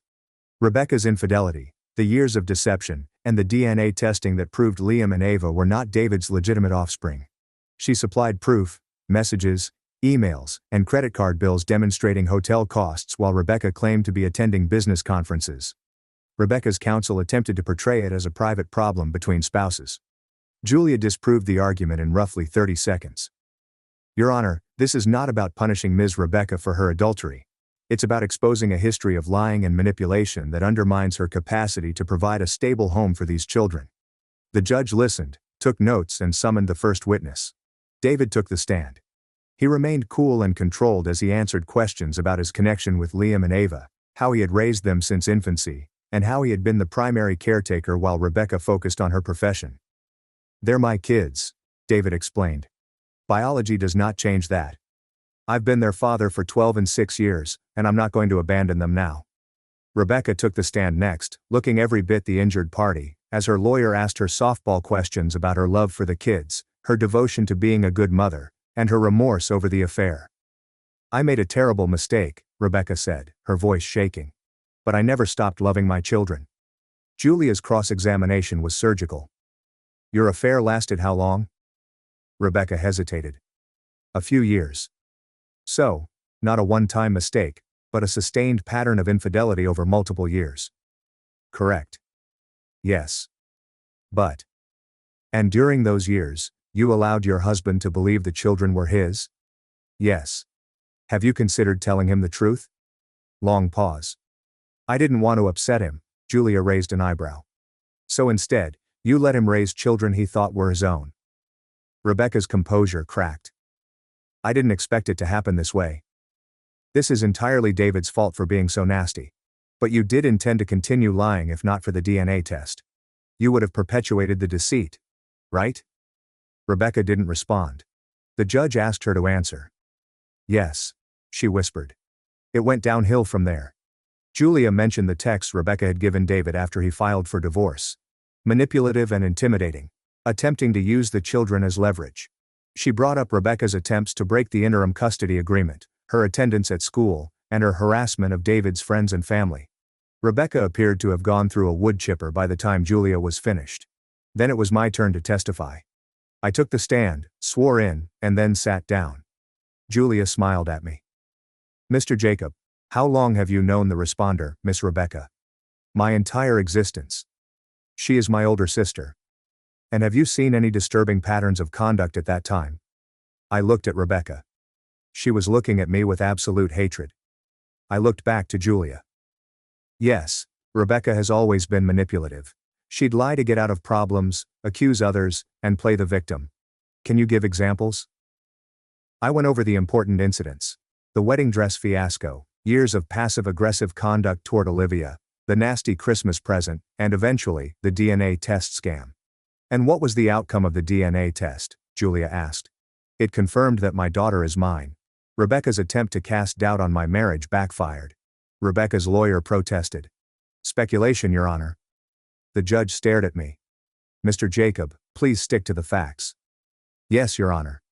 Rebecca sent my 11-year-old daughter a DNA test for Christmas with the evident goal of causing issues in my marriage." Julia nodded. "How would you characterize Miss Rebecca as a mother?" I picked my words carefully. "I believe Rebecca adores her children. But love isn't sufficient. She continuously prioritizes her own needs before theirs.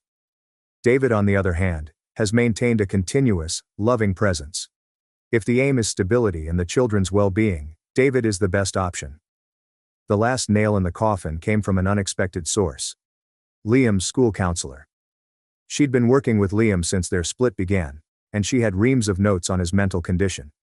She testified that Liam had acknowledged feeling torn between his parents, that Rebecca had fed him a story in which David was the villain, and that this was hurting Liam's mental health.